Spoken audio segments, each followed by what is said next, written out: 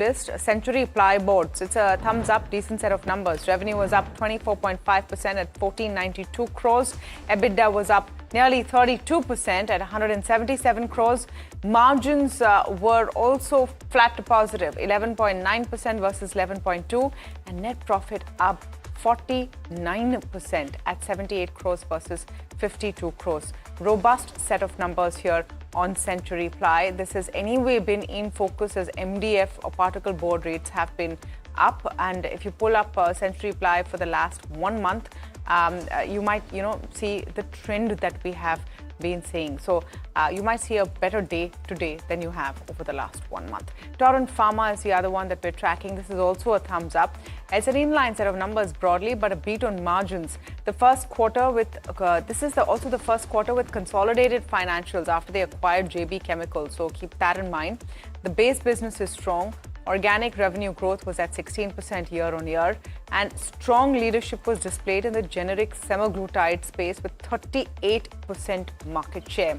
PAT was hurt due to higher depreciation and interest costs post the JB acquisition. So that's why you'll see the impact on that one number. US business growth moderated after strong quarters, and they expect US to be steady single-digit growth ahead.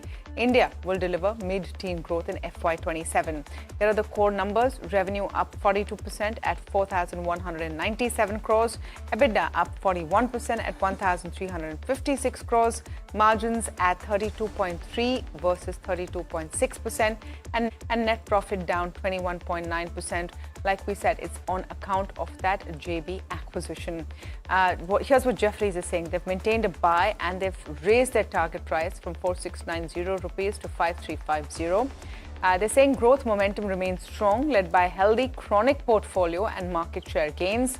JB Pharma integration is progressing well, with cost synergies expected to be realized over FY27 to 29. Base business has delivered strong revenue and EBITDA growth, aided by mix improvement and operational performance. India market share improving with extension and expansion in chronic therapies and new product launches. So they're pretty positive about the company.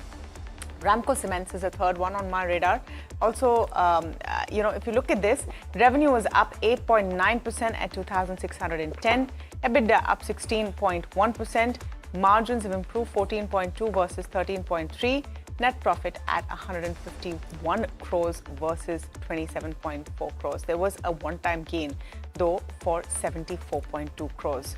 So what is the reason for that thumbs down? The cement volume growth of 4% year-on-year is below industry growth, because if you see the numbers by themselves, they look pretty good. So why the thumbs down?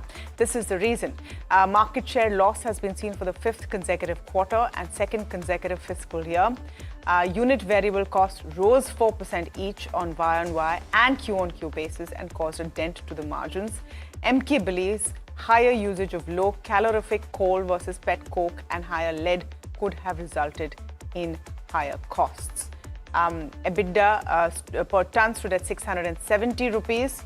MK expected 750 rupees versus 605 year-on-year. This implies lowest profitability versus peers. That's why you might see some pain. MK has also downgraded the stock to a sell from reduce, with a target price of 725 versus 900. They've said they remain disappointed with the below par profitability in an otherwise strong industry quarter. So this might be a bit of a painful one today. Interesting stocks. I've got earnings as well on my list, and Eicher Motors stands out to me at the start. It is a thumbs up. The results largely in line with expectations. In fact, the top line and bottom line, if anything, the growth was slightly higher than the consensus. The margins were in line with expectations and rose as much as 90 basis points. You had an improvement in the margin that was led by a better average selling price, as well as improvement in the product mix and lower input costs as well. So some of those numbers on your screen, you had the revenue growth of as much as 16%. You had EBITDA growth of over 20%. Margins, as I said, expanded to close to 25%, and the PAT growth of 12% as well. Pretty substantial and hefty dividend that is being paid out of as much as 82 rupees per share. HSBC is weighed in on Eicher Motors, maintained a buy but raised its target price to 8,200 versus 8,010. It says it was a strong Q4 beat led by better ASPs or average selling prices, a richer product mix, exactly what I've talked about, and lower input costs or commodity costs. Management is confident of sustained domestic and export demand. Inquiries remain strong in April 2026. Royal Enfield expanding capacity beyond its 2 million units via Greenfield and Cheyyar Brownfield.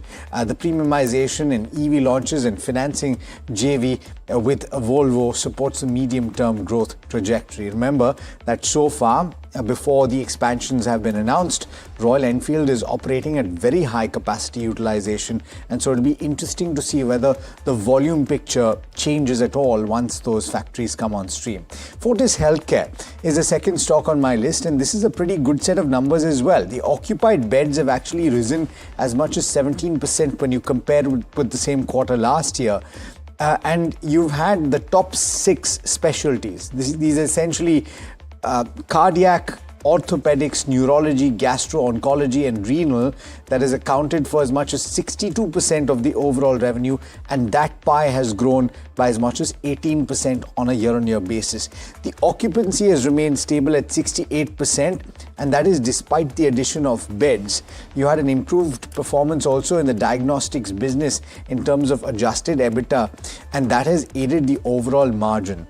This is an interesting metric that was pointed out to in the investor presentation. A majority of their hospitals, as much as 13 of them, are operating at an EBITDA margin of over 20%, and these have a 76.2% revenue contribution. In fact, those that have EBITDA margins of sub 8% are some of the newer facilities which will take a little time to come on stream. So you could see an improved performance down the line as well. Citi has weighed in on Fortis Health, maintained a buy with a target price of 1,120 rupees. It says that it was a strong quarter with steady growth in hospitals, and despite bed expansion, you had margins that remained resilient. Healthy momentum in hospitals business and sustained traction is seen in diagnostics. And finally, Greenlam Industries. You were expecting strong set of numbers for quite a few of these laminate players, and this is another instance of that. Strong top line growth, healthy margin expansion, and that has aided the performance. The EBITDA is up as much as 70%, resulting in a multifold PAT increase. However, you've seen a sequential drop of as much as 410 basis points in gross margin, and that is on account of input price increase. Remember that the company has taken some price increases in the fourth quarter, and it has undertaken price increases in April as well. I wonder if that will have a bearing on volumes and on revenue in the first quarter. But for now, this is a great set of numbers for Greenlam as well. Absolutely. In fact, a lot of your not only large caps, mid caps, but a lot of smaller names that have reported numbers. So I think my read is SMID again will continue to remain in focus as well. And I think we're pretty much at the fag end to an extent of the earnings season. I have Anupam Rasayan and Bliss GVS Pharma, both these counters that will be in focus today. Anupam has approved acquisition of up to 74% stake in Bliss GVS at 299, and this is through a SPA. 43.3% will be done, and open offer for another additional 26%, and they have an optional of additional 4.9%. So the total deal actually includes up to rupees 1,369 crores for the promoter stake plus the open offer. Now, Bliss GVS, they've received the public announcement from SBI Capital on the open offer by Anupam, and to acquire the 26% additional stake as well.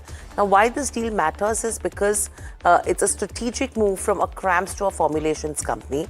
It actually transforms Anupam into a more integrated pharma player and entry into multiple high-growth therapy segments, and strengthens the presence across regulated global markets. And it will build an end-to-end pharma capability-owned company. In terms of the deal overview, it's done at a PE of around 23 to 24 times. So it seems the acquisition is at a fair valuation. So watch out for both these names in trade as we speak. Secondly, Yatra Online. Operational profitability has faced severe pressure this time around. It's a smaller one, but the declining revenues, the margin contraction, and the geopolitical headwinds that you've seen, they have impacted business. This is the lowest operating margin for the company in the last trailing 4 quarters. And despite a fragile final Q4, however, they've locked in its most profitable full year in history. So 2 divergences over there, but the net profit is down this time around. Revenues down 26%, EBITDA down 51%, and margins at 5.8% versus a 8.7%.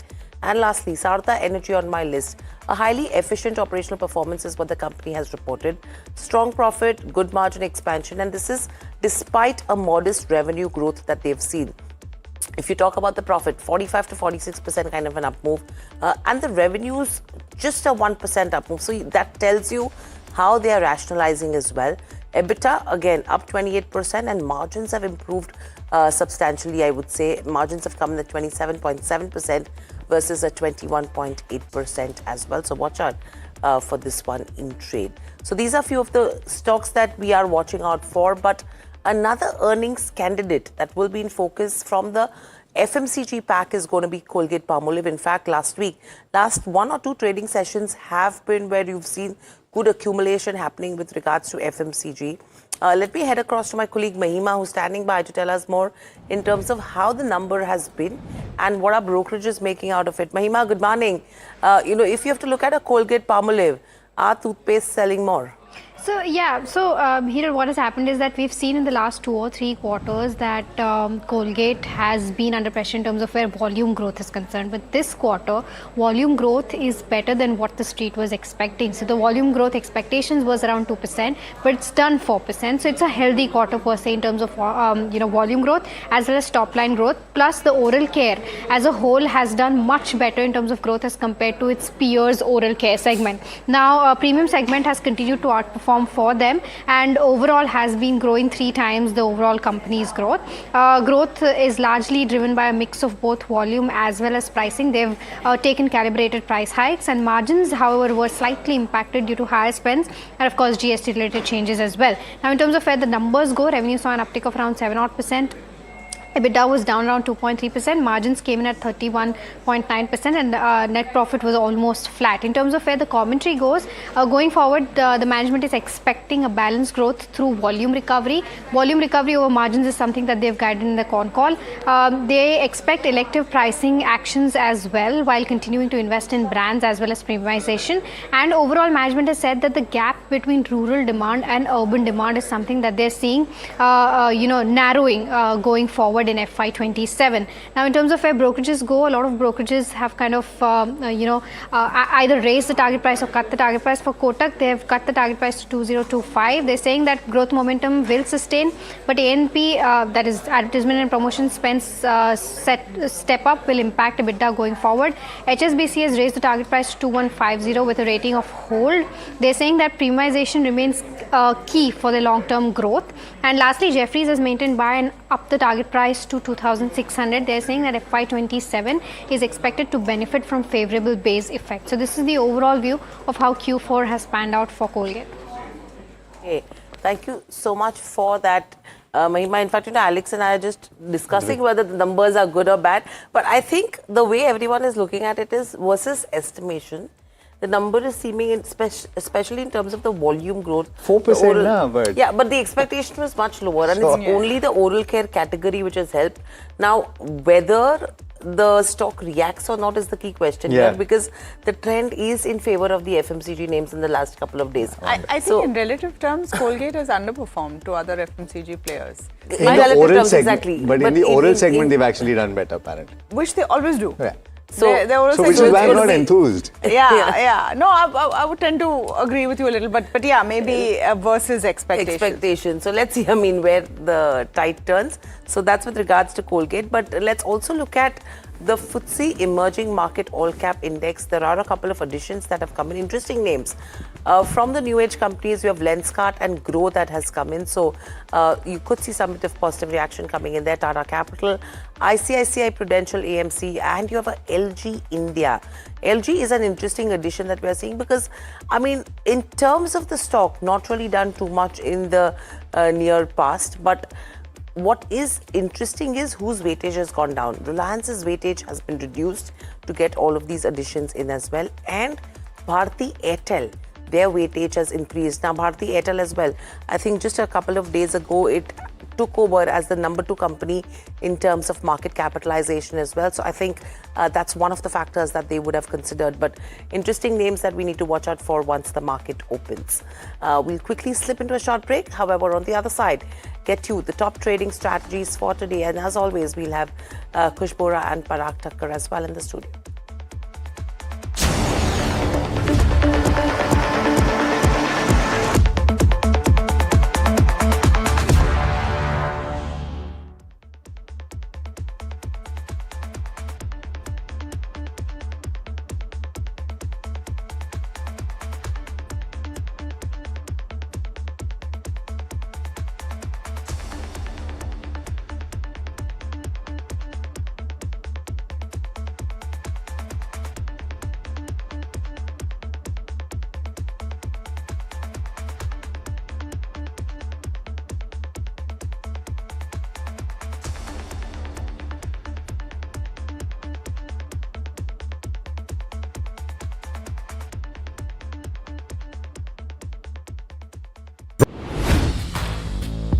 Hi, I'm Tamanna Inamdar.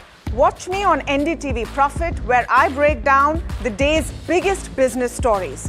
What happened, why it matters, and what it means for your money. Hi, I'm Neeraj Shah. Watch me on NDTV Profit for the most incisive market intelligence and meaningful corporate conversations. And I'm Alex Matthew. Markets, mutual funds, insurance, personal finance. I help you cut through the noise and make smarter financial choices. And here's where you can watch us.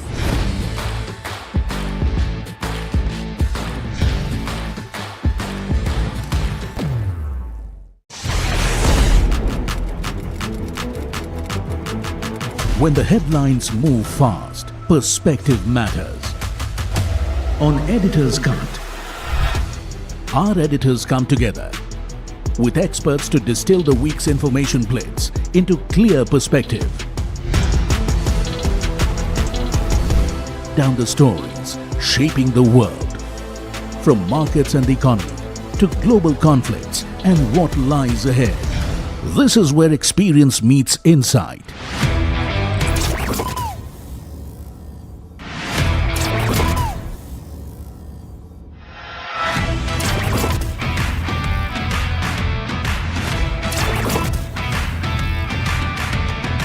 No noise, no hype, just sharp takes on what to watch next. Editor's Cut, every Friday, 3:30 p.m. only on NDTV Profit. Economy.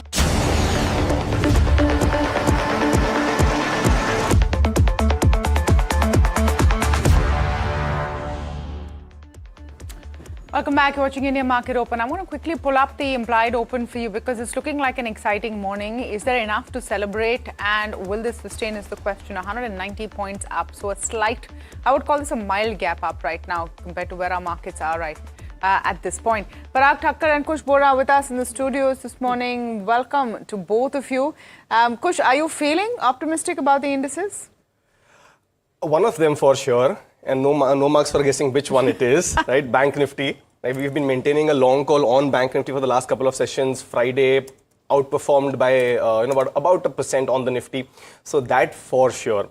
But ye Bombay heat ka kuch karo yaar. This is very bad. I mean, you step outside. Yeah. Fly to Switzerland. Nainital hi chale jana. फिर वहाँ से आप show नहीं करने दोगे ना. Or have patience for another couple of weeks. It'll rain, right? I mean, is it in the offing, the predictions? So. I saw showers over this weekend. But that was thunder showers. It's already past the Andamans, no? And it's expected to hit Kerala soon. Yeah. So just another couple of weeks. Also have some kind of these cooling off or maybe getting a little excited, wala face. Yeah, don't say cooling off. Okay, my bad. Getting excited, but doesn't seem to be the case, Most of the street has said 23,800 is the resistance level, okay?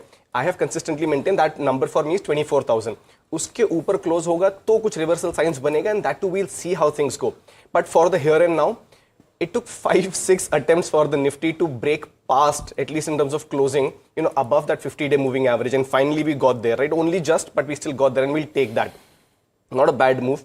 If we get this kind of a gap up today, now we are very close to this 23,900, 24,000 zone, which is an immediate resistance zone. So for me, this is not something where you go out and create long positions. If you have a long position from the last couple of days, it's a good idea to book partially, if not fully. So that's the view largely on Nifty. Like I said, Bank Nifty, that was the star of the show on Friday. And we did discuss if you want to take a positional bet for a host of reasons, the big boys not performing well, the momentum indicators do suggesting, some kind of a rebound. Even now, I think there is room. The only hitch there is, if the team can bring up, perfect. Also the 50-day moving average. At 54,600, there is a convergence of the 54,600. There's a convergence of the 50 and the 20-day moving average. There will obviously be resistance at around that level. We might open around that level today. If Bank Nifty is above, able to close above that mark today itself, then you have a further up move towards 55,500 and higher levels. In any case, the structure seems positive. Risk-reward ratio still favorable. I would suggest if you have a position, hold on to that long position. Push your stop losses up to 53,500 on Bank Nifty.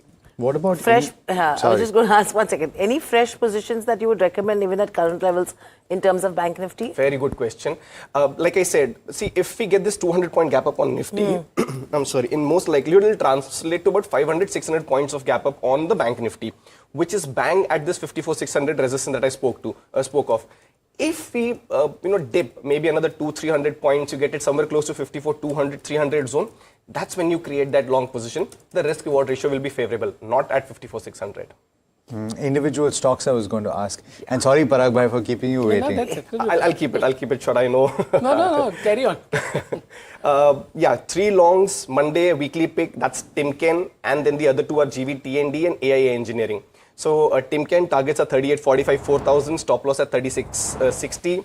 GV T&D 49.95, 51.20 are targets. 47.50 is where you keep that stop loss. And AIA Engineering, relatively simpler targets, 4100, 4200, stop loss at 3900. We're going to see so many earnings reactions today, right? So Parag bhai, I'm going to throw it as an open question to you, and then maybe we'll get into specifics. Out of all of the earnings you saw an OEM, you saw a hospital company, you saw in the pharma space. What did you like? So basically, see, one thing about Eicher Motors results, I saw that again inventory at the retailer level is very low, which is the same case in Maruti. So it means that at least auto demand on ground has sustained and the inventories are low, so you can hope for one another better month in spite of this petrol diesel price hikes and all. So that is one good thing. I saw so all this building material companies are reporting good numbers. So Greenply reported good numbers. Somani Ceramic, Century Ply, Greenlam, all these companies have reported good numbers. In hospitals, Fortis Healthcare reported good numbers. And there, what I have read is promoter, which is IHH Malaysia, wants to increase stake also. So that should be constructive in my view. What about Colgate-Palmolive? What did you make of it? So revenue growth of 8-9% for a mature category, absolutely mature category like is better. It is better than its peers also like HULs of the world in oral care space. I think the valuations at 35-36 times FY28 earnings are also reasonable. The only thing is now premiumization is a lever for them. Now you cannot grow volume significantly or you cannot grow... How many more people will brush their teeth basically? So premiumization is the only lever left. More than once a day. More than once a day. This is the last interview I've actually done with Colgate-Palmolive. This is a conversation we've had where they're now pitches that you should brush after every meal. so you at least, treble your basic consumption. We leave those ads to the happy dents. No, you don't want to be having floodlights when you open your mouth. I don't think it's a bad idea to brush more often, but one way or the other. Okay, many more results to cover. In fact, I'm going to go to Sharad, who's put it all together very cogently for you on what has worked and what it's not from the result pack. Sharad. Well, yes, largely for Hindalco, we have seen a good set of numbers, and already we had seen that Novelis came out with a very strong set of number. and Street is of course bullish on the early start of the Oswego plant as well. The consolidated revenue and EBITDA, they have hit their all-time high levels, and the Indian business also, if you look at the aluminium and the copper segment, they have done well as well. Apart from this, Divis Labs, a largely inline set of numbers coming in, and the growth is steady. Overall, this is driven by the custom synthesis segment. That's where the performance has been there. PAT, if you look at it, that's also going on the higher other income as well. Management has stated that there will be a double-digit growth going ahead, and peptides and contrast media, that is something which will be a key future driver as well. Net numbers have been largely in line. An interesting name, Colte-Patil Developers, comes to the list. Of course, a little bit of execution and lumpiness is there. That's why you're seeing the lower side on the numbers. But the operational numbers are pretty strong. Looking at the collections, it's up 18% on a year-on-year basis, and realizations is up 21% on a year-on-year basis. And there's a bullish commentary coming on the management, especially on their outlook. Of course, if you change the one-off adjustments, the profitability shows a 16% year-on-year basis. So these are the stocks which should be on your radar today. Okay, quite a few of them which have not done too well. It's a mixed bag, I would say. Some howlers and some very good ones. From the mid-cap space, Parag Bhai, what are you liking right now? And you talked a short while ago about Eicher. You mentioned Maruti. The auto OEM space you're still constructive on. Looking at 7.5 rupee price hike has already been taken. There is clearly more to go. Yeah, correct. There's clearly more to, especially in diesel, where the under recovery is too high. So I would say that I'm not going right now in CVs and tractors. I'm sticking to two-wheelers and passenger cars, where we have just started nibbling. We have just started. Is EV a play right now? EV is a perfect play. For example, Bajaj Auto, Chetak is doing very well. Ather is doing very well. TVS, of course, keeps on doing well. And plus the other thing that in Bajaj Auto, company is distributing 100% of its profits as pay out to shareholders, in which 150 rupees dividend, which also goes to promoter, but the buyback of 5,600 crores, promoter is not taking anything. Promoter is not participating. Bajaj Auto. Promoter is not participating in buyback, and the buyback is at 12,000 rupees. Stock trades at only 21 times FY28 earnings. So I would say that although the macros are negative for auto OEMs, there are some like two-wheelers and passenger cars, there's something to nibble in. I would not say go overboard, but start nibbling in Bajaj Auto, Maruti, Eicher, TVS Motors kind of And stocks. you might get opportunities down the line as well. So you might average down. So for example, a small cap company like Minda Corp, 13,700 crore market, reported phenomenal numbers. And now that is a result of premiumization, increasing content per vehicle, and increasing wallet share within the same customers. Okay. So in the in the auto ang space, Minda Corp you like? Anything else? Just to round that off. Many other stocks. So there are some. So we because there are many mid caps and small caps in this space, and all of them actually quality wise they are all good companies. Leverage wise they are okay. So I would say many other companies which will benefit from this. Especially I liked result of Minda Corp and of course LG Bala Brothers and various other companies where results were not that great, but I would say the valuations are also now very compelling. On charts, anything from this space which looks interesting, Kush? I'm very happy. You're very happy. मैं तो पिछले 2 महीने से बोल रहा हूँ. I don't know what is the reason. Even if the OEMs are not doing well, the auto ang space has been on fire. No, it's not about not doing well. It's that there's larger vulnerability to the West Asia crisis. Totally agree. Totally agree. My only thing was that my fear was rather that because the OEMs aren't doing well, will it trickle down into the auto angs in let's say a month or two? Yeah. Thankfully, with this mohar that Parag Bhai is levied on these.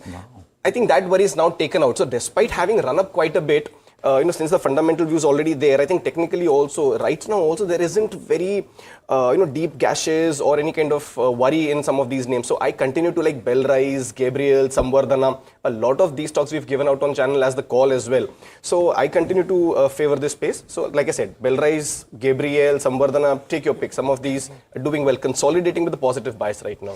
Since you mentioned LG Balakrishnan, and this is a manufacturer, of course, in case you didn't know, of chains and sprockets, essentially for automotive applications, right? It's a close to 5,000 crore market capitalization company, trailing stock PE is 15.6. Yeah, very attractive. And it's been growing last 3 quarters at 20% or thereabouts revenue. So I think last quarter was not that great because their expected ramp up did not happen in the Nagpur plant. But I would say that a decent company, clean promoter, under leveraged balance sheet. Based. Yeah. Under leveraged balance sheet. In fact, one of the names which Kush mentioned, Sambardhana Motherson, we discussed on the result day. The result was fabulous actually. And to have such a fantastic 25-30% growth on this high base, this company is a very large company, 1,40,000 crore market cap and 1,500 crore PAT per quarter.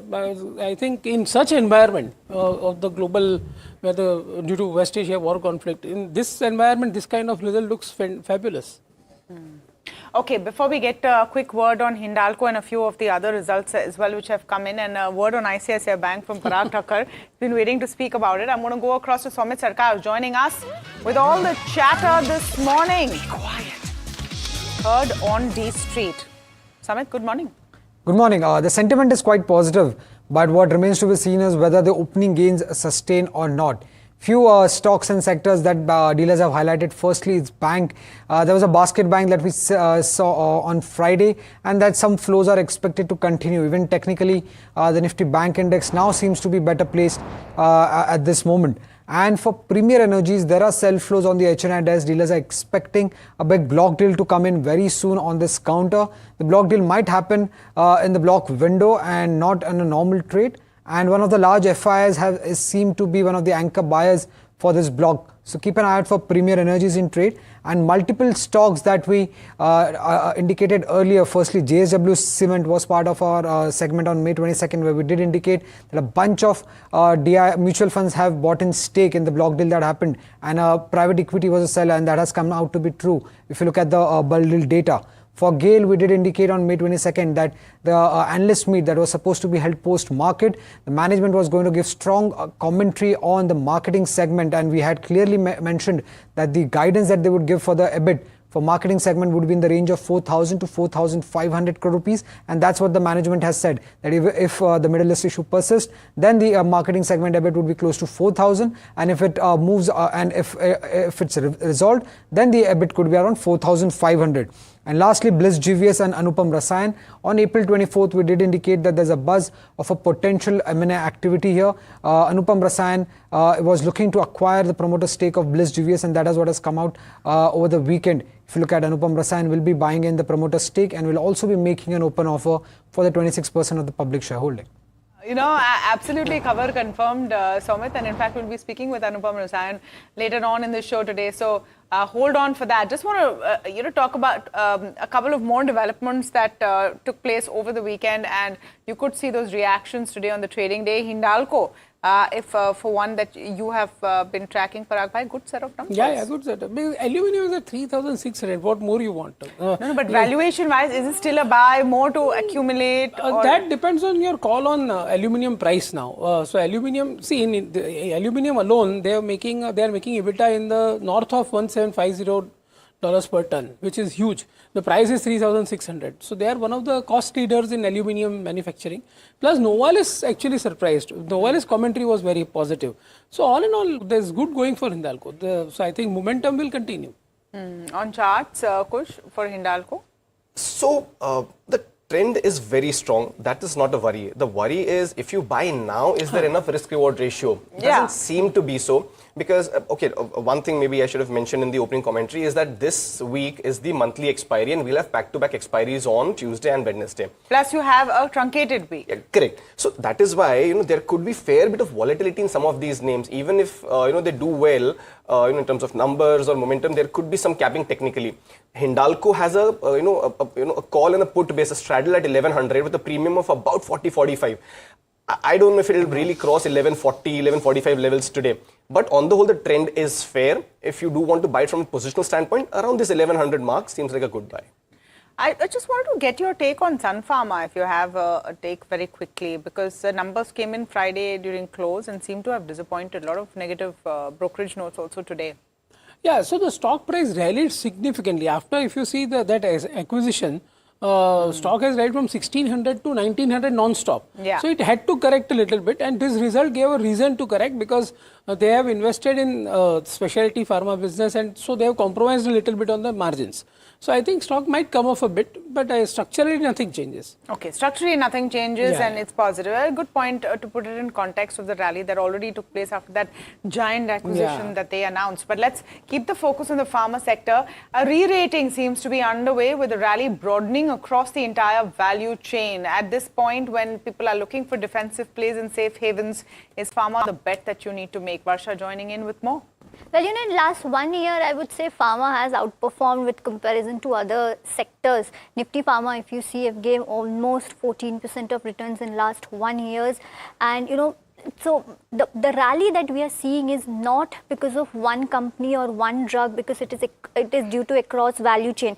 Talking about the performance, so Nifty Pharma is of course up 14% in last 1 year. Now this was, the rally was due to broad-based performance across value chain, and US, continues to be the biggest swing factor for pharma earnings. So this is the main highlight when it comes to pharma. Even CDMO, specialty, all are contributing to the rally that we are seeing, and this is a not one company performance, but it's a intermediate, CDMO, specialty, all are contributing, and chronic therapies are gaining share, which is leading the margin expansion for all the companies. Now talking about individual, now let's talk about US business. Well, now US business is on the stabilization mode. Pricing pressure are improving. US generics pricing are seeing a low single digit erosion versus double digit, which was expected. Even US is now shifting from price erosion story to launch driven growth story. That's a very good point over here. Talking about the performance of the pharma companies, where Lupin US sales hit record,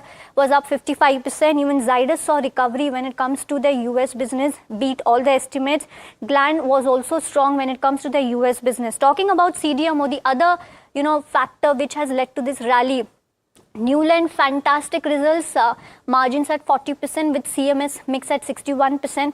Laura CDMO also saw growth of around 33%. Divi's, if you see, custom synthesis mix was at 56%, and now the shift is to high value segment. Now talking about the new growth drivers, of course the structural themes, we all know the semaglutide is the current hot topic when it comes to pharma, and biosimilars, GLP-1, all companies are progressing towards all these new therapies, which is leading to the next leg of growth for all the pharma companies. Lastly, on the FY27 outlook, every pharma company is of course bullish when it comes to the outlook. Mankind is guiding margins at around 25 to 26%. Lupin is targeting around 70% of chronic mix that will lead to a high margin one. Sun Pharma is guiding high single digit growth, and Quality Pharma, well, this is a small cap but is guiding almost 100 crores of PAT. So overall, everyone is bullish on pharma, considering the strong US pipeline that they have, US price erosion declining, and you have semaglutide biosimilars playing out the story for pharma. Okay, thank you, Varsha, for that. This is an interesting story to look at as well. Vishal Manchanda, Senior VP Institutional Research at Systematics Group, joins in. Vishal, good morning and welcome to the show. This is Hiral on this side. Are you also of the opinion that pharma as a sector is set for a re-rating? Because you have the US business, which is probably showing you a different trend from here on, that is gaining momentum. And there is CDMO-led growth that will be coming in. Is that the setup that you are looking at for probably FY27 onwards? Yeah, hi, good morning, Hiral, and good morning, everyone. So, Hiral, I think my views are a bit different. I'm not a bull on pharma right now, because I see the sector as a mixed bag. So broadly, there are two important segments for the large pharma companies in India. One is the India piece, and the other is the US piece. While the India piece, we know, is probably a 9 to 12% growth story, with GLP-1 basically aiding the growth for the sector in the next few years. But outside of India, I think US is where I'll be a bit cautious, because there are large value opportunities which are going to go off the base. But companies do have a pipeline in terms of replacing these high value launches. But we can see a few quarters of underperformance before the new high value launches kick in and kind of replace the old ones. So earnings growth probably for the large pharma companies should be in the mid-single digit range. for the next 5 years structurally, but it'll be kind of maybe even flat. Earnings may be even flat for the next 1 or 2 years as the large drug comes out of the base. You know, just wondering how you're looking specifically. I want to ask you about two. Sun Pharma, we spoke a bit about it before you came on, Vishal. Is it more of a profit booking that we're seeing? Were the results last quarter disappointing because of, the margin squeeze? And Divi's, I want your view on both. Right. So I think Sun Pharma results were in line with what we were expecting for them for this quarter. But among the large names, I would be more constructive on Sun Pharma, largely because of their lower dependence on US generics and the specialty engine doing very well for them. In the quarter, their innovative medicine portfolio grew 20% YOY. And I think I'm positive about the Organon deal they did. So largely because it's going to kind of put Sun Pharma on kind of one of the large global pharma companies from a large India pharma company. It immediately doubles their revenue base. There will be like immediate earnings accretion too because of the deal. Maybe we'll see some profit booking now. The stock has gone up post Organon deal and the Q4 earnings were not that great. So could be we'll see some profit booking, but maybe a good opportunity to structurally own the stock. Vishal, so I take your point on being cautious on US. But the numbers that I see, Lupin, for example, you had 55% growth in Q4. I'm wondering if there are exceptions to the rule based on the formulations that some companies are selling. Is that the case? So Lupin posted a very robust US performance this quarter, Q4. But that's the entire cause of worry because what's driving the numbers are not multiple products. These are like 2 or 3 drugs driving the numbers. And these are not drugs that are going to last in the base for long, maybe another 6 months or maybe another 12 months. And these opportunities will vanish. So you can imagine the impact. The contribution of these drugs to the earnings is very meaningful. So we'll have to be kind of, we'll have to wait and see how the launch pipeline unfolds. While these drugs are for sure going to vanish from the numbers. So just to sum up, Vishal, and to put all of this together, you're saying that there's a high degree of possibility of a flat earnings performance over the next 1 year. And so therefore, from that perspective, you weighed in on US and on India. Is there a pecking order that you have right now for the pharmaceutical industry? So among the larger names, Cipla and Sun is where I'm more comfortable about the growth delivery and the pipeline unfolding better than others in the next 2-3 years. So those are the names I would recommend there. I don't cover too many CDMO names except Divi's where I have a hold rating because of the valuation concerns. Vishal, thank you so much for speaking with us. We always like getting your view on the pharma sector. Just going to go across to those live visuals that you're seeing on the side of the screen. We'll get them full frame. You have the Secretary of State of the US speaking to the media as he heads to Agra. The role that Pakistan has. Do the Indians voice any concern to you? What do you tell them? No, look, they're concerned about the things they're always concerned about, obviously. India is always pointing to the fact that there are armed terrorist groups operating from Pakistani territory that target India. They're always concerned about that. But as far as the role they played as a mediator and a facilitator in the Iran situation, it never came up. I don't think that they would complain about that. I mean, their issues with Pakistan are different. Tell us about the Taj Mahal, going there. I've never been there. I heard the only one I ever knew about was the one in New Jersey that the president used to have. But no, look, it's one of the wonders of the world. I think it's important to show respect to the culture of the countries that you visit. We have a gap in our schedule because the Quad meeting couldn't happen until tomorrow. So it was a good opportunity to see some of the cultural sites here and pay respect to this country. And there's so much to see here, and it's such a big country with a lot of diversity and a tremendous history. So it'll be a good opportunity to see something that is iconic for the country. Okay? Thanks very much. All right, guys. Are you guys going to that or no? Apparently it's closed press. If you want to take us. Well, I don't think they let us have press coverage there, right? But they can see it. Have you guys ever seen it? I've been before.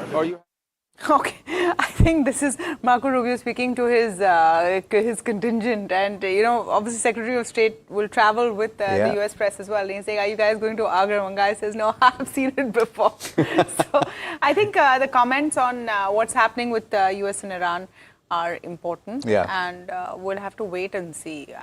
I don't think we can celebrate yet before things absolutely pair out. And that's really the question. Parag bhai, if you do see a gap up today, and I want to pull up the implied, if you see about a 180-point gap up, should you, if you have at least some of your stocks which are performing well, tend to nibble into profits in small measure, or you just sit tight? No, I think right now I'm preferring to sit tight. Let's see. I think it should, hopefully, this is a hope again, that it should be as constructive as they call it. Let me ask you this though, are you keeping dry powder still, or have you deployed dry mostly? powder I always keep. To what extent? There's a 5% cash. No, but you had gone higher cash, right? So you've deployed that over the course of the last week.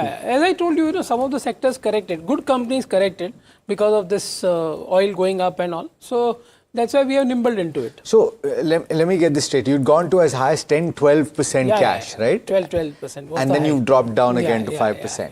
In what sectors have you looked to pick up? So the new money we have deployed is in auto anchors kind of names. And we have already spoken about ICICI Bank, Grasim Bharti. Those are the top holdings of the portfolio. So financials, auto and cement. Cement restricted to Grasim Ultratech kind of names. Okay, the first ticks are in. Let's pull those up and take a look at where the benchmarks are opening today. Remember, these are just the first few ticks, so don't perhaps read too much into it. Kush has described it as a chalawa in the past. By the way, in case you didn't know, that is a mirage. It's up as much as 279 points for the benchmark Nifty 50 and flirting with that 24,000 mark. The question is, do we hold? I would also like to pull up the Bank Nifty, because that is what Kush spoke about more than the benchmark in trade, or rather in the pre-open session. Pull that up and see where it's at. It is currently higher. It's unchanged. All right, let's see whether that changes over the course of the morning. Individual stocks though, pull up the Nifty 50 and see whether there are key movers. Not too much in the way of big movers. Ultratech Cement doing okay. Hindalco is up as much as 4.5%. Eicher Motors 3.3%. I would like to look at some of the other big movers on the earnings as well. Fortis, Greenlam Industries, Century Plyboards, Anupam Rasayan on the back of that Bliss GVS deal. Pull up both of those stocks and see whether it's moving. Century Ply up as much as 9%. Anupam Rasayan not too much. Bliss GVS is the acquiry company doing well. 9%, 10% up. Sara Energy, good earnings. Yatra online. And Colgate-Palmolive. I wonder what the initial ticks on Colgate-Palmolive are as well. Colgate is just about 0.1% in the green, Tamanna. Colgate doesn't have a great reaction, but it's Century, which is really buzzing as one of the top gainers. BPCL is doing great, relatively 6.5% up. I want to look at IOCL, I want to look at HPCL, that entire pack, because after all you have a second hike in about a week. 7.5 rupees in all come through, and it's clear that we're not done yet overall. Sorry? It's a third hike. In a week. In I think a week. Yeah. No, so you've had 4 in all. In 10 days. It's 4 in all. Okay, my bad. 2 in a week. And so this is what, it's like tiny pinches, right? So you forget when you got pinched last. So yes, you have had 2 hikes in a week. But of course, overall, since the hike started, there have been about 4 and 7.5 rupees up on it entirely. I want to look at ONGC as well. Just let's look at ONGC for a second. These are going to be the big ones today. I want to look at Narayana Hrudayalaya. Let's look at Fortis. You have all of those moves in terms of earnings coming in as well. And Century, of course, the hero over there. I want to look at ICICI Bank if we can, because this announcement of the extension of the CEO, Sandeep Bakshi, will also be looked at as positive. Is it going to be a big deal though? Yes, it was expected. It was expected. But Mr. Bakshi has done such a wonderful job that for next 2 years, ICICI Bank shareholders just need to relax. He has done a wonderful job. Highest NIM, highest ROA, lowest NPA, and very, very comfortable valuations thanks to FII selling. So I would say that it is my largest holding. I have said this many times, and It is due to Mr. Bakshi's work, what he has done, and the entire team's efforts, of course. And I'll continue to keep that. Yeah, but you know, how much should you put by store of the leadership? Because the top private banks all have good leadership. If I'm talking about the quality of leadership in corporate India, banks are at top of the heap. There's not really a bank where you can be too worried, and plus you have so much scrutiny on it. The RBI is also looking at it. Regulated. It's an extremely regulated entity. So how much should you set by store? Banking is a leverage business. So what I feel is that if you are growing, first of all, if you are growing above the system, when you are at the scale of ICICI Bank, when you are growing above the system, when you are growing with a NIM of 4.3%, which is relatively very high compared to other banks, and if you are managing an ROA of about 2%, and ICICI Bank is at 2.3%. So a scale, at this scale, to maintain this kind of NIMs, ROA, stable less than 0.5% credit cost, it is everything to put together. So I think I would say it's a all-round fantastic performance, and this cannot come without a excellent leadership. Yeah. Okay. No, the leadership definitely helps. 2 more years of Mr. Bakshi, and that is giving comfort to Parag Thakkar. Milan Vaishnav joining us this morning. He's founder and technical analyst at Gemstone Equity Research. Milan, good morning to you. Let's just get a chart view very quickly. Very good morning. Chart views, it puts us more in the comfortable zone because today we see the markets opening well above 23,800. And if we are now able to keep our head above 23,800, then it would drag the supports higher at that level. So we would be once again inside that old 700-point trading range with 23,800 acting as a support and 24,500 acting as a resistance. So in a way, we are back inside that 800-point trading range. But as I just mentioned, for that, we need to keep our head above 23,800. 23,800. You're well above, though, at least as of now, at the end of the pre-open session. What are your, or close to the end of the pre-open session, what are your picks this morning, Milan? I would be looking at 2 things. One would be Federal Bank. I would be looking at buying Federal Bank above 287, keep a target of 301, and also have 279 as a protective stock.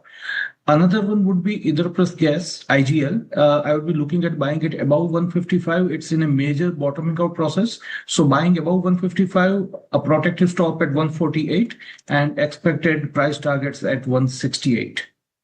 Okay, stay with us. We've got to go to Sharad for a regular feature at 9:05. It's the big brokerage call of the day, and this one is CLSA, which has downgraded Aurobindo Pharma to an underperform. Sharad joining you to tell you why. Sharad, morning.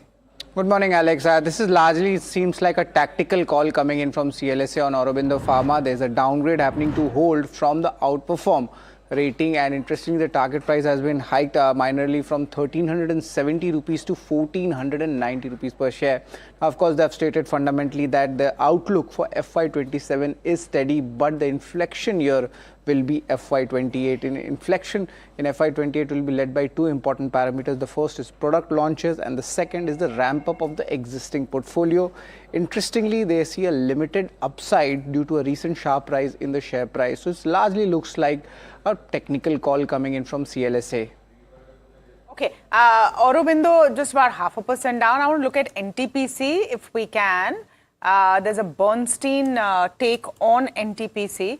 Where we are looking at quite a positive view coming in. They've maintained an outperform with a target price of 430 rupees. They're saying execution in line with our expectation. One of the few reasonably valued utilities left.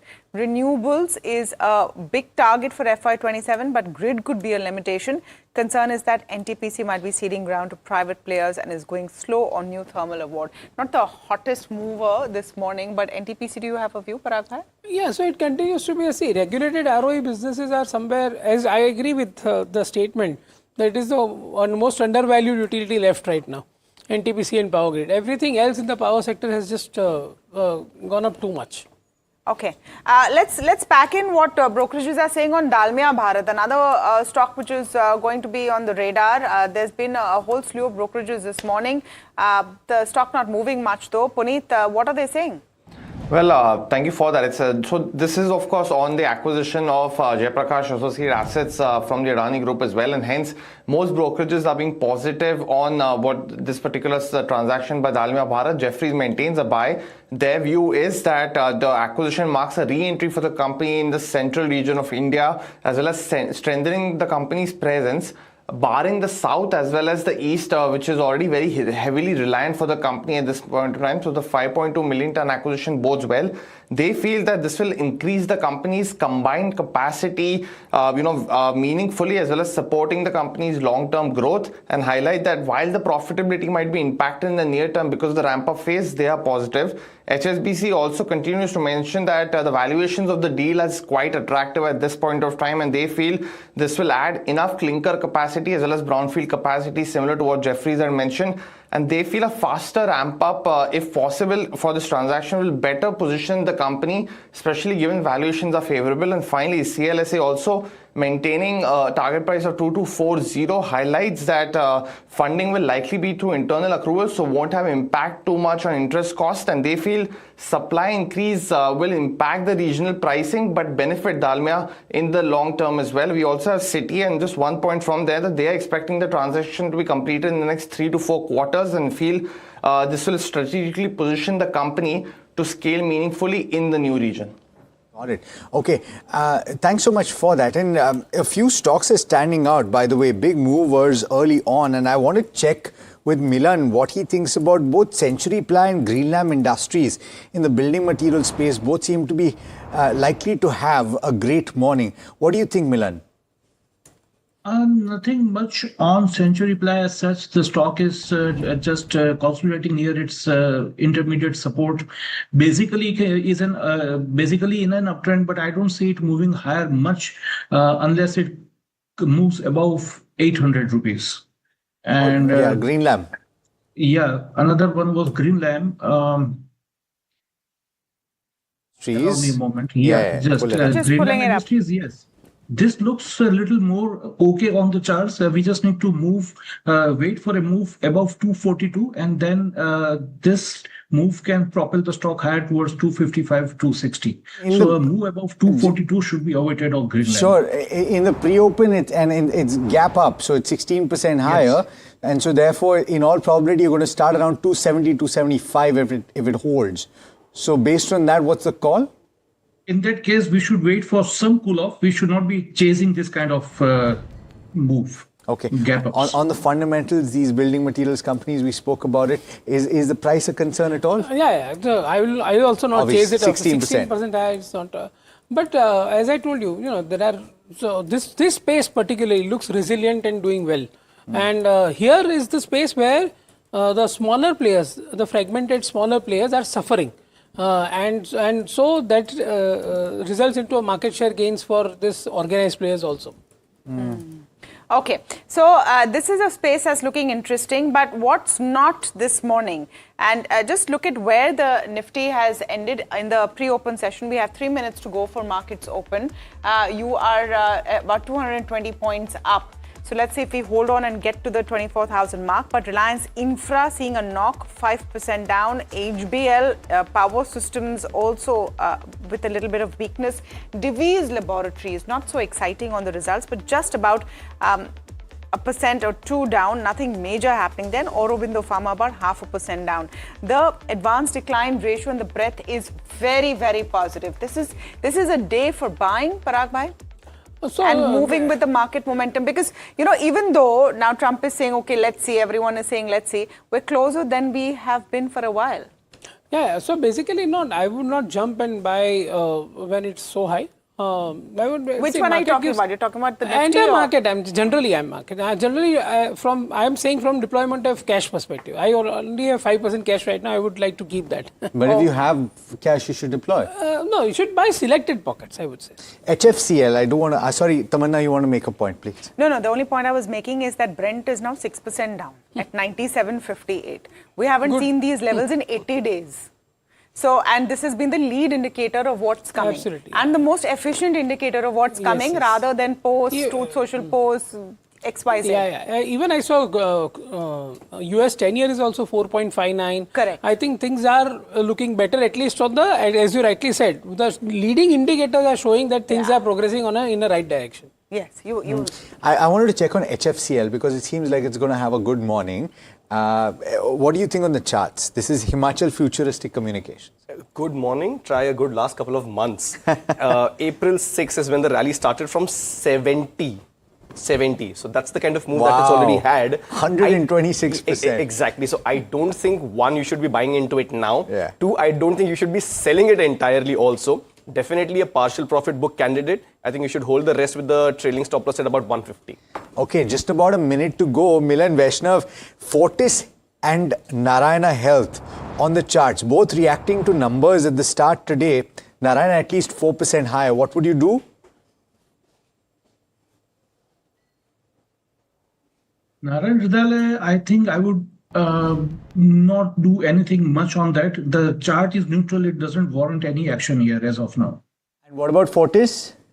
Fortis, it looks much better on the chart. Fortis is a buy at open levels. One can buy and hold it for a medium term with an expected appreciation of 7 to 8% from current levels. Milan, top pick before we go into the opening, very quickly, 10 seconds. ATGL is something I would be looking at. ATGL. Yes, Adani Total Gas. Adani Total Gas is your top pick right now. Before we get into the opening session, we are almost there. This is going to be an exciting Monday morning. Is it going to be an exciting week? Remember, you have a monthly expiry. You have a market holiday in the middle of the week. And that sometimes makes people jittery. But as of now, no jitters being seen at all. The first tick is good. 250 points up. You are deliciously close to the 24,000 mark. I wonder if you will make it, but you're seeing a strong momentum there. Advanced decline ratio is looking robust across the board. Positive move there. The bank Nifty really roaring about 1.5% up. I want to look at Nifty IT just very quickly. The mid caps also looking robust. Nifty IT not doing much. It's all about the banks today going forward. Also want to look at the India VIX very quickly. We'll just pull up the India VIX before I get to the Nifty heat map and see what's happening there. Look at that. This is an important indicator, 6% down, less than 17 on the mark. So you're seeing all of the smoke signals for what the market is preparing for, which is a possible end to a crisis which has bogged the markets for the last 3 months. We don't know if this could change, but I'm talking about the here and now. Let's pull up the Nifty heat map for you and just talk about what's happening over there at that point. It's a pretty green screen. Let's start with the losers first. Hindalco, actually a good set of numbers, but now 1% down, maybe some profit booking coming in there. Sun Pharma continuing the phase that it saw on Friday's close after its numbers came off. Crude goes down, it's negative for ONGC, so that's an obvious one. But it's really the winners who are exciting. Eicher Motors, strong set of numbers. We talked about how, and Parag Thakkar talked about how, even at the retail level, inventories are low. That means despite everything happening across the world, it's not going to be such a huge problem, at least for a month or so, for an Eicher Motors. Shriram Finance, very positive brokerage views on it. That's possibly one of the reasons you're seeing that stock up 2.5%. And if you're going to look at an EV play, M&M is a great player over there, even as fuel hikes continue. Eternal about 2% up. Bajaj Finance, so that whole consumption play looking good. It's a robust opening across the board, Alex, this morning, and looking pretty healthy, at least on the Nifty. I'm sure broader markets are doing even better.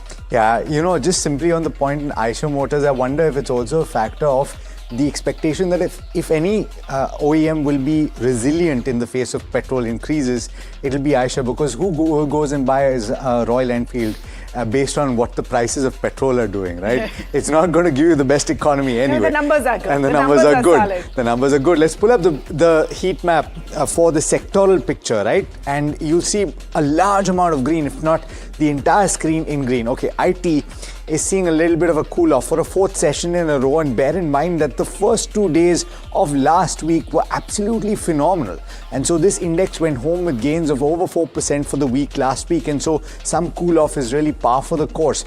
Auto as a pack, and we've spoken about a couple of the constituents doing well, M&M as well as Eicher. No wonder then that it's at the top of the pack there. PSU banks actually are bouncing back a little bit. It had not a great week last week, but it's up about 1.5%, and Nifty Bank also doing particularly well, building on those early gains and now trading with gains of 1.6%. I'd be curious to find out from Kush what he thinks about the new levels for this benchmark.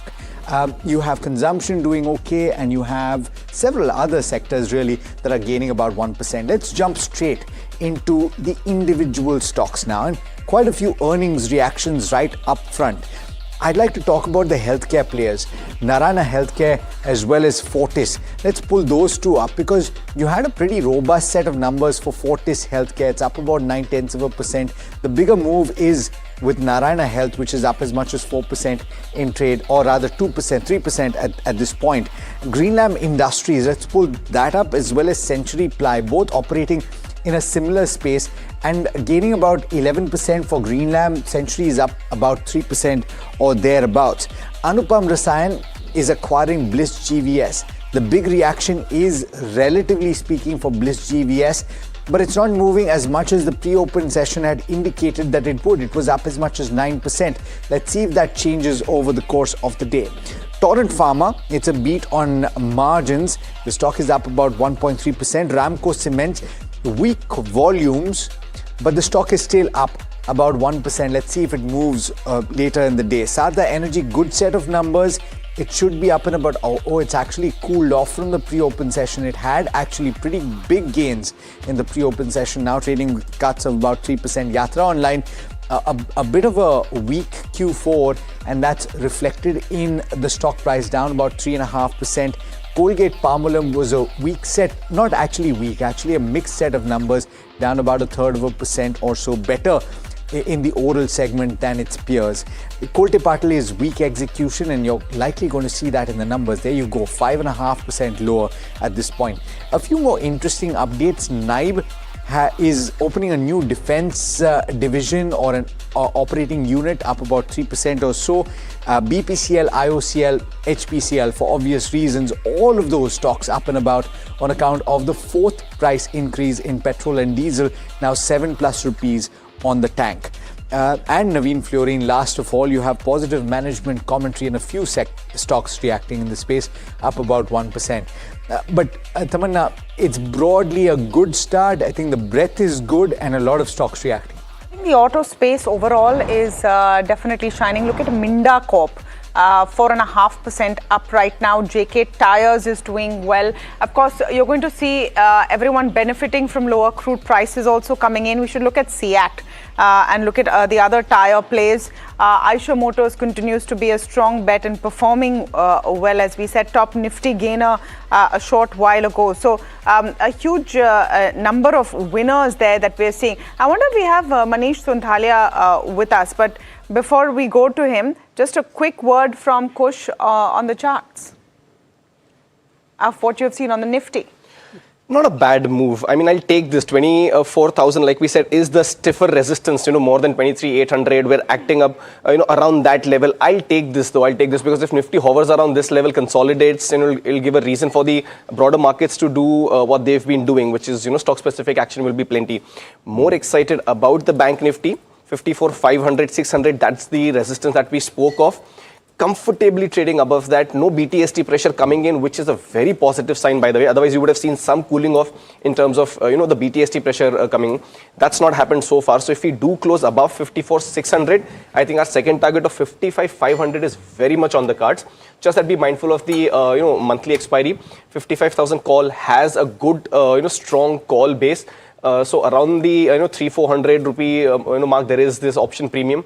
So you could see some resistance around 55-200. But up until then, I think this has been underperformer.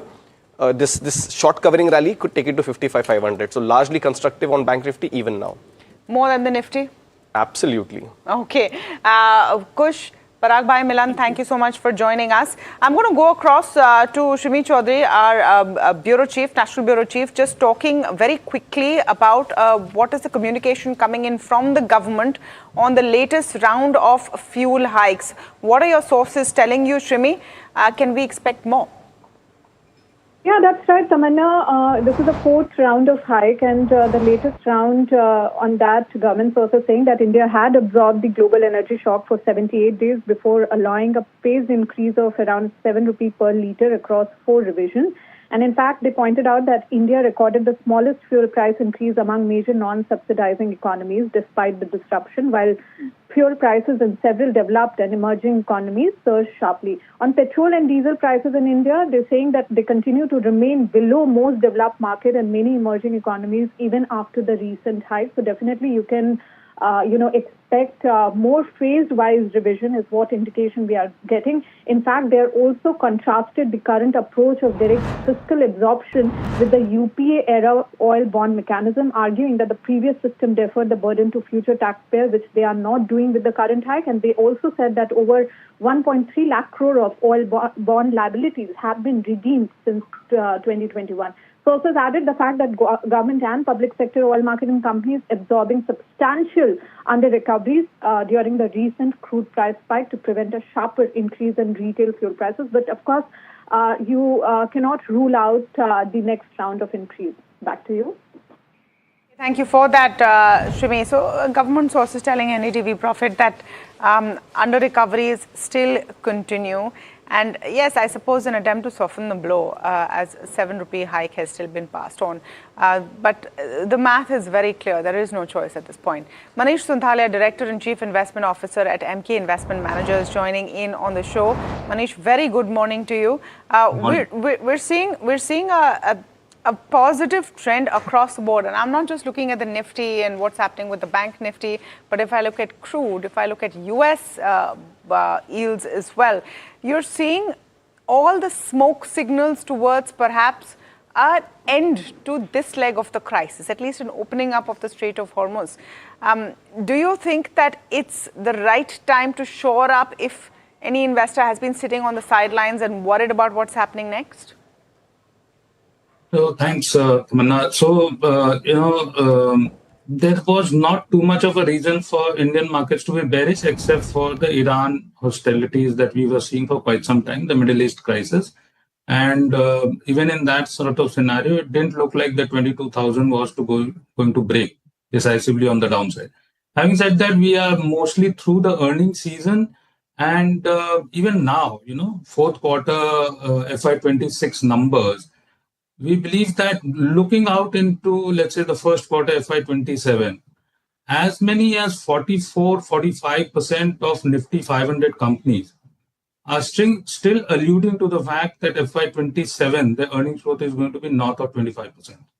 So, this whole hiccup about how much of a damage to earnings would happen in FY27 pursuant to the Middle East crisis, if this was to be a short-lived phenomenon, and now it looks like that we are fag end of the settlement, this whole degradation of the earnings for FY27, which at one point in time was built to around 10% to 12%, we may have some upward legs to revision on the upside, and we could see something like a 12 to 13%. In that sort of a scenario, given the negativity shorts in the system, it's a pullback trade, so to speak. So yeah, it's a relief rally. And some of the sectors were definitely falling way below fundamental valuations, and that's catching up. Okay, Manish, but hi, good morning, Alex here. I'm just wondering whether you can call it though, because you got to wait for the signatures to take place first of all, and then the ink to dry on the paper. And in this case, I think there's an expectation that the ink could remain wet for quite a while. You're going to have to wait for at least a few weeks for there to be a semblance of hope that this is now behind us. So can you say with certainty that earnings may not decline as much as earlier anticipated? Markets are all about probabilities, and markets always discount the future. And so at this given, and we have been through this risk on, risk off, settlement happening, not happening, diplomatic, military, all of that is going through, and markets react on an up and down basis on a day-to-day basis. So So currently, it looks like to the markets that probably there is a settlement coming through, though the timelines are still not there. But I think as long as it happens within June, we should be fine because oil inventories are really going to deplete fast if this extends beyond June. So if that be the hypothesis and oil prices are reacting, maybe there is some semblance of sanity in the global markets with regard to the Middle East crisis. That's all that I'm saying currently. Even said, I think breaking 25,000 on the upside decisively is looking difficult unless and until we see further impetus coming through in terms of earnings growth from the market. Manish, good morning. Hiral, from what Alex questioned you as well in terms of the earnings downtick that everyone is expecting now, we've already baked in, what that margin pressure could actually look like in the first half of FY27 to some extent, specifically on the back of the supply chain constraints. Even if the war has to resolve in the near future, in the near term, does anything then change? Because I think that's something which we're already baking in terms of the way markets are moving. And with that said and done, your earnings visibility is just that much for the first half, but probably will improve for the second half of FY27. What are the markets pricing in according to you? So, inflation is good for nominal growth. So, till the last 2-3 years, we were struggling with nominal GDP growth. Now that inflation is on us and you're not going to only see top line growth, but you're also going to see bottom line growth, provided the companies are able to pass through margins, the pricing increase or inflation increase. So it all depends on company to company as to what sort of pricing power they have. But suffice it to say, given that fuel price increase is happening, given that interest rates in the system is going up, global yields are moving up. Even in the US, you have long-dated security is rising. So if we are in an inflationary environment, then obviously there's going to be margin pressure, raw material, metals, etc. We have heard that there's going to be a 3 to 4% impact on the raw material cost across corporates in the first quarter or thereabout. And in that backdrop, some sort of a margin dent has to be taken. But nominal GDP growth, pass-through of margins is what we have to build in.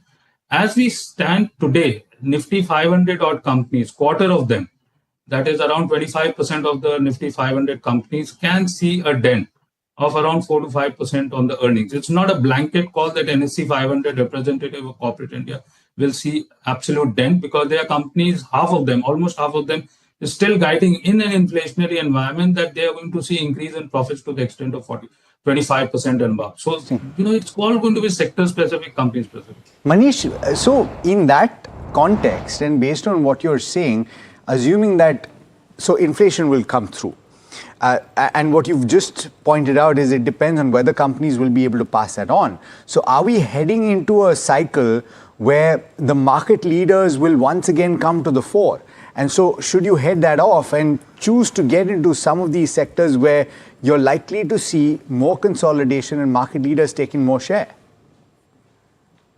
So market leaders will always benefit because they are large companies, and smaller companies will have that much of a headwind in an inflationary environment. I totally agree with you. But even within the large cap space, we have to be very sector specific. If you talk about Nifty 50, we have roughly 40 or 38% of the index, tied to banking, financial, and IT. IT is mostly headwinded. Banking system credit growth is going to be around 12%. In that backdrop, what is going to be the 40% growth in Nifty 50 is what we got to figure out. But other sectors where large caps, you have defense, EMS, you have healthcare, hospitals, medicines. These are some of the sectors where obviously large caps will stand to gain. It's going to be sector specific. But your point is well taken that large caps are going to be more better placed in an inflationary environment than the SMEs. Okay, Manish, thank you so much for coming in and joining. Always a pleasure to have you on. Manish Sonthalia there talking about how it's time to look at selective buying at this point, and we may be nearing the end of the chaos that we've seen over the last 3 months in global markets and oil prices. But time to focus on corporates. KRN Heat Exchanger is on our radars, shifting into a higher gear. Q4 profits jumped 57%, margins improved, and revenue has doubled in 3 years with plant rising exports.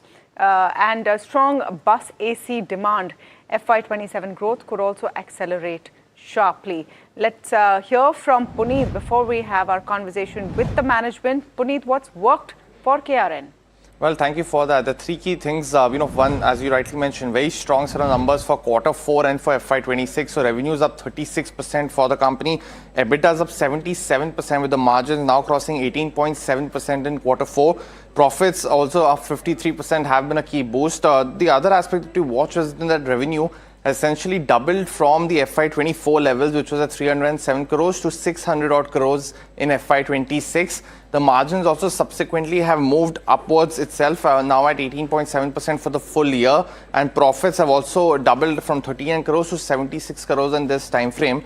What they're guiding for FY27 is essentially increasing, the plant 2 utilization, the new plant that has come in from roughly around 20 to 25% at the end of this year, 26, to almost 50% in FY27. This will drive the next leg of growth. What could that be in terms of quantification in the near to medium term will be something to watch. The bus EC target is also 160 crores in FY27 and exports to grow to 30 to 50% of revenues from the 16% currently. That will be the other key question, because UAE and the US are major revenue contributors. What happens in the Middle East, I think we spoke to the management in the month of March. I think a key update on those factors will be some things to watch from this chat. Absolutely. But before I get to what's happening in the Middle East and the US, Santosh Kumar Yadav, thank you so much for joining us. Of course, the CMD of KRN Heat Exchanger and Refrigeration. I want to talk about your revenue targets and what really has been the big driver for this financial year and for the quarter, because you're also looking at an uptick, a solid uptick in revenue for Q4 consolidated. What has been the big driver there, and for your EBITDA increases as well?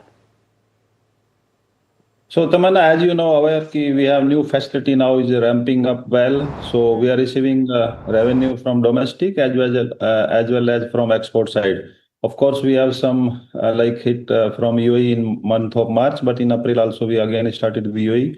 But now we have good revenue expecting from North America and Europe, and of course data center from domestic customers. Okay, sir, tell me a bit about the UAE hit in the month of March. You're saying everything which was disturbed in the month of March is now rectified. You're back to where you were. There is no real loss which has been incurred. So month of March, our dispatch, of course, is stopped because that time vessel is not available and freight costs are quite high. But now in month of April, late April and early May, we already started dispatches to UAE, but not same pace. You can say slowly is increasing because freight cost almost 4 to 5 times high compared to earlier freight cost. Assume ki freight abhi bhi high hi hoga. Even now you will have high freight rates, even though yes. So we received some compensation from customer because we discussed with them. It is already increased 4 to 5 times. So some we are bearing, but mainly is customer bearing from our side. So what is the split of how much you are bearing and how much your customers are bearing, Mr. Yadav? So 75% is customer and 25% by us.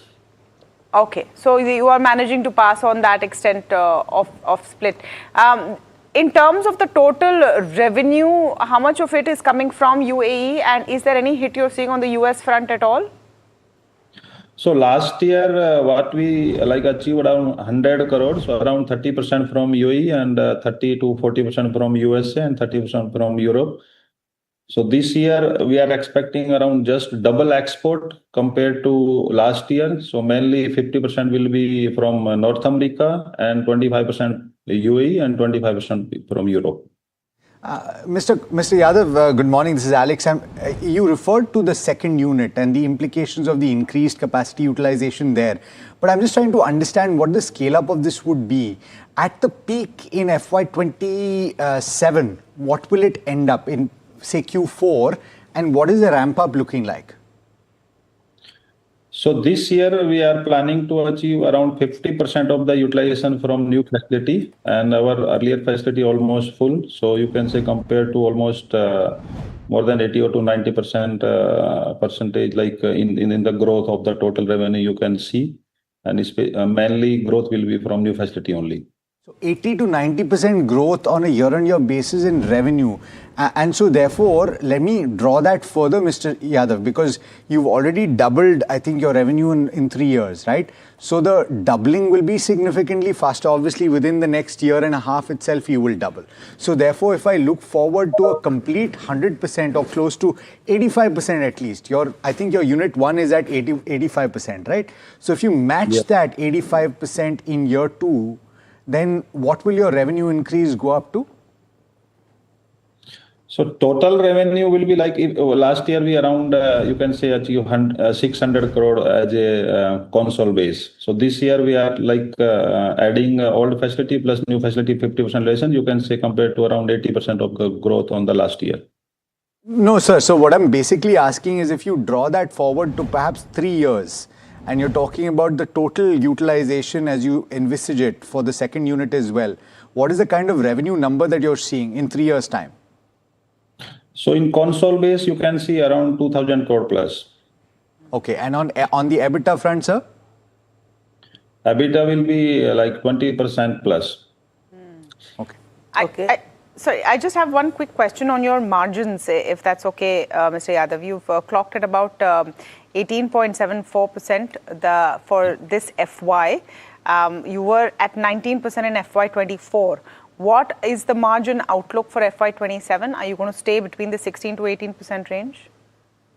So it will be slightly upside because this year we are going to receive from PLI from central government, and we have already now approved from by state government like called RIPS. So last week only we received the approval of RIPS. Other than this, our export will be just double compared to last year. So that will be also, you can say, benefit for on the EBITDA side. And also, data center is also growing. So we have some good margin in data center as well. So if I add these 4 things, then slightly we are able to increase our EBITDA compared to last year. So I think, the second unit is something which is absolutely important as well. But thank you, for joining in on NDTV Profit. The stock right now seeing gains of 1.5%. But another stock that is in focus on the back of earnings is Fortis Healthcare. In fact, I did get an opportunity to speak to the management. Vijay Kedia, CFO at Fortis Healthcare, joins in. Let's listen into what he had to say. The stock is up nearly 2%. Vivek, good morning and welcome to the show. Always a pleasure to speak to you. My first question coming to you is the kind of performance that we've seen in the fourth quarter. That does tell you that, yes, we are seeing strength in terms of both the segments. Now, the question is to move forward. Sustainability is going to be the key. And what is it that you're looking at in terms of the coming years, then taking cues from the fourth quarter? Yeah, thank you. Thank you for inviting me. Good morning to all. So you're absolutely right. So this quarter is good quarter for us, and hospital business contributed a major way in this. Diagnostic business has recovered well. So overall, the very good quarter for us. And you might have seen the incremental growth is gradual. If you see quarter on quarter, we are improving. It is not a sudden growth, and it is more structural in nature than anything else. So we are quite hopeful that this growth momentum will continue. In hospital business, the growth is majorly contributed by the volume growth, and which has further contributed by acquisition of 500 beds, which we have done last year, and around 250 beds brownfield expansion we have started. So both this factor has contributed majorly in the revenue growth and the profitability growth of the company. Okay, so Vivek, let's break this down and let's look at the margin front of it as well. Your diagnostic margins have kind of peaked, and a significant improvement is what we've seen if you have to look at FY26, the exit number. Now, if you have to look at the B2C price competition that is coming in, the changing test mixes that we look at, do you think this kind of number is going to be sustainable in terms of FY27, or are you seeing normalization at slightly lower levels? No, actually, we are seeing that this number may go up further. The profitability margin, particularly in the diagnostic sector. And here, the margin improvement mainly coming from the change in the mix. And mix is more to our focus is more on the high-end test and focus on some good metro geography like NCR, Mumbai, and things like that. Calcutta is again a very good market for us. And all this is contributing very good. So we have acquired 51%. Vivek, that Sorry. is going to be in terms of the profit margin. Sorry to cut you in. I'm talking about the operational side of it as well, because that's where you're talking about the B2C pricing competition that does come in. You have a lot of players who are offering, tests at a much lower rate, right? And that becomes the key point over here. So my question is, do your EBITDA margins actually get normalized somewhere? We're talking about 23.6% in FY24 overall. And how are you looking at that aspect of it? And two, any data that you have in terms of market share for a Fortis in the diagnostic side of business? Yeah. So when I say when you are seeing margin of 23.6, the immediate answer is this is not the stopping point for us. Okay. And we are seeing that margin improvement will be about 25% over a short period of time. And I was just elaborating from where this margin improvement will be coming. It is mainly coming from the B2C improvement. If you see 52% plus of the revenues coming from the B2C segment, where, the price increase is a very little lever which we are using for. Our lever is more on a specialized test, genomic and things like that, which are, a major leap we have taken, and which this business is growing more than 20% for us. And we expect this will continue to grow. This is on the one hand, overall ARPA average revenue per test will go up because of this, but also, it will also lead to, higher margin on per test. So that should lead, and plus, overall strategy to deepen our presence in the geography where we are present, mainly in the NCR region, in the Mumbai region, Calcutta, and Kerala being the main market for us. Okay, understood. Now, if you have to look at expansion as well, you mentioned about the number of beds that you are looking to add. What is that schedule looking like in terms of brownfield commissioning, and any gestation with regards to where occupied beds goes, because there could be some bit of an operational drag that could happen on the dilution front there?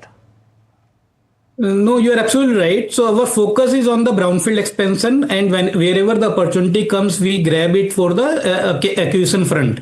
So in brownfield, we have chalked out a plan of 2,000 bed expansion over a period of time. Last year, we have operationalized 250 beds. Current year, the target is to operationalize around 500 bed in the current financial year. Last year, we have acquired 500 beds through acquisition, and we are exploring various other opportunity, and I expect similar type of number we can achieve in going forward also in the through acquisition. And you are absolutely right. Initially, when you acquire something, there is a little bit work you need to do to integrate the hospital within your network. Sometimes you have to do some renovation work. Sometimes you have to do on the IT sides integration, and all those things generally take a quarter or so. And that's why that much one can budget, and then because of the Fortis brand and the Fortis way of working, when we implement in the system, that is those units I have seen start working in the same way like Fortis units are working. Okay, so what is that ARPOB driver that you're seeing? That's your average revenue per occupied bed, because you are seeing growth that has been supported by high-end medical procedures as well, robotics, you have top specialties in renal sciences as well. So if you have to look at all of this, do you see optimization happening in your specialty mix, specifically in your mature NCR hospitals, to push this number higher? You have made very good point. The robotic is the main focus area for the company. We are doing around 10,000 robotic procedures annually. We have 25 plus robots in our network, and we are growing every year on the robotic side. As far as specialty is concerned, our focus is on the oncology side more. And that will remain our focus area. Many of our units which were not having radio onco, we may be starting in a year or so, and that should lead to higher specialization. Neuro is another specialty which is growing very fast. With robotic, ortho is doing quite well for us. So our focus is on the high-end worker. And as regard your question on ARPOB is concerned, if you take out, the new unit which we have acquired, where traditionally the ARPOB is low, and as I mentioned, initial quarters, we run the hospital suboptimally sometimes, and that lead to lower ARPOB. So that is what you have seen in the current quarter. If you take out the impact of the new unit, our ARPOB growth is around 5%. 50% of that growth can be attributed to what pricing increase. Balance is for the specialty mix and. Okay.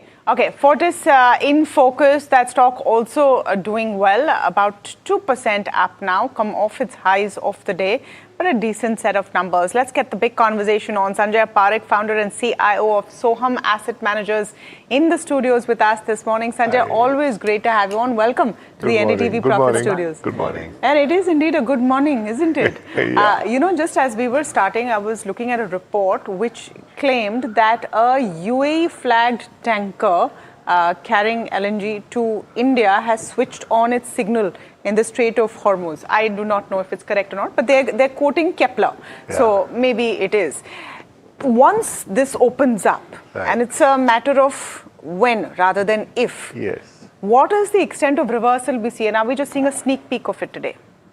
Yeah, I mean, see, we had false alarms, so that's why market's a little more apprehensive. I mean, we've gone up 200 points, but I think it's a jittery welcome. It is certainly, because we still don't know exactly. This has to. It's not only MOU; it has to really decisively get over, and there is damage done because we import 5 million barrels a day into at least $40. So $200 million check we've cut for last 2 months. From here, certainly, if it gets better, the crude was the biggest issue. Crude gets easier. It has impact on currency and hence then markets. And then also the cost of equity goes down because the pressure on 10-year also eases. So it's very, very important that crude eases off. Government has now increased 7.5 rupees, but there's much more to go in diesel. The gap in petrol is reduced now. There's still loss. But diesel is still, the gap is larger. So we will have to continue with that and navigate through this, And if this gets easy, that's great. But if it does get prolonged, then we may have to do something to attract capital flows. How are you looking at portfolio positioning right now, though? If you think about the various sectors and opportunities available to you, on a technical basis, it's been pointed out that banks are now looking relatively better, right? Our technical analyst in the morning looks at Nifty Bank. But in your portfolio, on the earnings front, are you also thinking that banking is something to focus on? Yeah, so we were predominantly a large cap product. So 70% always should be large cap. We were at 72% in February. We moved today to 83%. Wow, okay. So first is, we said, which are the ones which will get less affected. And then, of course, larger caps is the first criteria. And then we said, can we have the leaders which are reasonably available?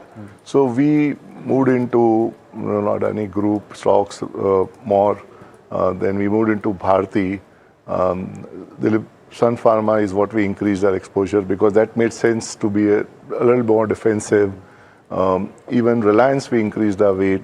Maruti and M&M, we always have weights. These are all leaders, and they are strong balance sheets, or the larger banks, or DLF in real estate. So each of the leaders, Samvardhan Mothers in an auto. So we realized that these are the leaders and businesses which will navigate this pain. We will have pain. And that's how we looked at it. And then larger caps will be better off. So it's worked for us for now because it's really given us a lot of outperformance. Sanjay, I'm just looking at your heavyweight sectors. Two of them which are amiss right now is IT. Yes. And FMCG is something I know you've been talking in the past as well. You absolutely don't like that sector with the way valuations pan out. But currently, you have valuations which have come off quite a bit in terms of consumption as a space. And I think from an earnings perspective as well, there is some bit of a tailwind that we're seeing right now. Do you think that could be a sector which you would look at in terms of the next, say, a year or two? Yeah, so FMCG wins 0 for 4 years. Yeah. And our problem was, you see the historical growth rate, it was weak. valuations were at 45, 50, 55 times. And then we said we want to play consumption, but in a different way. So can we have consumption through Bharti or retail banks or telecom, of course, and then Maruti. And we thought that is a better proxy to have Maruti at a much reasonable valuation than HUL at a much steeper valuation. So that worked well for us. Our representation to consumption is high. But FMCG, we are still not, because the moat is also getting attacked. The distribution piece is getting attacked. The QC will eventually ask for a bigger pie of the margins. So that's how we are. And then now we participated through a small way into Zomato because we found it at a reasonable... I was just going to ask you, so are you now betting big on the QC space or that platform space? No, not big. So we just do our valuation and we said, okay, even if QC grows at 60% on F530 with our assumptions, you know, we get it to net present value and we said we'll make 16 to 18% return at the price we bought. So we bought in a small way and kept space to buy more. But we like that model. They are leaders. They have net cash. There is intense competition. But I think it has, you know, they have a right to win. Have you by any chance had a look at Zepto? And, you know, there's a lot of word about where this is going to be priced. Would you be interested in looking at it at IPO or would you wait for a little bit? No, we will only have one name, and that's Zomato. Because you know, the losses on Zepto from 85 rupees is come down to 49 rupees, and they will get the capital. I believe they will get the capital, and it is intense competitive space. There are 6 large players with deep pockets. Amazon, Flipkart, everyone all of is them. there. Even Reliance is coming back. You know, so you'll see all of them coming and trying to get the share of the pie. So I don't think competition is going to subside, and I really believe even Zepto will get the capital. I believe so. But I think within that also, you know, Zomato is really ahead in terms of even EBITDA per order on QC, much ahead. You mentioned earlier, and standard disclaimers here, but you mentioned earlier in your conversation about, you know, taking positions in Adani Group stocks, and there has been huge development from perspective of how risk was perceived and regulatory issues and what has happened in the US. What is the view right now? Well, I think, you know, I've been following the group from 2008. I think very few people would have followed, and I really believe each of the companies, the risk is really managed well. You know, if you at company level, each of them, the financial leverage is well in control, and clearly the execution focus is very, very good. And we really like a lot of businesses in the group, but you know, because of the group exposure, we have chose to be in Port and Ambuja. These are the businesses we like. Of course, we really are positive on Adani Enterprise as well and Adani Green, but we would want to have a risk management of weight being limited. I don't want to ask about, and ports, look, ports a lot of people speak about, so let me not ask about ports. I want to ask about Ambuja, because we've been speaking about the price increases that some of these players have taken and the goal to bring, if I'm not mistaken, 1,300 rupees EBITDA per ton is the goal, and they want to take it to 1,500, right? It was higher, So, but what do you think about Ambuja vis-a-vis peers? No, I think they've yet to deliver. They certainly, there is scope for improvement.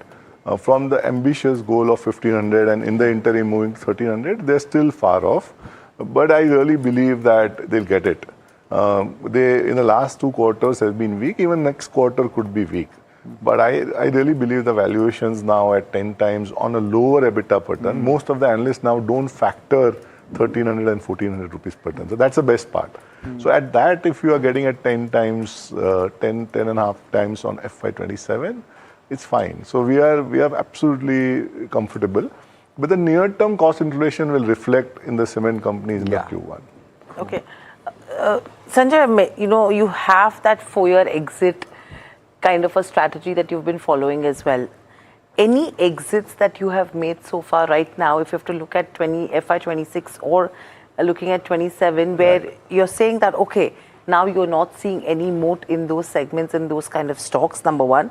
And to your view when it comes to IT, because that again is a sector which you've avoided. Yeah, no, IT we've been again underweight, and we've been really talking about this AI risk almost 1.5 years back.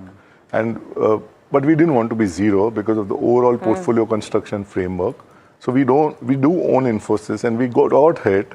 We have a little less than 4% on the weight, but I really believe IT could be, it's reasonably, optically looking reasonable on valuation, but the growth is missing. And the next 3-year growth also, I believe, will be very, very low. And hence there could be a dead cat bounce. Some of the players may do well who are really better off on the AI side, but I really am quite cautious, and we will not increase our underweight right now. Do you have an opinion, since we're talking about IT, on the larger AI theme globally? Because the contention that certain people have made is that you're piling money into companies that are spending a lot of money on capex without the idea of when the revenues will come through and how much revenue will come through. It's the perfect recipe for something that could blow up down the line. Nobody's saying it will. It may actually be the opportunity of a lifetime, but there's a risk, right? Yeah, no, it is. You're valid. So it's evolving. It's really tough to take a call. The amount of money they're guzzling is like $1 trillion put together. Yeah. So it's serious money for somebody who is really asset light. And it's debt. Yeah, and so we really don't know, and we have to see whether the revenue models are established. There is competition there as well. You can't have a moat of you being a single player. So it is competitive as well. So who will be the leader there? Some of them can really go through big write-offs as well.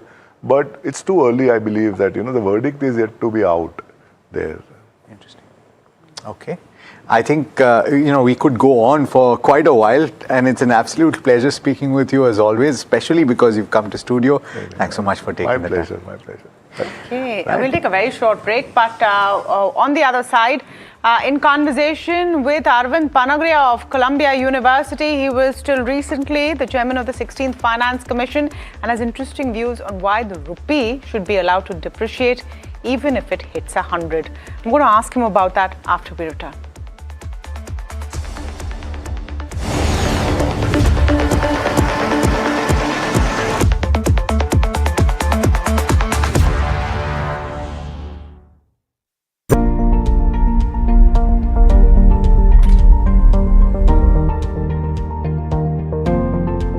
Investments in specialized investment fund involves relatively higher risk, including potential loss of capital, liquidity risk, and market volatility. Please read all investment strategy related documents carefully before making the investment decision.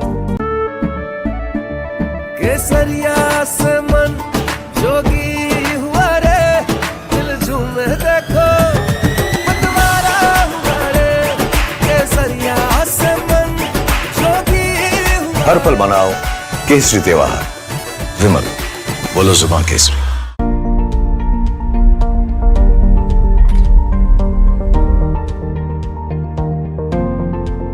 Investments in specialized investment fund involves relatively higher risk, including potential loss of capital, liquidity risk, and market volatility. Please read all investment strategy related documents carefully before making the investment decision. Hi, I'm Tamanna Inamdar. Watch me on NDTV Profit, where I break down the day's biggest business stories. What happened, why it matters, and what it means for your money. Hi, I'm Neeraj Shah. Watch me on NDTV Profit for the most incisive market intelligence and meaningful corporate conversations. And I'm Alex Matthew. Markets, mutual funds, insurance, personal finance. I help you cut through the noise and make smarter financial choices. And here's where you can watch us.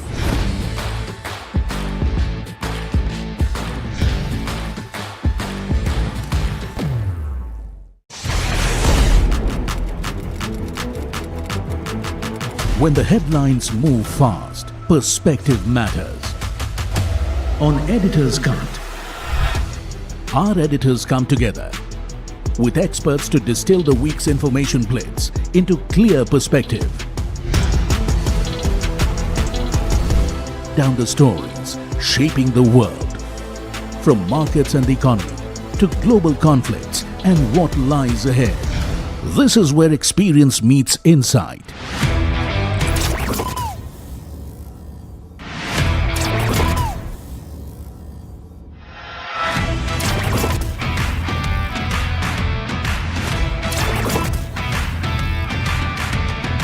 No noise, No hype, just sharp takes on what to watch next. Editor's Cut, every Friday, 3:30 p.m. only on NDTV Profit. Economy, business, world, technology. Noise filtered, numbers decoded. Insights that rewire your worldview. From governance to growth, we connect the dots. Your daily edge, your global advantage. India Business Report with me, Gauri Dwivedi, weeknights on NDTV Profit.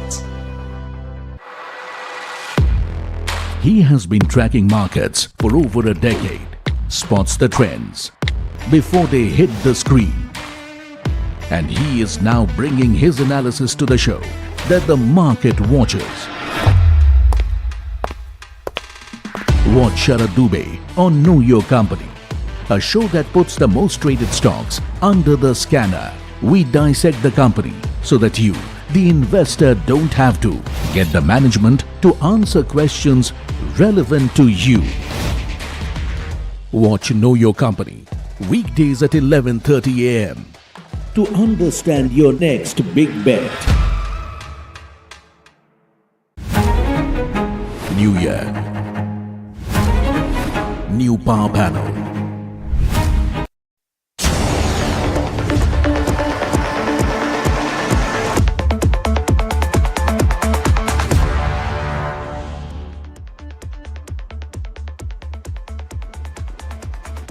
One of the viral conversations most of last week was about whether the rupee should be allowed to depreciate as much as it needs.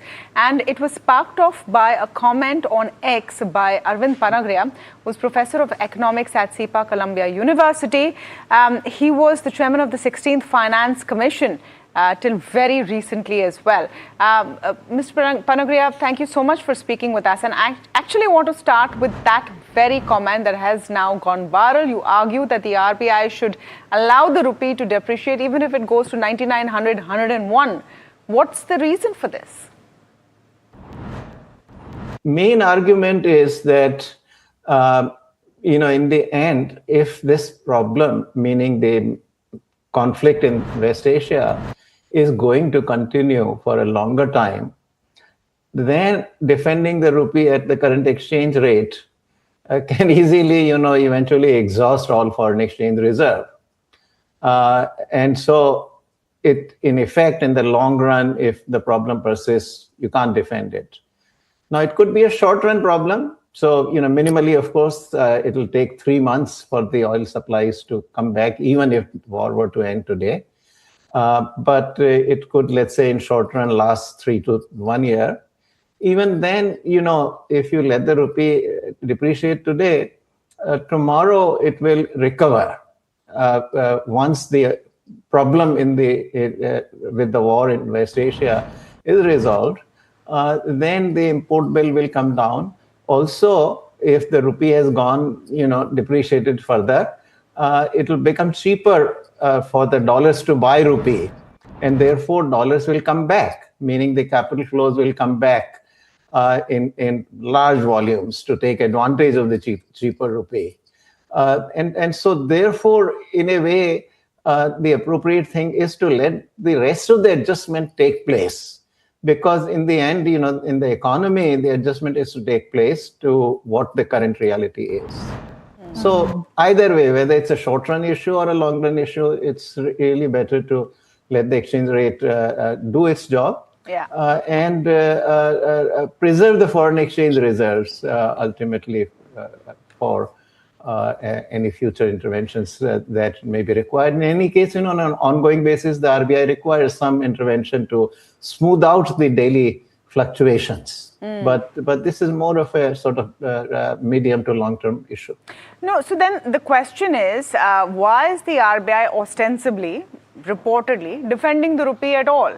Is it a perceptual issue that causes a defense of the rupee because no one really feels comfortable if the rupee keeps falling the way it is? And what is the actual harm to the economy? At least the RBI says that its policy is not to defend the long-term trend in the rupee. and it only intervenes to smooth out the fluctuations. Now, it is a matter of judgment whether the RBI is in fact doing what you have just said, whether it's really defending against something that is a long-term movement. What RBI does also depends on its own judgment. So if RBI is thinking that, well, this is really going to go away in a matter of a week or 10 days, meaning the current pressure on the rupee, and really the exchange rate that is going to really survive is closer to where it is currently, then it will go in and defend. And it's totally possible. So it's hard for me to read the mind of the RBI, but that's certainly one possibility.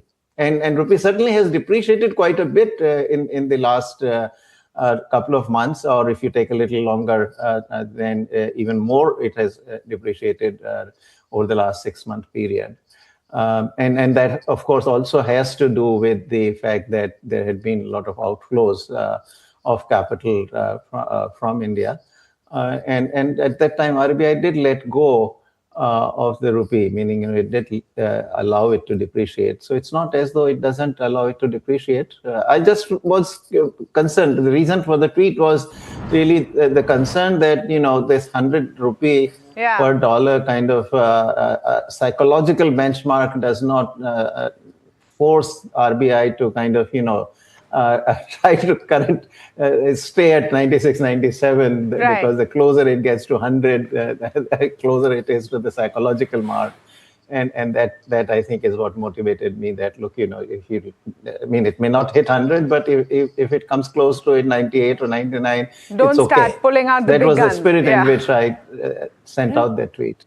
Okay. Now, you also talk about some of the other options that are being mulled and reported, including by us, that FCNR deposits and NRI deposits could be considered, and you're saying these are bad ideas. Why is that?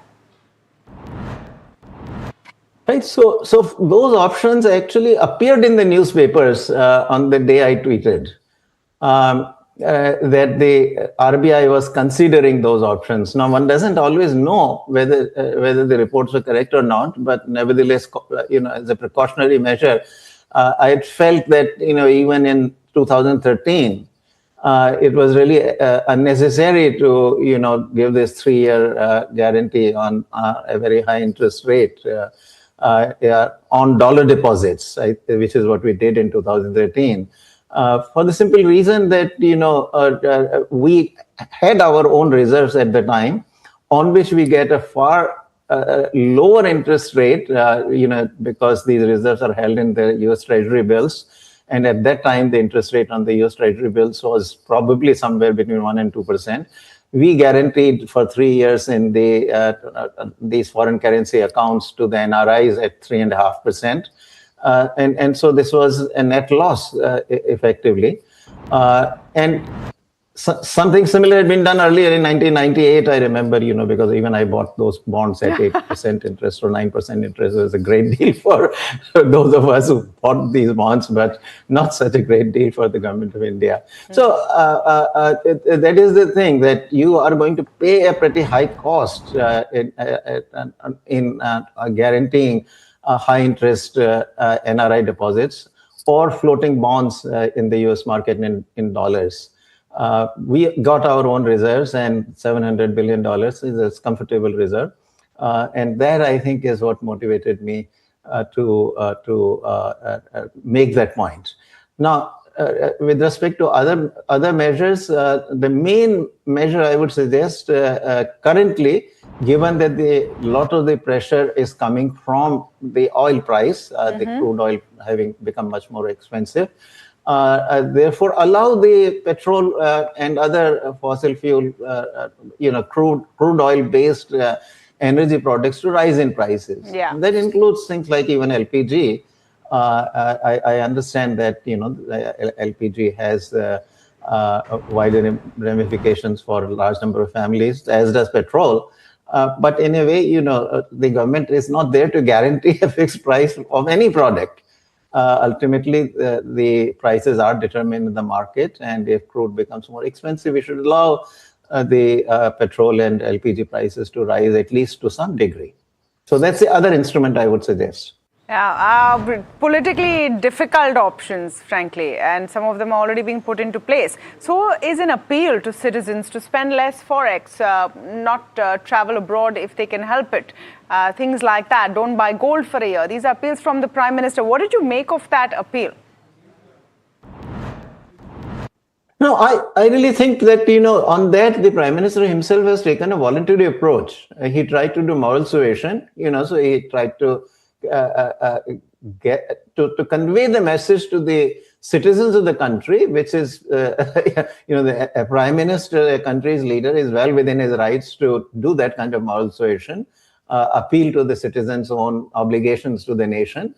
And that is all he has done. That, and so voluntarily, if citizens are willing to take some measures rather than go to, say Thailand or Vietnam, go to maybe, Kolkata or Varanasi, that's perfectly okay, I think, but certainly this is not something that the government should do mandatorily. Right. That I think will not be a rational thing to do. Right. And ultimately, if the exchange rate is allowed to adjust to play the role of rationing the foreign exchange, then in that case, in any case, the fact that that the dollar becomes more expensive will discourage on economic grounds themselves many of the citizens to stay at home rather than go abroad. Stay at home or then choose Varanasi over Vietnam, as you have talked about. Thank you so much, Mr. Panagariya, for speaking with us and joining in on that conversation. Arvind Panagariya there. So, from an economist lens, it makes sense, right? Let LPG prices go up instead of going and defending the dollar. But real politics is a very different kettle of fish. It is. So already every time there is a small price hike, there is a long list of, reasons which are explained. Because that communication has to go. And if you stretch that argument further, if there was only economic theory that was used to decide state policy, then at the state government level, you wouldn't have so many freebies, would you? Yeah. That's why economists and politicians are usually two different career sets. Yeah. Sometimes they do overlap, but very rarely. You need to pick one at the end of it. Yeah, you need to pick one at the end of it. But how this pans out and the points that, Dr. Panagariya has made is also very interesting over here. But it's anyone's guess again from here on as to what happens, what the government does, right? Right. But I think one stock that we should be looking at, in fact, two of them, Tamanna and Alex, is, you have Anupam Rasayan and a Bliss GVS Pharma. A very interesting development that we've seen over the weekend as well. And they've signed an agreement to acquire a stake in the pharma formulations company, which is Bliss GVS Pharma. Estimated value is around 1,370 crore rupees. And the buyout will aid the company gain foothold in high growth therapy segments as well. Vishal Thakkar, Deputy CFO at Anupam Rasayan, joins in. But before that, let me get in my colleague Varsha, who will just tell us the rationale and what does she actually make out of that deal as well. Varsha, over to you. Well, I would say, a few years back, Anupam did a backward integration by acquiring,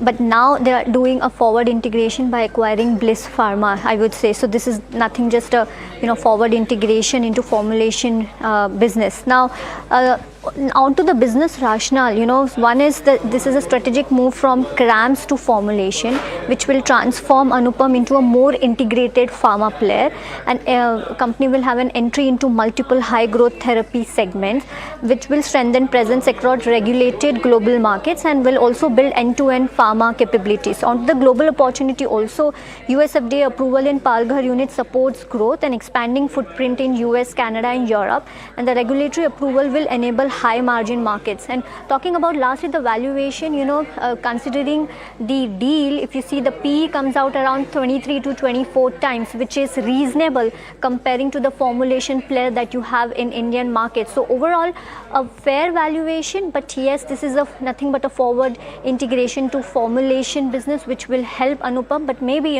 market is not liking the growth coming out of the inorganic acquisition that Anupam has been doing in the last 2 years, but overall yes, a positive one.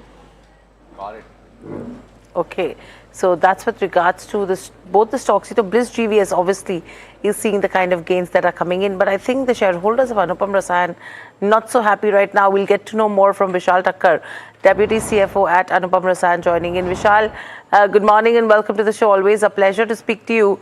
It seems that the street is not very enthused with the decision that the board has made in terms of the acquisition. What is your read? I would leave that opinion to you and to decipher, because I would talk about the strategy well, and I'll say that this is a very interesting growth strategy that we have undertaken. As even your one of the co-anchors was saying, that this is a very, very strong complementary business that we are acquiring. This is a business which has a lot of growth potential.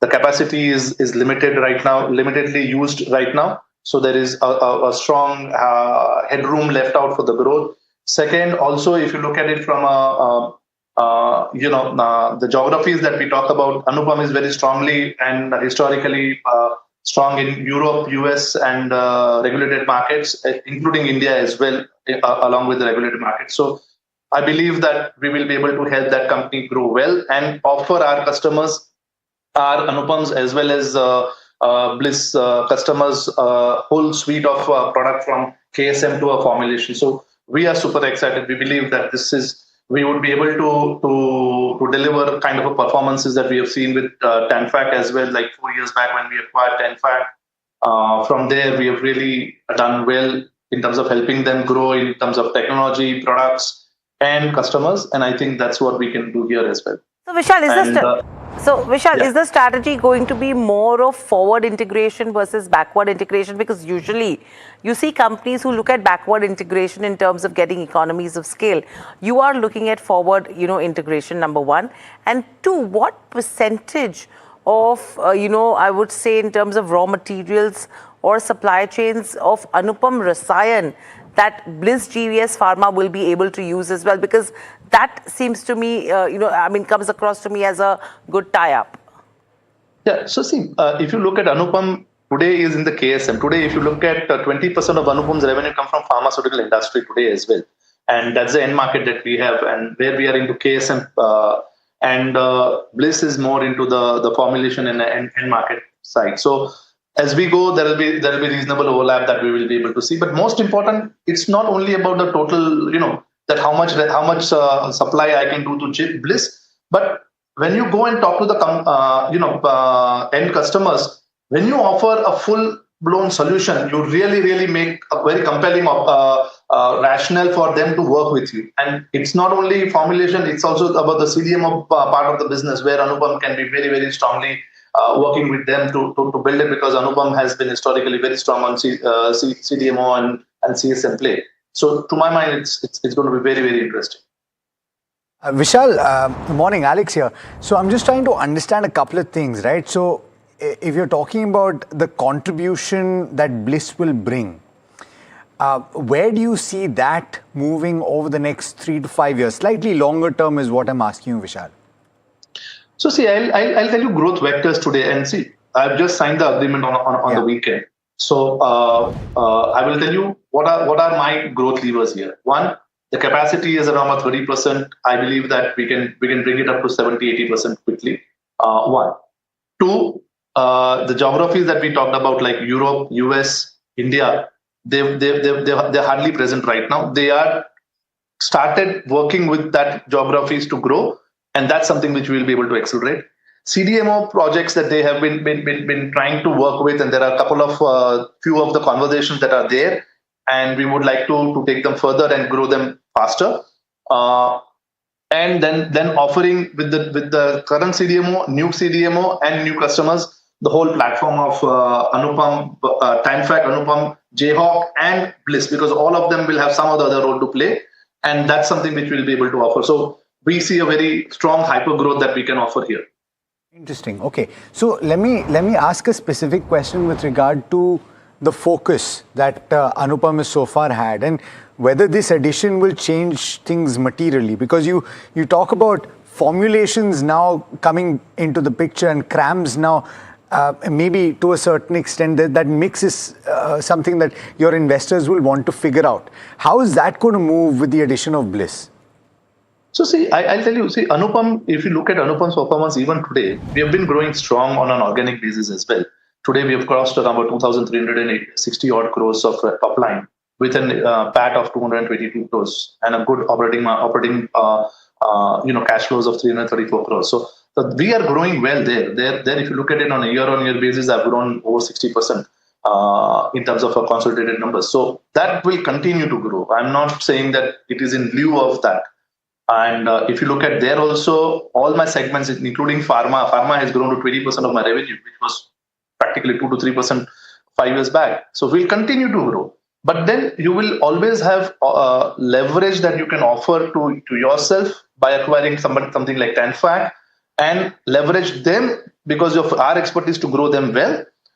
Same with Jayhawk and same with Bliss will be. So like in Tanfac also, if you look at it, the management runs the same way that they have been running. It's only that how we have helped them grow. So that's how we will be doing it, because each business will have its own nuances, and there'll be a very, very nuanced approach to managing those businesses. Okay, Vishal, the question that I have for you on that front is overall in terms of Bliss GVS. If you have to look at the capacity utilization, what 30% is what is reported so far. So you will need an incredible amount of capex to get that to good utilization levels, which is optimal. And the turnaround timeline is what the street will be looking at. And how do you expect this deal to then become EPS accretive for you? First, if you look at even today, I am only taking 300 crores of debt, and balance is of course the equity. So if you look at it from that perspective, today also it should be EPS accretive to my mind. One. Two, if you look at from a growth perspective, the capex is practically done for now. They are sitting on a cash of around 160 odd crores.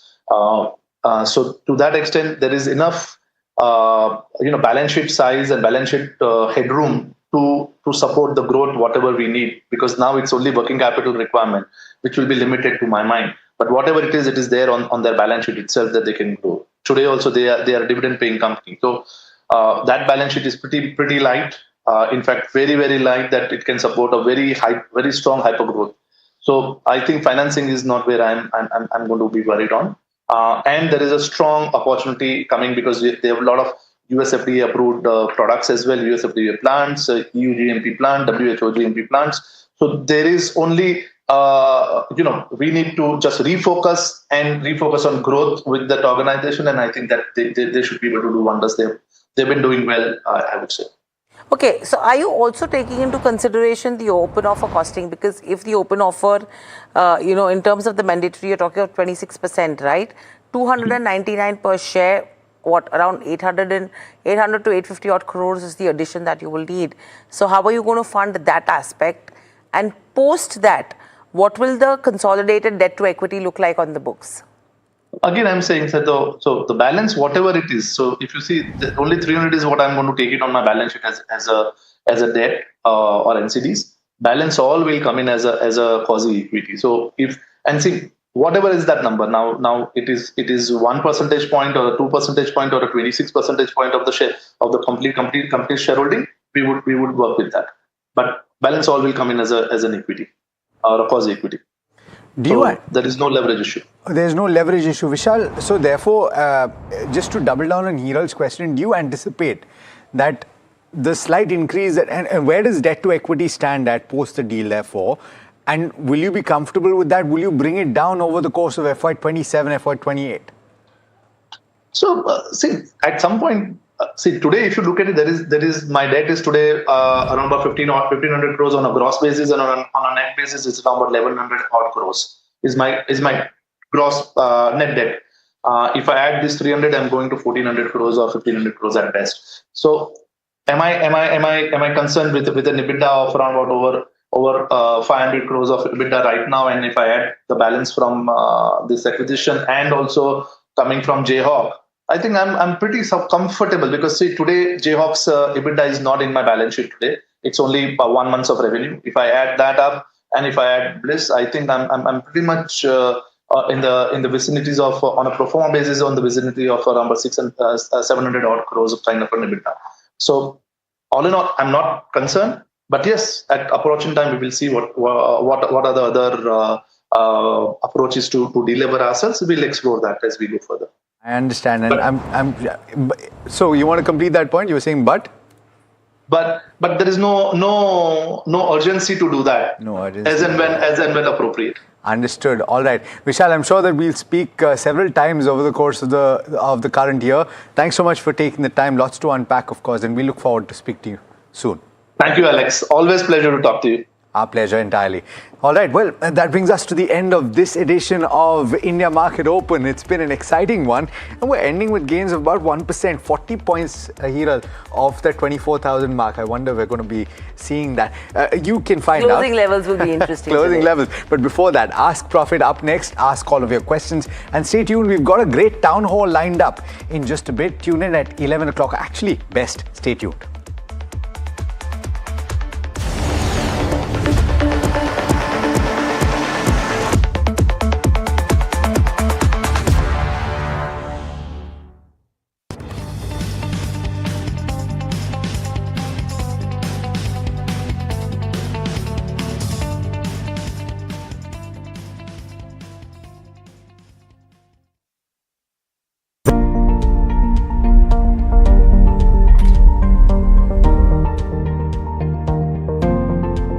Investments in specialized investment fund involves relatively higher risk, including potential loss of capital, liquidity risk, and market volatility. Please read all investment strategy related documents carefully before making the investment decision.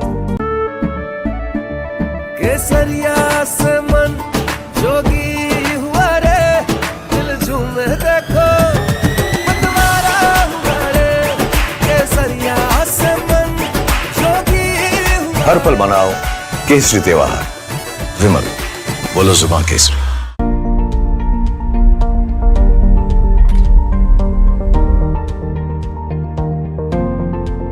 Investments in specialized investment fund involves relatively higher risk, including potential loss of capital, liquidity risk, and market volatility. Please read all investment strategy related documents carefully before making the investment decision. Hi, I'm Tamanna Inamdar. Watch me on NDTV Profit, where I break down the day's biggest business stories. What happened, why it matters, and what it means for your money. Hi, I'm Neeraj Shah. Watch me on NDTV Profit for the most incisive market intelligence and meaningful corporate conversations. And I'm Alex Matthew. Markets, mutual funds, insurance, personal finance. I help you cut through the noise and make smarter financial choices. And here's where you can watch us.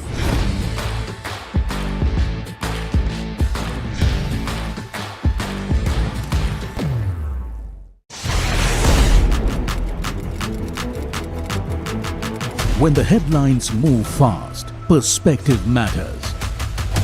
On Editor's Cut, our editors come together with experts to distill the week's information plates into clear perspective. Down the stories shaping the world, from markets and the economy to global conflicts and what lies ahead. This is where experience meets insight.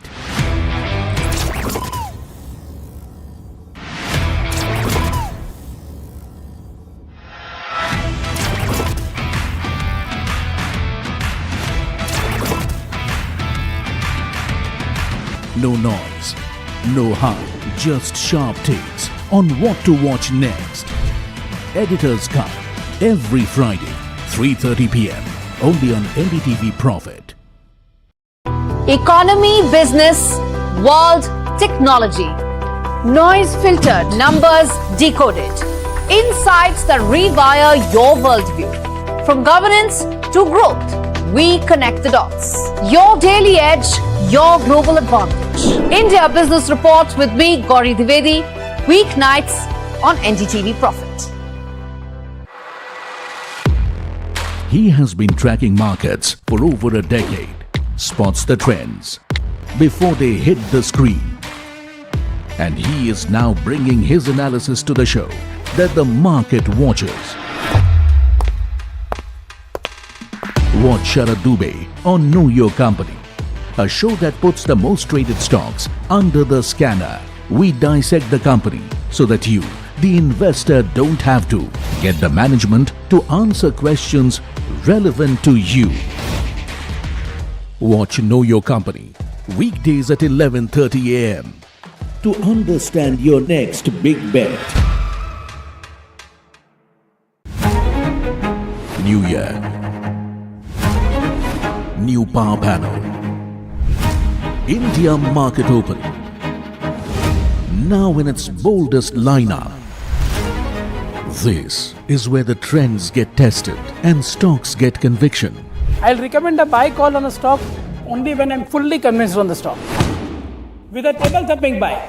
And when the street wants the levels, he brings the chart.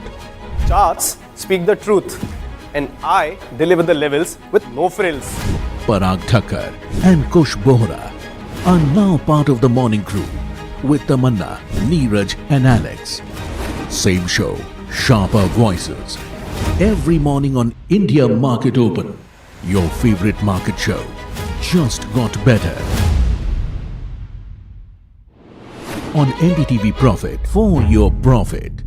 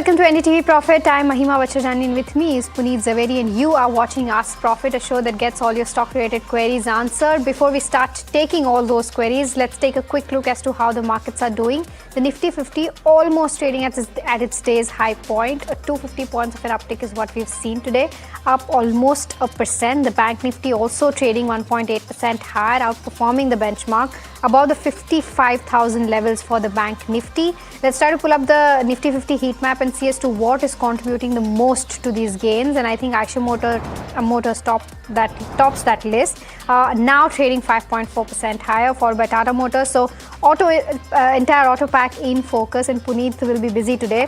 Shriram Finance, Larsen & Toubro, as well as Mahindra & Mahindra and HDFC Bank are some other names that are doing fairly well in trade today. Interglobe Aviation, third day in a row, gaining well, up by about 2% as we speak. But on the flip side, you have Hindalco under pressure. You have ONGC, Max Health, TCS, as well as Tata Consumer Products under pressure. So that's with regards to where the Nifty 50 goes. Let's try to pull up the sectoral heat map and see as to how sectors are doing, and then the broader end of spectrum. With regards to where the sectors go, all sectors in the green is what we see, and that's something that we've seen, in the last so many days. So good to see that. PSU banks and banks leading that pack, followed by auto as well as oil and gas and realty. The least gainer is the Nifty Metal today. Let's try to pull up the mid cap 150 and the small cap 250 as well. The mid cap 150 is up by about 0.8%. So slightly underperforming the benchmarks, and the small cap 250 is up, let's try to pull that up by about 1.2%, so largely in line with the benchmark. So that's with regards to where the markets go, but let me welcome in our guest for the day, Saurabh Jain, Equity Head Research at SMC Global Securities, and Gaurav Sharma, Associate VP and Head of Research at Globe Capital, joining us now. Welcome to both of you, gentlemen, and a very good morning to the both of you. The first question that we have is from Jyoti Baheti, who is writing us from Hyderabad, Telangana, asking about Kirloskar Pneumatic.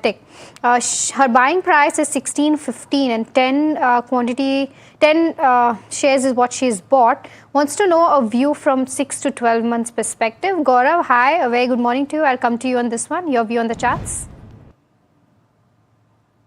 Hi, Mahima. Very good morning to you, to my co-panelists, and all the viewers of NDTV Profit.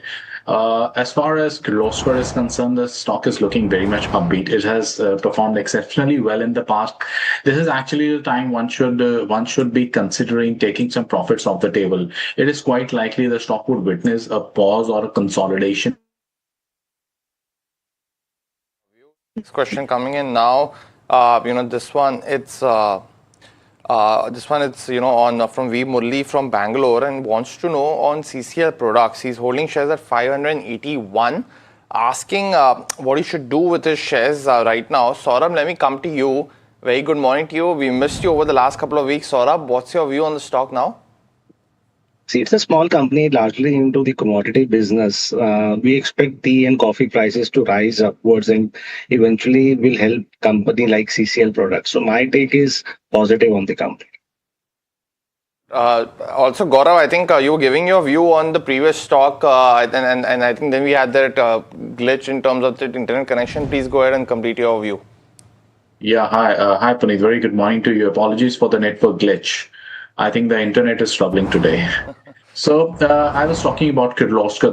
The stock saw a very steep rise in just about past 2-3 months.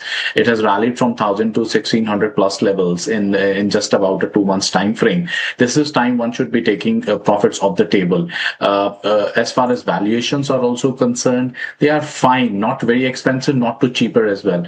But a consolidation is pretty much likely. The stock is otherwise would face some resistance pressure somewhere closer to 1,800 odd levels. So part booking is what I'll be suggesting. As the viewer is having an outlook of 6 to 12 months, consolidation to upside trajectory can be witnessed. I will suggest them to hold on to their position with a stop at 1450 levels. Okay, all right. The next one is on Vikran Engineering. Our viewer Nidhika from Pune has bought 1100 shares at the levels of 86 rupees.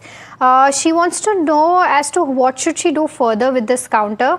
Gaurav, I'll stick with you for this one. Of course, the stock is up today almost 14% on the back of its Q4 numbers, but any view on the charts? Stock is underperforming. Yes, today it did manage to post a steep up move on back of good amount of volumes and very stellar numbers, but further rise towards 80-82 should be utilized to offload your position. Sell and rise is what I'm suggesting at the moment for Vikran Engineering. Got the view, Gaurav. Gaurav, also if you can give a view on NCC as well. It's been largely an underperformer over the last year or so, but is it a good time to buy? That's the question coming in from B. Soumya from Chennai. What would you recommend? Valuations are comfortable. The stock has performed well. This quarter numbers have also been very much impressive, but the street has not appreciated that.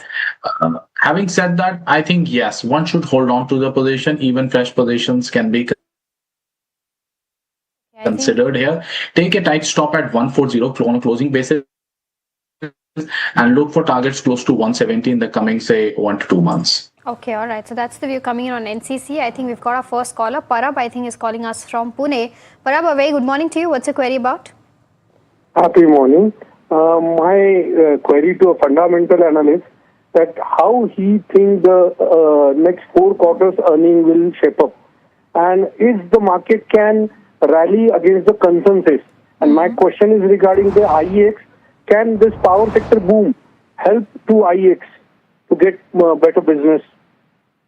Okay, Parab, got your question. I'll take this up with Saurabh then. Saurabh, your view on IEX with regards to, of course, one he mentioned with regards to power demand, but also with regards to the entire market coupling coming into picture.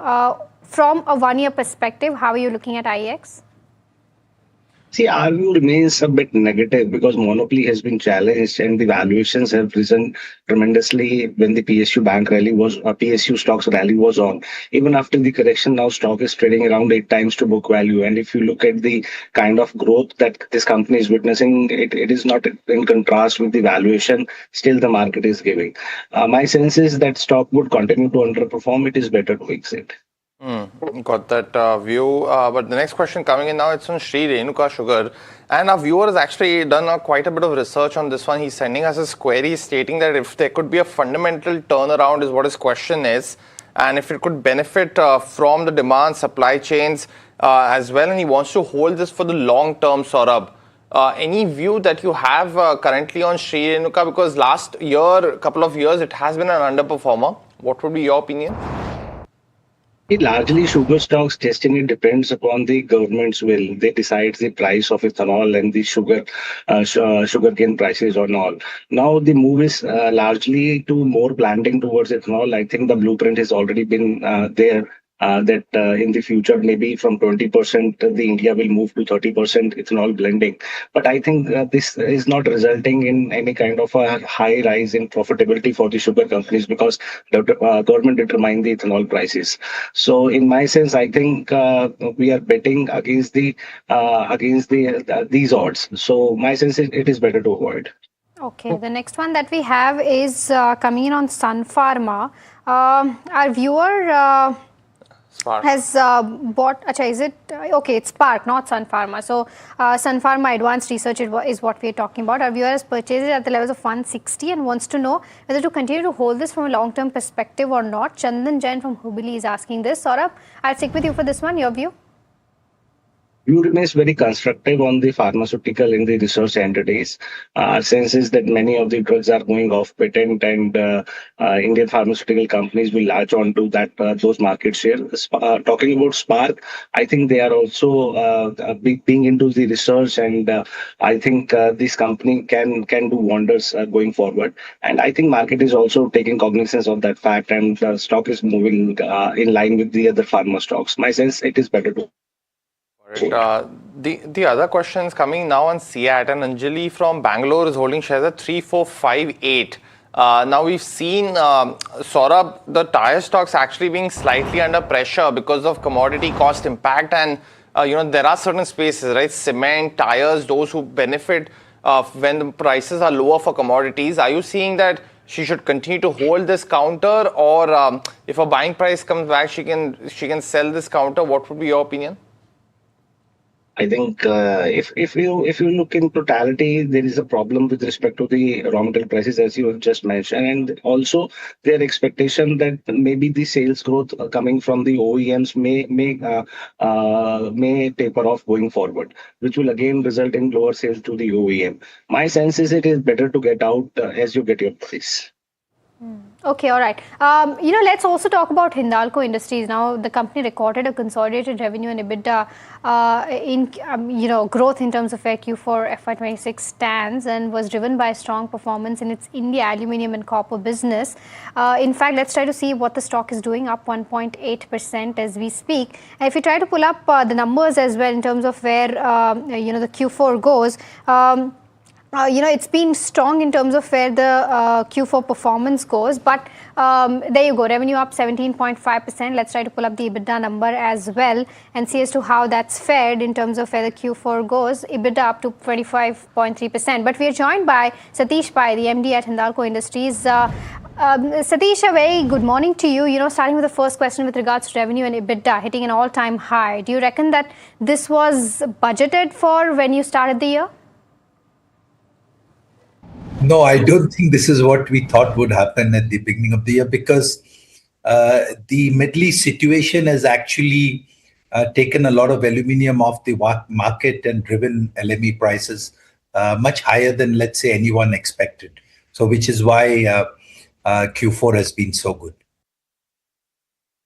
Got it. Well, the next question, Mr. Pai, also has to be, what we've seen on the demand and supply mismatches that exist currently. Is there something that you can give us a perspective about? How long will it take to recover? And do you believe that it can be extended to Q2 or also to FY27 as a whole? I tell you, the nearly 3 million tons of aluminium has been shut in the Middle East for various reasons. So I think that this aluminium that is a deficit is not going to come back before December of this year. So it's fair to say that the first 3 quarters of this year, you're going to see a very strong aluminium prices at the current levels of 3,500 probably. Okay, all right. Mr. Pai, with regards to your Novelis hot mill, it's expected to restart, right? Can you confirm whether the hot mill has restarted yet? Any ramp-ups planned, normalization in terms of shipments as well? So I think we are fairly confident now that we are on, towards the end of May, that hot mill is going to start by end of May, early June. So by the first week of June, we are quite confident that the Oswego hot mill will start. And in a couple of months at the most, it will reach its full capacity. Also, Mr. Pai, in terms of the leverage that we've seen, right, in terms of these companies, for specifically the high leverage, is that a worry for you? Any particular quarterly plan that you can give us some perspective on for the leverage? No, I think that what gives me confidence is because I'm looking at the consolidated net debt to EBITDA and the commitment we gave that we'll keep it below 2. So we do know the quarterly plan of Novelis. We know they're going to spend 2.3 billion of capex to complete Bay Minette. We know Oswego is restarting. So yes, the 4.1 can become 4.5, but we are fairly confident that by Q4 of this year, Novelis net debt to EBITDA will start its downward trajectory, and the consolidated net debt to EBITDA will stay below 2. Okay. With regards to Chakla coal mine, what's the status there? And also with regards to the Bandha coal mine, how would you see the timings for these mines and the impact on the cost structure for new capacities coming on? So I think that fair to say from a coal mine perspective, this FY27 is the most critical year. So we did the box cut of Bandha in April. We hope to do the box cut of Chakla in the next couple of months. And we are hopeful that from Chakla, we should start to see coal by Q4 of this year. Bandha, because the strip ratio is a little bit higher, will take some time. So this year is fairly critical for us to get these two mines started. Meenakshi will take some more time because, that will start probably late FY28 is our, current plan. Also, Mr. Pai, what's your take on the commodity price movement with the conflict, right now in place? Or if we assume that the conflict will settle in the near term, what are some of the key expectations that you have as of now on commodities? So, look, the one very clear way to look at, let's say, aluminium prices is to see the forward curve. So you're currently running at 3,600 spot, whereas next year prices are $400-500 below. So it's in a backwardation. So what the market is expecting is that this year, because of the Middle East aluminium going off the market, this calendar year, the prices are going to be firm. But people do expect the Middle East aluminium to come back by December. And hence, the prices of aluminium will correct next year. Got it. Mr. Pai, what about your outlook in terms of where FY27 stands? And this is from a perspective of the entire consolidated entity that I want to know about. No, I think that, look, the consolidated entity FY27, we should be having a good year because I think the India business will do well. LME prices are high.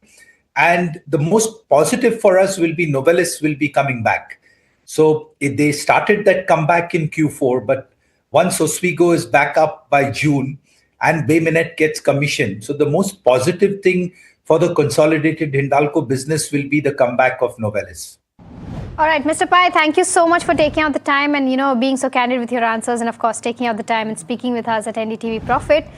So, viewers, that was, of course, the management of Hindalco. The stock, of course, down by about 1.8%. And this is the case with Hindalco, right? Every time with Novelis commentary coming in, the stock is bumped up and then we see some correction coming in when Hindalco earnings come out. So, just, the nature of the market. But viewers who are watching us for Ask Profit, it's now time for our rapid fire round. Saurabh as well as Gaurav, try to keep your answers as short as possible. The first one that we have is on L&T. Viewer Sai from Vijayawada has bought it at the levels of 3963. Wants to know the stop loss and target for this year. Gaurav? Hold your position, take a stop at 3700, look for targets beyond 4400. Bellrise bought by viewer Gauri Shankar at 94, which is close to the IPO price, and wants to know about how the results were, Saurabh, and if she should continue to hold. She's not actively looking to sell, but what's your view on the stock now? My take is better take money off the table, book profits. Okay, Shakti Pumps is the other one. 60 shares bought at the levels of 900 by Amit Gupta from Delhi. He says, should he book loss? He's already down 40%. Gaurav, your view? From a long-term perspective, we are positive. From a trading standpoint, little bit of jitters are there. Hold is a suggestion. Got it. The next one's from Shankar from Bangalore. Wants to know if it's a good time to enter NTPC Green at the current market price. Would you recommend that, Gaurav? Yes, one can enter. Okay, the next one is on Sansera Engineering. Our viewer Bindu from Hyderabad has bought 44 shares at the levels of 2415. Continue to hold, sell from a long-term perspective, Sara? It's a hold. NIT Learning, Gaurav, a smaller counter, but Karthik wants to know if with this one, if he should continue to hold his shares at 281. So he's currently sitting on a slight loss. What would you recommend? Can you please name the stock? NIT Learning Systems, Gaurav. The code for that is NIITMTS. I'm afraid we have not started tracking it. Won't be able to comment. No worries. Okay, the next one is on Piramal Pharma. 6,000 shares bought for a target of 200 plus is what our viewer is saying. Should I continue to buy more, hold, wait? What should I do? Shubham is asking. Gaurav, your view on the charts? Hold on your position. Electra Green Tech bought at 1672 by our viewer Sana and wants to know if she should continue to hold this counter average down. Saurabh, any view? No need to average. Try to get out. ITC 400 shares bought at the levels of 400 rupees. Continue to hold, Saurabh, from a long-term perspective. Better to exit.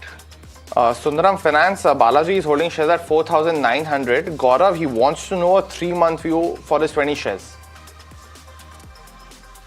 Sideways to positive is what I can see.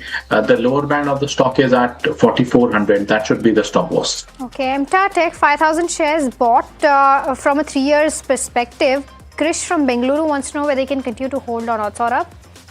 Expensive valuation, book profits. Balu Forge is the other one. Our viewer M. Ahmad wants to actually know about a 6-month view on the stock. Gaurav, he's bought shares at 450. What would be your opinion? 450. It has already multiplied. Hold the stock with a closing stop at 1,800. Okay, HFCL 250 shares bought at the levels of 82. Continue to hold or sell, Gaurav? Book partial profits here. For remaining, take a stop at 140. Premitha from Bangalore is holding on to Titagarh at 1,000 odd rupees and wants to know what she should do with the 450 shares. Saurabh, should he continue to hold? I think company like Titagarh would struggle with the costing. My sense is better to exit. Okay, Happy Forgings, Shrikant from Bengaluru wants to know if this is the right time to make an entry into this counter. Gaurav?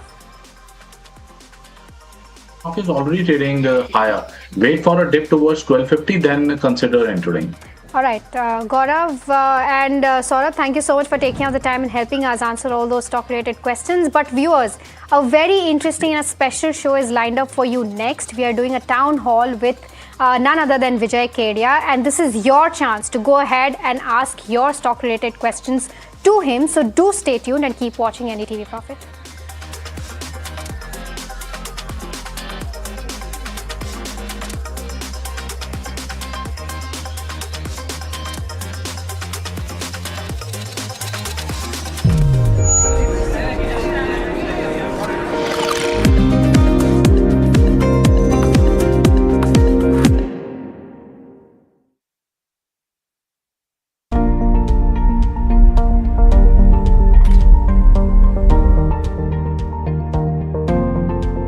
Investments in specialized investment fund involves relatively higher risk, including potential loss of capital, liquidity risk, and market volatility. Please read all investment strategy related documents carefully before making the investment decision.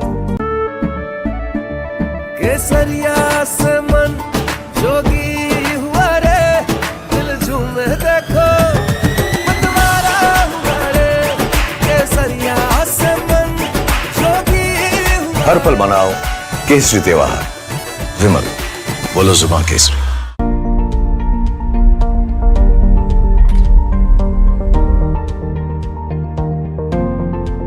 Investments in specialized investment fund involves relatively higher risk, including potential loss of capital, liquidity risk, and market volatility.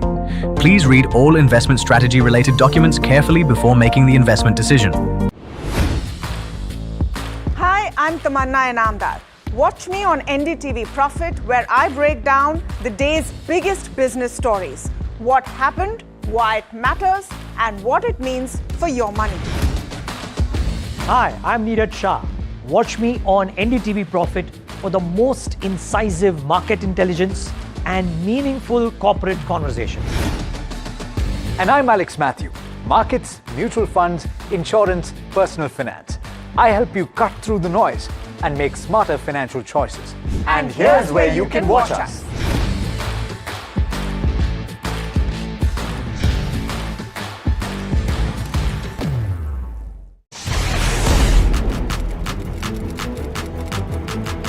When the headlines move fast, perspective matters.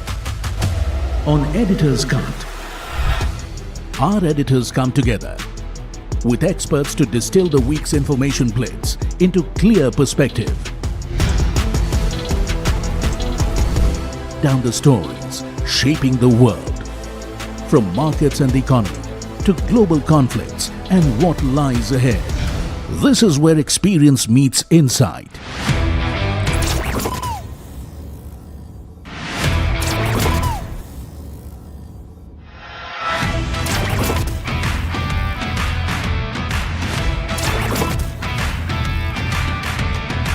No noise, no hype, just sharp takes on what to watch next. Editor's Cut, every Friday, 3:30 p.m. only on NDTV Profit. Economy, business, world, technology. Noise filtered, numbers decoded. Insights that rewire your worldview. From governance to growth, we connect the dots. Your daily edge, your global advantage. India Business Report with me, Gauri Dwivedi, weeknights on NDTV Profit. He has been tracking markets for over a decade, spots the trends before they hit the screen. And he is now bringing his analysis to the show that the market watches. Watch Sara on Know Your Company, a show that puts the most traded stocks under the scanner. We dissect the company so that you, the investor, don't have to get the management to answer questions relevant to you. Watch Know Your Company, weekdays at 11:30 a.m. to understand your next big bet. New year, new power panel, India market open, now in its boldest lineup. This is where the trends get tested and stocks get conviction. I'll recommend a buy call on a stock only when I'm fully convinced on the stock. With a table thumping buy. And when the street wants the levels, he brings the chart. Charts speak the truth, and I deliver the levels with no frills. Parag Thakkar and Kush Bohra are now part of the morning crew with Tamanna, Neeraj and Alex. Same show, sharper voices. Every morning on India Market Open, your favorite market show just got better. On NDTV Profit, for your profit.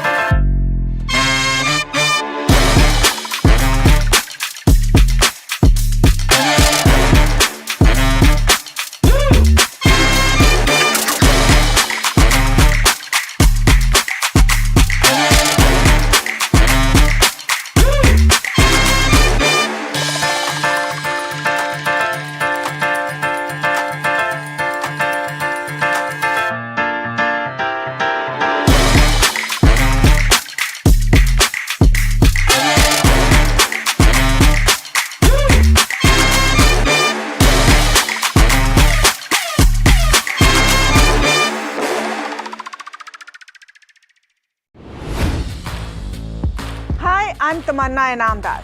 Watch me on NDTV Profit, where I break down the day's biggest business stories. What happened, why it matters, and what it means for your money. Hi, I'm Neeraj Shah. Watch me on NDTV Profit for the most incisive market intelligence and meaningful corporate contribution.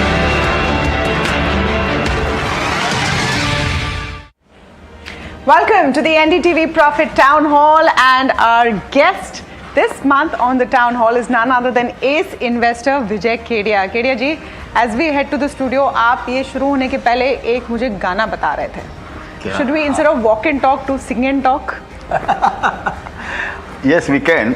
तो वो गाना इस तरह है कि जैसे आपने उसमें पूछा ना कि ये बॉटम मार्केट का किधर है, हाँ. तो उस पर मेरा गाना था कि कोई भी समझ ना पाया नहीं कोई पाएगा, जब तक रहेगा लेते नया लो बनाएगा, थक जाएगा बिक जाएगा, वहीं पे तो बॉटम है, ये बॉटम है, इस बॉटम का नहीं है कुछ पता. Wow. ये एक भ्रम है और इस भ्रम का नहीं है कुछ पता. Wow, ये है dialogue from where we're starting off the whole show with Vijay Kedia.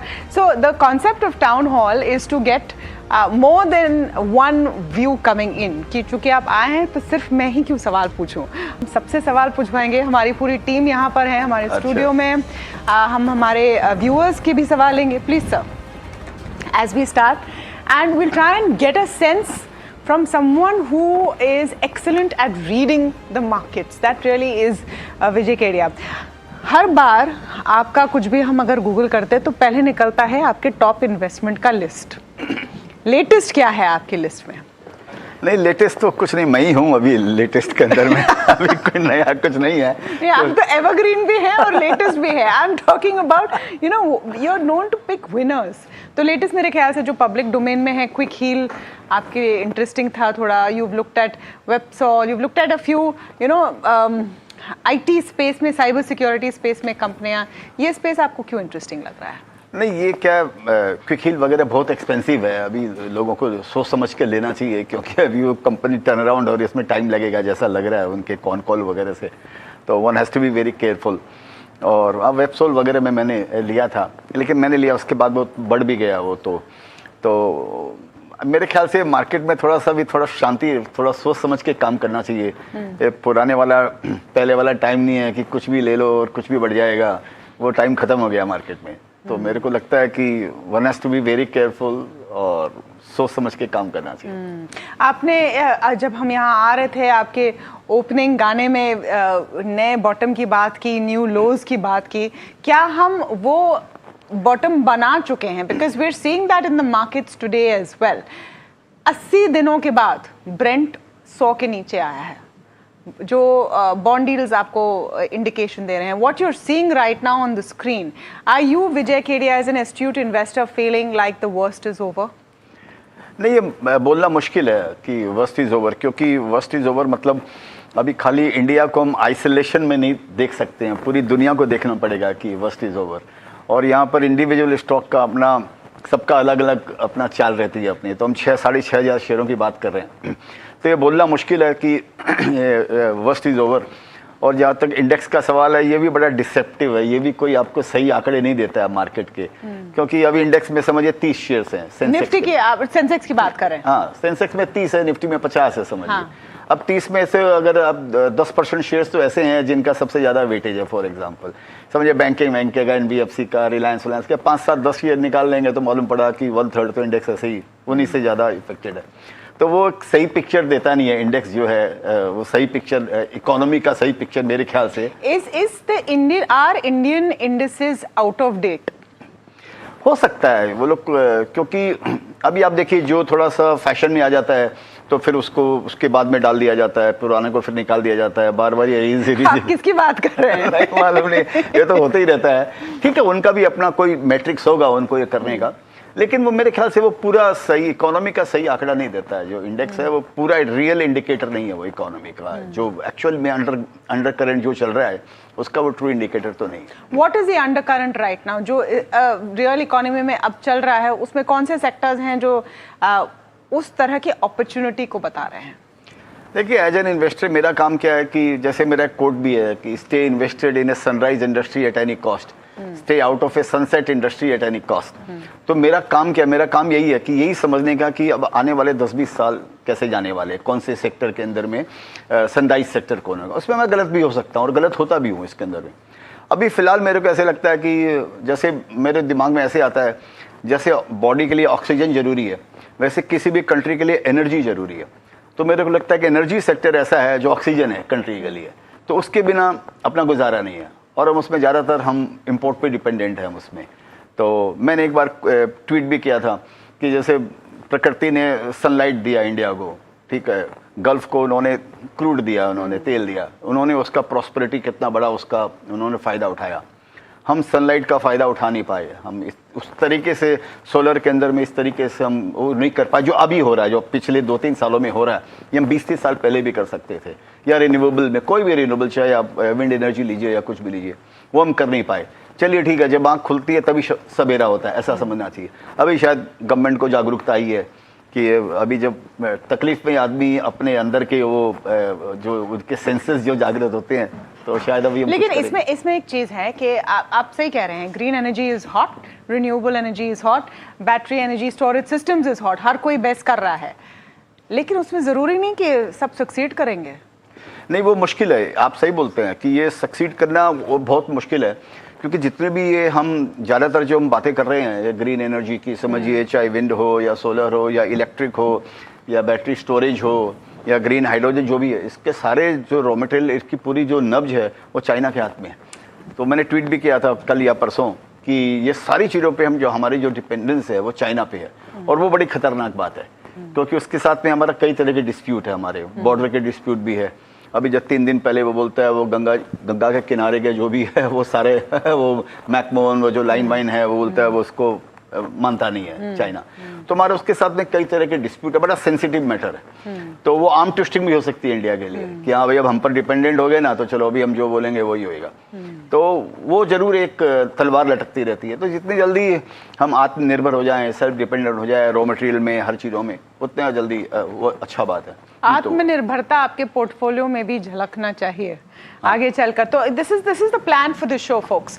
There's going to be some Q&A with Vijay Kedia here. Our team here in the studio will be asking some questions as well, and you have an opportunity at home or wherever you're watching this to send in your questions, and we already have some questions coming in, but I'm going to start with the in-house team at NDTV Profit. Sharad Dubey is waiting. Sharad, Vijay Kedia से आपको सवाल पूछना है तो आपको भी गाना गाना पड़ेगा, तभी वो करेंगे। गाना तो मुझे हो नहीं पा रहा है, बट सर आपने बहुत बढ़िया ट्वीट किया था कि भारत के जो टूरिज्म सेक्टर है, अब तो गर्मी की छुट्टी भी आ रही है, और जो टूरिज्म सेक्टर में ऑफ कोर्स हम लोग परफेक्ट तो है नहीं, पर यहाँ पे बहुत पोटेंशियल होता है। तो आप किस तरह देखते हैं और किस तरह अगले 4 से 5 साल में आपको पूरे ये हॉस्पिटैलिटी इंडस्ट्री, डोमेस्टिक टूरिज्म को कैसा लगता है? देखिए, मेरे को ऐसे लग रहा है कि ये चीज़ भी हम बहुत पहले कर सकते थे, और मैंने 4-5 साल पहले भी ट्वीट किया था कि जैसे इंडिया के अंदर में सब चीज़ आपको मिलती है, नदी भी है, पहाड़ भी है, समंदर भी है, रेगिस्तान भी है, हेरिटेज भी है, ग्रीनरी भी है, गर्मी भी है, ठंडी भी है, स्नो है, सब चीज़ जो दुनिया को देखने जाते हैं। हमारे 200-300 साल के टूटे हुए मकान देखने चले जाते हैं स्पेन में और इधर उधर इटली के अंदर में, ये 250 साल 400 साल पहले वॉर के पहले था और इसके पहले था, सारी चीज़ें आपको हिंदुस्तान में मिल जाएगी। लेकिन प्रॉब्लम हमारे पास में इंफ्रास्ट्रक्चर नहीं है, वहाँ पर पहुँचने का साधन नहीं है, वहाँ पर ठीक की होटल नहीं है, हाइजीन की प्रॉब्लम है, और टूरिस्ट के साथ में बर्ताव भी जो भी है वो थोड़ा प्रॉब्लम है। तो अब इस साइड जागरूकता आ रही है सरकार के अंदर में, तो ये सेक्टर बहुत बड़ा होगा ऐसे लग रहा है कि अगर रियली अगर, तो मैंने ट्वीट किया था कि $1 ट्रिलियन का ये सेक्टर हो सकता है अगर इसको हम ठीक से अगर फोकस करें इसके ऊपर में। लेकिन अब इस बात का फ़ायदा क्या, ये बात तो हम समझ गए, चलो ऐसा हो सकता है, और होगा वही जब गवर्नमेंट चाहेगी। आपके मेरे चाहने से कुछ होगा भी नहीं, गवर्नमेंट अगर चाहेगी तो वैसी फैसिलिटी देगी, वैसे नियम बनाएगी, वैसे कानून बनाएगी, तो काम होगा। लेकिन अगर आप ये पूछना चाहते हैं एज एन इन्वेस्टर में इसका कैसे फ़ायदा उठाऊं, तो मैं आपको बताता हूं, अभी मेरे निगाह में उस थीम को पकड़ के कौन सा शेयर्स लेना है ऐसे मेरे दिमाग में कोई आइडिया नहीं है। पहले मैंने इसको समझ के 3-4 साल पहले मैंने एयरलाइंस का स्टॉक लिया था। आपने महिंद्रा हॉलीडेज के बारे में भी बात किया था। उसमें तो मैं हॉलीडे पे चला गया, जब से मैं लिया हूँ तब से मेरा हॉलीडेज हो रहा है उसके अंदर में। आपके पोर्टफोलियो प्रॉफिट का हॉलीडे हो गया? हाँ, प्रॉफिट का एकदम हॉलीडेज हो चुका है मेरा एकदम ऑलरेडी। तो वही मालूम नहीं कि वो सुबह कब आएगी ये मालूम नहीं है इसके अंदर में। तो इसी बोलकर उसको कोई भी न्यूज़ आप पढ़ते हैं या कोई इन्फॉर्मेशन है या कोई बात आपको समझ में आई कि ये स्टोरी आगे होने वाली है, ये एक मुद्दा हो गया। उसका एज एन इन्वेस्टर मैं कैसे फायदा उठाऊं, ये दूसरा गणित है, ये टोटली डिफरेंट है। So on the second part, ये सोचने वाली बहुत अच्छी बात है कि you know we should travel within the country, और प्रधानमंत्री जी का ये एक मैसेज भी था कि आप बाहर मत जाइए इस बार, अगर हो सके तो आप इंडिया में ही हॉलीडे कीजिए। How does an investor, an equity investor benefit from this, because this is right now not a full blown trend. तो वही मैं बोलना चाहता हूँ कि उसको वापस अपने पकड़ना कि मैं ऐसे इसका फायदा एज एन इन्वेस्टर कैसे उठाऊं, ये बहुत डिफरेंट गणित होता है। तो मैंने वो एयरलाइंस के शेयर्स लिए थे, फिर ये वॉर हो गया, उसमें तो मेरा तेल निकल गया, जब तेल वेल के दाम ऐसे वैसे हो गए।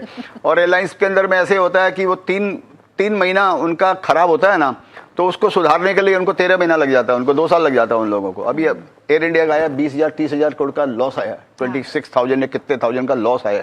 जितने में इन्होंने एयरलाइंस खरीदी होगी इतना का तो लॉस ही आ गया उस कंपनी के अंदर में, उसको मतलब। तो ये बड़ा ट्रिकी है। तो इसमें तो मेरा तो टेक ऑफ हो गया उसके अंदर में तो उसका मालूम नहीं है। इसी तरह होटल वगैरह जो आप सोचना चाहते हैं हॉस्पिटैलिटी में होगा, लेकिन वो सब शेयर एक्सपेंसिव है, उसमें पैसा कैसे बनेगा ये मालूम नहीं आज के दिन मेरे को। वो अपने रेडार पर रखना चाहिए कि कभी कोई ऐसी अपॉर्चुनिटी मिले तो उसके अंदर में फिर आप उसमें इन्वेस्ट कर सकते हो। इसका क्लियर कट आंसर अभी नहीं है कि हाँ ये काम हम कर लें तो इसमें हमको पैसा मिलेगा। Okay, one more question from the from our team here. Puneet there, you know, Namaste Kedia ji. He's a research analyst with us, covers a lot of the sectors, but not quite energy. For energy, we'll go to Zamit Sarkar in a bit, which is exciting to Vijay Kedia. Yes, Puneet. नमस्ते कीडिया जी। Sir आप हम बोल रहे थे कि sunrise sectors में देखना चाहिए कि उसका एक्सपोजर निफ्टी में बहुत कम है at this point of time, but जैसे आपने वेबसॉल की बात की, एनर्जी की बात की, पर वो सेक्टर्स में रनअप हमने भी काफ़ी देखा, जैसे ईएमएस में भी वो रनअप 2-3 सालों में बहुत ज़्यादा हो गया था। सो आप अपॉर्चुनिटी इवैल्यूएट कैसे करते हैं कि जब वो सेक्टर काफ़ी चल जाता है या उसमें स्पेसिफिक स्टॉक्स चल जाते हैं और एक्सपोजर भी बहुत कम है, जैसे ईएमएस में भी बहुत कम कंपनियां थी, जहां अब हम देख रहे हैं कि एनर्जी में भी जो अभी रिसेंट लिस्टिंग्स हुई है, तो आप अपॉर्चुनिटी को इवैल्यूएट कैसे करते हैं कि बहुत जल्दी कूद पड़ते हैं या थोड़ी देर रुकते हैं, देखते हैं कि उस सेक्टर के कैसे नए नए कंपनीज लिस्ट हो रहे हैं, तो how do you evaluate that opportunity? तो मैं उसको मेरा तरीका क्या है कि, और जैसे मैं पहले भी कई बार बोल चुका हूँ कि कोई ऐसा एथलीट जो पहले उसने रिकॉर्ड बनाया हो और वो जब बीमार पड़ता है या आउट ऑफ फॉर्म होता है तब मैं उस पर अपनी नज़र लगाता हूँ और मैं वेट करता हूँ कि वो वापस कब टर्न अराउंड करेगा वो एथलीट, तो मैं उसको उसके अंदर में पैसा लगाता हूँ। तो कई बार मैं सालों वेट करते रह जाता हूँ उसके लिए। और यूजुअली मैं एक एग्जांपल ऐसा भी देता हूँ, समझो कोई ट्रेन है वो चर्चगेट से जा रही है और सपोज विरार जाने वाली है या और आगे जाने वाली है, तो मैं बोरीवली में वो ट्रेन नहीं पकड़ूंगा, मैं उसको चर्चगेट पे पकड़ने की ट्राई करूंगा। और जब नहीं शुरू हो रही है, जब माने खड़ी हुई है, तभी मैं उसके अंदर में जाने की ट्राई करूंगा। 5:30 बजे वाली ट्रेन को 5:30 बजे नहीं पकड़ूंगा, मैं 5 बजे पकड़ने की ट्राई करूंगा या 5:15 बजे पकड़ने की ट्राई करूंगा, ताकि मेरे को विंडो सीट मिले। मेरे को फुटबोर्ड पर खड़े होकर ट्रैवल नहीं करने का। मेरे को कितने साल हो गए आपको ट्रेन में ट्रैवल करते हुए? सच बताइए। ट्रेन में करते हुए कि मतलब लास्ट कब किया था? हाँ, चर्चगेट विरार वाली जो आपने डिस्क्राइब की, when is the last time you went there? अब ऐसे तो मैंने गांधी जी को भी देखा नहीं था, लेकिन उदाहरण तो उनको मैं देता ही हूँ ना। मैं ऐसा तो है नहीं कि मैं उनके एग्जांपल नहीं दे सकता। अब ऐसे मैं अभी वंदे भारत में किया था, अहमदाबाद गया था या आया था या गया था वंदे भारत में। That is a fancy train जो आप विरार चर्चगेट की बात कर रहे हैं। अरे तो एग्जांपल तो अभी मैं चंद्रमा को देखा थोड़ा, एग्जांपल तो ये देता हूँ। No problem, just making the point that आप इतने रिलेटेबल और डाउन टू अर्थ एग्जांपल दे रहे हैं। But I was just wondering, सवाल आया कि लास्ट टाइम विजय केडिया जी कब गए थे मुंबई लोकल में? ऐसे थके हुए कौन से एथलीट आपको दिख रहे हैं जैसे आपने डिस्क्राइब किए पुनीत? नहीं, तो वही मैंने बताया कि आउट ऑफ फॉर्म एथलीट्स। तो जैसे इंफ्रास्ट्रक्चर ऐसा शेयर्स है। पहले तो एक बात बता देता हूँ, जो हम लोगों ने शेयरों के नाम लिए ना, जैसे वेबसोल, क्विकिल, इस बुक में लेने के लिए नहीं बोल रहा हूँ भाई, इसमें अपना करना, सब महंगे शेयर्स है इसके अंदर में। तो वो अपना चंद्रमा खुद सोच लेना भाई, बाद में मेरे को ढूंढना नहीं, मेरा नंबर मत ढूंढना कि मैं बोला नहीं हुआ। तो मेरे को इंफ्रास्ट्रक्चर ऐसा एक सेक्टर ऐसे लगता है कि जो थका हुआ है, क्योंकि आप देखिए ऊपर से सब 1/3 भाव में आपको मिल रहे हैं उनके अंदर में, और वो एक तो इसके लिए, और दूसरा उनकी ऑर्डर बुक बढ़ती जा रही है। हर इंफ्रा कंपनी में आप देखेंगे लार्सन टुब्रो से लेकर छोटे से छोटे में, लार्सन का भी अनाउंसमेंट आएगा, हमने 2,500 से 5,000 वाली कैटेगरी में हमको ऑर्डर मिला। छोटी कंपनी भी 200, 400, 500 करोड़ के रोज उनके अंदर में ऑर्डर मिलते हैं मेरे को। तो मेरे को ये इन कंपनियों को, तो मेरे को लग रहा है कि ये जो सेक्टर है ये आगे अच्छे करने वाला है।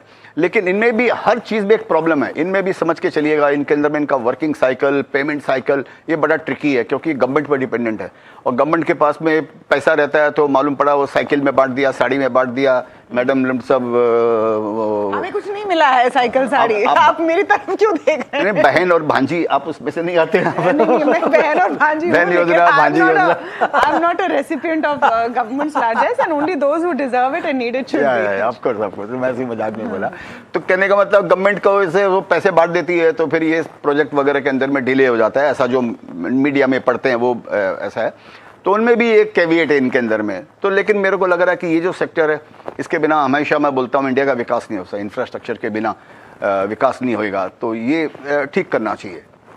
Okay, we have lots of queries from in-house, but I think it's only fair we take at least some viewer queries as well. और बहुत सारे आपके लिए सवाल आ रहे हैं, तो कुछ हम लेंगे जितने ले सके। विजयवाड़ा से सुगुनाकर का सवाल है, I'm sitting on 45% PSU bank gains. एक तो congratulations to you. Time to exit and rotate this space. ये इनका सवाल है। 45% काफी है।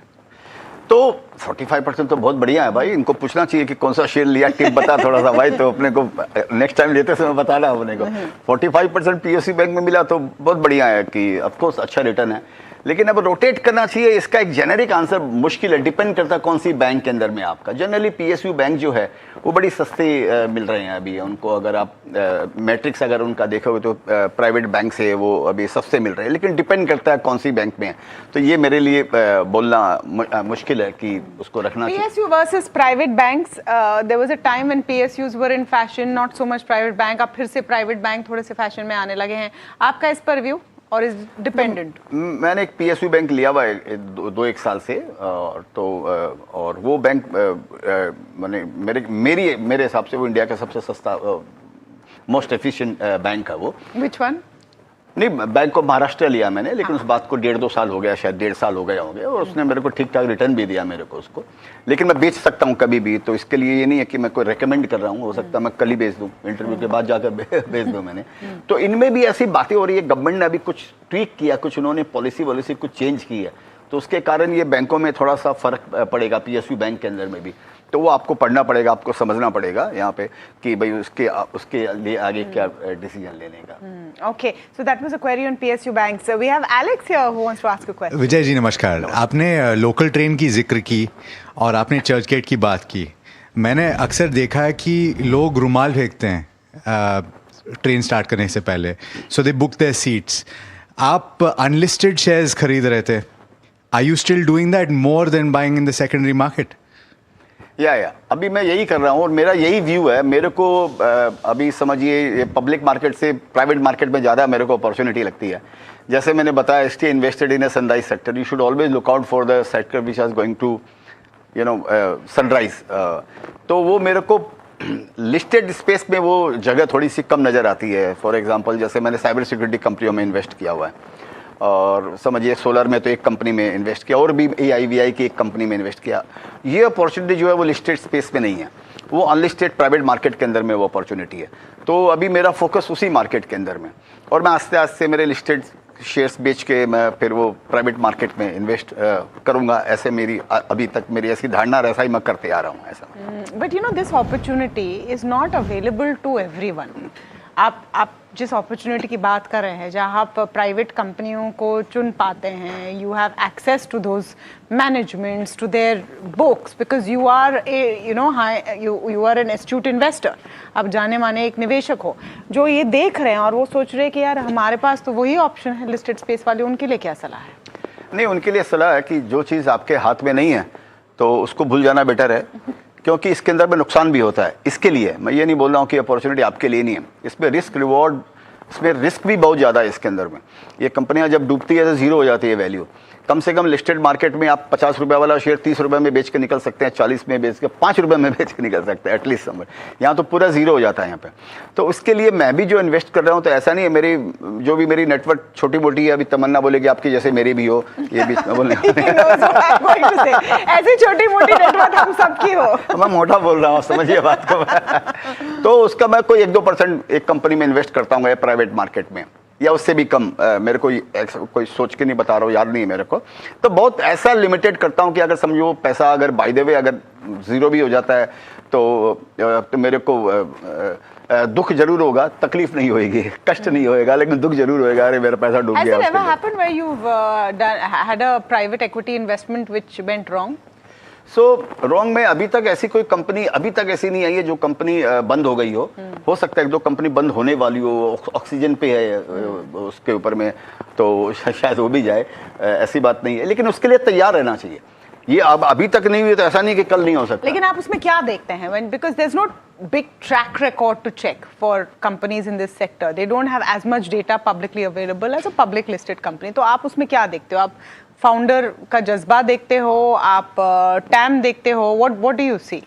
नहीं तो उसके अंदर में मैं कई चीज़ें देखता हूँ। ऑफ कोर्स वो फायर इन द बेली जिसको बोलते हैं, और फ्रूगलनेस कि हाँ भाई वो जो प्रोमोटर जो फाउंडर जो है वो कितना फ्रूगल है। वो ऐसा नहीं है कि मेरे से पैसा उठाकर 5 स्टार में जाकर पार्टी कर रहा है, मेरे को वैसा वो फिर आपके लिए फिर आपको लोकल ट्रेन में दिल्ली वो चर्चगेट विरार वाली में ट्रैवल करना पड़ेगा अगर ऐसी कंपनी को पैसा दिया तो आपको। तो जो ऐसी कंपनी को पैसा देना चाहिए जो लोकल ट्रेन में सफ़र कर रहा हो, मैंने इनिशियली मैं ये वो नहीं बोल रहा हूँ। और तो उसमें एक तो वो फ्रूगलनेस और फायर उसके अंदर में होना जरूरी है, एंड ऑफ कोर्स उसका मार्केट साइज इतना बड़ा होना चाहिए, जैसे कोई जो भी चीज़ के अंदर में वो है। आज हमको लगता है कि ये क्या होने वाला है, जैसे जोमेटो आया होगा, हमको मालूम नहीं है कि ऐसा भी कोई कैटेगरी हो सकती है इंडिया के अंदर में कि आपको जल्दी से क्विक कॉमर्स में ऐसे ब्लिंकेट आपको लगता नहीं था। अगर कोई you like this space quick commerce? नहीं, बहुत एक्सपेंसिव हो गया, मैं तो नहीं लूँगा, मैं खाली मंगा लूँगा मैं, और वो भी मैं डाइनिंग में मेरा 40% मेरे को डिस्काउंट दे देता, मैं वो यूज़ कर लेता हूँ, दैट्स इट। और उसको हाँ कभी कभी ग्रोसरी आप मंगाते हैं? नहीं ग्रोसरी तो मालूम नहीं, वो आदमी मंगाते होंगे ग्रोसरी, मैं तो खाता हूँ खाली grocery. So no Eternal, no Swiggy and no Zepto? हाँ मैं पर्सनल यूज नहीं करता हूँ। No, I'm not talking about personal use. I'm talking about any investment. हाँ मेरा नहीं, ये बहुत एक्सपेंसिव है, वो मेरे लायक नहीं है। वो देखिए आपको अपने टपरी की चाय पीने वाले 20 रुपए में, मैं 400 रुपए में जाकर ऊपर सर्विस टैक्स उस पर GST देकर मैं 5 स्टार में मेरे को क्यों पीने का भाई, कोई दिक्कत नहीं मेरे को। Okay, so this is equivalent of 5 star में चाय. That is how the parallel is drawn. We have tons of questions inside the studio. We have tons of questions coming from out there. You know where to find us, right? All of that on your screen. If you want a question with Vijay Kedia on the town hall, I have to take a very short break. I'll be right back.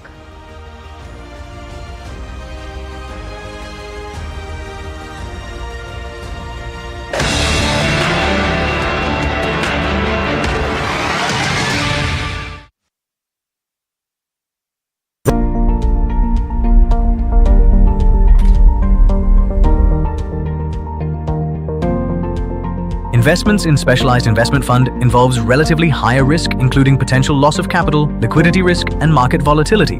Please read all investment strategy related documents carefully before making the investment decision.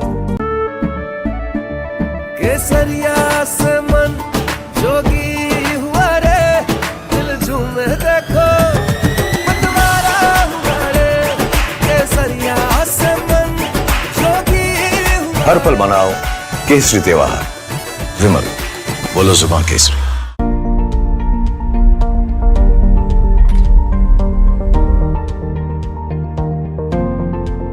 Investments in specialized investment fund involves relatively higher risk, including potential loss of capital, liquidity risk, and market volatility.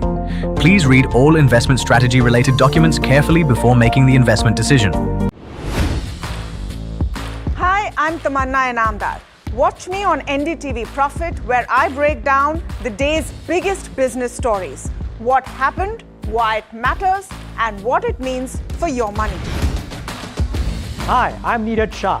Watch me on NDTV Profit for the most incisive market intelligence and meaningful corporate conversations. And I'm Alex Matthew. Markets, mutual funds, insurance, personal finance.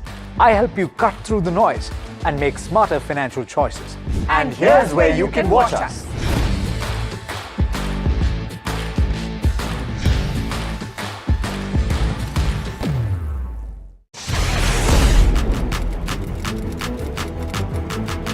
When the headlines move fast, perspective matters.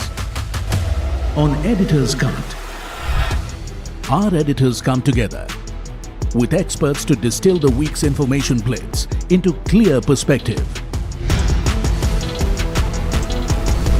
Down the stories shaping the world, from markets and the economy to global conflicts and what lies ahead. This is where experience meets insight.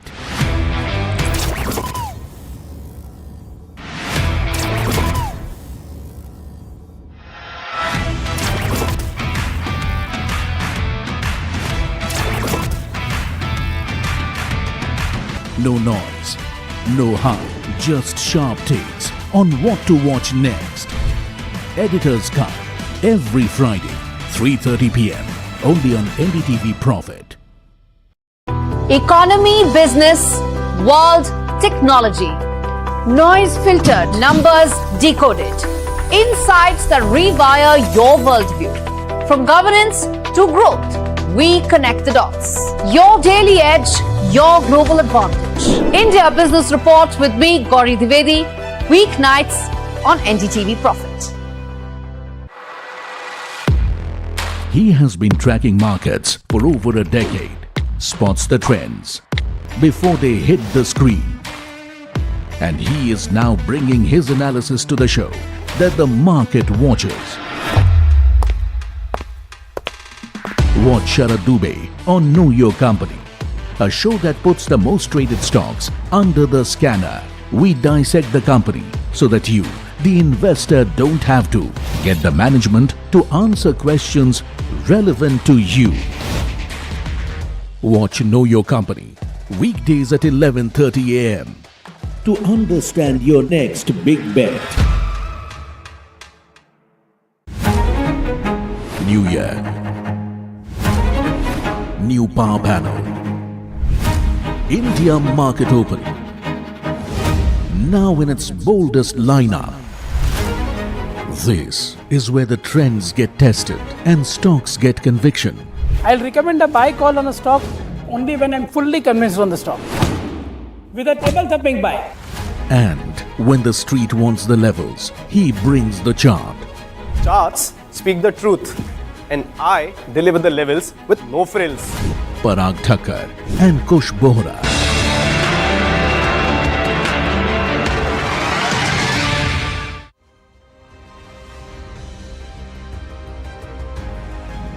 Welcome to the town hall with Vijay Kedia, the ace investor, who has a very interesting way of putting things simply and to the point. One of our favorites with our viewers as well. So in this format, we have, of course, the NDTV Profit team who's here to ask questions. We have questions from all of our viewers as well. Kedia ji, before we get to the Q&A, ये जो 3 महीने, लगभग 3 महीने से चला है, US Iran का war, straight of Hormuz में जो हो रहा है, उससे जो उथल पुथल हुई है, एक व्यू है कि उसकी वजह से इंडियन मार्केट थोड़े डाउन है. एक व्यू है कि वो ठीक भी हो जाए तो जो हमारे वैल्यूएशन की प्रॉब्लम है या एआई ट्रेड नहीं है हमारे पास, वो प्रॉब्लम है, वो फिर से सामने आएंगे. What do you believe? तो मेरा व्यू मैम ऐसा है इसके अंदर में कि आप ये समझिए कि उसके कारण बाजार खराब हुआ तो शायद ये कोई ज़रूरी नहीं है. कोई ना कोई मार्केट को तो बहाना चाहिए कि ये नहीं होता तो कोई और बहाना होता. तो ये अभी चूंकि सामने अभी ये बहाना आ गया जिस बोलकर हमको लग रहा है इसके कारण बाजार खराब हुआ. अदरवाइज आप देखें तो 71,000 का जो इंडेक्स लो बनाया था वो तो ऑलरेडी बहुत पहले लास्ट ईयर शायद कुछ लो बनाया था इंडेक्स में, मेरे को याद नहीं आ रहा है. वो ऑलरेडी 71,000 बन चुका था, फिर वापस सेकंड टाइम उसने रिपीट किया ये. तो वो इसका ये बहाना हो गया. ऑलरेडी हमारी वैल्यूएशन हाई भी थी और ऑफकोर्स इसमें it has added fuel to the fire. जो ये तेल के कारण, ये जो क्रूड वुड के कारण जो ये प्रॉब्लम हो गया तो वो ऑफ कोर्स ये हमारी इकोनॉमी को हर्ट तो कर ही रहा है. नहीं, और एफआई इन्वेस्टर्स भी जा रहे हैं, वो शुरू से ही जा रहे हैं, वो 2-3 साल से निकल ही रहे हैं उनको. तो ऑफ कोर्स जैसा हम सब जानते हैं, सब पढ़ते ही हैं कि, और मैं भी कई बार बोल चुका हूँ कि इंडिया जो है वो उनके लिए पूरी बास्केट का एक फ्लावर है, समझिए, पूरी बुके का एक पार्ट है वो.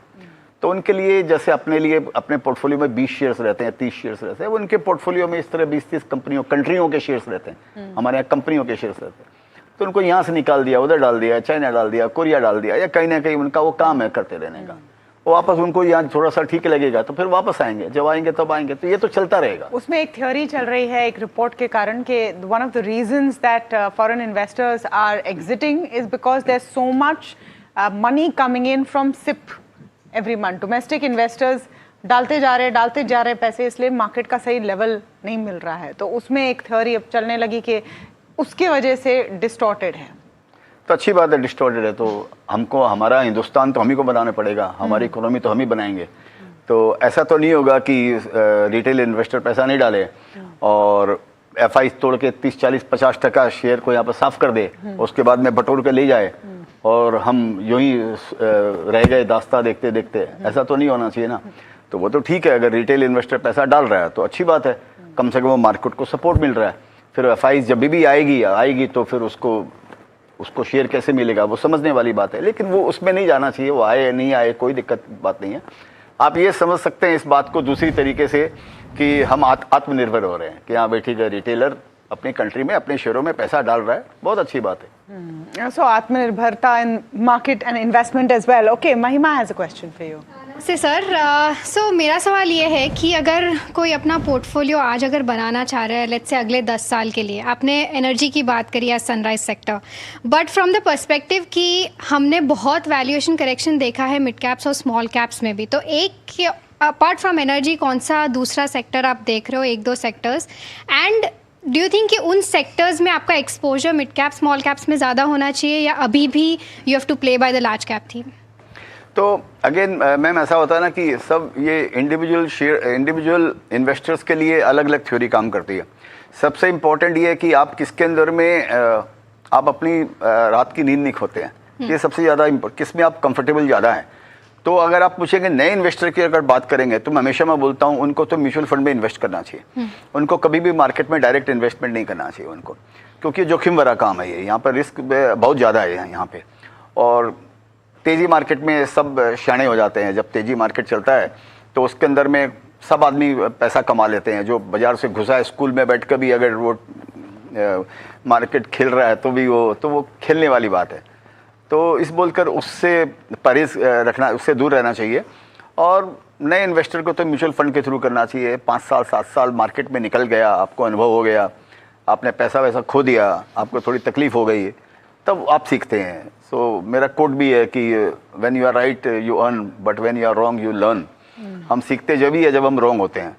तो ये एक प्रोसेस है, यहाँ पर जल्दी पैसा कमाने का ये तरीका नहीं है, साधन नहीं है जल्दी पैसा खोने का सबसे बड़ा तरीका है ये कि आप कितनी जल्दी पैसा यहाँ पर खो सकते हो, ये उसका सबसे बड़ा स्थान है ये।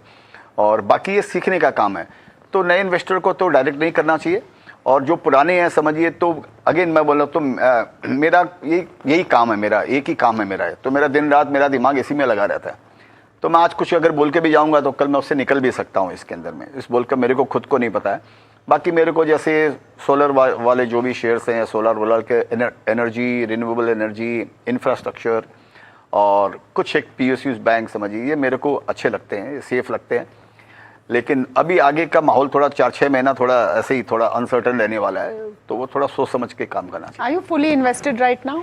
नहीं, अभी मैं था, अभी वापस मैं कैश में हूँ थोड़ा बहुत। May I ask how much, if you're comfortable, how much is your cash holding? ज़्यादा नहीं होगा। मेरे पास लिक्विड शेयर्स अभी भी बहुत है, जैसे मेरे पास जिनको मैं चाहूँ तो 3-4 दिन में मैं खाली कर सकता हूँ। तो ऐसा मेरा पोर्टफोलियो अगर मैं मिलाऊँ तो शायद मेरे को ध्यान नहीं 15-20% होगा मेरे पास में। So is that a well thought out strategy at uncertain times? क्योंकि इस वक्त जिस सिचुएशन में हम हैं वहाँ काफ़ी अनसर्टनिटी है, हमें पता नहीं क्या होने वाला। आज बहुत खुशी है, कल गम भी हो सकता है। So is that a well thought out of strategy कि स्टे निम्बल, स्टे लाइट? हाँ, मेरा ऐसी मेरे को लग रहा है 1-1.5 साल से कुछ ऐसे ही मेरा चल रहा है कि मैंने शेयर बेच के 1.5 साल से। So before this US Iran thing? हाँ, इसके पहले से वो करीब 25 के बिगिनिंग से वो ऐसा ही है कि मैं कैश में था, फिर थोड़ा बहुत प्राइवेट मार्केट में इन्वेस्ट किया मैं, जैसे कोई सोलर कंपनी में इन्वेस्ट किया प्राइवेट मार्केट में भी, और कुछ और कंपनियों में इन्वेस्ट कर रहा हूँ मैं। और फिर थोड़ा तो मैं जो लिस्टेड कंपनी उनमें थोड़ा बेच के मैं मेरा वो रखता हूँ और उनके अंदर में लगाता हूँ। मेरे को अल्टीमेटली उसमें से शिफ्ट करके प्राइवेट ही जाना है, प्राइवेट भी जाना है, ऐसा सोचता हूँ। माइंड चेंज हो सकता है, लेकिन अभी मेरा फोकस ये I private. Don't think you can leave Indian markets. नहीं, वो भी इंडिया के हैं, वो चाइना के नहीं है। नहीं, मतलब इंडियन लिस्टेड मार्केट आप छोड़ नहीं पाएंगे। नहीं, छोड़ तो नहीं, पूरा तो छोड़ नहीं पाऊंगा ना, पूरा छोड़ने का बात भी नहीं है, थोड़ा बहुत भी अगर छोड़कर इधर उधर कर दूं, उनको तो थोड़ा पैसा चाहिए ना। अच्छा, what is your take on investing in US markets, in global markets? आप कुछ लिमिट तक कर सकते हैं, उसके साधन हैं? हाँ, वो $2.5 लाख का जो है, तो थोड़ा बहुत मैंने किया था, संयोग से गूगल लिया था, तो वो गूगल 3-4 गुना हो गया, तो उसके अंदर में तो। लेकिन एक दूसरा शेयर्स लिया था, मेक माई ट्रिप, तो वो बड़ा भी है, बढ़ के वापस डूब गया। तो वो तो शौकिया है, वो खाली ऐसे ही कि हाँ भाई ठीक है, एक ब्रांडेड जैसे आप पहनते हैं, ब्रांडेड ऐसे मेरे पास गूगल है, बोलने के लिए ठीक है दोस्तों में, और मेरे पास गूगल है। और कितना है गूगल? वो परसेंट पोर्टफोलियो का 1% भी नहीं होएगा, मतलब। तो वो मेरा उधर इतना। So for Indian investors who are looking at that option, क्योंकि हम देखते हैं ना कि यहाँ पर इंडियन मार्केट का क्या is not going that well, but US markets, even though they are in that war, all the results are good, they have that tech play, they have that AI play, they have that chip play. Is that an option that investors should look at? मेरे को लगता है common investor के लिए वो option नहीं है, वो मिथ है, वो खाली एक फैशन है बोलने के लिए कि मैं।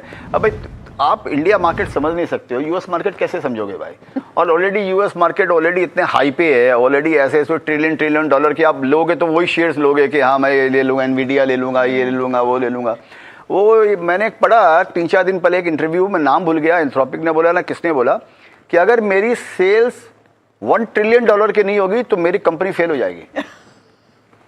अभी आपको क्या आइडिया है भाई, ये कौन क्या कर रहा है, क्या खाली हम लोगों ने नाम सुन लिया, खाली हमको वो क्या बना रही है, किसको बेच रही है, क्या वहाँ पर तुरंत फेल होने में भी टाइम नहीं लगता है। और जब इतना बड़ा वहाँ पर वो सब चल रहा है, यूफोरिया हो रहा है, मतलब हो सकता है मैं मेरिट हूँ, मैं ये नहीं बोलता मेरी, एक कंपनी $90 बिलियन का क्वार्टरली सेल्स करती है, $10 बिलियन बोलता है मेरा ज़्यादा बढ़ गया, $10 बिलियन ज़्यादा बढ़ गया, सोचिए क्या, वो अलग गेम है।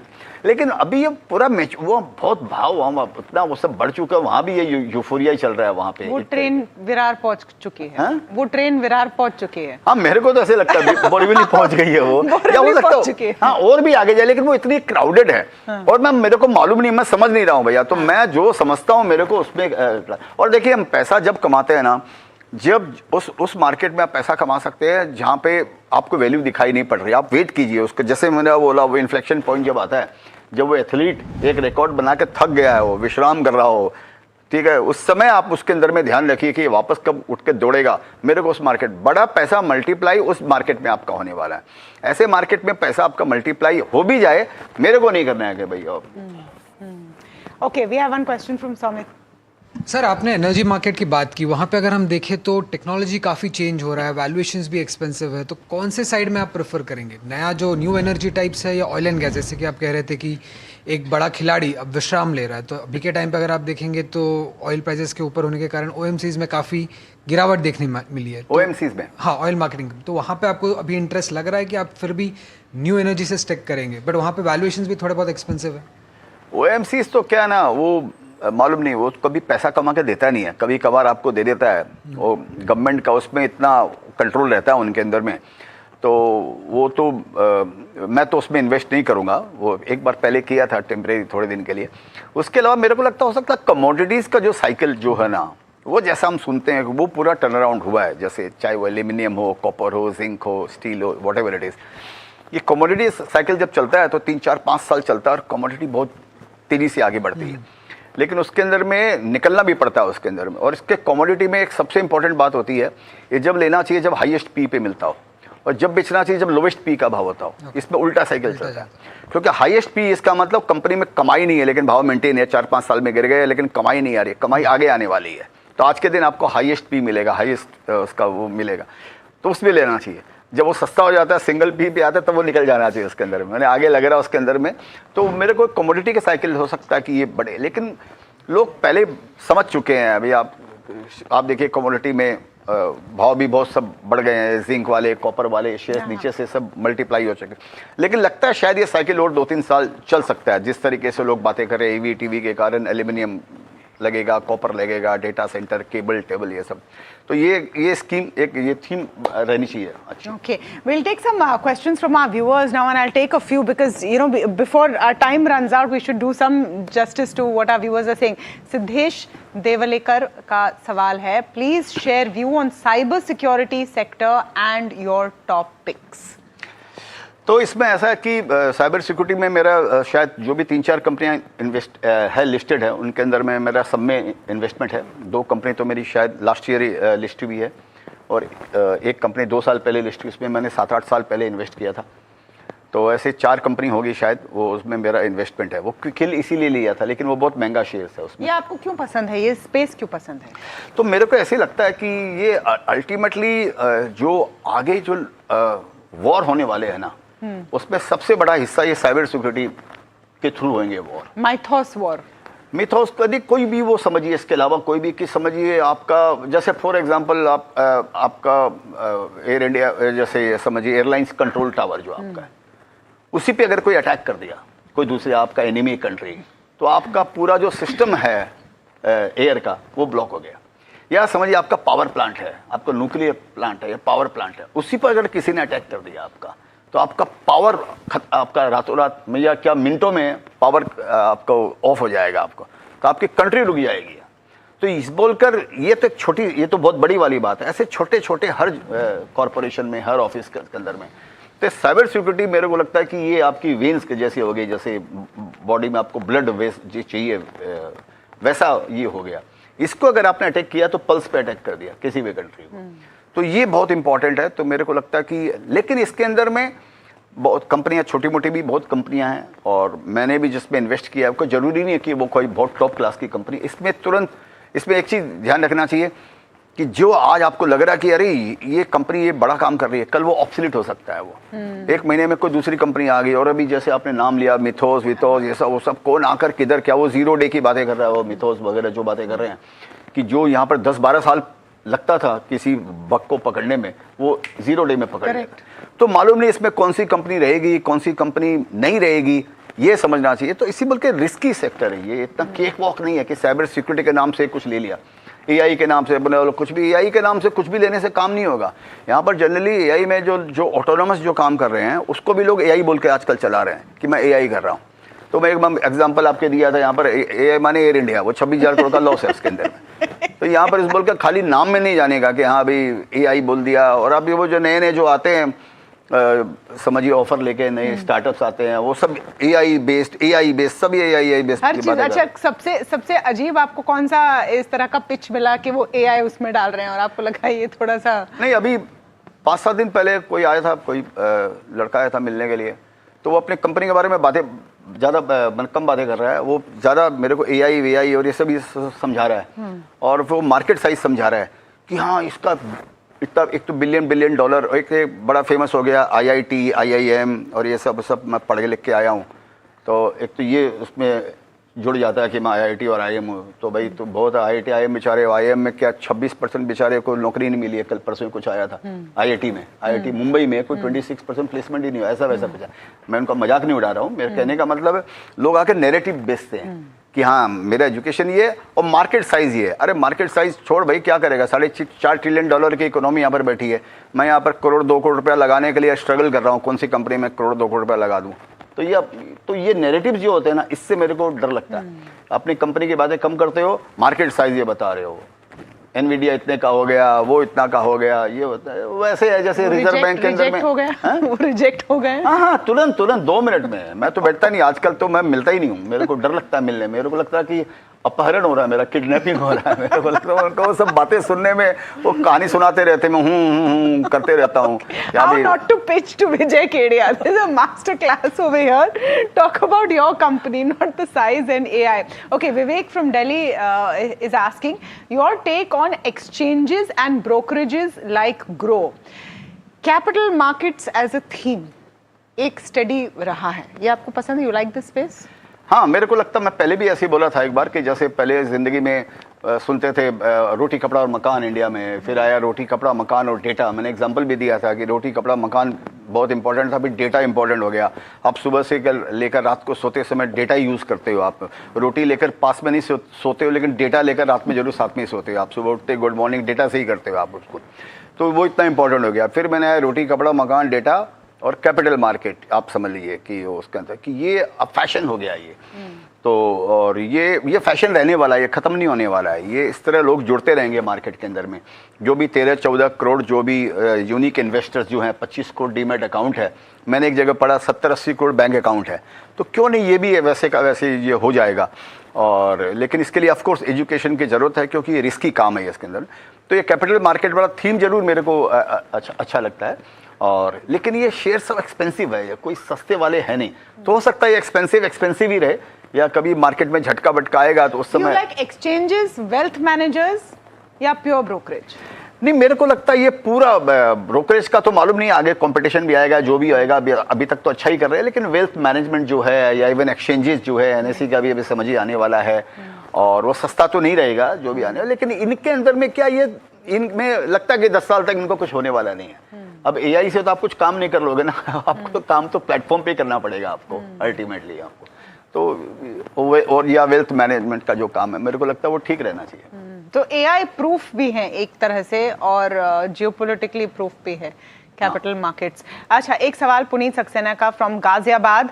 Very little time left, so we're going to take as many questions as we can, then we'll come back to the studio as well. So Puneet Saxena from Ghaziabad has asked a very good question, जो सबके मन में था। 5 sectors that can deliver 15 to 20% CAGR over the next 5 years. चलिए। नहीं, ये मेरे लिए बोलना मुश्किल है, लेकिन मैं ऑलरेडी इन सेक्टर की बात किया हूँ कि जिसके अंदर में मेरा इन्वेस्टमेंट है, तो मैं तो यही समझूंगा। लेकिन मैं एक बात और आपको बताता हूँ तमन्ना जी, मैं ये ईयरली कैगर वगैरह में नहीं देखता हूँ, मैं ऐसा नहीं सोचता हूँ। मेरा व्यू रहता है कि हाँ भी देखिए क्या हो ना, ये मैराथन की रेस है, मैं 100 मीटर की रेस नहीं दौड़ रहा हूँ कि वो कल मिल्खा सिंह, वो दूसरा मिल्खा सिंह ने 10 मिनट 10.38 सेकंड में उन्होंने 100 मीटर या क्या जो भी किया, मैं वो रेस नहीं दौड़ रहा हूँ, मेरे में उतना स्टेमिना नहीं है। मैं मैराथन का प्लेयर हूँ, 32-42 या जो भी माइल होता है वो मैं दौड़ता हूँ। उसमें ज़रूरी नहीं हो सकता मैं 5 माइल पीछे रह गया या 15 माइल में पीछे रह गया, और लेकिन बाद का जो 5 माइल जो रहता है या 10 माइल जो भी या किलोमीटर जो भी रहता होगा, वो ज़्यादा इंपॉर्टेंट होता है, उसमें आप कितना आप दौड़ते हो। तो मैं यूजुअली मेरे इन्वेस्टमेंट को कभी भी ईयरली कैगर वगैरह नहीं देखता हूँ। मेरा व्यू समझे रहता है कि यहाँ 5-10 साल का व्यू है, तो बस वो आस्ते आस्ते वो ठीक रहना चाहिए। वो आपने लेकिन इनके इतने अच्छे सवाल का कोई जवाब नहीं दिया विजय जी। दिया ना मैंने, 5 सेक्टर आपको बताए ना। वो देखिए, जब तक शेयर्स का नाम नहीं लूंगा तमन्ना खुश नहीं होगी, बराबर बात है। तो मैं इनको खुश कर दूंगा, सेबी जाके नीचे पकड़ लेगी मेरे को यहीं पर कि हाँ भाई तूने शेयरों का नाम कैसे, बाजू में पकड़ ले, बराबर। तो इस बोल कर आप शेयर का नाम मत लीजिए, but 5 sectors, okay, you have talked about cyber security, you have talked about new energy and infrastructure, जैसे मैंने बोला। एक वाटर की इतनी बड़ी थीम होगी इंडिया के अंदर में, आगे इतना बड़ा वाटर का थीम निकलने वाला है कि आप खुद समझ रहे हो कि आगे क्या होने वाला है। समझिए डेटा सेंटर में मैं इन्वेस्ट नहीं करना चाहता हूँ, उसकी साथ उसका जो इंफ्रास्ट्रक्चर क्रिएट करता है ना, मैं उसमें मेरे को इन्वेस्ट करने की मैं स्टोरी ढूंढते रहता हूँ। जैसे चिलिंग फॉर एग्जांपल, उसको ठंडा होने के लिए कूलिंग, उसमें भी एयर चिलिंग होता है, वाटर चिलिंग होती है उसमें। एक जगह मैंने पढ़ा कि वो इतनी गर्मी यूएस के अंदर में कहाँ उसने लगाया डेटा सेंटर, तो वहाँ का लोकल पानी खराब हो गया वहाँ पर, इतना उसके अंदर में वो ये सब हो गया।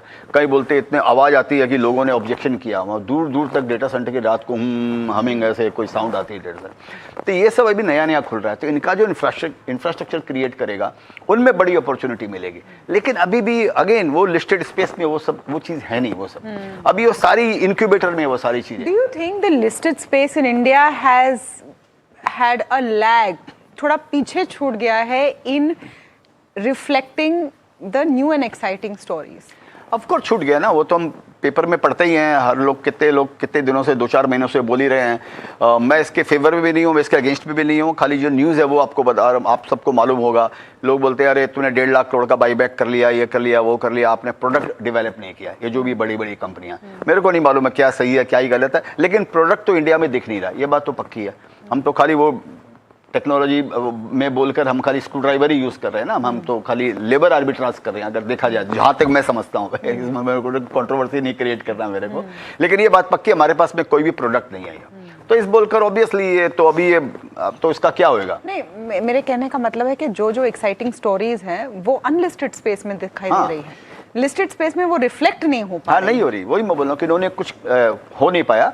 अब जो नए जो अभी नई जो धारा आई है, जो नए ब्लड आए हैं, जो नए यंगस्टर्स जो आए हैं, ये उसके अंदर भी ये भी उस चीज़ को समझ रहे हैं कि हमारे यहाँ पर क्या चीज़ की कमी है, तो ये उस चीज़ को सपोर्ट कर रहे हैं। तो अल्टीमेटली ये लोग क्रिएट करेंगे, ये पूरी मेहनत करेंगे, फिर इनकी एक वैल्यूएशन होगी, फिर इनको कोई बड़ी कंपनी अगर खरीद लेगी कि अब मैं इसको मैग्नीफाई कर सकता हूँ, मैं इसको बढ़ा सकता हूँ। इसी तरीके से सारे काम होते हैं। जैसे जैसे समझिए यहाँ पर फ्लिपकार्ट बिका, तो मेहनत करने वाले मेहनत की, 15 साल तक घाटा किया, ये किया वो किया, और बाद में वो कौन दूसरा वो कौन आके कौन लिया उसको, वॉलमार्ट, हाँ वॉलमार्ट जैसे आया उसने वो ले लिया, लेकर उसको 15 बिलियन में लिया, अभी 50-60 बिलियन में बोलता है मैं उसका आईपीओ लाऊंगा, जो भी लाऊंगा, ऐसा लाऊंगा वो सब।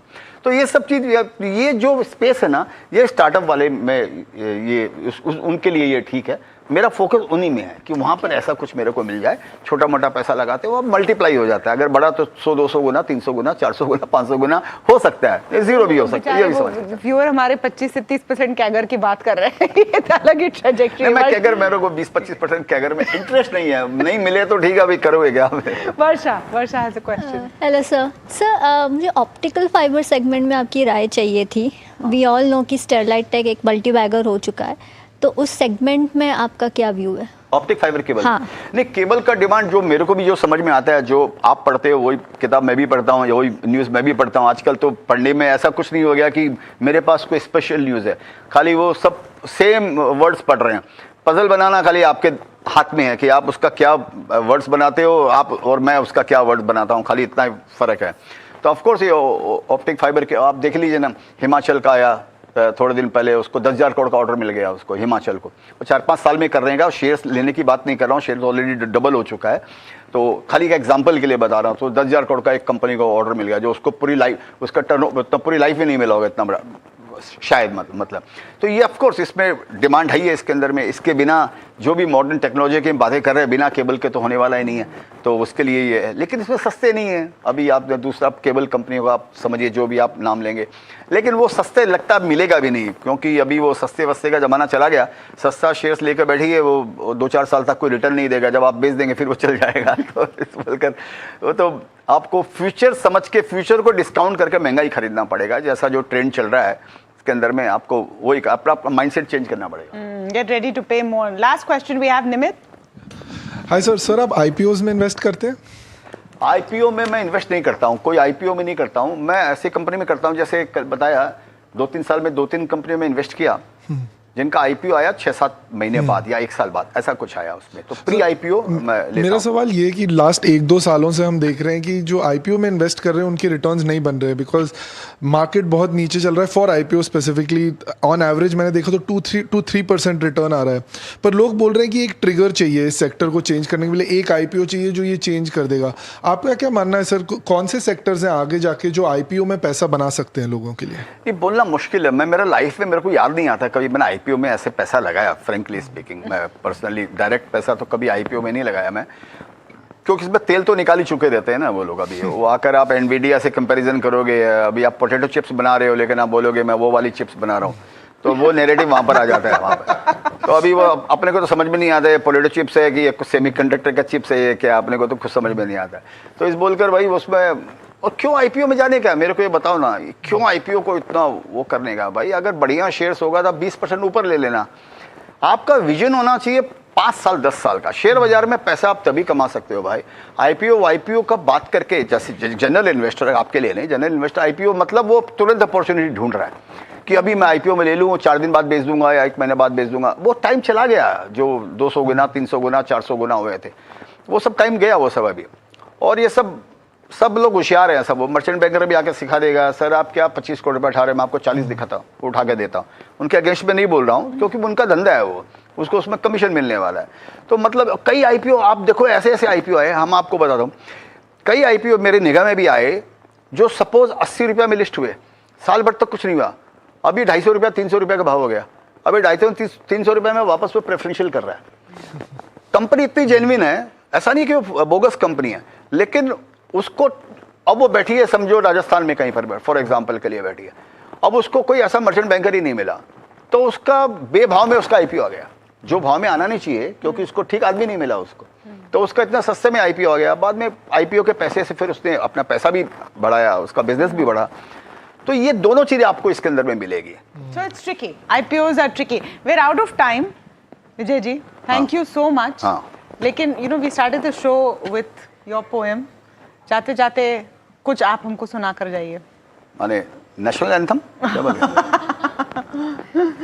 No, anything that summarizes what we're seeing right now. नहीं, मेरे को एक बात ये लगता है कि देखिए इंडिया के अंदर में अल्टीमेटली मेरे को ऐसे लग रहा है कि एक तो हमको यहाँ पर जैसे इंडिया का विकास माने बड़ा विकास जिसके बातें कर सकते हैं, ये कौन करेगा? इंडिया में अगर किसी को समझिए 50,000 करोड़ का प्रोजेक्ट डालना हो, आप 5 आदमी नहीं बता सकते इंडिया में जो 50,000 करोड़ का प्रोजेक्ट डाल सकता है. एक अदानी डाल सकते हैं, एक अंबानी डाल सकते हैं, कोई टाटा बिरला डाल सकते हैं, जिंदल वंदल डाल सकते हैं. ऐसे 5-7 इंडस्ट्रिस्ट आपको मिलेंगे जो 50,000 करोड़ का प्रोजेक्ट डालते हैं. हमारे यहाँ प्रॉब्लम क्या है कि हम यहाँ पर पैसे वालों को गाली देते रहते हैं. इंडस्ट्रिस्ट को गाली देना फैशन हो गया. कॉमन आदमी की बातें कर रहा हूँ कि उनके पास में देने के लिए और कुछ है नहीं तो क्या करेंगे, तो गाली दे दो, जो वही दे दो उनको, उन्हीं को क्रिटिसाइज करो. तो ये समझना कि जब हमारा ये माइंडसेट नहीं होएगा. मैं एक जगह देखा, जैसे आपने सबने देखा होगा, वो ट्रम्प बैठे थे और उन्होंने सारे फेसबुक का मालिक और माइक्रोसॉफ्ट का मालिक है. चाइना नहीं, ये तो अभी आए चाइना में लास्ट ईयर यूएस में भी उन्होंने सबने मीटिंग की वहाँ पर. सारे जो भी नाम हम जानते हैं, मांग और फांग, जो भी नाम ये कंपनियां जो भी है, उन सबके मालिक वहाँ पे बैठे हैं. सबको पूछ रहा, भाई तू कितना लगाएगा? बोले मैं 15 बिलियन लगाऊंगा. तू कितना लगाएगा? 40 बिलियन लगाऊंगा. कहने का मतलब वहाँ पर खुद वो सूट वूट पहन के आता है. यहाँ तो जब तक खादी नहीं पहनोगे आपको वोट नहीं मिलेगा यहाँ पे. तो यहाँ पर ये इंडस्ट्रियलिस्ट लोग को सपोर्ट करने का माइंडसेट होना है. आप एक चीज़ आप देखो, मेरे दिमाग में आता है, एक कोई फिल्म स्टार खड़ा रहता है और इंडस्ट्रियलिस्ट खड़ा रहता है. वो मंत्री भी जाएगा, फिल्म स्टार से जाकर हाथ मिलेगा, गले लगाएगा. इंडस्ट्रियलिस्ट को बोलेगा दूर रहे, हम बाद में बात करते हैं, अभी ये माइंडसेट चेंज करना. यही देख के जो जनरल वोटर्स या जनरल मास. Good point. और दूसरा लिटरेसी. हमको हमारे बिना साइंस के इंडिया में प्रगति नहीं हो सकती. ये रिलीजन के चक्कर में प्रगति नहीं होगी. हमको जब तक साइंस पर जोर नहीं देंगे, R&D पर हम जोर नहीं करेंगे, रिसर्च और डेवलपमेंट स्किल पर नहीं करेंगे, हम ये इकोनॉमी इससे बहुत ज़्यादा मीनिंगफुल बढ़ जाए ऐसी संभावना कम होती है. लेकिन ऐसा हम करेंगे जरूर. गवर्नमेंट का जरूर फोकस है, तो जरूर हम वो चीज़ करेंगे. Well said, Vijay Kedia ji. Always a pleasure to have you on. Thank you so much for joining our town hall. I think we could have gone on and on, but we'll have to wrap it here. Stay with us. A lot more on the other side on NDTV Profit.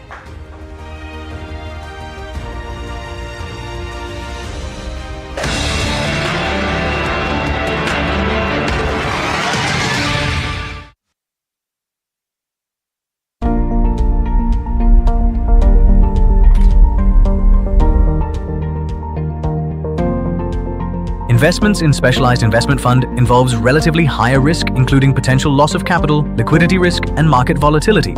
Please read all investment strategy related documents carefully before making the investment decision.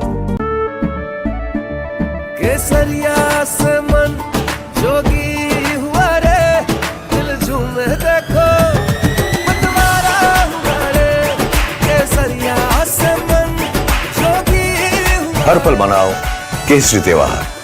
विमल, बोलो जुबान Kesari.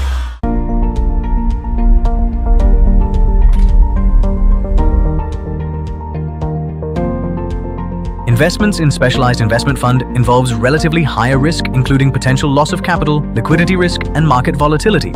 Please read all investment strategy related documents carefully before making the investment decision. Hi, I'm Tamanna Inamdar.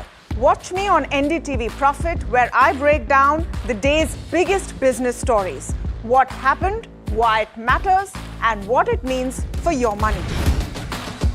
Hi, I'm Neeraj Shah. Watch me on NDTV Profit for the most incisive market intelligence and meaningful corporate conversations. And I'm Alex Matthew. Markets, mutual funds, insurance, personal finance. I help you cut through the noise and make smarter financial choices. And here's where you can watch us.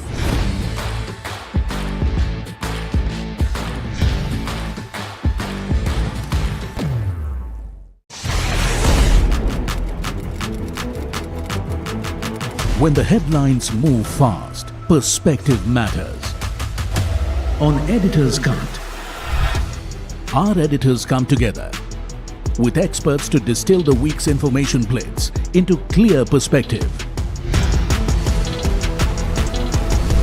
Down the stories shaping the world, from markets and the economy to global conflicts and what lies ahead. This is where experience meets insight.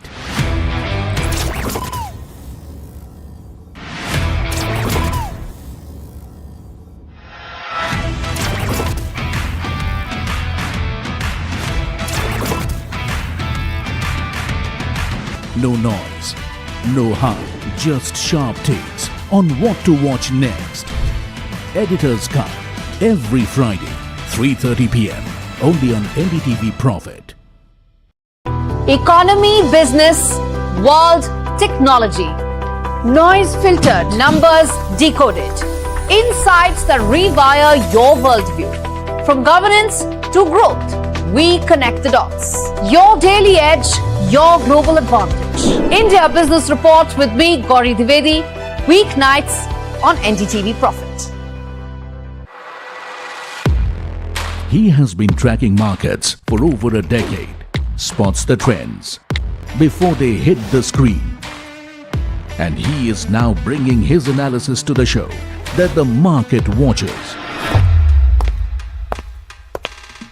Watch Sara Dubey on Know Your Company, a show that puts the most traded stocks under the scanner. We dissect the company so that you, the investor, don't have to get the management to answer questions relevant to you. Watch Know Your Company weekdays at 11:30 a.m. to understand your next big bet.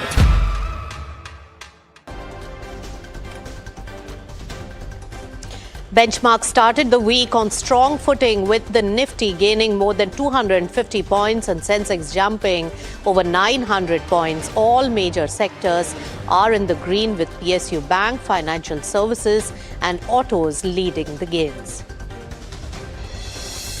Oil prices tumbled as hope of a US-Iran deal eased the fears around Hormuz supply disruptions, though key sticking points still remain. Shares of oil marketing companies jump after petrol and diesel prices were hiked for the fourth time within 12 days amid the ongoing Iran war. With the latest hike of over 2 rupee, petrol prices have crossed 100 rupees per litre in Delhi. Rupee extended gains and hovered near the day's high as cooling crude prices and improving risk appetite lifted the currency's sentiment.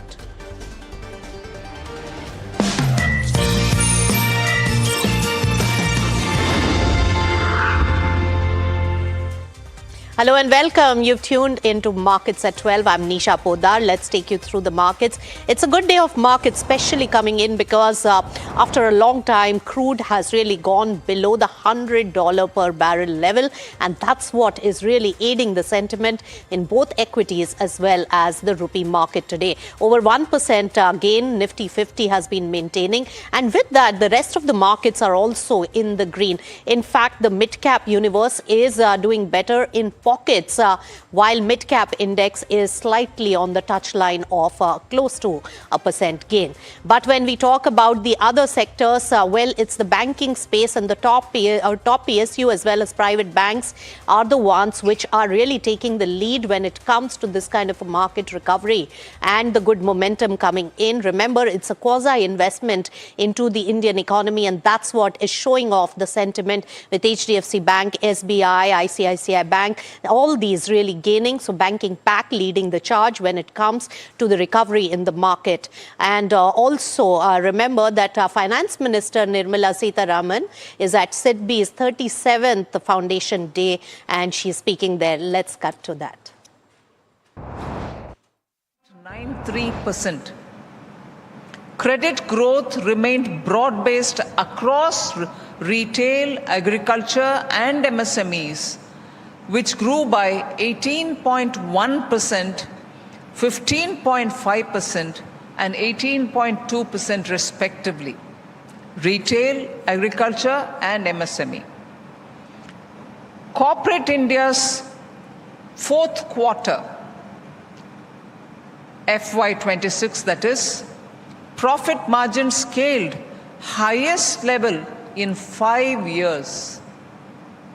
Investment activity, which normally all of us used to be talking about, private sector investments, are they slow? Are they not happening? Used to be a discussion.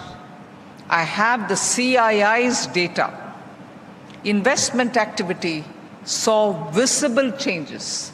According to CII, India's private sector capital expenditure grew 67% in September 2025 year on year. How many? 67%. So we should recognize that the private sector investments are coming forward. GST collections, as I said, are rising. Formalization is deepening. Infrastructure activity remains steady across the country. The policy response has been very calibrated. And it is calibrated to absorb the shock where citizens and businesses are exposed, support MSMEs and exporters where working capital is under stress, and preserve the underlying growth momentum.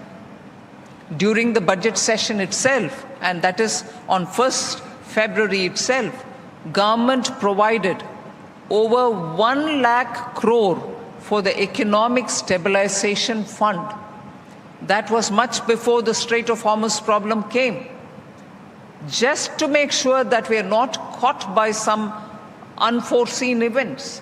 We had made the provision in the budget, and this was an emergency cushion created before the full impact of the West Asia situation, and so that India could respond quickly to global shocks, supply chain disruptions, and also sudden stress in any sector. For MSME exporters, credit guarantee support has been provided through the credit guarantee scheme for exporters, and collateral support under the export promotion mission is also being provided. This helps small exporters get formal credit even when they do not have enough collateral. It protects export orders, jobs, and foreign exchange earnings.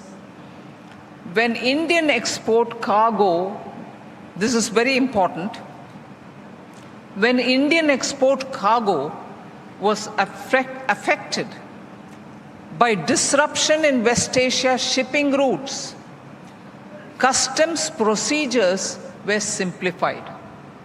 Why did they have to be simplified? Exporters were allowed to bring back the cargo, reroute them, or store them, and transship stranded cargo were also that way supported with fewer formalities. All formalities were brought down to the bare minimum.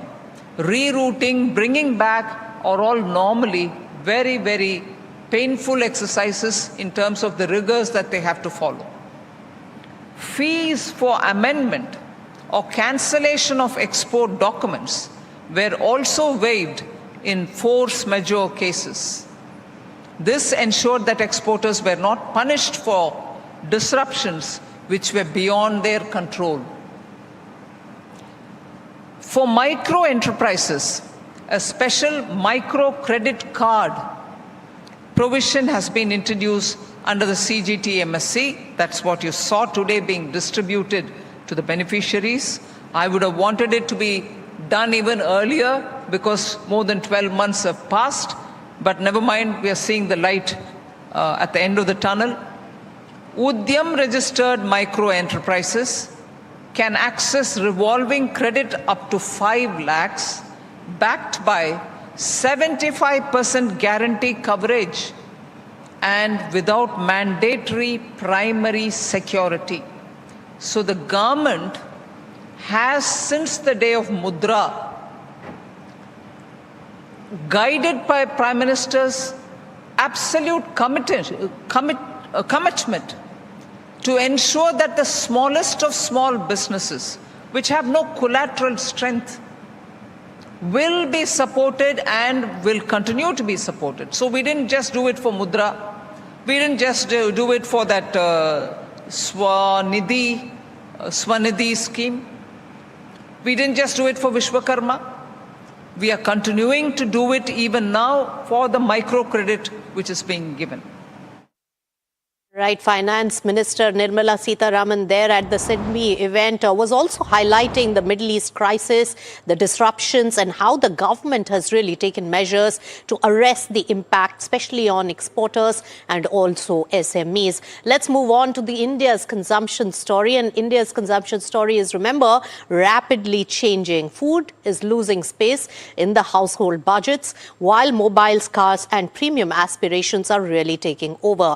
But rising speculation losses, digital frauds and sharp income inequality are also redrawing how India spends. Let's take it straight across to this particular important report being authored by Harsha Upadhyay, who's the CIO at Kotak Mahindra AMC, joining in with more discussion on that. Harsha, always a pleasure to welcome you on NDTV Profit.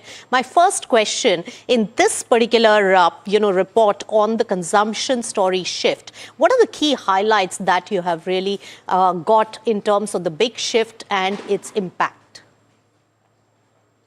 Good afternoon, Nisha. Clearly, as you outlined initially, there has been significant shifts that we are witnessing in terms of the consumption basket when you look at Indian consumption over the last few years or last decade. And that's what we have tried to bring out in this particular research report. What we have seen is as income levels have risen over the last decade or so, more so in terms of income deepening in urban wealthy and rural wealthy, not so much in terms of urban mass market or rural mass market. Having said that, the increase in income has led to change in consumption basket across the board.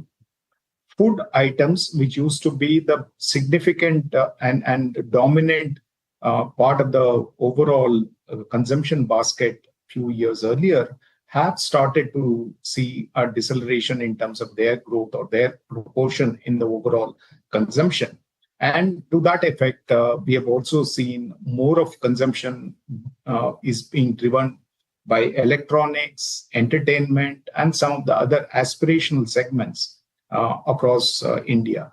So that's what this report highlights. All right. So which are the sectors then, Harsha, given this, are standing to benefit, which have the largest amount of consumption drive coming in? And how does the saving shrinking also impact? Yes, I think savings has shrunk, which is visible in terms of household savings to GDP numbers that we put out in the report, which is also there in the public domain. And of course, over the years, we have seen more of discretionary spend, and that has also kind of impacted the overall savings, right? And yes, I mean, that's a trend that we have seen. Apart from that, if you look at where the discretionary spend has been going, clearly there are categories which are seeing a significant rise in consumption trends. For example, some of the consumer durable segments, including automobiles, is one of those sectors. And electronics is another large segment where consumption has shifted in the recent times. When I say electronics, it would be purchase of phones and other electronics items, as well as how much money that people are spending on data packs as compared to what they used to spend few years earlier. We have seen significant shift in that as well. And of course, all sorts of entertainment is something that is also drawing a lot of money in terms of consumption, whether it is live events, whether it is foreign travel, leisure travel. All of these segments are seeing increased growth rates as compared to, let's say, some of the earlier categories, such as maybe food and cereals and stuff like that. So clearly, as income levels have risen in the country, we have seen more aspirational buying coming through. And those trends are gaining strength year after year, I would say. All right. So, Harsha, of course, the impact of this on the sectors as well as the companies. The report also mentioned that Apple India's revenue may be 2x of rival HUL. And you clearly mentioned that the food products and fast moving there are probably taking a beating, and electronics are taking a better or a larger share of the family budget. What does this particular bit indicate? And also, how would you position if FMCG and food-related companies and their growth trajectory, given the shift in the consumption?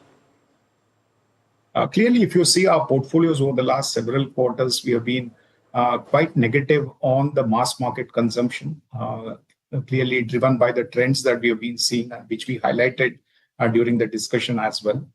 Some of these segments, while they may continue to grow, they may not show very strong growth rates as compared to some of the other aspirational categories. And that's where I think the tilt has to be towards some of the consumption categories which are seen as aspirational, and also some of the enablers which will allow consumers to reach those consumption trends or move into those consumption baskets. So anything like quick commerce, consumer durables, and to a certain extent even automobiles and electronics value chain is something that we think will do much better than mass market FMCG consumption over the next few years in terms of pure volume growth that we see. Right. And finally, also, Harsha, I wanted to understand what are the challenges in this kind of a consumption pattern that you are visible on the ground? And also, what is the future outlook when it comes to the urban and rural consumption? See, clearly, as I said, the elite within urban segment as well as rural segment both have grown at a higher pace as compared to mass markets in those two segments. I think that trend is likely to continue. Maybe a little bit in terms of in the very short term, how rural markets are exposed to monsoon or some of the other economic disruptions is something that we need to keep in mind. Already we have seen some amount of petroleum price increases, and if that impacts consumption, that would be higher in case of a rural segment. And also, if monsoon as expected is going to be weaker in the second half of the season, that may also reduce a little bit of confidence from the rural side in terms of consumption. However, when you look at medium to long term, I don't think there are any negatives as such. I think India is one of the largest consumer markets where the income levels are steadily increasing. So to that extent, it's very natural that you will see higher consumption patterns across the board. And a lot of that would be towards electronics, entertainment, and the ones which will give you a kind of a better experience, for example, travel or live events, etc. So I think the basket will change. However, there could be some short-term impact if there is a slower monsoon this year. Right, Harsha, very well put, because, a lot of global companies have also eyed India because of the consumption story. And this consumption shift also means a little higher ticket size, bill size, and a discretionary spend. That movement is something which will augur well for several sectors which have really entered India. But in the near term, inflation on the ground as well as lower than expected monsoon could be the troubles on the market. Thank you so much, Harsha, for joining us with your take and a very interesting set of data that has been authored by Kotak AMC. With that, we'll slip into a short breather and come back for more of news, views and market action on the other side on Markets at 12.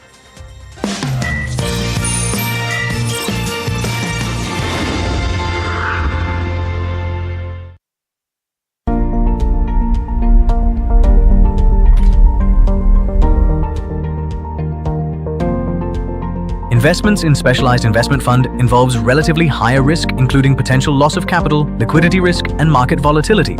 Please read all investment strategy related documents carefully before making the investment decision.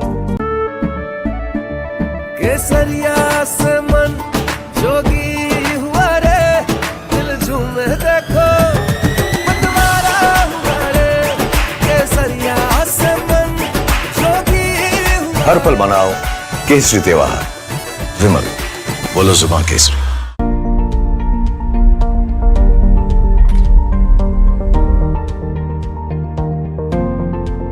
Investments in specialized investment fund involves relatively higher risk, including potential loss of capital, liquidity risk, and market volatility. Please read all investment strategy related documents carefully before making the investment decision. Hi, I'm Tamanna Inamdar. Watch me on NDTV Profit, where I break down the day's biggest business stories. What happened, why it matters, and what it means for your money. Hi, I'm Neeraj Shah. Watch me on NDTV Profit for the most incisive market intelligence and meaningful corporate conversation. And I'm Alex Matthew. Markets, mutual funds, insurance, personal finance. I help you cut through the noise and make smarter financial choices. And here's where you can watch us.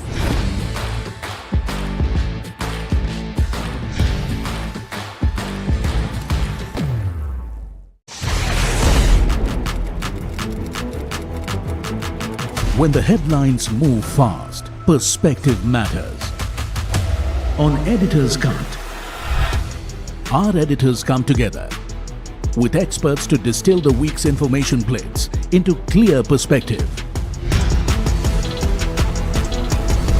Down the stories shaping the world, from markets and the economy to global conflicts and what lies ahead.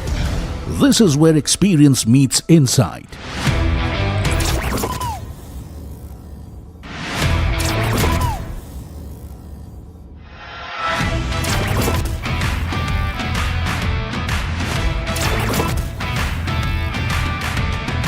No noise, no hype, just sharp takes on what to watch next.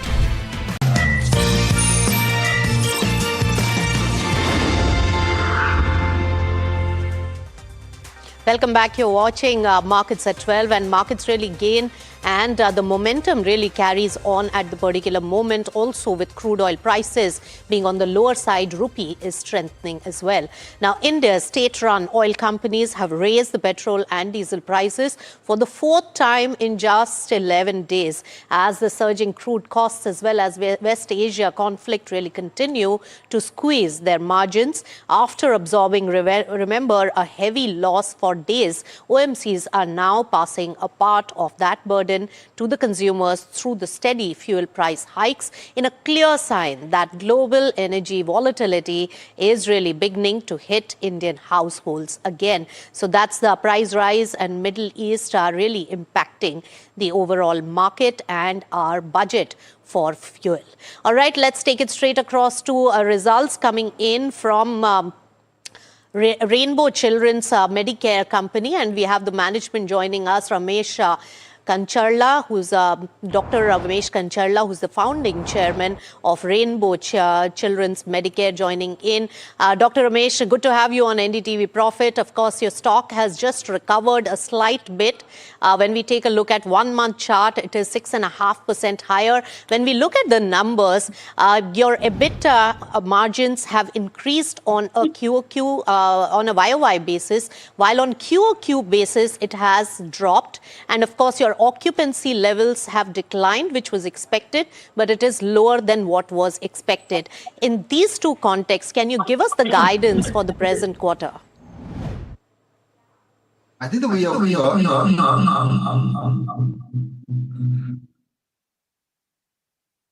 Hello. Yes. All right. So there is a slight difficulty in that particular line. We'll just take you through the numbers of Rainbow Children's Q4 numbers and what really drove the numbers. It was a beat because the expectation was on the lines of lower occupancy. Also, the decline is mainly due to the new beds getting added. So there is an expansionary impact. But on the other hand, there is also efficiency in the operations, which has boosted their margins. But on the other hand, remember, on a YOY basis, even though the margins have increased by about 50 basis points for the company, on a QOQ basis, it has seen a drop. So you'll get the management chatting in a bit from now. And of course, that that particular stock is really down a little over 1% in trade. It was down over 2% some time back. And yes, it is recovering in trade today and paring down those losses. But in a month's time, they have really gained by about 6.5%. So more occupancy and its impact on the numbers, and also the kind of expansion and bed addition that they are looking at is important.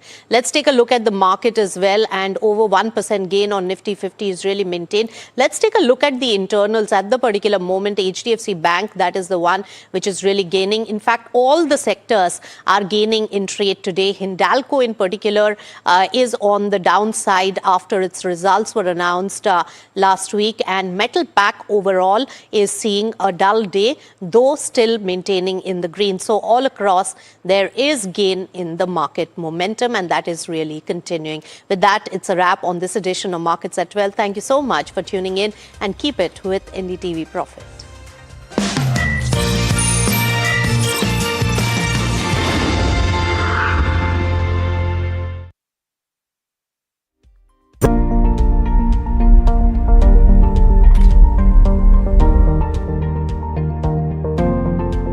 Investments in specialized investment fund involves relatively higher risk, including potential loss of capital, liquidity risk, and market volatility. Please read all investment strategy related documents carefully before making the investment decision.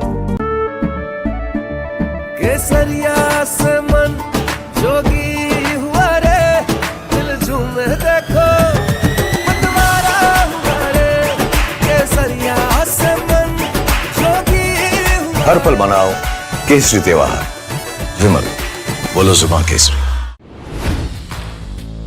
Hi, I'm Tamanna Inamdar. Watch me on NDTV Profit, where I break down the day's biggest business stories. What happened, why it matters, and what it means for your money. Hi, I'm Neeraj Shah. Watch me on NDTV Profit for the most incisive market intelligence and meaningful corporate conversations. And I'm Alex Matthew. Markets, mutual funds, insurance, personal finance. I help you cut through the noise and make smarter financial choices. And here's where you can watch us.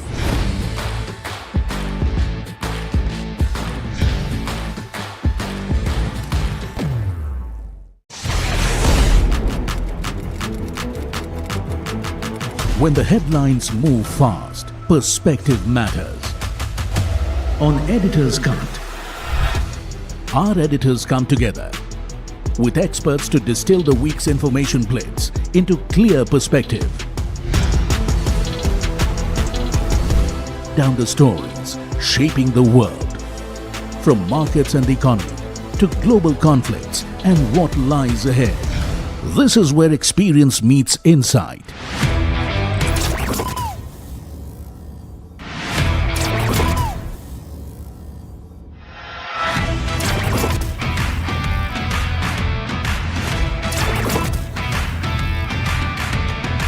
No noise, no hype, just sharp takes on what to watch next. Editor's Cut, every Friday, 3:30 p.m. only on NDTV Profit. Economy, business, world, technology. Noise filtered, numbers decoded. Insights that rewire your worldview. From governance to growth, we connect the dots. Your daily edge, your global advantage. India Business Report with me, Gauri Dwivedi, weeknights on NDTV Profit. He has been tracking markets for over a decade, spots the trends before they hit the screen. And he is now bringing his analysis to the show that the market watches. Watch Sara on Know Your Company, a show that puts the most traded stocks under the scanner. We dissect the company so that you, the investor, don't have to get the management to answer questions relevant to you. Watch Know Your Company weekdays at 11:30 a.m. to understand your next big bet. New year, new power panel, India Market Open. Now in its boldest lineup. This is where the trends get tested and stocks get conviction. I'll recommend a buy call on a stock only when I'm fully convinced on the stock. With a table thumping buy. And when the street wants the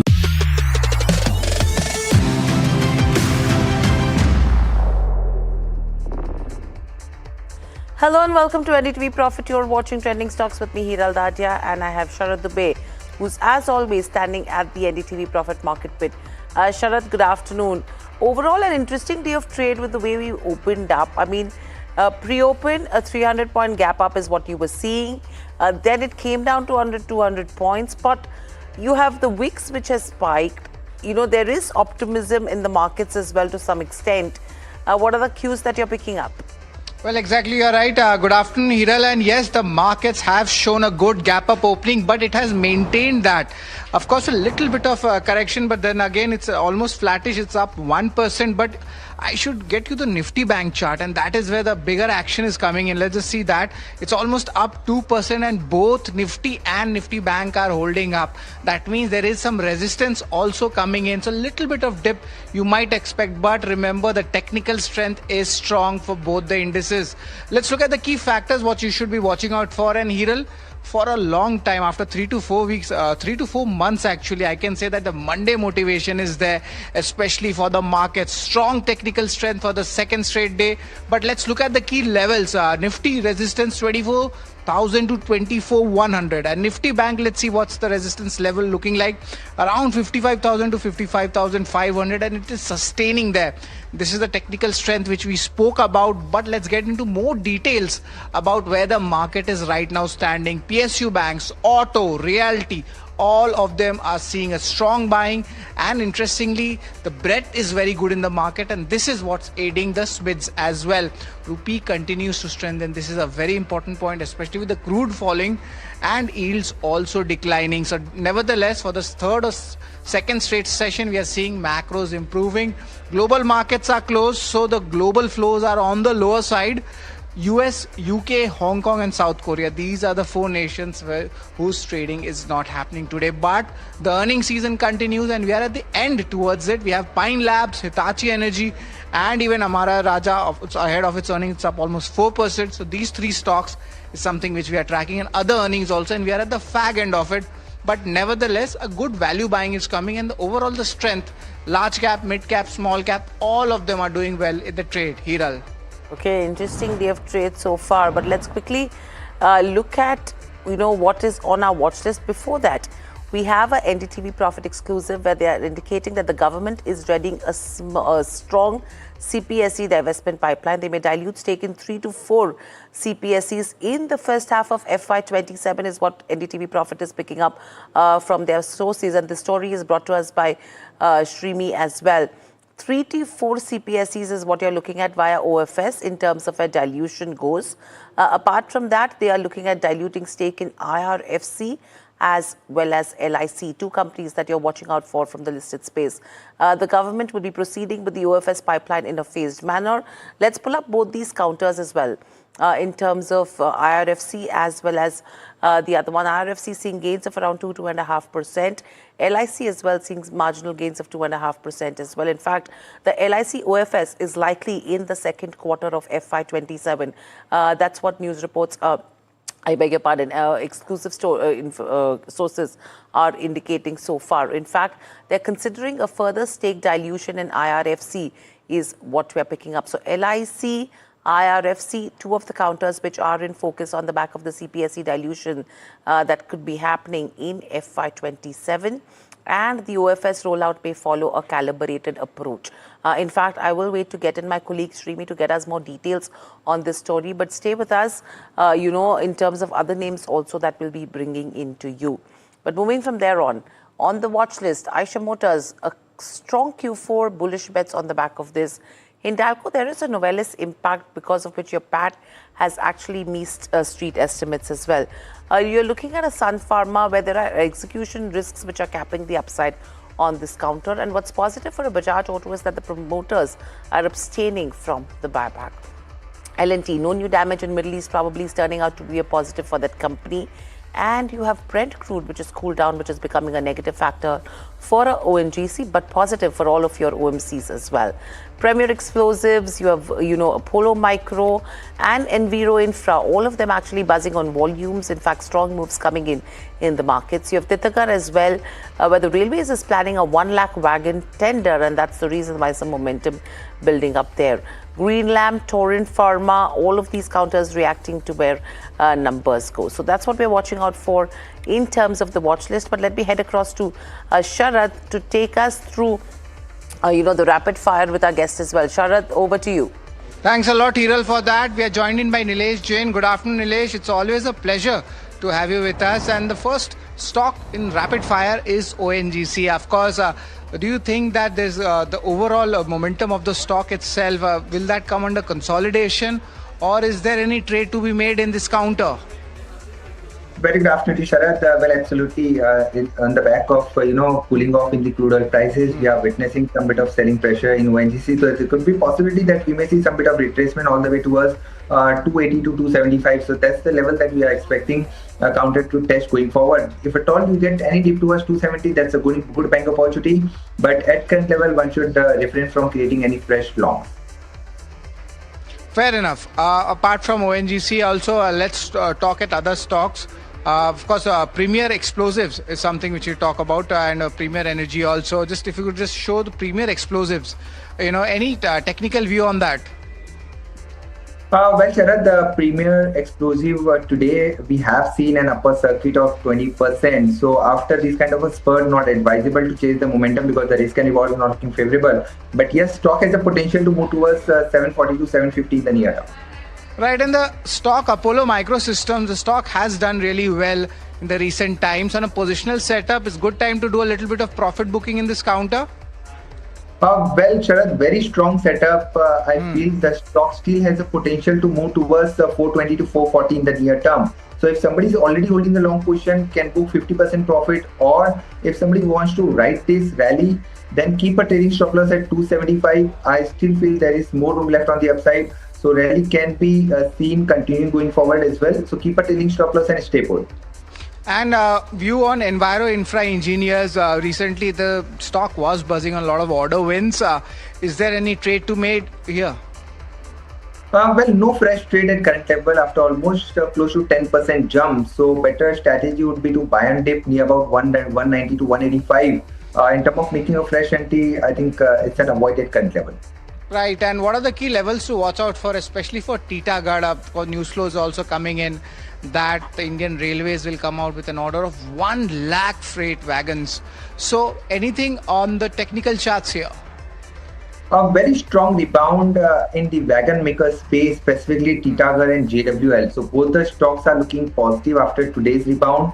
I feel on the upside, if you see as far as Titagarh is concerned, it has taken out its 200-day moving average today. The next level would be 850 to 880, and support is placed at somewhere around 780. So that should be the stop loss, and still has more room left on the upside towards 850 to 880. Nilesh, another stock is Greenlam Industries. A strong turnaround quarter coming in, Street rewarding the stock. On the monthly chart, or even you could say on a long-term chart basis, are we seeing important breakout levels? Well, indeed, we have seen a multi-month falling trend line breakout. So very good setup. But today, from the highs, we have seen some bit of cool off. And historically, if you see, the stock has a tendency to give whipsaw movement. So one has to be careful if somebody is changing the momentum at the high level, not advisable.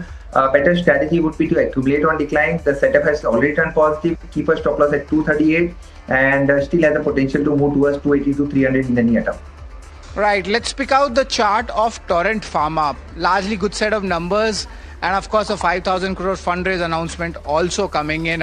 Any important views to track here, and is there a trade to be made? Well, Torrent Pharma, the counter has been in a secular uptrend. In last almost 15-18 years, we have seen a very strong uptick coming in. So broader structure still looks strong, and we may see the levels of 4,800 to 5,000 as well in the near term. So better strategy would be to buy in a staggered manner, keep a stop loss at 4,400, accumulate on decline, and position targets 4,800 to 5,000. All right, that's the end of rapid fire, and now we move on. Hiral, what are the stocks we are gathering in from the trending stocks? Okay, let me get that as well, because last couple of trading days you've seen names like Bharat Forge, Tech Mahindra, a lot of IT companies that were trending on Google Trends. In terms of today's session after the weekend, it's going to be interesting. Bharat Forge today though is at the day's highest levels, but if we can get the stocks which are trending on Google in terms of today's session, that will be interesting to watch out for. I mean, I don't think so we have them yet. There you go. Vodafone Idea, interesting moves there. Eicher Motors, we've spoken about. Hindalco on the back of earnings. Sterlite Tech, JSW Cement is what comes to my radar. Okay, coming to you in terms of Sterlite Tech, yes, it is an order win that you're talking about over here. But how are you looking at the stock on the chart? Sterlite, and then we look at a Vodafone. Well, Hiral, first of all, if you look at this particular counter, Sterlite Technology, we have seen a good jump of 5% today. The structure is gradually turning positive. It has crossed 450 mark. So overall, the broader setup is turning positive, but ideal strategy again would be to buy and decline, and we can expect a move towards the levels of 500 plus as well in the near term. But in terms of making a fresh entry, one should wait for some dip towards 440, 435. That's a good entry point, keeping a stop loss below 420, and positional target in this particular counter coming somewhere around 485 to 500.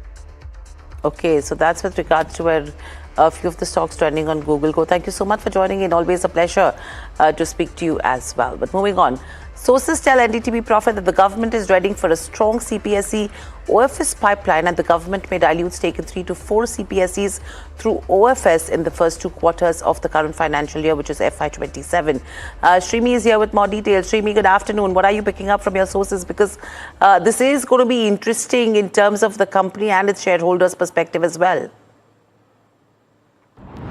Well, that's right. Government has prepared a strong PSU stake sale pipeline for the current financial year and is likely to pursue offer for sale transaction in at least 3 to 4 public sector companies over the first 2 quarters, including the ongoing one, and that's the indication we are getting.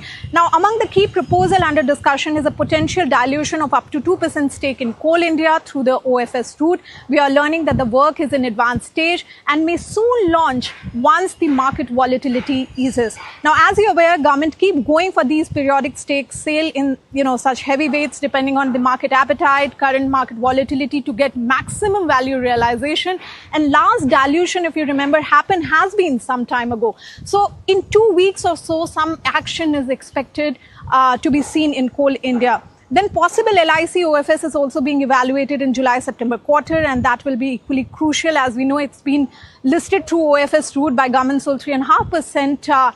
And after almost 4 years, government now looking for further round of dilution, likely with a smaller percentage depending on the market move. Further 2 stake sale, Indian Overseas Bank and Railway Finance Corporation also remain under active consideration, and this is mainly the second round of these 2 PSU after divesting 2.17% stake in IOB in December 25, 2% in IRFC earlier this February. Officials said that the government intends to adopt a calibrated and phased approach towards OFS issuances, given the kind of geopolitical dynamics and broader market stability in mind.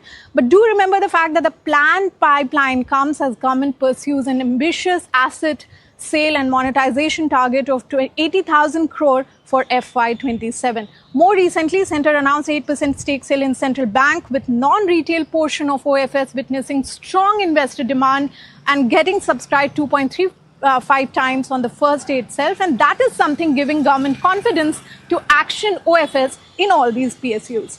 Yeah, and the asset sale and monetization target for the government in FY27 is almost or close to 80,000 odd crore. So that is really a good one to watch out for. Thank you, Shrimi, for that. Let's just quickly address all the stocks that are in focus on the back of this. You have Coal India, you have IOB, you have IRFC, and you have a LIC. 4 stocks that we're talking about. IRFC now is at the day's highest levels. LIC also trading with some smart moves. Coal India, 0.5% uptick coming in there. And you have a IOB, which is up almost 1.3% in trade. So that's with regards to where, the CPSE OFS goes. But let me also now head across to my colleague Varsha. who is with us. But before Varsha will be in conversation with the management of Sun Pharma. If you look at Sun Pharma as well in terms of where earnings are concerned, it's a steady show, inline performance, but the margins are something which have been slightly soft. 0.4% downtick is what you're seeing. It is a miss coming in terms of the profitability front, but the revenues are ahead of, driven by strong performance in India and emerging markets. Let's listen into what the management has to say to Varsha. Let me start with the Q4 numbers, of course, that you delivered 13 to 14% of revenue growth. But, margin, of course, came under pressure. How exactly investors should read the trade-off, between growth and profitability? And when it comes to margin, is this a one-off quarter or, how one should expect margins going forward, maybe in FY27? So as you mentioned, the growth for the quarter as well as a full year has been pretty good overall, driven by multiple businesses, starting from India business, emerging markets, our innovative medicines growth overall across the globe. Having said that, during Q4, we had seen certain upticks in terms of cost, which we also mentioned during our call out in the conference call on Friday. These we believe are some of those should get normalized as we go along. Not one specific item, but there are multiple of these that had come in during the quarter. Therefore, on normalization of these costs, we should see that the margins would be more or less in line with our past trends. So we are expecting normalization of margins back to 30%, and you will be seeing that improvement going forward quarter on quarter. Am I right? No, I'm not suggesting that the margins will get normalized to 30%. Your question was specifically in terms of some one-off costs that had come in Q4. My response was specifically to that. Ma'am, onto the US formulation, of course, grew only 4 to 5% because of the pricing pressure and competition. What's the outlook when it comes to this segment? What will be the key drivers, to re-accelerate the US growth? The US obviously consists of two specific segments for us. One is the innovative medicines, the other one is the generics. On the innovative medicines front, we have seen a good growth. And overall, during the year also, we have seen a growth compared to on a year-on-year basis. Having said that, the generics business had seen a pretty soft year and a soft quarter, mainly driven by margin pressures that we have seen in the generics business. The pressure on pricing, we expect to continue even in the coming months and years. And the strategy from our standpoint is to see how we can focus more on our innovative medicines and grow. At the same time, as we launch new products in the generics, it will offset the degrowth due to pricing pressures in that particular business segment. Right. And I'm also, talking about the Illumia and specialty portfolio. How confident are you when it comes to sustaining this double-digit growth that you've seen in, Illumia and specialty portfolio? If you could, comment on that as well. See, all our products in the innovative medicines portfolio have done pretty well during the year. And we have been able to launch Illumia in about 40 markets overall till date. Some of the launches that have happened in the emerging markets, albeit is a low base, has helped in growing this particular product. Similarly, our other specialty products or innovative medicines products like Cequa, Odomzo, Winlevi, Levulan, all of them have been doing pretty well in their respective markets. We will continue to focus on this, and as we work through the prescriber base and we are able to provide the product with the right safety and efficacy to the patients, we expect the growth to continue. And speaking of Illumia only, the sales have reached $796 million, which is up, 17% year on year. What's the peak potential? I don't want the exact number, but, anything on that if you could, help our viewers with. No, we are not looking at a specific number for peak potential. Intent is obviously to grow this particular product.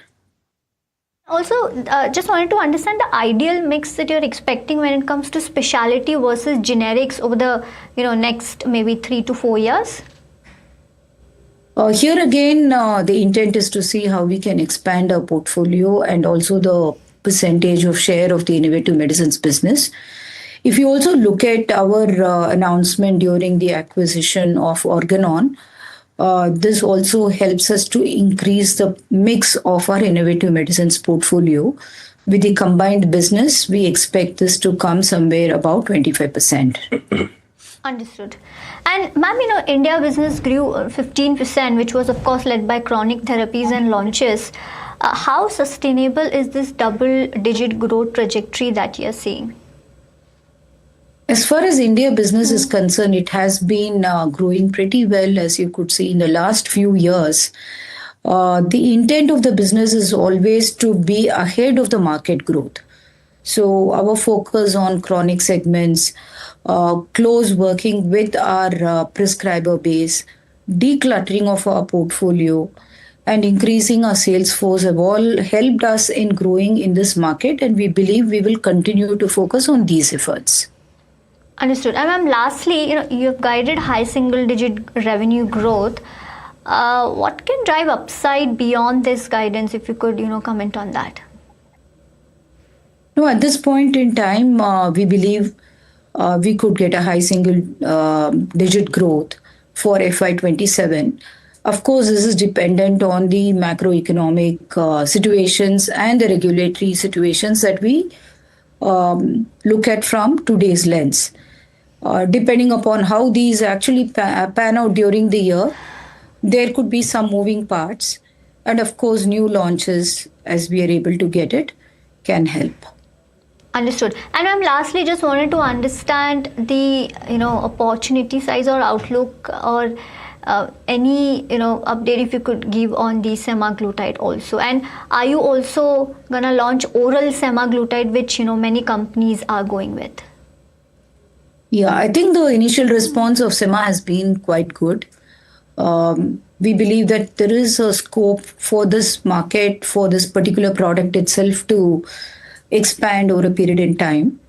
The product has been launched only in March, and therefore it's just a couple of months since the product has been in the market. We believe in a period of, say, about 6 months, there will be more traction to this molecule overall. Having said that, we are also looking into getting our regulatory approvals for launching the oral SEMA in this market.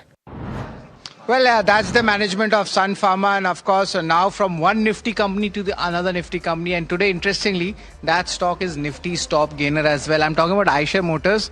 Why the stock is up? Of course it's the earnings, but there's some details to it. Puneet is here with us. Puneet, take us through these numbers and what the brokerages are talking about.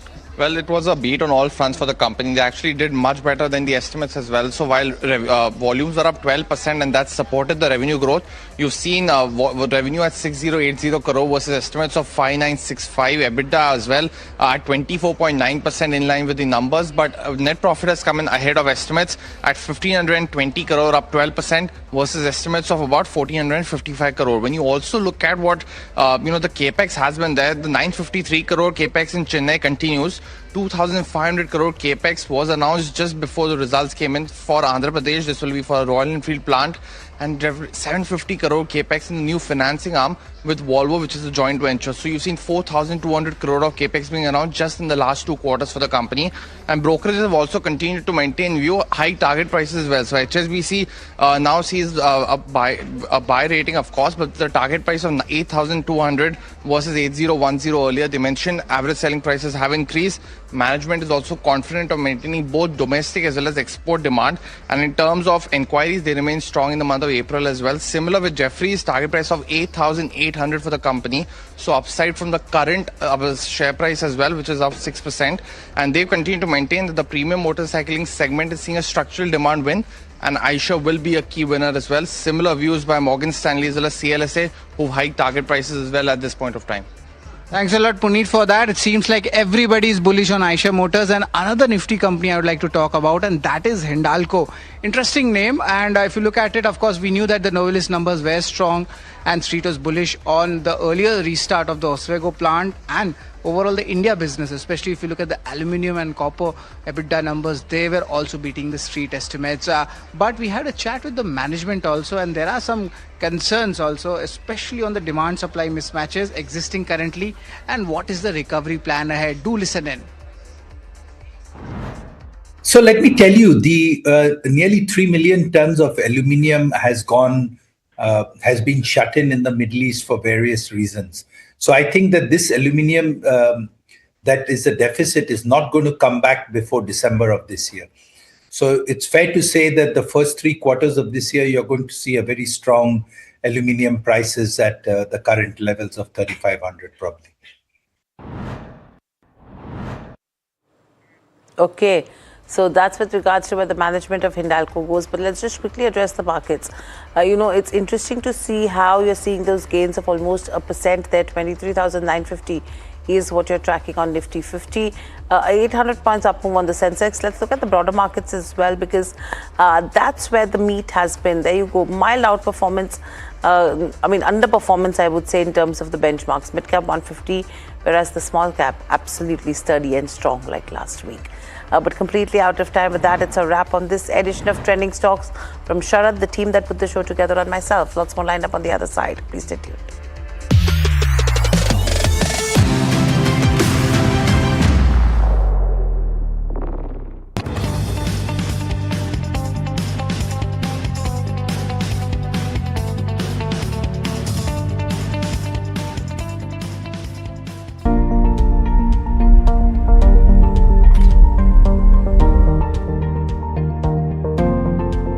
Investments in specialized investment fund involves relatively higher risk, including potential loss of capital, liquidity risk, and market volatility.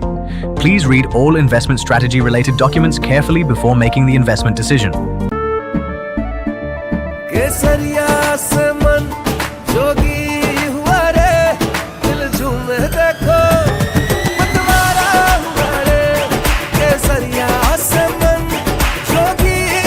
हर पल मनाओ केसरी त्योहार विमल बोलो जुबान Kesari. Hi, I'm Tamanna Inamdar. Watch me on NDTV Profit, where I break down the day's biggest business stories. What happened, why it matters, and what it means for your money. Hi, I'm Neeraj Shah. Watch me on NDTV Profit for the most incisive market intelligence and meaningful corporate conversations. And I'm Alex Matthew. Markets, mutual funds, insurance, personal finance. I help you cut through the noise and make smarter financial choices. And here's where you can watch us.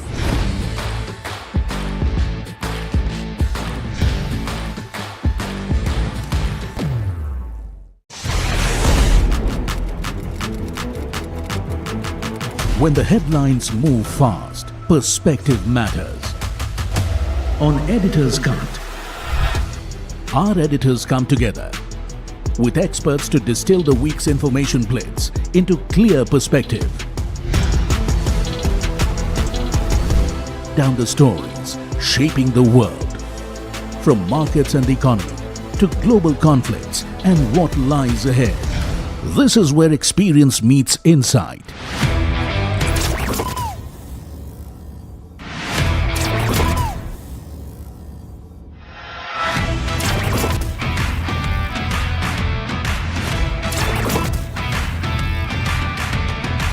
No noise, no hype, just sharp takes on what to watch next. Editor's Cut, every Friday, 3:30 p.m. only on NDTV Profit. Economy, business, world, technology. Noise filtered, numbers decoded. Insights that rewire your worldview. From governance to growth, we connect the dots. Your daily edge, your global advantage.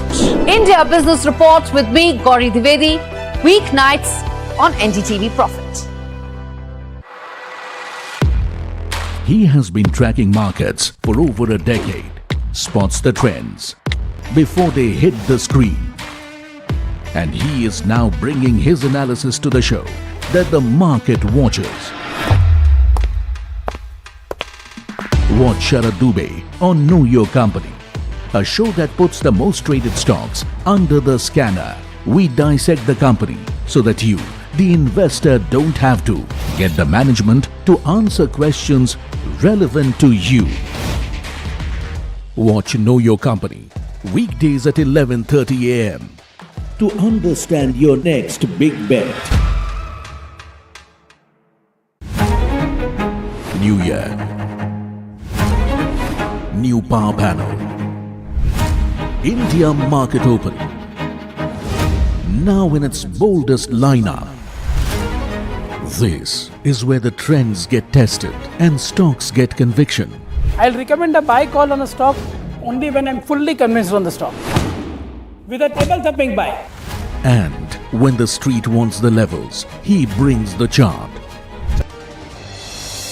Benchmark started the week on strong footing with the Nifty gaining close to 250 points and Sensex jumping over 900 points as well. All major sectors are in the green with PSU banks, financial services and autos leading the pack. Meanwhile, oil prices stumbled below $100 a barrel as hopes of a US-Iran deal eased fears around Hormuz supply disruptions, though key sticking points still remain. Shares of oil marketing companies jump after petrol and diesel prices were hiked for the fourth time in just 11 days amid the ongoing Iran war. With the latest hike of over 2 rupee, petrol prices have crossed 100 rupee per litre in the national capital. The rupee extended gains and hovered near the day's high as cooling crude prices and improving risk appetite lifted currency sentiment as well.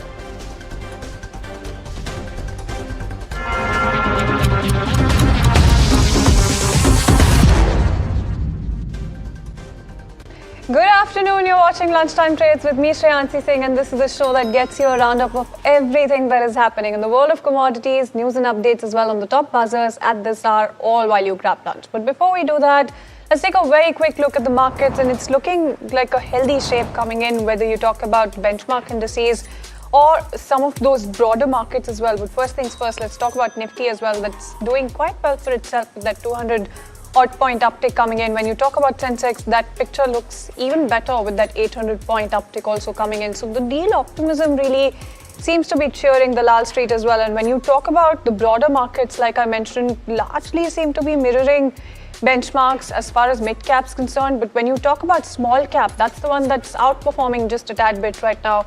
That said, let's quickly take a look at the sectoral picture as well. That's tilted very sharply in the favor of green as well. So you're looking at all of these sectors doing quite well for themselves, barring something like an FMCG, pharma as well. Those are the two sectors that are not doing all that well right now. Other than that, PSU banks, financial services, bank, auto, realty, all of those sectors leading the pack with gains anywhere between 1.5% to about 2%. Let's also quickly talk about some of the gainers from within the Nifty 50 pack as well. So Eicher Motors standing out with that 5% uptick coming in. Adani Enterprises, Bajaj Finance, Tata Motors, PV, Shriram Finance and heavyweight HDFC Bank also with that 2% uptick coming in. So it's looking like a decent picture when you talk about some of the losers from within the Nifty 50 pack. Something like a Max Healthcare, Hindalco, ONGC and Tata Consumer makes it to that list. It is, of course, the OMCs that are also buzzing away in trade on the back of that fourth price hike coming in just about 12 days, 12 days as well. In terms of that price hike, you're looking at the second price hike in a row that is, a big one. So the quantum that you're looking at is quite interesting, and that's something that we'll be talking about in greater detail as well. But before that, let's get you a check in terms of why this is happening as well. Let's talk about crude prices now. Of course, crude right now has pulled back just a little bit, but you're seeing that $100 a barrel level for Brent also really being lost, as you can see on your screen. So about $98. When it comes to Brent WTI, it's much weaker. $91 is what you're looking at, and it's down about 4 to 5%, even despite some of those cues really capping the gains, the losses as well, because you do have supply disruptions that still continue to linger. And that's also something that you're looking out for. But as of now, crude is taking a hit from the deal optimism. And let's get you some more insights in terms of how you should be looking at crude prices, also gold prices, with that rebound also really reflecting through. Let's get Dinesh Somani, founder Pro IntelliTrade Services, to join the show as well, and he's going to be talking about how this entire roadmap seems to be changing a little bit, Mr. Somani. You know, when you talk about crude prices, and we were just talking about the $100 a barrel level the last time that we spoke being a very important level as well. Just wanted to try and understand if you think that there's more pain in store for crude as well, because deal optimism really is not showing all that well for oil prices. Yes, definitely. $100 mark was definitely a sentimental level. It got broken today.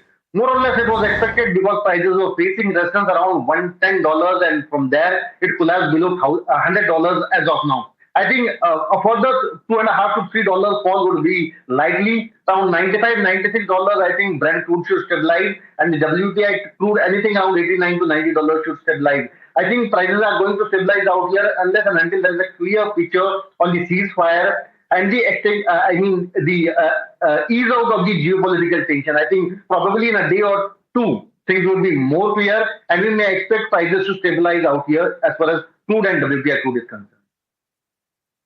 No, absolutely, you know, and that makes a lot of sense in terms of how we should be looking at prices as well right now. But I also wanted to try and understand what you think about where from here, right? Do you think that, as President Trump as well has highlighted, that prices are going to be falling as, like a rock, and you're going to see crude prices at levels that you haven't seen in recent times after the deal optimism really comes through and there's an actual deal that comes by? What do you think about that? What are the worst case scenarios that you're pricing in right now?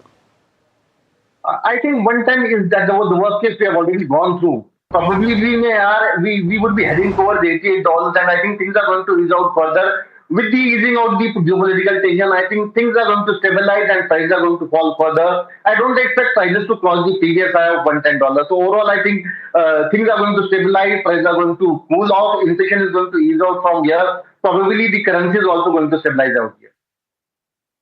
And thank you so much for helping us out understand in terms of what really is happening with prices, right? But going forward as well, Mr. Somani, do you think that higher for longer oil prices is something that you're penciling in at this point in time? I think they've already gone through the worst things.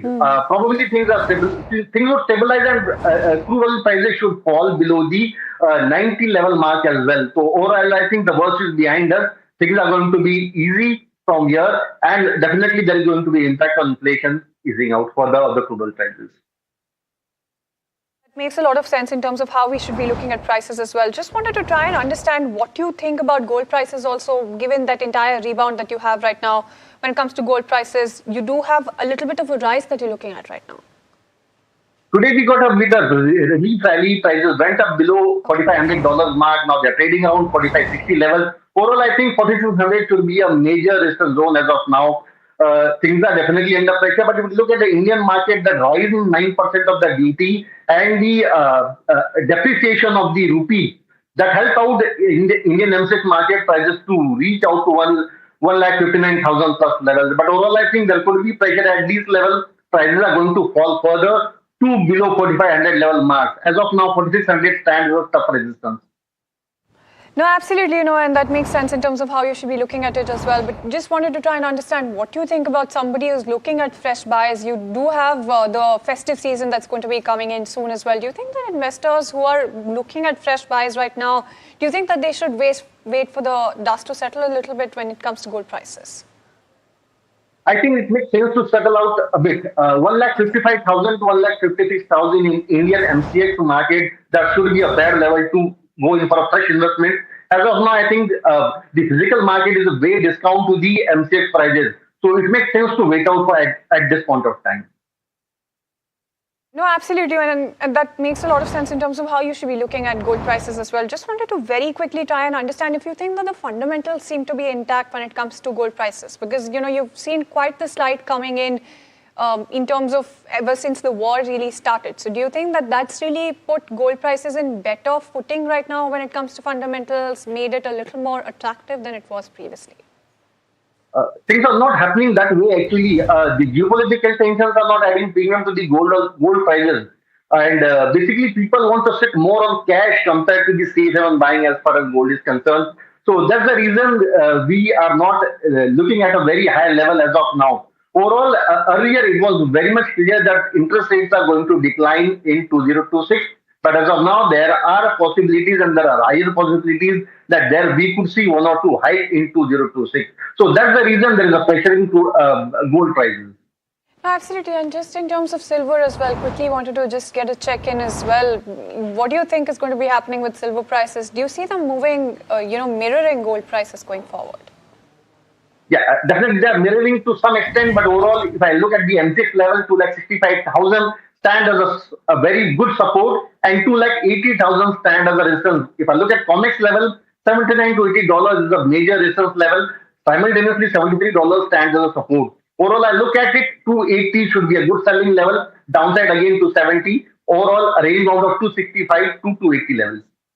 No, absolutely, and just wanted to get a very quick check also going as far as copper is concerned before we let you go. Is there anything that's seeming attractive beyond, gold, silver, and some of your precious metals when it comes to industrial metals, be it copper or any other metal? As far as copper is concerned, I think it is again range-bound in line with the silver prices. 1330 downside is a good support and 1355 is a resistance as of now. A movement on the either side will decide the direction, but compared to copper, I feel aluminum and zinc are performing very well. From the levels of 300 to 390, almost a 30% gain in last 70 to 80 odd days in aluminum and zinc as well. They are performing very well. I think to 368 level is a good and attractive level to buy zinc. Overall, expecting a target of 380 plus. And simultaneously, aluminum, anything around 380, 382 level with upside target of 404. No, absolutely, and thank you so much, Mr. Somani, for taking time out and joining us this afternoon. So there you go, that's exactly what you should be expecting, not when it comes to precious metals, but also some of those industrial metals as well. So what's continuing to remain attractive right now is aluminum and zinc as well when it comes to commodities. In terms of gold prices, you should wait for the dust to settle right now if you're looking at fresh buys. Hold off for a bit and deploy that capital a little later when the dust settles. So that's the word coming in from Mr. Somani as well. But let's also move on and talk about NDTV Profit's Danish Anand, who's spoken to Manoj Kumar Dubey, CMD IRFC. Let's go across and listen in to a slice of that conversation. Well, we have been joined by Mr. Manoj Kumar Dubey. He is a CMD of IRFC. So many thanks for speaking to NDTV Profit. If we talk about the government's plan to come out with another OFS for IRFC in February, so we saw that there was very diluted response from the investors. What sort of appetite are you expecting this time? So this is not a question for me, this is for Government of India. But to put facts on record, we sold around 1.77% of share at 104 price of the share, and it was very good response from the institutional side. Going forward, you see, I can assure about the good numbers from the company. As you saw the results of annual year FY26 that we published, my PAT grew by 8%. It crossed the 7,000 crore magical mark. We are doing well in all the aspects, and without any pipeline which was there for the last 2 years, we could sanction more than 75,000 crore asset in last year, and we could disperse more than 35,000 crore. So that momentum that we set in last FY in going forward, you see in the first quarter itself, we have signed an agreement of 13,500 crore, which all will be dispersed in Q1. So this kind of deals, which we were really working very hard from the last year, are showing the fruits. And going forward, rest be assured, if company is doing well, if its order book is very strong, if its parameters like net interest margin, everything growing fast, so government will have a good time to see if they really want to sell the shares, and the office should have good attractive participation also. So your company works on a cost plus lease model, and you primarily work with the Indian Railways, but the margins are not that good for the company, right? So are you in talks with the Railway Ministry to work on the margins? I mean, that is the beautiful thing that we are experiencing for the last FY. You know, Indian Railways for the last 3 years, because they are getting all their requirement of capex from government budgetary support, they are not taking money from us for the last 3 years. But we have the mandate to go out overall railway ecosystem and fund. What beautifully happened to us is that with the same kind of asset which are in the government system as secure as it used to be the railways, my margin has gone threefold. So we are competing in the market for the assets of Maharatna CPSEs or cherry-picked state governments. or this metro railway also, the margins are nearly 2 to 3x than what I used to get from Indian Railways. So there is a diversification mode now, and there will be a mode lying for Indian Railways. Yes, Indian Railways, when we are doing with them, the margin would remain fixed, but the diversification asset that we are garnering now is giving me a very high margin, nearly 2 to 3% of 3 times of what I used to get from the railways. So it is having a very positive impact on my net interest margin as well as my profit after tax. Sir, as far as the guidance for asset growth is concerned, what is the guidance that you can give for FY27? And as far as disbursement is concerned, could you elaborate on that? So you see, the first year of diversification was toughest year for us. When we gave a guidance of 60,000 of sanction of asset and 30,000 of disbursement. Against that guidance, we exceeded it by sanctioning nearly 75,000 crore of assets and nearly 35,000 crore of disbursement. Now that is the benchmark for me and my team going forward in this year. And we are sure that the way we have started with this particular deal, which is a very big deal of nearly 14,000 crore, we are going to exceed those benchmarks of last year. And what guidance I have given is that for this FY, my asset under management should touch 5 lakh crore magical mark. And there you go. So that's the word coming in terms of that OFS as well, and the entire plan as far as this entire space is also concerned. But let's also move on and get your consumption check going. India Inc. is set to witness a decline when it comes to discretionary spending as consumers really get cautious on the back of fuel hikes, inflation worries and supply woes as well. How is this going to impact key players? Sesha Sen is joining us with some more details.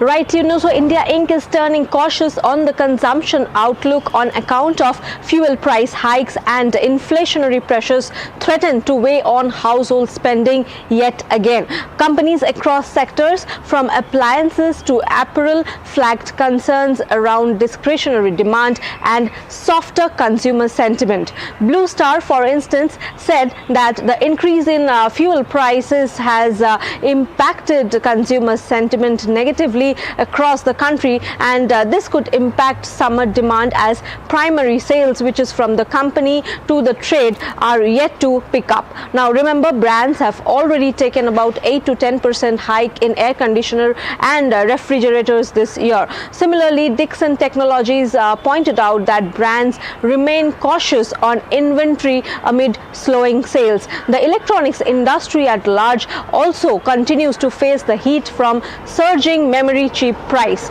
Now separately, Counterpoint Research has cut its smartphone sales forecast for this year, and it now expects volume to fall 12% versus earlier estimate of a 10% decline. Now apparel players have also raised similar concerns. V-Mart Retail warned a large share of need-based purchases could come under pressure if inflation persists. Shoppers Stop also said that while demand improved from mid-February through April and early May, the rising fuel and raw material cost could now begin to hurt spending in the short term. Arvind, thank you so much for joining us with all of those details. But with that in mind, let's take a look at some of these stocks that are buzzing away in trade and some of the ones that are under pressure. So there's actually 3 companies, Hindalco as well as DV Slabs, and there's a lot of counters like Colgate-Palmolive as well that are trading with a downtick. All 3 of these companies trading with a downtick of over 2%, as you can see on your screens as well. Sharad joins in with an update in terms of what the earnings look like. Sharad.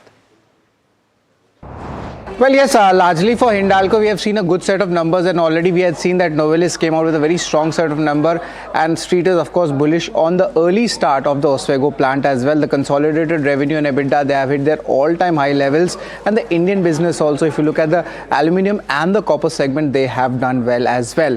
Apart from this, Divis Labs, a largely inline set of numbers coming in, and the growth is steady. Overall, this is driven by the custom synthesis segment. That's where the performance has been there. PAT, if you look at it, that's also going on the higher other income as well. Management has stated that there will be a double-digit growth going ahead, and peptides and contrast media, That is something which will be a key future driver as well. Net numbers have been largely in line. An interesting name, Colgate-Palmolive Developers, comes to the list. Of course, a little bit of execution and lumpiness is there. That's why you're seeing the lower side on the numbers, but the operational numbers are pretty strong. Looking at the collections, it's up 18% on a year-on-year basis, and realizations is up 21% on a year-on-year basis. And there's a bullish commentary coming on the management, especially on their outlook. Of course, if you change the one-off adjustments, the profitability shows a 16% year-on-year basis. So these are the stocks which should be on your radar today. All right, then thank you so much, Sara, for joining us with all of those details. Market regulator SEBI has once again cracked down on influencers accused of using social media platforms to dupe retail investors, issuing an interim order against a group alleged to have manipulated stock prices through coordinated recommendations. In fact, Nimit joining in with all of those important details. Yes, so the main issue here is that sometimes the more expensive than the stocks that you buy is actually the misplaced trust you may place on the person who's recommending those stocks. And what you may think is a great stock tip is often an exit strategy for someone really smart pushing that stock. That's what the SEBI found here in a very interesting and very important case where a large Gupta family was essentially buying stocks, then pushing them up, and then recommending them so that people would sell, so that they can sell them and make a lot of money. Profits up to 50 crores, we'll see that. First, let's understand the family. The main person involved here is Mr. Hemant Gupta.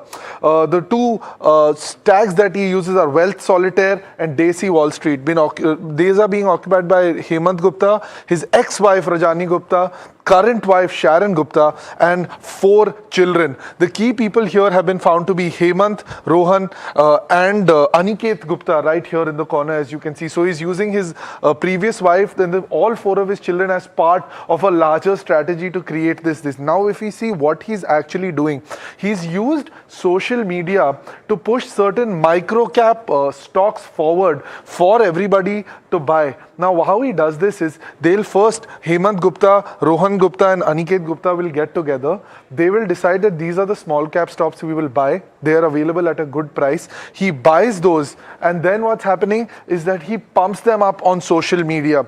On social media, he used terms like multi-bagger and stuff to get retail investors to buy those stocks. And if you build enough of a clout and sell those and buy all those stocks, that price jumps up.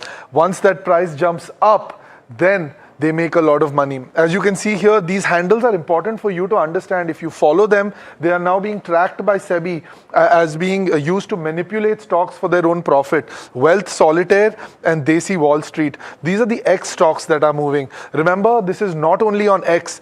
Telegram, WhatsApp has also been used, and Instagram, other social media, SEBI points out, has also been used to circulate these stocks. How many stocks are we talking about here? In SEBI's investigation, we find that 82 stocks promoted before, coordinatedly promoted by this Gupta family were used to create the profits that were built in here. Some of the key stocks will now come on to the screen next to you.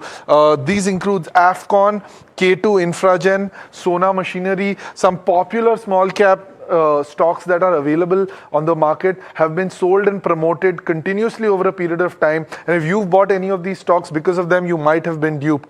Remember the prices. Now let's see the extent of how they've gone. If you see the prices here, they jumped 20 and in some cases 70% after promotional messaging. That's the value of an influencer today. That's what they do. They allegedly made 20 crore plus. Remember, this is still an allegation. SEBI is still cracking down. The investigation is ongoing. But SEBI has found concrete evidence, and that's why it's put it out. Bank and Demans accounts of these people have been frozen. They've used terms like no-brainer. Remember these terms when you see them next time. No-brainer, multi-bagger, and ready to fly. You make sure that you track these terms next time you walk it. Now, of course, SEBI's action has resulted in bank and Demat accounts being frozen here. And the retail investors really need to remember that trust should not be built on followers, but needs to be built on facts. No, absolutely, and thank you so much, Nimit, for joining us with the highlight of that as well. Let's also move on and talk about price hikes as well, because price hikes is something that you're seeing yet again. Let's get in Prabal Sen, BP Equity Research, ICICI Securities, to join us with some more insights. Mr. Sen, I wanted to first start by trying and understanding if you expect more price hikes at this point in time. That's one. And two, post price hikes, what losses do you think OMCs are making right now? Okay, so first question in terms of whether further price hikes are to be expected, I think it really depends on what OMCs are looking at as an acceptable level of loss, or if they are looking to get to a break-even level. If you look at calculations in terms of at least our calculations, and everybody has their own estimates, our sense is that losses post this price hike are down to about 2 to 3 rupee, or about 5 odd rupees for petrol, and somewhere around just give me a second please. So around 5 odd rupees for petrol, and about 8.5 rupees for diesel. So there is still some way to go to basically get to break-even levels as far as retail losses are concerned. Of course, this can also reduce if crude prices and product prices themselves reduce. We are hearing reports that a possible resolution of the Iran-US conflict is something that is possible. I think the US president and reports coming in suggest that they are close to some sort of an arrangement which could reopen the strait. So if that happens, then of course, all of this discussion is moot. But as of now, losses have reduced quite sharply, even with assumptions of some sort of refinery transfer price capping, which we have been hearing. Even after that, losses still remain material, and more, about 8 to 10 rupees more of price hikes could be needed. No, absolutely, and it does look like a long road to recovery from here on as well. But Mr. Sen, I'm quite curious in terms of considering this particular price hike, how much more should crude in your eyes fall from current levels for OMCs to start making profit on sale of petrol and diesel then? So the math is very simple. Every dollar change in product prices, let's keep crude aside for a minute because, the spreads of the products keep changing. But if you look at international product prices, let's say gasoline and diesel, every dollar change in that necessitates around a 53 paisa change to keep margins at the same level. So if you think in those terms, what I mentioned earlier, between 5 to 6 rupees of losses for petrol and between 8 to 8.5 rupees of losses still for diesel, which essentially means somewhere between $12 reduction in gasoline prices and somewhere in the range of around $15 to $16 reduction in diesel prices, international diesel prices, will essentially get us to break even at this point of time. Absolutely, and just to put a number to this as well in terms of a time frame, just very quickly wanted to try and get a sense of how much time do you think, as per your estimates, is going to be taking for that road to recovery to really pan out? I wish I had a definitive answer to that. Estimates suggest that once the strait actually normalizes, most estimates suggest that it would basically take anywhere between 2 to 4 months for the flows to actually normalize to pre-war levels. That is not to say that the prices will take that much time to normalize, but the actual physical flows will require a little bit more time than you would think, because there's a lot of damage to facilities. There could be insurance readjustments, there could be vessel availability, and all of those constraints. So 2 to 4 months of time for flows to normalize. Prices may normalize if the strait, let's say, reopens next week. Just to give an example, you would probably see a price reaction within the next couple of weeks, or maybe 3 to 4 weeks, for prices to maybe come back to maybe $80, $85 levels. That would be our sense. But, that's judgment at the moment. Yes. No, sir, and it is just as definitive as it gets with all of the uncertainty lingering as well. Thank you so much for taking time out and joining us this afternoon. So there you go. That's the entire update coming in terms of OMCs and what you should be penciling in. But that's all the time that we have on the show for now. Thank you so much for tuning in.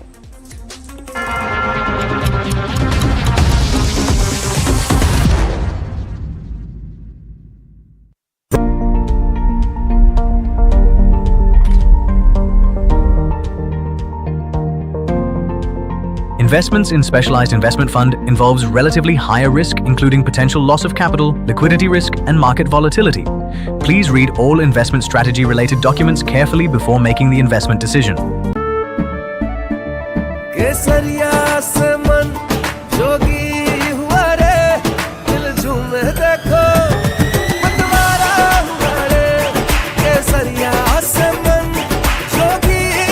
हर पल मनाओ केसरी त्योहार विमल बोलो जुबान Kesari. Hi, I'm Tamanna Inamdar. Watch me on NDTV Profit, where I break down the day's biggest business stories. What happened, why it matters, and what it means for your money. Hi, I'm Neeraj Shah. Watch me on NDTV Profit for the most incisive market intelligence and meaningful corporate conversations. And I'm Alex Matthew. Markets, mutual funds, insurance, personal finance. I help you cut through the noise and make smarter financial choices. And here's where you can watch us.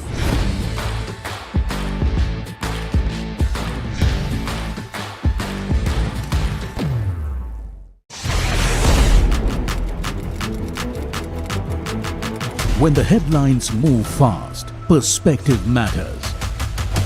On Editor's Cut, our editors come together with experts to distill the week's information blitz into clear perspective. Down the stories shaping the world, from markets and the economy to global conflicts and what lies ahead. This is where experience meets insight.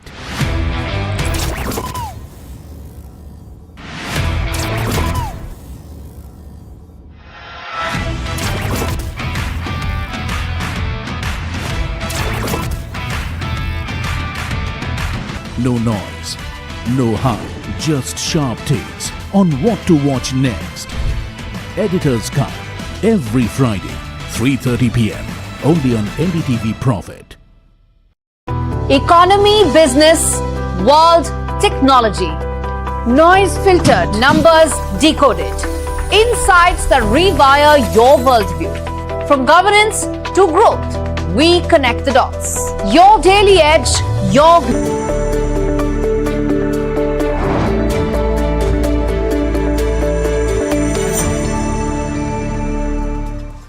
Good afternoon, you're watching Small Cap Buzzers on NDTV Profit with me Somit Sarkar and my co-anchor Mahima. In the next half an hour, we'll take you through the most important small cap stocks that have been buzzing in trade today, either in the back of price, volume or earnings. Firstly, what we'll be doing on the show, we'll be speaking with two managements. One management where we are seeing a sharp downtick on the share prices, while the other one will be where we are seeing a sharp uptick in the share prices. The first one is Excelsoft. The stock is down.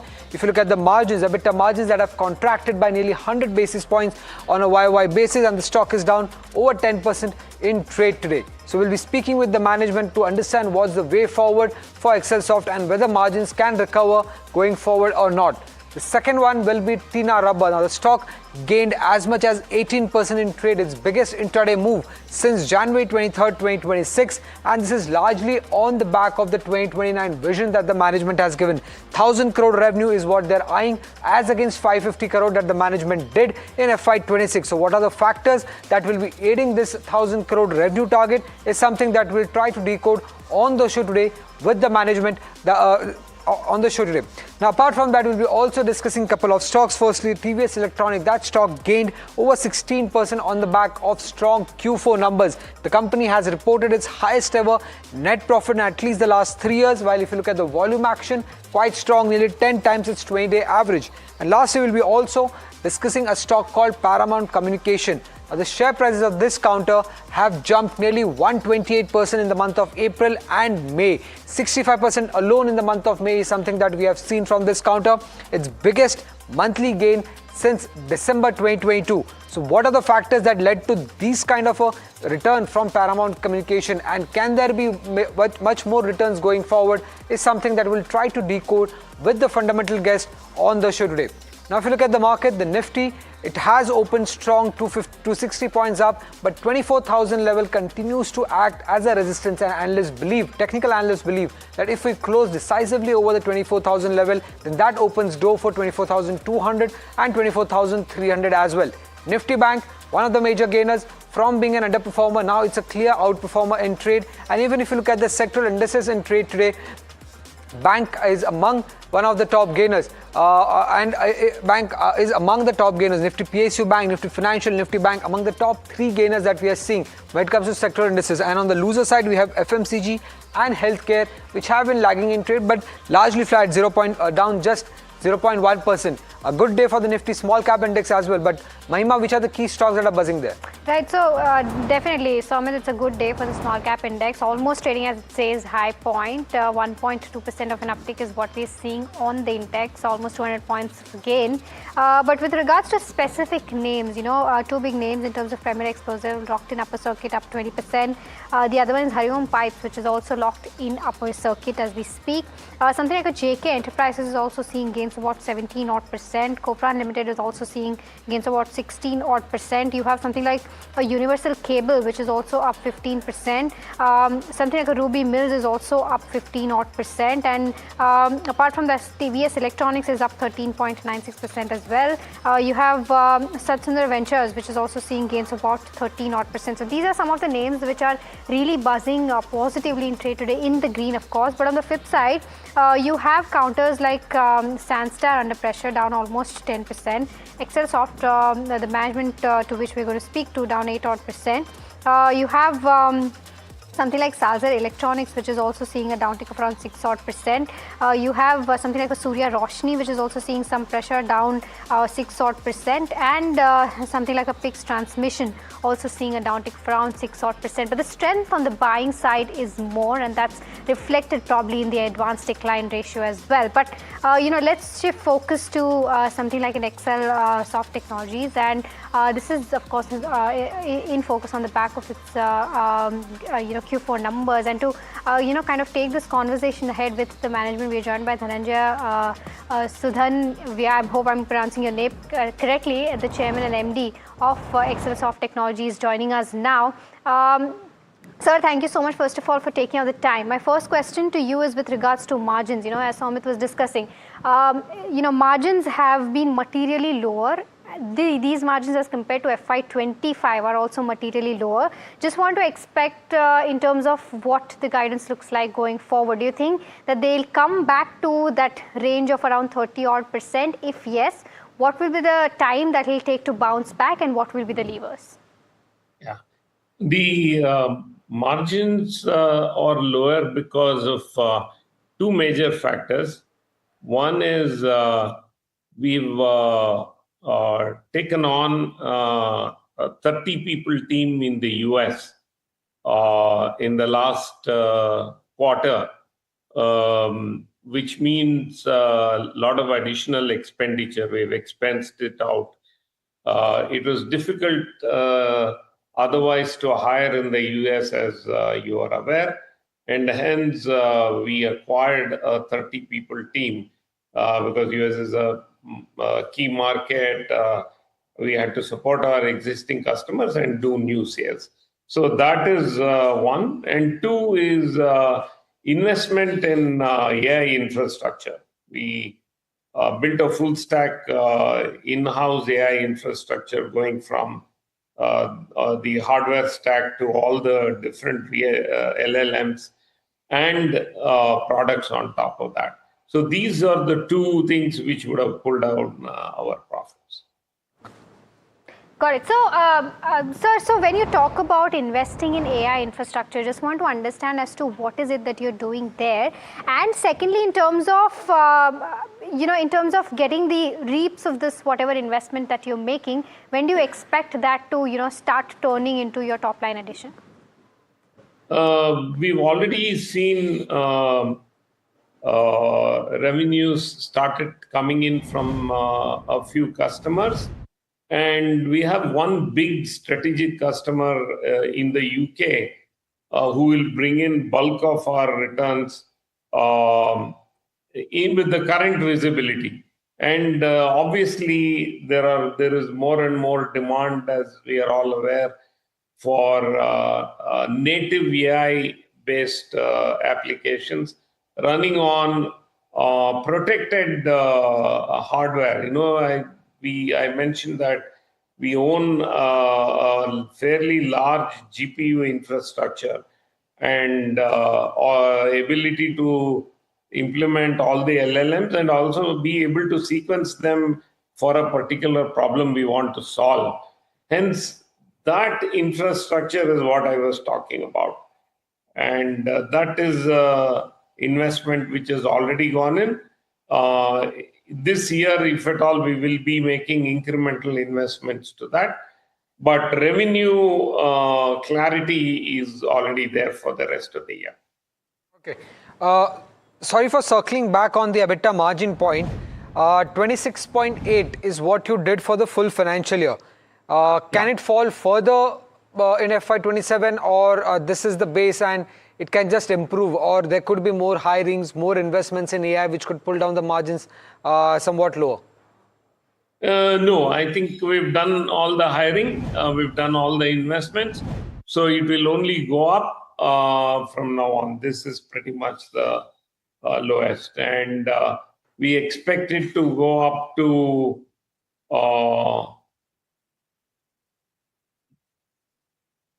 31%, right? Yeah.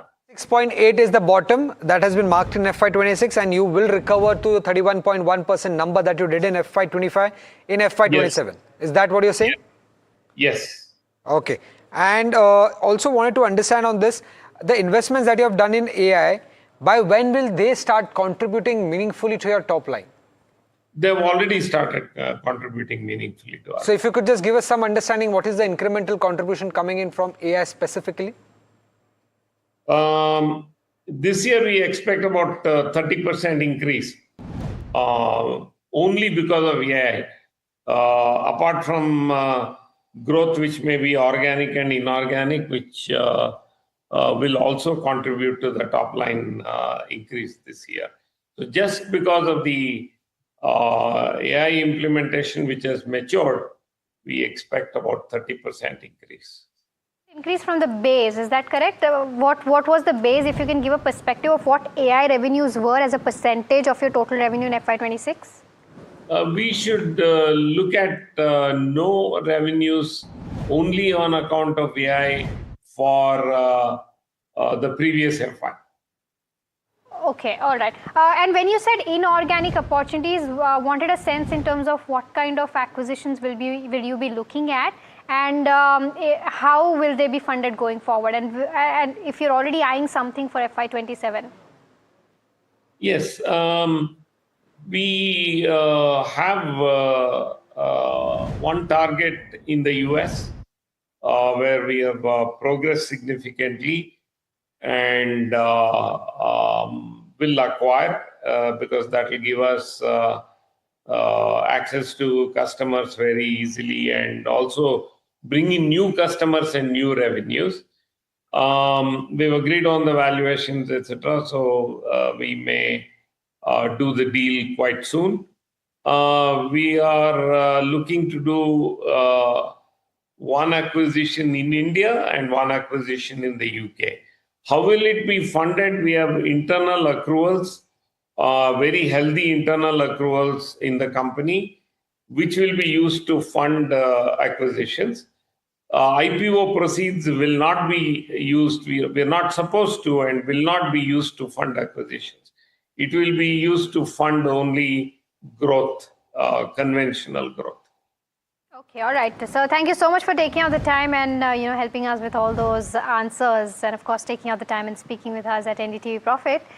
With that, let me also welcome in Narendra Solanki, Head Fundamental Research Investment Services at Anand Rathi Shares and Stock Brokers, joining us now.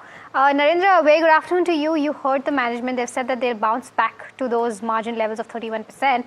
Plus, they've also said that they're looking forward to two acquisitions, one in India and one globally. Any perspective if you can give on this counter? Yeah, good afternoon. We also have a positive view on the company because the space in which it is operating, it is in a very unique space, which is offering SaaS services for learning and assessment solution, and the company is working with a market clients such as Pearson's, AQA, CQI, SM Learning, and has a significant strong position in the North America as well as in Indo.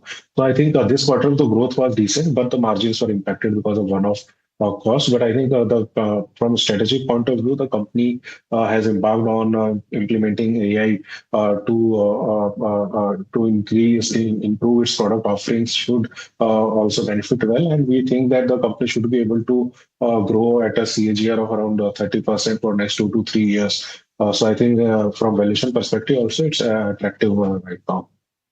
Right. Before we move on to our next management on the show, let's slip into a short break and we'll get more news on the other side.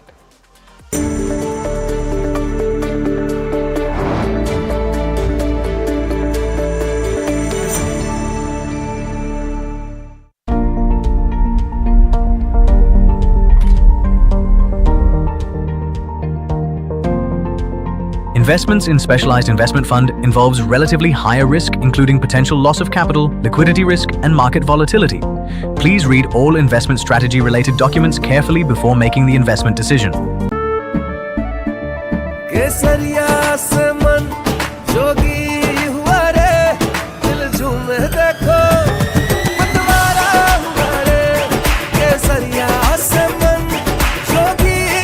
हर पल मनाओ केसरी त्योहार विमल बोलो जुबान Kesari. Hi, I'm Tamanna Inamdar. Watch me on NDTV Profit, where I break down the day's biggest business stories. What happened, why it matters, and what it means for your money. Hi, I'm Neeraj Shah. Watch me on NDTV Profit for the most incisive market intelligence and meaningful corporate conversation. And I'm Alex Matthew. Markets, mutual funds, insurance, personal finance. I help you cut through the noise and make smarter financial choices. And here's where you can watch us.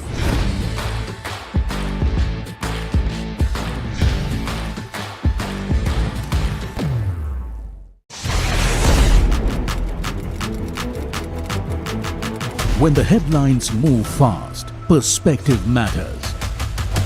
On Editor's Cut, our editors come together with experts to distill the week's information plates into clear perspective.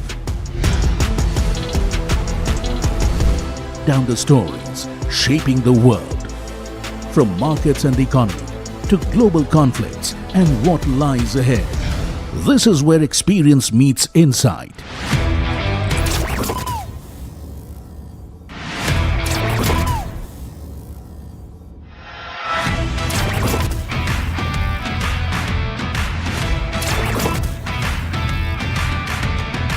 No noise, no hype, just sharp takes on what to watch next. Editor's Cut, every Friday, 3:30 p.m. only on NDTV Profit. Economy, business, world, technology. Noise filtered, numbers decoded. Insights that rewire your worldview. From governance to growth, we connect the dots. Your daily edge, your global advantage. India Business Report with me, Gauri Dwivedi, weeknights on NDTV Profit. He has been tracking markets for over a decade, spots the trends before they hit the screen. And he is now bringing his analysis to the show that the market watches. Watch Sharad Dubey on Know Your Company, a show that puts the most traded stocks under the scanner. We dissect the company so that you, the investor, don't have to. Get the management to answer questions relevant to you. Watch Know Your Company, weekdays at 11:30 a.m. to understand your next big bet. New year,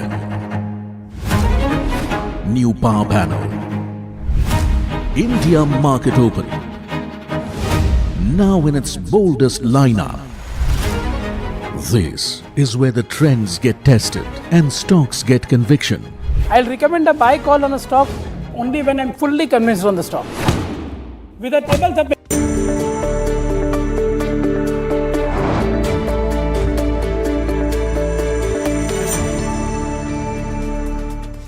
Welcome back. You're watching Small Cap Buzzers here at NDTV Profit. Now, before we talk to our next management, let's take a quick look as to how the F&O setup is looking like. And we have Sara joining by to give us exactly a view on that. Sara? Well, yes, it's a great day for the markets, and looking at the technical setup for the last 2 to 3 sessions, the hints were there of good momentum, and today we are seeing proper basket buying of large caps, and after a lot of days, especially on a Monday, we are seeing this good news happening. Largely, Bankex is doing much better than Sensex if you look at it. And stock-specific moves, let's see where the long build-up is happening. No major concern on the losers also. Eicher Motors on back of earnings. Adani Group stocks also doing really well. Adani Enterprise up almost 5% as well. Let's see what comes in short covering. As I mentioned, Adani Power is up 6%, and GAIL also we are seeing a good volume buying happening. Let's move on to long unwinding. Not much of a trade, and of course ONGC Oil India, as expected on the low crude prices, are seeing downtick in their prices. And lastly, I would like to mention the short build-up. Nykaa is there, InfoEdge is there, of course a little bit of selling in the platform, but it's not that convincing. But it's a day of green today in the entire FNO space and the Smith space. Thank you, Sharath, for that. Moving on to our next management, Gaurav Sekhri, the Joint Managing Director of Tina Rubber. The stock has perked up in trade, sir, on the back of the guidance that you have given for 2029. 1,000 crore is the top line guidance that you have given, and this is nearly double of what you are doing right now. What are the factors that will lead to this kind of growth? Is there a more capacity that is coming on stream? Is this higher prices, higher volumes? What is that factor? Good afternoon, and thank you for having me on your show. We've done a QIP last year. We raised about 80 crores, and along with internal accruals, we've done approximately 110 odd crores of capex in the company in FY26. So some of those spends will now start showing results even in FY27. And that is what will get us to our vision of 1,000 crores by FY29. Okay. Gaurav, hi. Mahima also joining the side. Just want to understand in terms of, your margins. You've said that by 29, your margins will be around that 18% mark, if I'm not wrong. You've already made that shift to, higher margin products. Just want to understand as to how that trajectory will look like. And do you think that beyond that 18% is also possible in the next 3 years? Hi, Mahima. We feel comfortable, maintaining the 18% outlook we've given. Because, invariably, some of the new projects that you take up, new capacities you set up, the expenses are always front-ended. So I think even with some efficiencies that we will get, I believe 18% is a number we are comfortable with. We have achieved it already. And I expect that we will be able to maintain it comfortably and possibly do better. But, hard to predict that today. And Gaurav, what about your capacity utilizations? Where do they stand right now, considering the new capacity also into consideration? So the new plant set up in Varale in Maharashtra is now operating at 80%. Our capacity utilizations are improving. We're already quite close to optimal levels in our older plants in Panipat and Chennai. So they are operating quite nicely. But there is still some scope of debottlenecking, if not at a full plant level, but at specific verticals. So we are continuing to work on that. Fortunately, market is supportive and we are seeing good, robust demand. Our stock turnover ratio, etc., continues to be very efficient. So that gives us a lot of confidence. So then more capacity additions is on the cards in the next 2 or 3 odd years? For sure. For sure. I mean, we are also focusing on ramping up our business outside India. We are taking our learnings from India and taking them outside India. We've proven ourselves by operating Oman successfully in the Middle East. And now we have consent to build a plant in Saudi. Of course, because of these Middle East tensions, we have deferred the plan by a few months. We thought it prudent to do so. But the overall logic and merit remains intact. And of course, we've started South Africa, taken some baby steps there. And intention is to continue to invest there and build a full recycling ecosystem in these countries. If you could just take us through what is your current order book and what is the execution timeline for the order book. I believe last time you had won a big order from IOCL. Anything similar this time around? So our customer base is between 3 or 4 different applications. We call them industrial applications, which is your organized large consumers like the tire companies, conveyor belting businesses. The visibility of that business is usually quarter on quarter, not longer than that. But the business for infra segment, we tend to have slightly better outlook. And the order you're referring to, the Indian Oil order where we modify their bitumen, that has just got renewed for the next 2 years. So that is very much a surety. In fact, supportive of that, I must say that because of these crises in Middle East and the tightness of supply on bitumen, on which our government and our country is already dependent on imports, and in line with the Prime Minister's vision, I believe our government should increase its usage of recycled rubber into roads. I hope that happens. I mean, it makes all the merit and logic, and that will help and support our business tremendously. One more thing that I wanted to check with you is, as you were mentioning, because of the Middle East crisis, anything that impacts your raw material side, any inflation there, are you able to pass it on? Sure. So we have seen higher freight rates, some disruption in logistics, etc. But we have got, I think, adequately compensated because on the other hand, the demand for recycled materials, I believe, has gone up, will go up, because all your virgin polymers, synthetic rubber, etc., have all become very expensive. So there's higher degree of motivation amongst the industry to use recycled materials, and we are seeing that. Gaurav, just one last question from my end. I believe that in the next 1 or 2 years, you're going to do almost 100 crores of capex, if I'm not wrong. How will that be funded? Because, as far as I know, your cash balance stood at just around 4 odd crore in FY26. So I believe that you'll be borrowing funds or you'll be doing it via debt. See, we will have strong internal accruals. We are a good, strong cash generating business, but we are in high capex cycle because we have this ambition to grow and the market is giving us the opportunity to grow. I believe we should be able to manage most of the capex of this 100 crores over next 2 years. You're right on the number. We should be able to manage with internal accruals and possibly a little bit of debt. I mean, our debt equity ratios are very, very well poised. We are very comfortable with them. So if need be, we would not hesitate, to take a little bit more debt. Okay, Gaurav, thank you so much, for answering those questions for us and taking out the time and speaking with us. Thank you. Thank you for having me on your show. With that, viewers, we're completely out of time on this edition of Small Cap Buzzers. But if you've got stock-related questions, then do stay tuned. The next show is Ask Profit.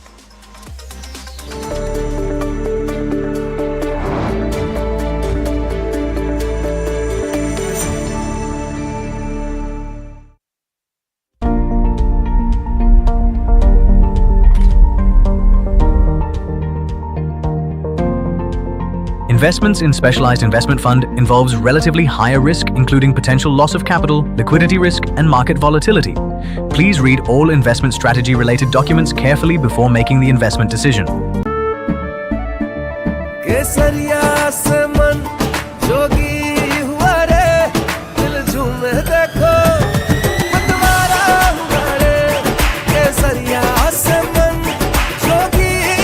हर पल मनाओ केसरी त्योहार विमल बोलो जुबान Kesari. Hi, I'm Tamanna Inamdar.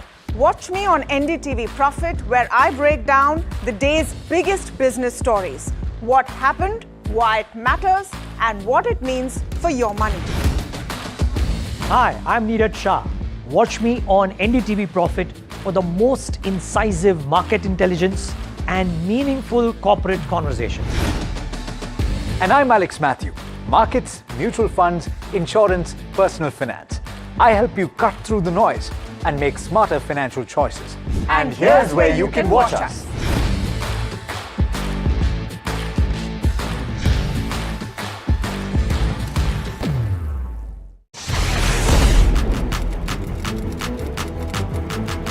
When the headlines move fast, perspective matters. On Editor's Cut, our editors come together with experts to distill the week's information plates into clear perspective. Down the stories shaping the world, from markets and the economy to global conflicts and what lies ahead. This is where experience meets insight.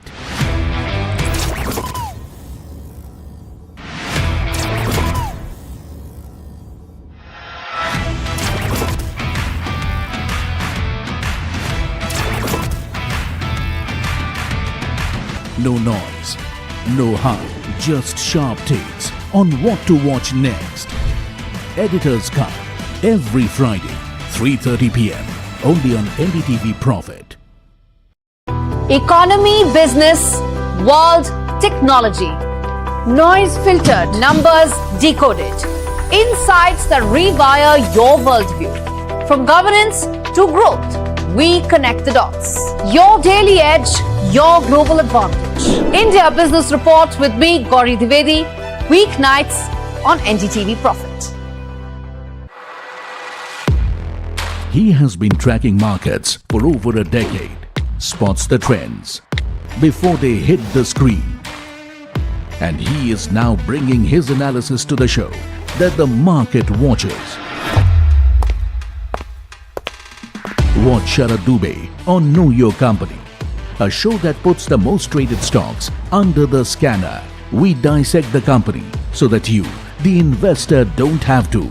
Get the management to answer questions relevant to you.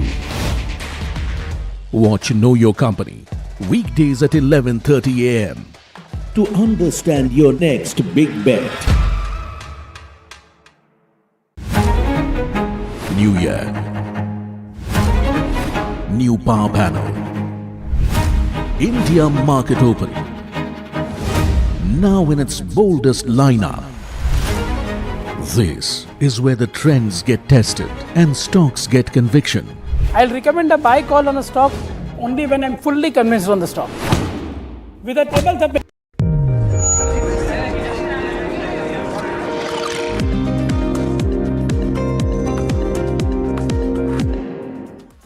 Welcome back. You're watching NDTV Profit, and this is a show that gets all your stock-related queries answered. And you're watching, of course, Ask Profit. I'm Mahima Vachharani, and with me is Puneet Zaveri, and we are going to help solve all your stock-related questions. But for that, you'll have to call us or WhatsApp us with all your stock-related queries on the numbers that are flashing on your screen up there. But before we start doing that, a quick look as to how the markets are doing.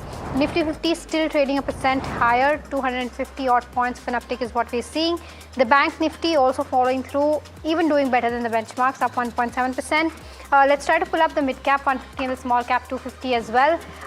Slightly underperforming the benchmarks, but the mid-cap 150 is up 0.7 odd percent, and the small-cap 250, however, is almost in tandem with the benchmark, so up by about 1.1 odd percent.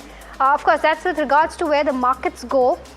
But let's start taking all your stock-related questions. We've got our first question. By the way, to answer all of these questions, we are joined by Nirav Ashar, Head of Equity Research at Latin Manhala Securities, joining us now. Nirav, a very good afternoon to you. The first question that we have is from V. Murli, who's writing us from Bengaluru, asking about Hitachi Energy. He's bought it at the levels of 35,990, and he wants to know whether he can continue to hold the 15 shares that he's already bought. Nirav, your view on this one? Good afternoon, and thank you for the invite. All the three players in the T&D power T&D space, that is Hitachi Energy, Siemens Energy, and GE Vernova T&D are a screaming hold. So I think you should continue to hold the stock. All right, the next one that we have is on Bank of Maharashtra. Shankar from Bengaluru says that whether he can go ahead and invest in Bank of Maharashtra. He's planning to buy around 1,000 odd shares. He's looking at a target from a slightly short-term perspective, but wants fundamental view on this one. Nirav, both fundamental analysts as well as technical analysts have been talking about this counter and suggesting this counter. Do you think there's more steam left now to kind of enter the counter? Well, I think a good part of the performance has been factored into the price at this point of time. But it is going to be very interesting going forward how the performance of the bank is going to improve or not. And I think there is a strong amount of interest in the stock. So I think he should buy the stock with a medium-term perspective. All right, the next one that we have is from Radha Krishnan, who's writing us from Kochi, asking about NBCC or IRCON. Which one is a better bet right now from a long-term perspective? Nirav, your view? From a long-term perspective, I think I would go with NBCC because they have a better quality prospects in terms of real estate and the kind of contracts which they back, and there is a possibility of getting better margins. Let's go across and take the next stock-related query now, and this one's coming in on Chennai Petro. bought by a viewer, Jaideep, at 1,074. Let's pull up that counter quickly.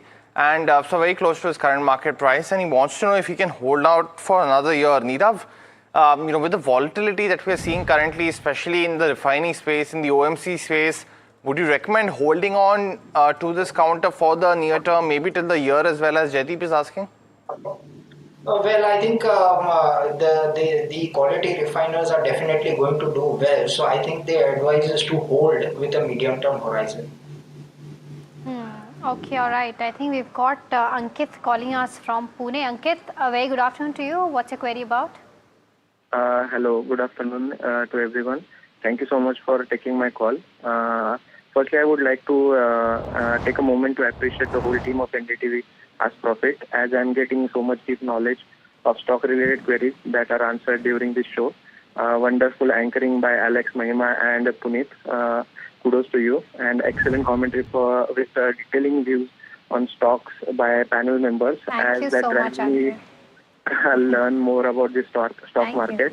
So my query is on QPay. QPay. I have 500 stocks in my portfolio with average price of 44.96. Okay.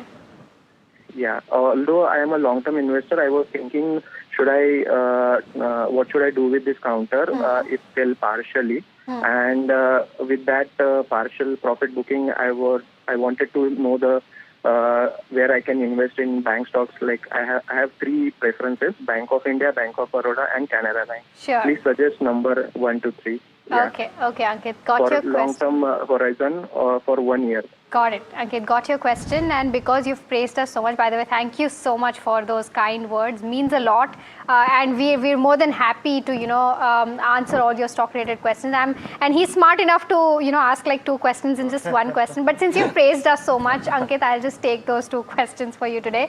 Nirav, he's already sitting on handsome profits right now. What he's saying is that whether he can go ahead and book partial profits and invest in one of the banks he mentioned. Any view on this one? Well, I think it's advisable to hold on to the stock. That is the first part, because having made such handsome gains and with the stock doing so well, I think there's no reason to consider an exit from that. But still, if he wants to book some gains and he's looking at some banking stocks, then I think in order of priority, it will be Bank of Baroda, Canara Bank and Bank of India. That view, Nirav, but let me also welcome in Vishnukant Upadhyay, AVP Research at Advisory Master Capital Services. AVP Research and Advisory at Master Capital Services. Vishnu, very good afternoon to you. Thanks so much for joining in. Let me go across and take the next query now. This one's coming in on Apollo Microsystems, bought in way back in April of 2025 from a viewer in Bangalore at 118. So sitting on massive profits for this counter. That's up 11% today. Nirav, what would you recommend our viewer to do? Because sitting on massive gains, as I mentioned, would you just continue the ride with this particular stock? What's your opinion? Well, it is advisable to hold at this point of time, because there have been many new areas which Apollo Microsystems will be entering, and I think FY27 is going to be far more exciting in terms of performance. So the advice would be to hold. Okay, all right. The next one that we have is coming in from, this is from Miss Sabita, who's writing us from Hyderabad. She says she's holding both PFC and REC and wants to know if she can exit REC and add more of PFC. Vishnukant, your view on this one? Hi, very good afternoon. Well, so PFC is looking quite good. The stock has, declined around more than 10 or 12% from its recent 2-week high, and currently it is just taking support around a very crucial horizontal price zone. So I believe one should hold PFC, or one can do averaging as well, with keeping the stop loss below 422. On the higher side, I'm expecting 463, 475 sort of levels can be on card very soon. Okay, so that's the view coming in on both REC and PFC. But viewers as well as panelists, it's time to slip into a very, very short break. But don't go anywhere. We'll be right back answering more queries on the other side.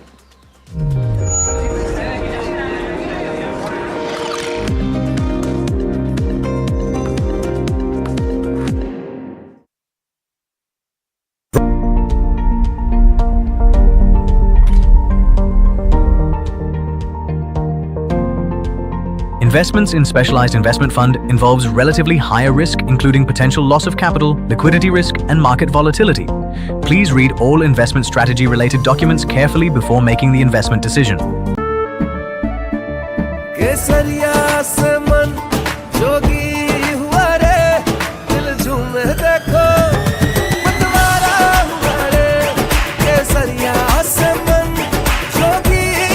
हर पल मनाओ केसरी त्योहार विमल बोलो जुबान Kesari. Hi, I'm Tamanna Inamdar. Watch me on NDTV Profit, where I break down the day's biggest business stories.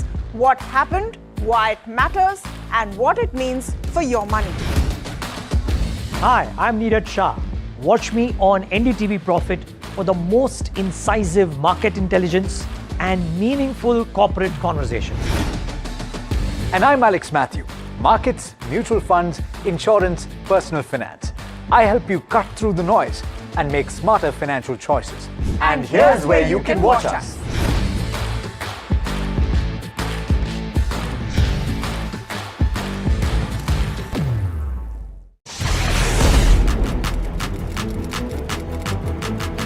When the headlines move fast, perspective matters. On Editor's Cut, our editors come together with experts to distill the week's information blitz into clear perspective. Down the stories shaping the world, from markets and the economy to global conflicts and what lies ahead. This is where experience meets insight.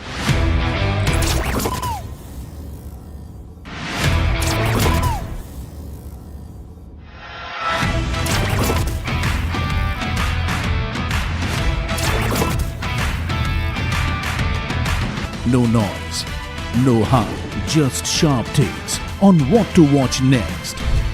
Editor's Cut, every Friday, 3:30 p.m. only on NDTV Profit. Economy, business, world, technology. Noise filtered, numbers decoded. Insights that rewire your worldview. From governance to growth, we connect the dots. Your daily edge, your global advantage. India Business Report with me, Gauri Dwivedi, weeknights on NDTV Profit. He has been tracking markets for over a decade, spots the trends before they hit the screen. And he is now bringing his analysis.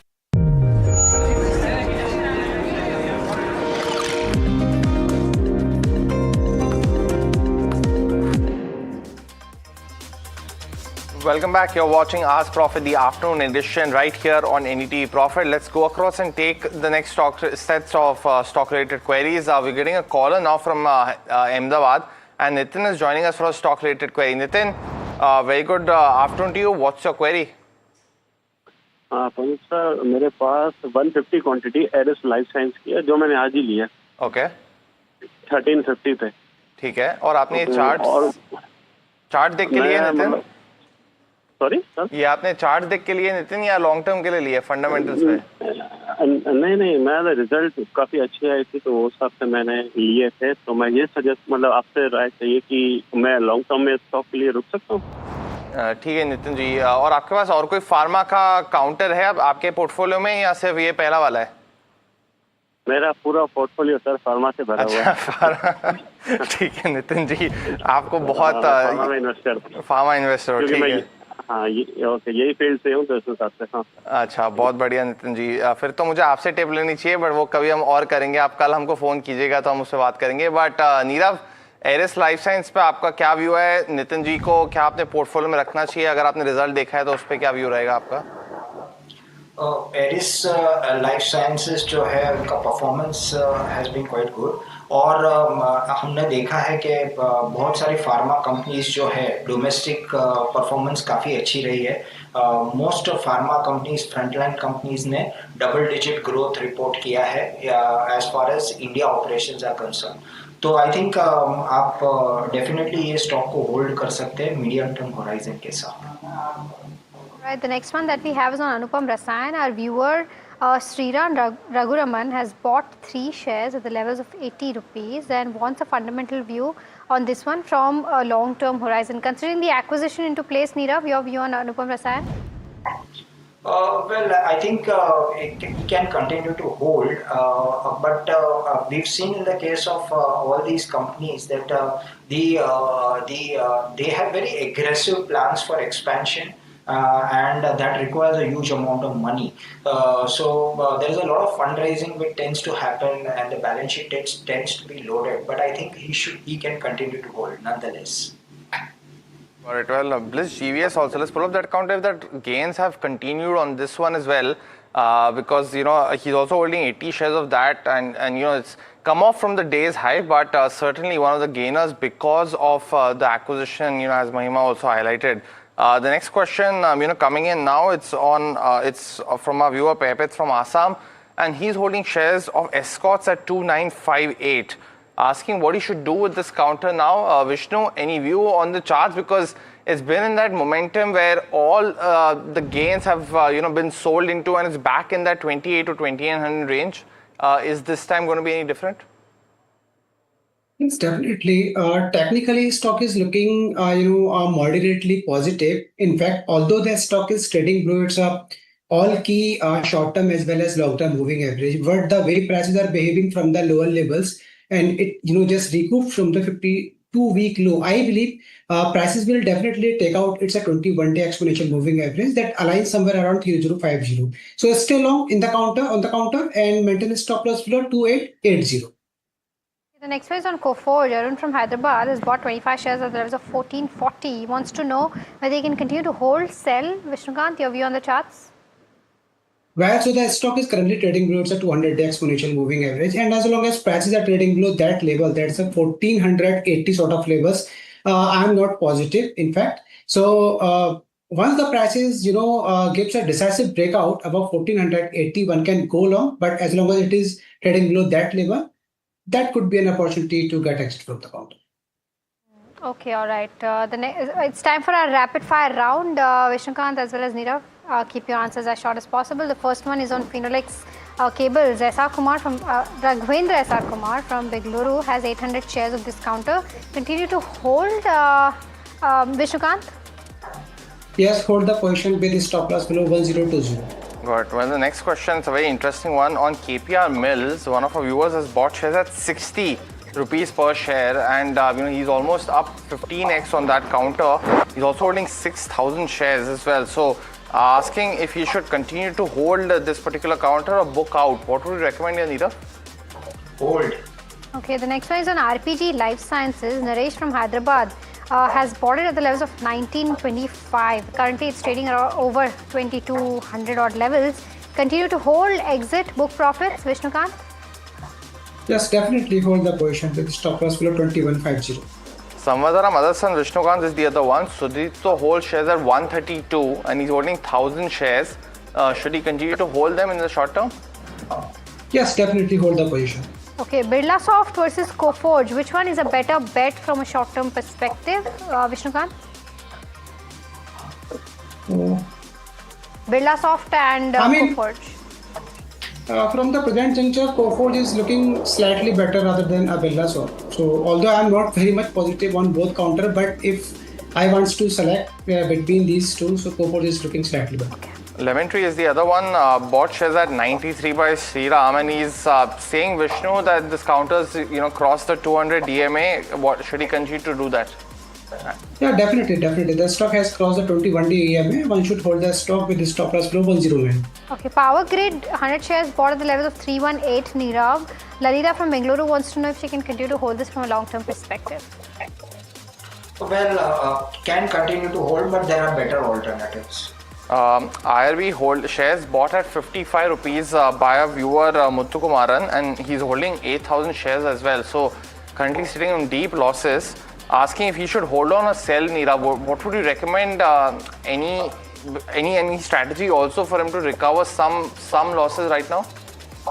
Well, I think the desired course of action would be to take the loss and exit the counter completely and go in for some good alternative, power sector play. Okay. Varun Beverages bought at an average price of 540. Continue to hold for a year, Vishnukant? Definitely hold the stock, maintain the stop loss below 505. Suzlon bought at 54.85, Vishnukant, by a viewer Manish, and he's holding 1,000 shares. Any view on the counter? Stay long, and if you haven't bought the counter, please go long on the counter, maintain the stop loss below 5050. Nalco bought at the levels of 186, 3,000 shares is what Harish from Belgium holding wants to know if we can continue to hold this from a long-term perspective. Nirav? Well, hold from a long-term perspective, yes. HAL bought at 5050, and this is Siva from Amravati, and he's holding on to 1,000 shares, Vishnukant. So currently in also very big losses. Asking a strategy in which he can continue holding, or what would you recommend for the next 3 to 6 months? I mean, the entire defense space is, just consolidating. So I would say one can get a 50% position, exit from the HAL and put the money in PEL in the same defense counter space. Okay, Texmaco Rail, what could be the target price, Vishnukant? Continue to hold, exit is what our viewer wants to know. Which is stock? Texmaco Rail. Achha, Stock is up 5% today. Yes, yes. So yes, the stock is looking quite good and likely to approach towards a 200-day exponential moving average 124. So maintain the position. Got CleanMax Enviro, recent stock listing, and Shrikant from Bengaluru wants to enter this counter. Nirav, would you recommend that? Yes, from a medium-term perspective. Hitachi Energy, is this a good time to enter, Vishnukant? Well, so definitely one can go long. It's a high ticket size counter. One can go long, but stock can come down towards 33,500. So that's a good building area to go long with. Got it. Okay. With that, we're completely out of time on this edition of Ask Profit. Nirav as well as Vishnukant, thank you so much for helping us answer all those stock related queries. But viewers, completely out of time on Ask Profit, but do stay tuned. India Market Close comes up next.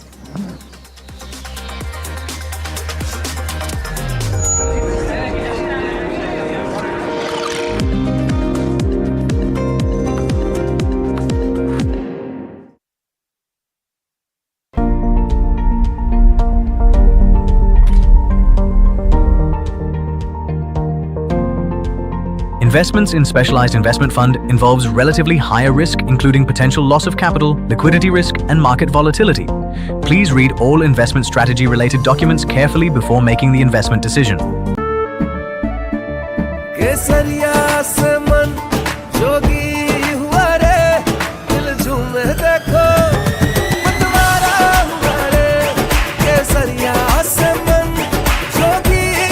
हर पल मनाओ केसरी त्योहार विमल बोलो जुबान Kesari.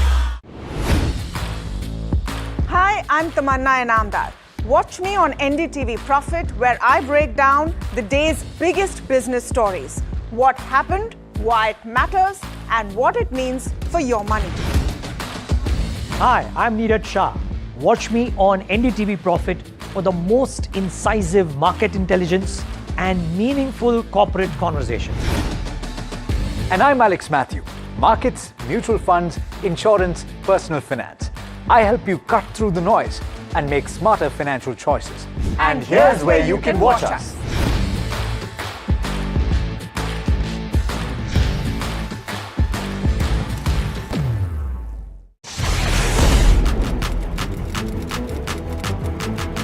When the headlines move fast, perspective matters. On Editor's Cut, our editors come together with experts to distill the week's information plates into clear perspective. Down the stories shaping the world, from markets and the economy to global conflicts and what lies ahead. This is where experience meets insight.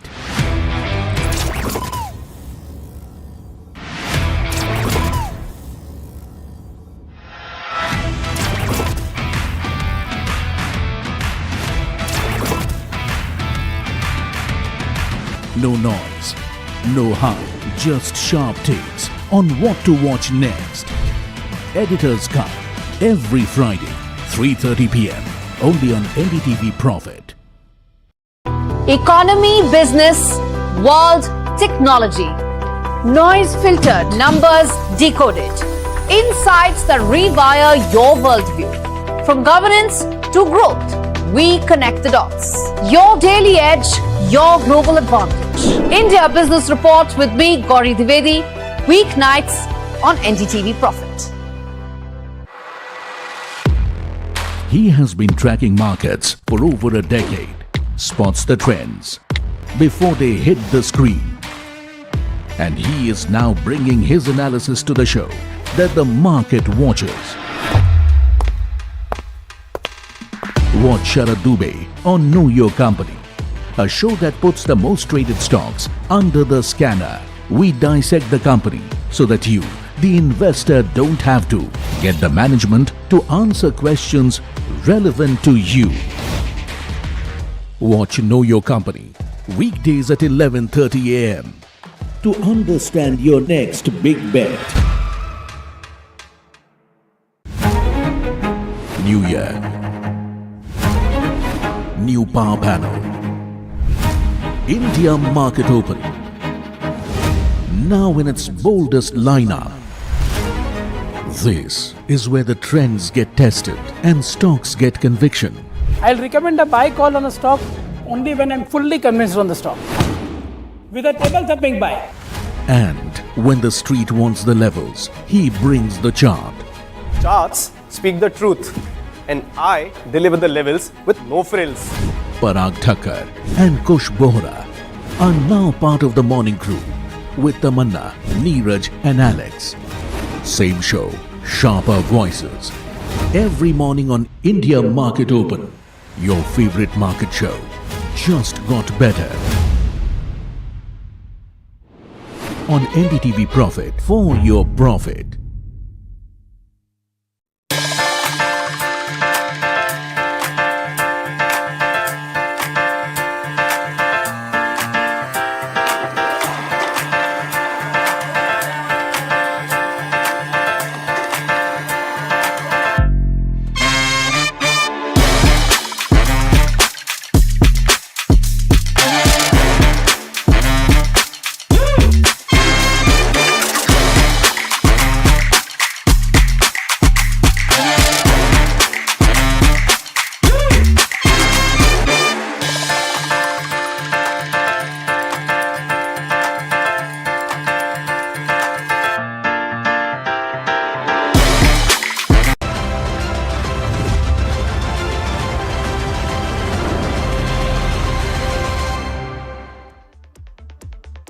Welcome, you're watching India Market Close, and it's turning out to be quite a delightful day simply because, I know we didn't hit 24,000, but simply because we've stayed on, Alex, 250 points up, about 1% up, and if you pull up the intraday for the Nifty, you will see that we have steadily stayed in the positive territory and not given up too much of gain, which is quite heartening. It may be because of Brent prices being below $100 a barrel after nearly 80 days, but definitely some strength being seen in the market. You know, it's been pointed out very interestingly by technical analysts and watchers of commodities as well, is that when a commodity moves up, it generally moves up in a very fast and furious fashion, and when it gives up those gains, then it is conclusive. It's not like the equity markets that keep moving within certain ranges. So it'll be interesting to see whether that break below $100 to the barrel is durable and stays. But your point is well made. I think, and there you go. So it's dropped below the $100 per barrel mark. But the breadth looks incredible today.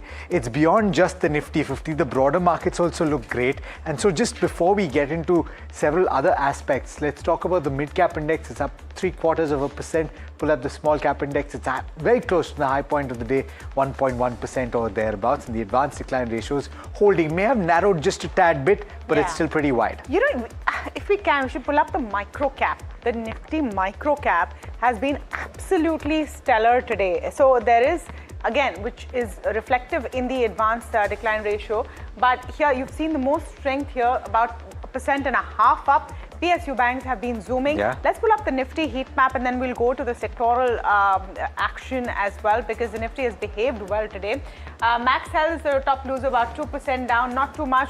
ONGC to be expected, I suppose, when crude comes off. Hindalco, the commentary and the results were okay, but the street seems to not have too much excitement about Hindalco. Maybe it's also risen up. But Eicher Motors is the exciting one. And look at an Adani Enterprises, 5% up right now. Eicher Motors about 6% up. Tata Motors PV also flying. L&T, Bajaj Finance, Wipro. So you have some heavyweights coming in there. Eternal also has been quite steady throughout. So even on the Nifty, and we'll pull up the Nifty contributors just for a second.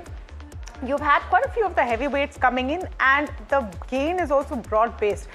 Many a times, Alex, the commentary is that the Nifty is what? It's essentially 3 large banks, 2 large banks, 1 RIL and a couple of IT majors, and that's the heavyweight of it. But an HDFC Bank, ICICI and RIL also pulling up today. Certainly, and just the point on Eicher Motors and the reason why it's up and about, I think a lot of people were worrying about the implications of the higher crude oil prices. Some of that worry is dissipating with crude below 100 once again. So if you pull up the likes of Seat or you pull up the likes of JK Tyre, Apollo Tyre, the tyre companies are up and about, right? So they're holding on with gains of about 2%. And I would think that there you go. So JK Tyre up as much as 5%. So some of those stocks that see a major impact on account of crude are also gaining in trade. So the crude story is very much there, but the champions are PSU banks today. Pull up the sectoral indices for us and you'll see banks and financials right on top. PSU Bank Index, the Nifty PSU Bank Index 2% up. Financial services doing well. Look at it. It's pretty much all banks and then realty and defense, which is ruling the roost. FMCG taking a beat. Maybe Colgate-Palmolive not as exciting as people thought, and we were discussing this in the morning. But overall, it's a great screen. Even the IT index, which in the morning was the one loser sectorally, has actually bounced back. It's tremendous gains last week, you must say. And carrying on. And carrying on, 0.5%. So it's looking good. Yeah, so this is what's happening in the markets right now. What's leading to gains? Lower crude and strength in the rupee coming back. Hopes of the Iran-US settlement now gaining credence. So you've seen the Nifty gaining for a second consecutive day. Of course, it's the first day of this week. But if I look at Friday and today, it's the second consecutive day. 24,000 is clearly that key resistance. And we need a decisive close above this to open the door to 24,200 and 24,300. So key support levels, 23,900, 23,800. Bank Nifty, meanwhile, has been a stark outperformer, showing stronger momentum than frontline indices. Gains have been led by both private and PSU names, and 55,000 is acting as a resistance on the Bank Nifty. A definitive daily close above this will confirm that structural macro recovery. Let's go across to Himen Kapadi of DR Choksi FinServ this afternoon. Avinash Gorakshakar, founder and head research at Avinash Mentor Services, also with us. Himen, I'm going to come to you first. Why is 24,000 proving to be such a steep hill to climb? A very good afternoon to you, Tamanna. Thank you for having me on the show. It's always a pleasure. Well, frankly speaking, even I agree with you. 23,800, I believe, was a headache, a bigger headache.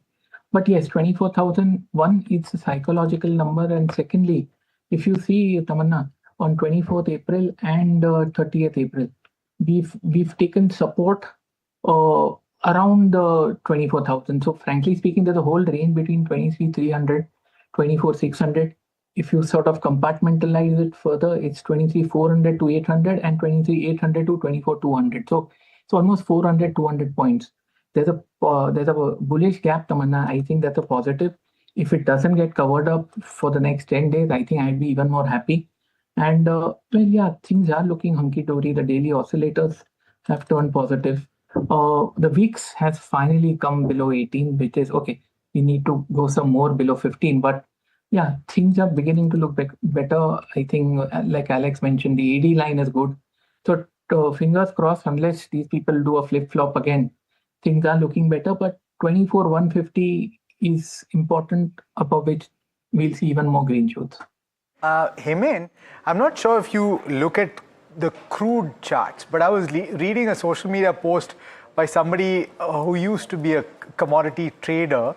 And what he was suggesting was that there's an old school nugget that is said, where how many bull markets in commodities continue after a close below the 50-day moving average. And the crude market has seen that play out. Do you have insights that would suggest that that is indeed the case and the possibility that we'll see, notwithstanding any change on the geopolitics, a lower crude oil price? Okay, yeah, I track crude, Alex. I track anything which has a shelf life, including crypto. But yeah, coming back to crude, Alex. See, we've been, frankly speaking, 115, 119 was an area above which we would have gone to 135, 147. Okay, that is would have, if, when, why, what. That's not happened. As of now, as long as we are, I'm talking about Brent, as long as we are 104, it's better. 96 is support. I'd say, yeah, lower crude prices are possible. We are at crucial levels, frankly speaking. Below 96, Alex, I think I was basically bullish on crude because I felt there was one bullish move left on the upside. Now, evidently, geopolitics supersedes all this. So, as of now, if 96 holds, I'm seeing for a good bullish crude, a Brent, then it's fine. But if 96 breaks in terms of closing, Alex, I'd say that whatever positives or impending positives that me or anybody would have anticipated would get diluted. So as of now, crude has taken a short-term hit. Does this convert into a medium-term correction? I think it's possible, but 96 should be, I won't say make or break level, but a pretty important level. Alex. Individual stocks that you're liking on the charts, Hemant? Okay, two stocks which I like. I like pharma as a whole, but it's more of a slightly longer term call, frankly speaking, Alex. From a slightly shorter term point of view, you have 361. I think that looks quite interesting the way I see it. We've been consolidating over here. The stock is on the verge of breaking out from what is a ascending triangle formation. So I'd say buy 361 at 1135, stop loss 1105, target of 1195. And the easier one is Adani Energy Solutions. One can buy at 1400, stop loss 1325, target 1550. Looks good, fifth wave unfolding on the daily chart. It's woken up after 3 years, Alex. So frankly speaking, there's a very conservative call. I believe there's a lot more upside at the risk of sounding overly positive. I think 1600 and 1800 are coming in this calendar year.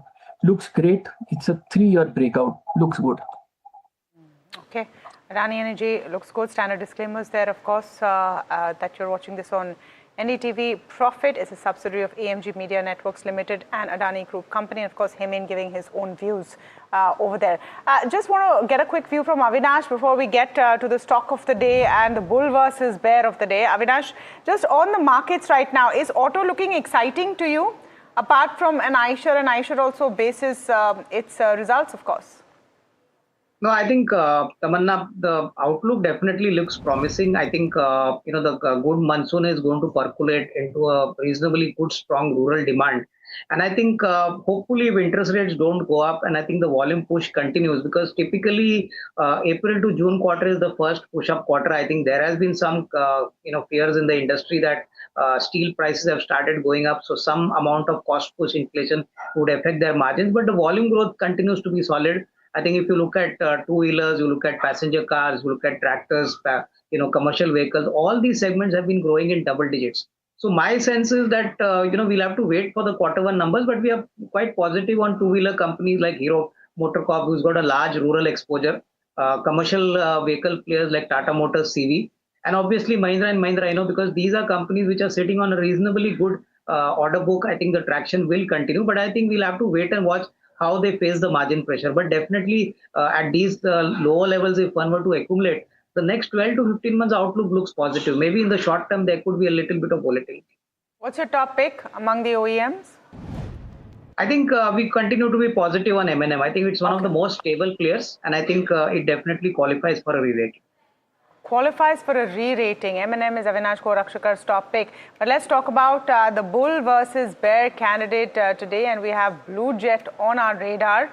That stock has completely been buzzing, gaining in trade as the company witnesses sequential recovery in their results. However, revenue is still weak. Varsha has both sides of the story. Varsha. Well, there are some companies where you also have to see how sequentially company is doing better, because that's what management said when it comes to Blue Jet. And hence, if you see, though year on year the number looks bad, but quarter on quarter we are clearly seeing that visible recovery. 22% of growth seen in revenue, EBITDA margin uptick, as said by management, and hence you're seeing that buzz in the stock. Well, on to the bear case, of course, year on year basis, if you see, revenue is down 31%, core performance has been weak for the company, but pipeline remains strong. When it comes to this counter, 20 active RFPs has GLP-1 plus contrast media. Now contrast media itself is growing in double digit. You have GLP-1, the current hot topic when it comes to pharma, and this company is not behind when it comes to this counter as well. But CDMO success all depends on execution and client timelines, and company has to be successful when it comes to the execution. While talking about the contrast media business has multiple triggers. Number one, and the backward integration plus NC plus iodinated media launched in FY27 are the core growth prospects when it comes to Blue Jet, but business is heavily dependent on validations and of course approvals, and hence this is one of the key bear case, I would say, when it comes to Blue Jet if the execution is not on time. Well, moving on, the Mahad Unit 3 backward integration will improve cost structure for the company, but business is heavily, of course, dependent on validations and approvals, and this is still in validation phase, and hence a negative point when it comes to Blue Jet. But overall, when I talk about this counter,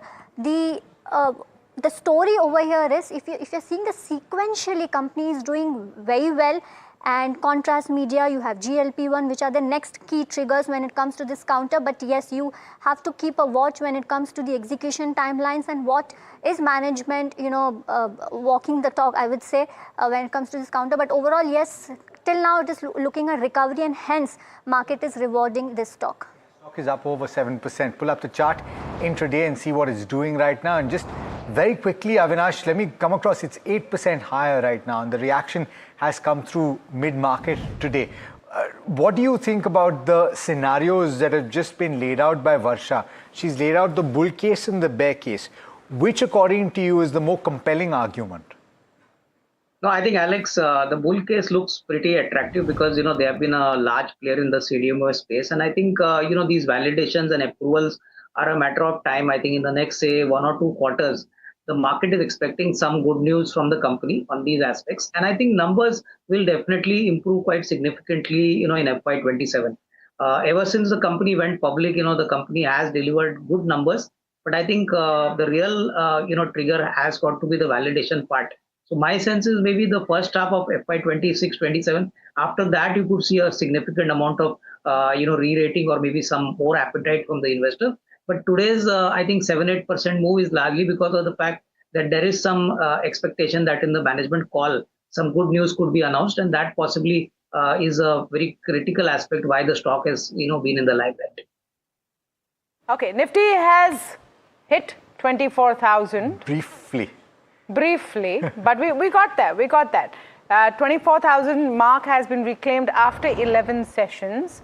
And, we were talking about this, Hemen, about how 24,000 is turning out to be a tough one to crack. Why is this level important, and, what could be next if we manage to sustain? Tamna, there have been bearish gaps.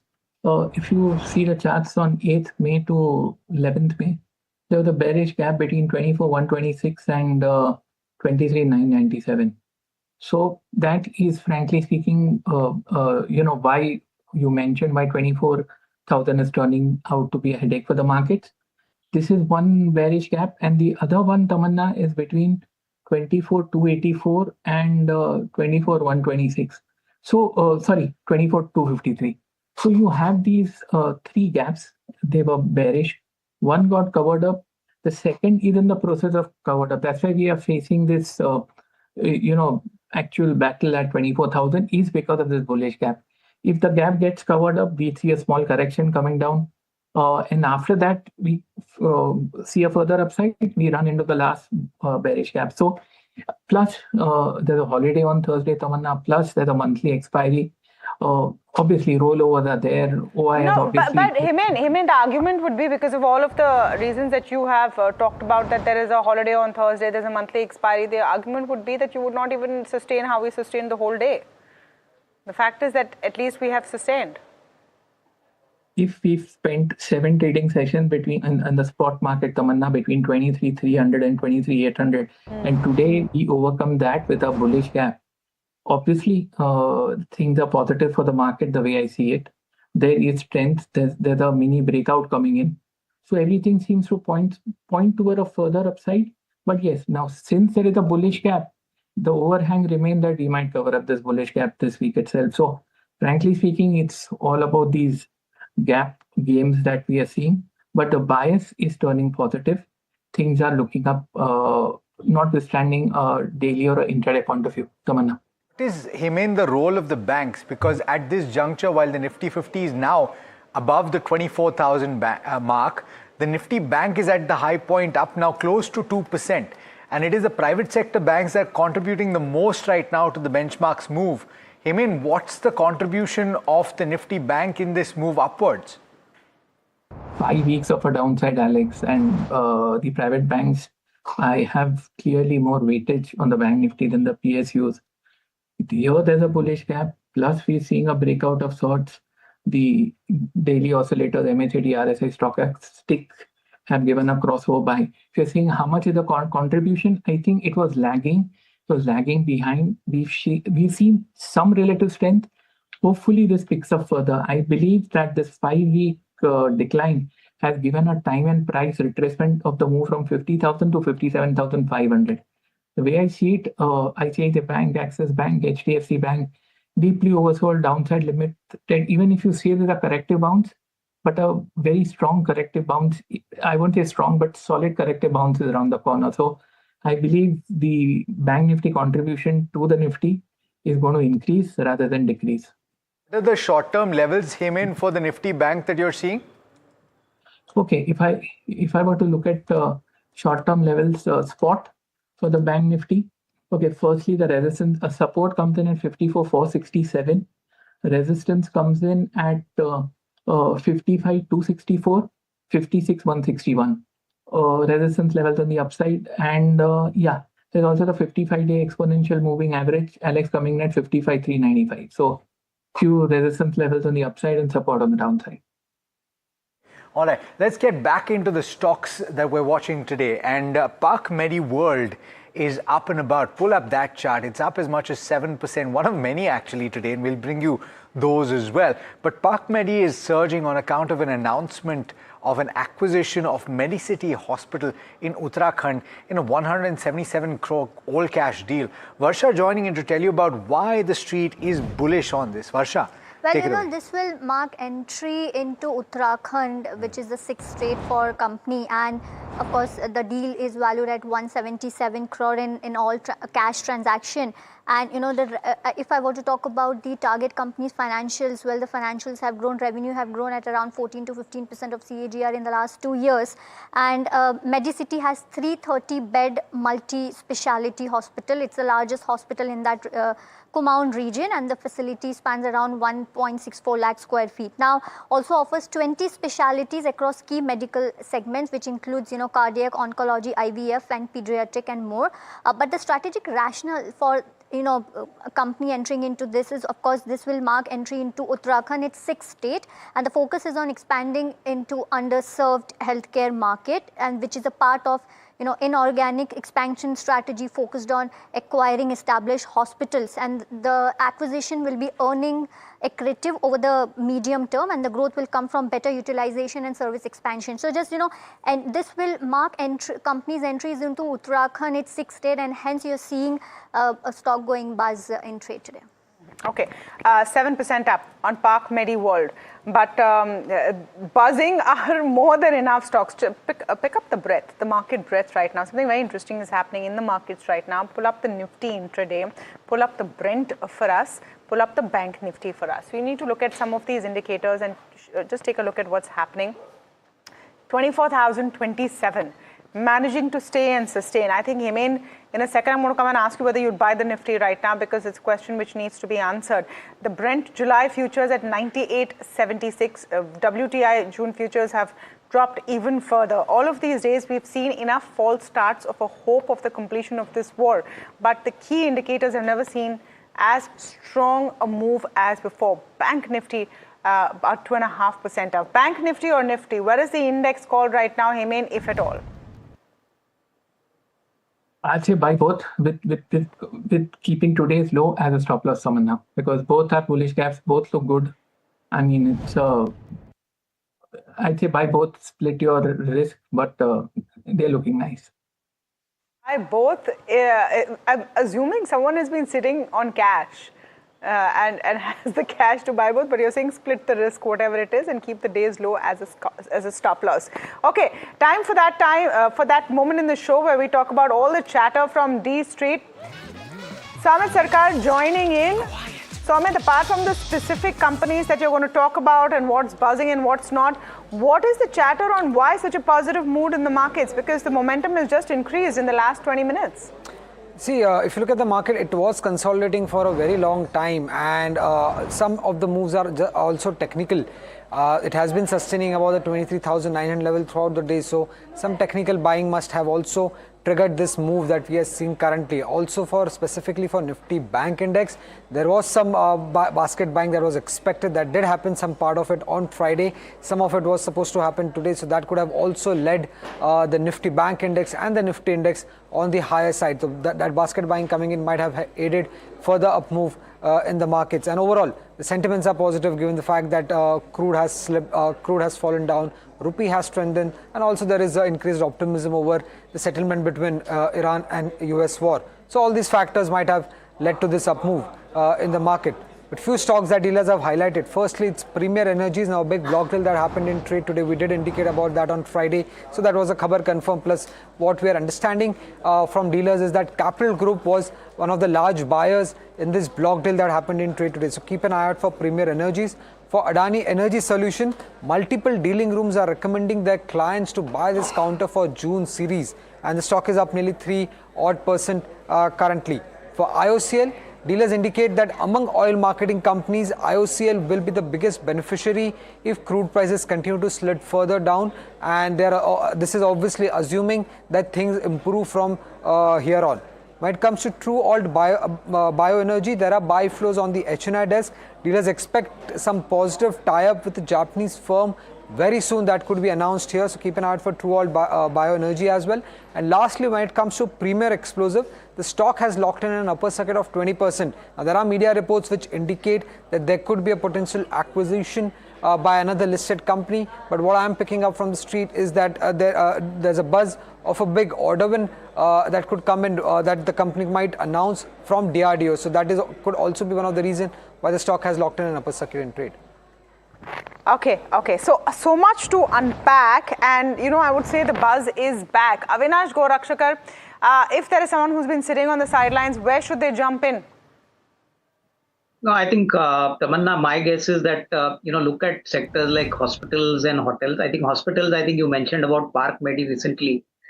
This is one company which has got a 3,800 bed capacity, and, it did very well in FY26. I think the next year is going to be even much better because more than 1,000 beds are going to be added. This recent acquisition will further augment their bed capacity. I think they are prevalent in most of the large growing markets in northern India like Haryana, Punjab, Rajasthan.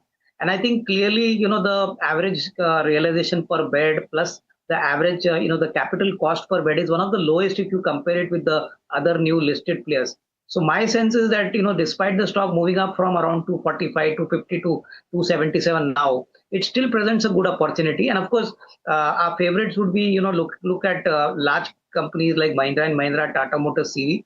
I think these are the companies which would move definitely significantly once, we finally get a signal that the war is ended and the ceasefire is announced. Because market sentiment would obviously take the index higher, and these index heavyweights would obviously, definitely be picked up in the momentum. So we continue to be positive on commercial vehicles, on hospital stocks, and even hotel stocks. Hotel stocks also, I think something like a Chalet Hotel or maybe a Lemon Tree should definitely be looked at. Okay, so Chalet and Lemon Tree, what about in commercial vehicles and in hospital? Your top picks there?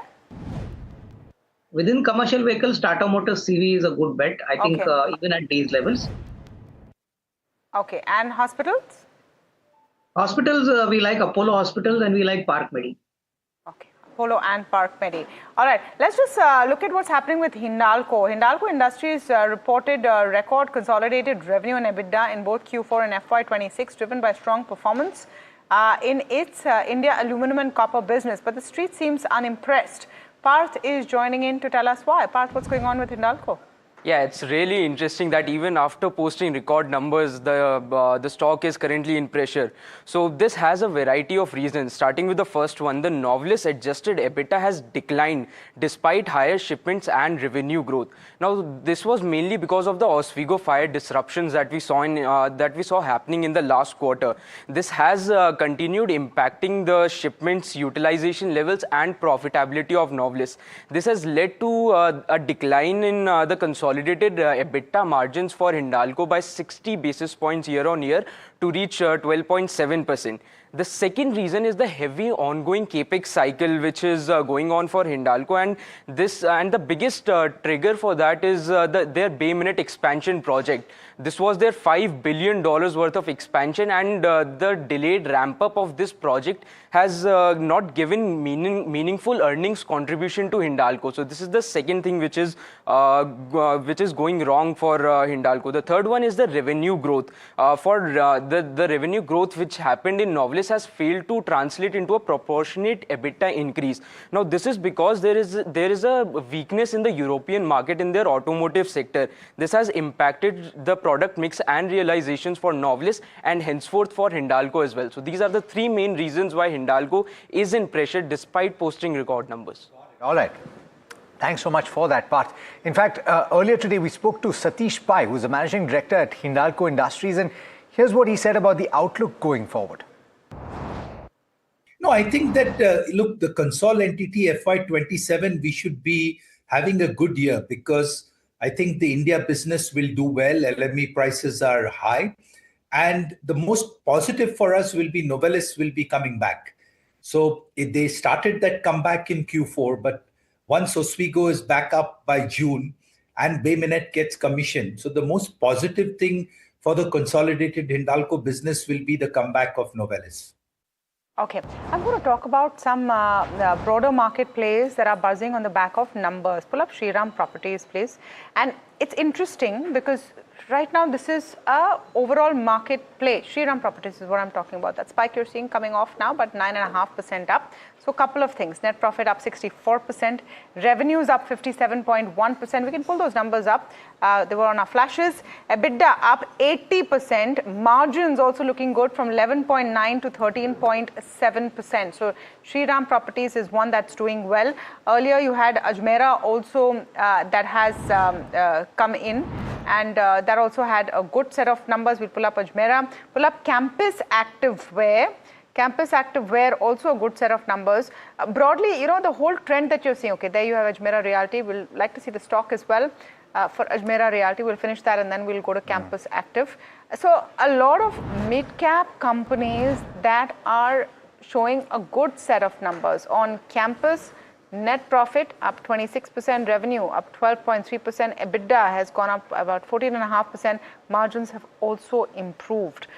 So just... For Ajmera, just on that point, it's very interesting because a few real estate companies, it's chalk and cheese. Yeah. I'm stealing Neeraj's favorite term, but Colgate-Palmolive, you had horrible execution in the quarter gone by. Ajmera seems to have had a very good execution quarter. 431 crore rupees of revenue versus 151 crore rupees. And so despite a contraction in the margin, you've had a significant improvement, more than doubling of the EBITDA and the PAT number growing quite considerably as well. Yep. So you have, the reason I bring this up and some of these companies is because of the kind of reaction coming in from the markets.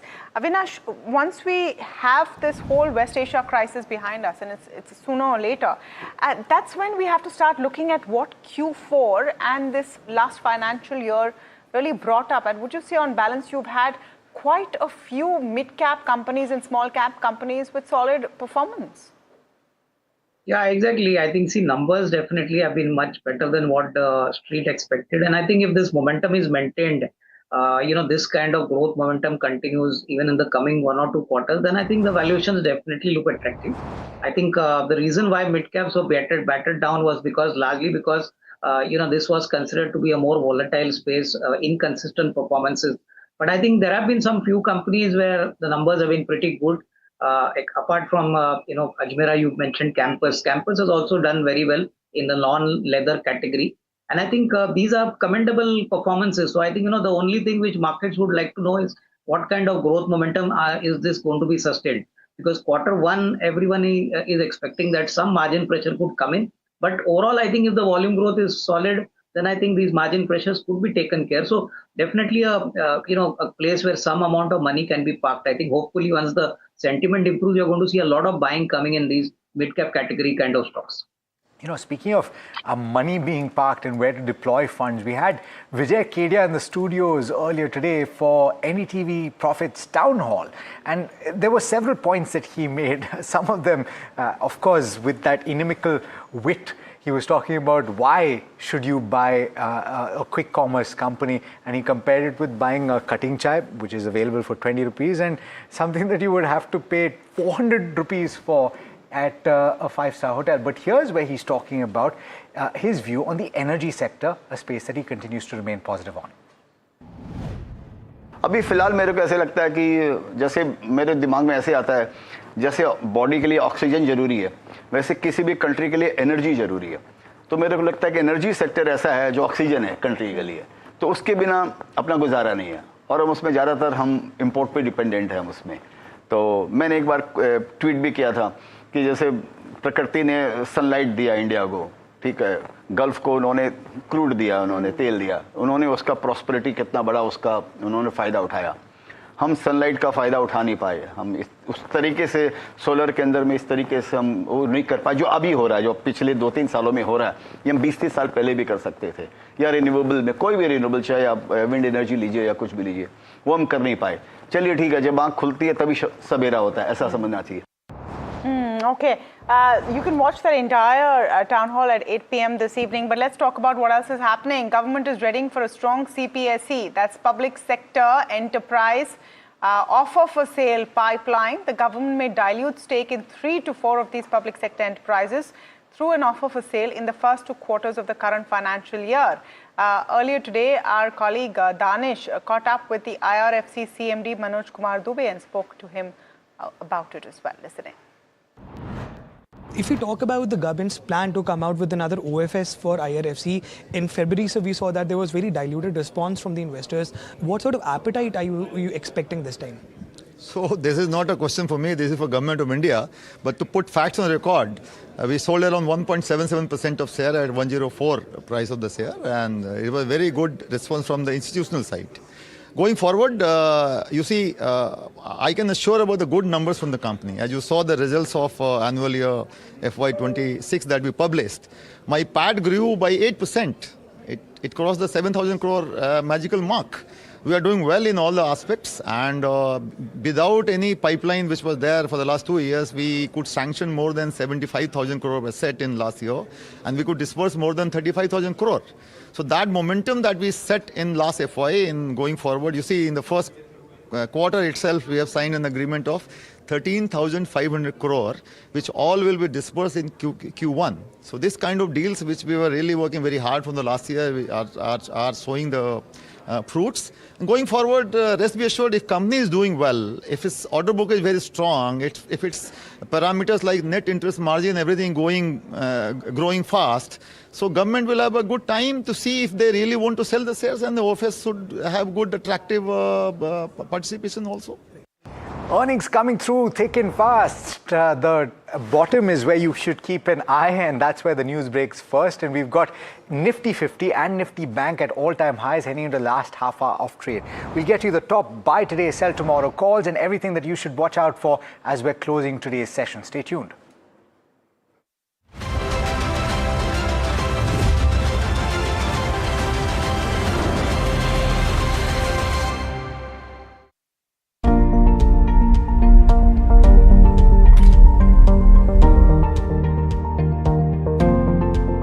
Investments in specialized investment fund involves relatively higher risk, including potential loss of capital, liquidity risk, and market volatility.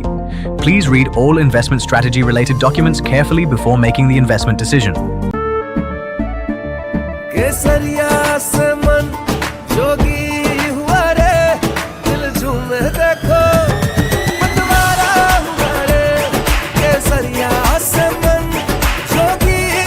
हर पल मनाओ केसरी त्योहार विमल बोलो जुबान Kesari.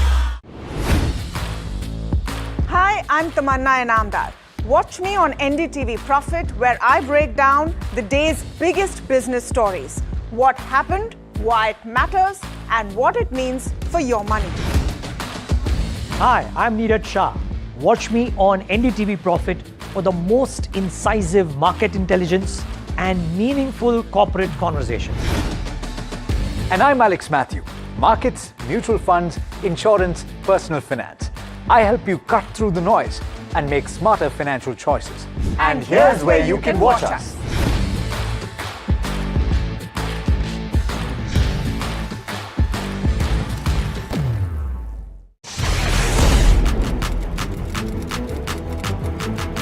When the headlines move fast, perspective matters.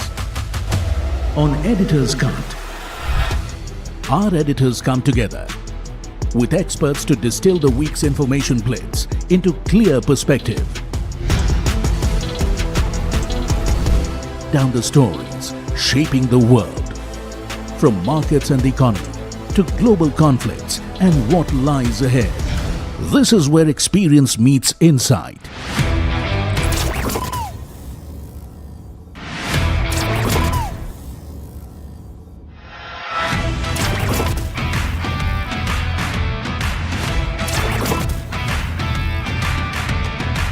No noise, no hype, just sharp takes on what to watch next. Editor's Cut, every Friday, 3:30 p.m. only on NDTV Profit. Economy, business, world, technology. Noise filtered, numbers decoded. Insights that rewire your worldview. From governance to growth, we connect the dots. Your daily edge, your global advantage. India Business Report with me, Gauri Dwivedi, weeknights on NDTV Profit. He has been tracking markets for over a decade, spots the trends before they hit the screen.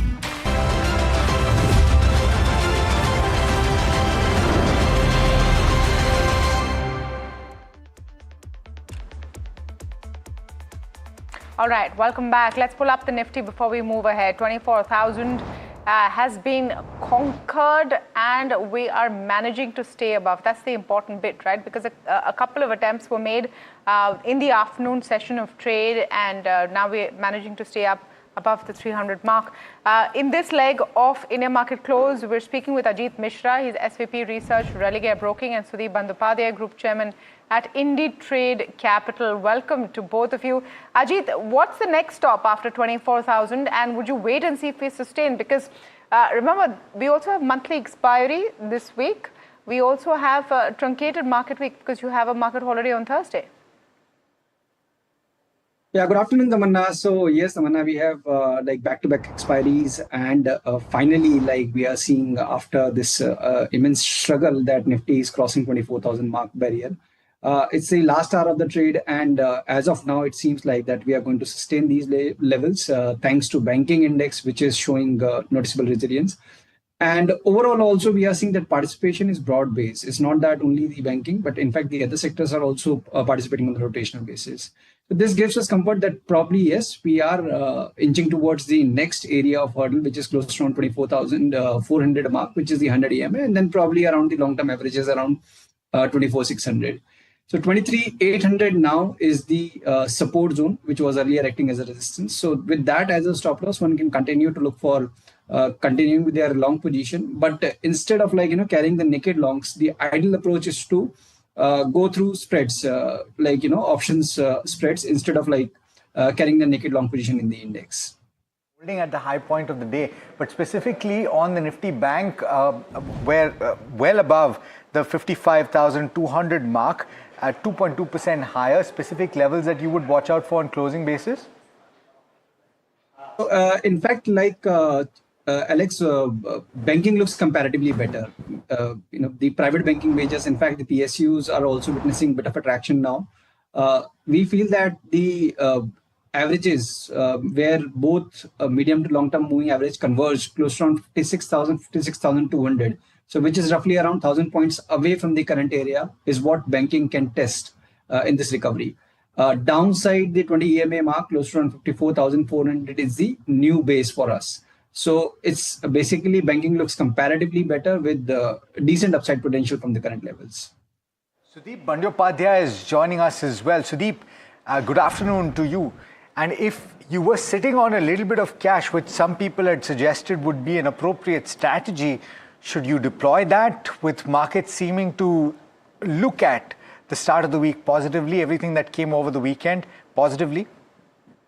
Well, Alex, my strategy had been to slowly deploy cash, and I've been recommending people for the last few weeks, and I think we should stick to that strategy.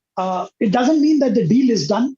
It doesn't mean that we are out of the woods, but it definitely means that you should start slowly picking up fundamentally good quality stocks, because there is definitely traction and momentum in Indian capital market and Indian economy. We have our own set of challenges, which is beyond the West Asia crisis. Even after the dust has settled on the West Asia crisis, oil prices have come down. We have to live with a little bit of inflation. We have to think of the El Nino impact on monsoon and corporate performances, which we'll have to kind of navigate for the next couple of quarters, is what I believe. But I think it's a good time to start accumulating good quality stocks, because you can never predict the bottom or the peak.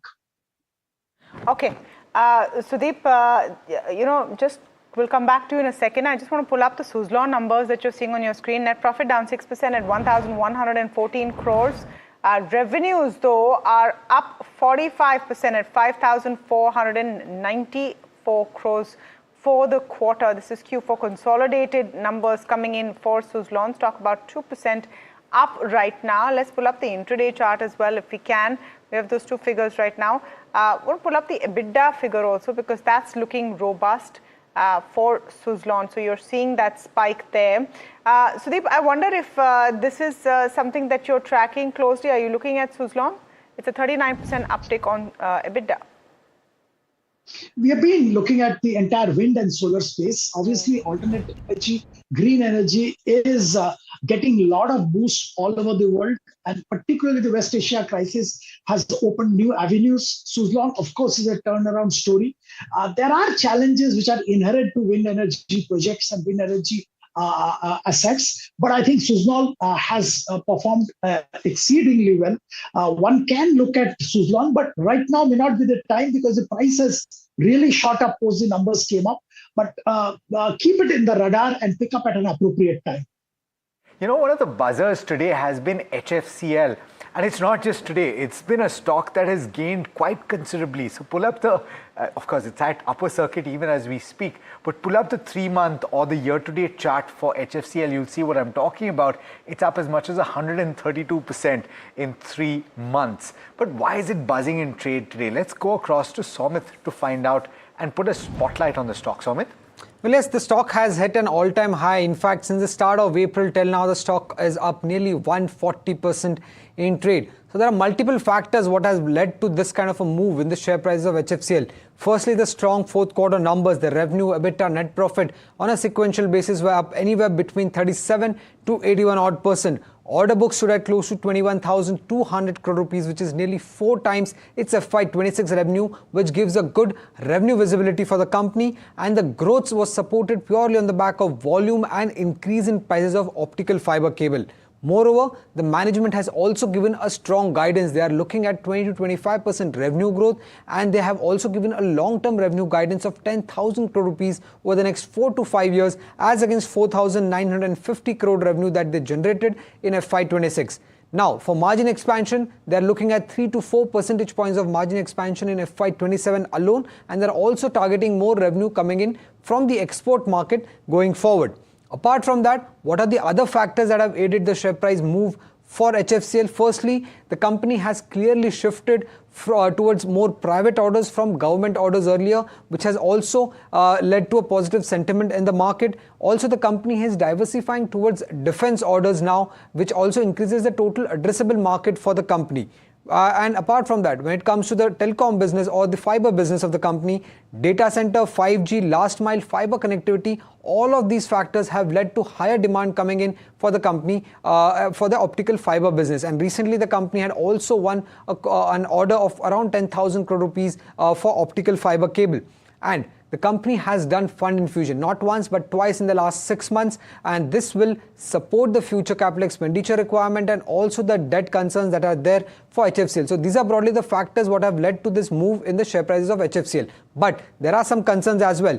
Now OFC prices, now they are on an uptrend and hence the company has been benefiting. But if there is a decline that comes in, then that could be the biggest risk for HFCL. Also, the global competition for fiber is too intense. So if there is some changes or more capacity addition coming in from a global player, that could also be negative for the counter, and any delay in defense related approvals could also be negative. Now if you look at the analyst view, Arihant has a target price of 227, which suggests an upside of 39% from the current market price, while Sunidhi Securities on the other hand has a target price of 155, which suggests a downside of around 5%.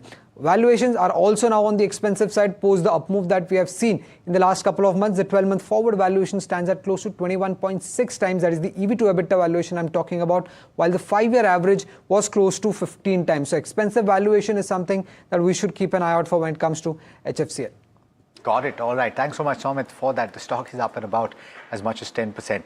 By the way, Suzlon doing okay. It's up over 1% and seemingly on the back of not just revenues, but also it's on the back of net volumes, which has seen a pretty substantial jump. 830 megawatts is what they managed in the quarter gone by, compared with 617 in the sequential quarter, that is Q3, and 573 megawatts in the year-ago quarter. But let's go to the stock of the day, and this is the top performer on the Nifty 50, and quite a few buzzing, but Eicher Motors stands out for good reason, because it had good volumes, the revenue uptick was substantial, there was a margin improvement as well. Let's go across to Puneet to tell you why this is the stock of the day. Puneet? Well, thank you for that. It's not just good results, it's also what's expected in FY27. They have all the right triggers for now. And when you look at the key takeaways from the results, ones, of course, that the numbers have beaten Q4 estimates. There was a good growth of 12% in terms of revenues, but the overall revenue growth has come in at 16%. So other key factors also contributed well or revenue growth. When you look at the VECV, that as well as Royal Enfield has seen capex announcements over the last 2 quarters, which have been substantial. So you're seeing that impact for the forward momentum to continue. And the fourth key one of demand momentum expected to be good in FY27 as well.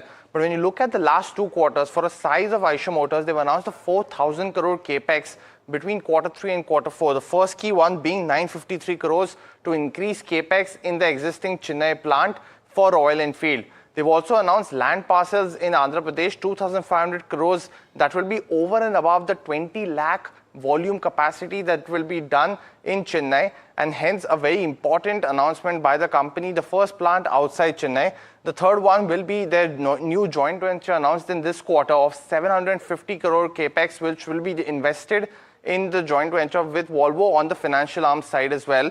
And finally, what you see as the capacity going from 1.4 to 1.6 million just in the next 1 month, and then incrementally to 2 million by Q2 of FY28.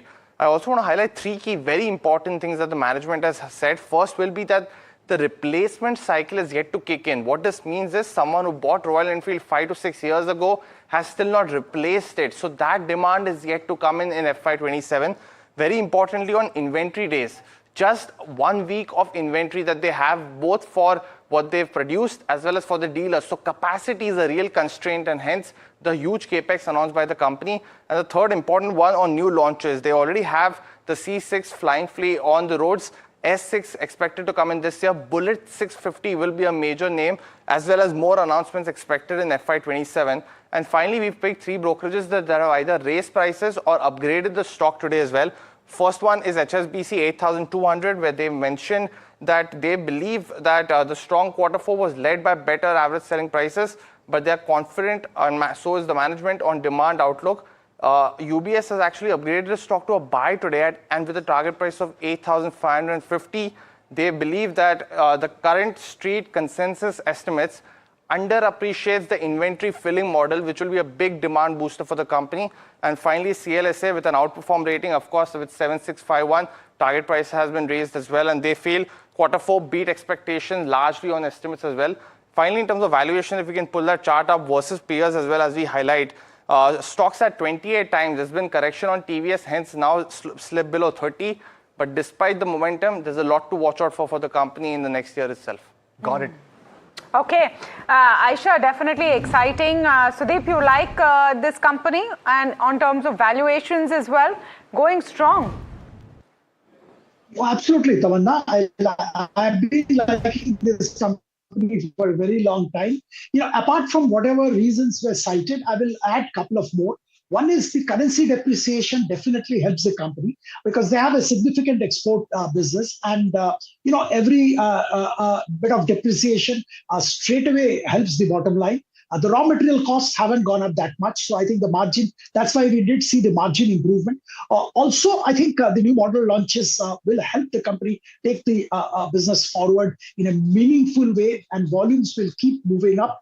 Overall, the capacity expansion indicates towards the demand expectation. So again, that's good from an investor's point of view. Valuation, yes, it was never cheap. It will not be cheap, but it's not over expensive as well. So from a long-term point of view, I think it's a great investment. Okay, all right. Eicher Motors on the charts, Ajit, while we're at it, 7,414 and 6% higher. Would you venture out right now and buy? So Alex, after this sharp move today, I would rather wait and let the stock stabilize, because last, in two occasions, around 7,500 mark, the stock witnessed a bit of a consolidation in profit taking also and retraced towards its long-term averages. So once, let's say, we surpass this hurdle of 7,500, then, or maybe a dip or consolidation within this 7,300 to 7,500 zone, is a good area to look to accumulate. Once we surpass this level, then we are set for the new record highs before, we take a breather around 7,800 mark or 79 mark. So overall, the texture looks good, but for fresh buying, one should wait.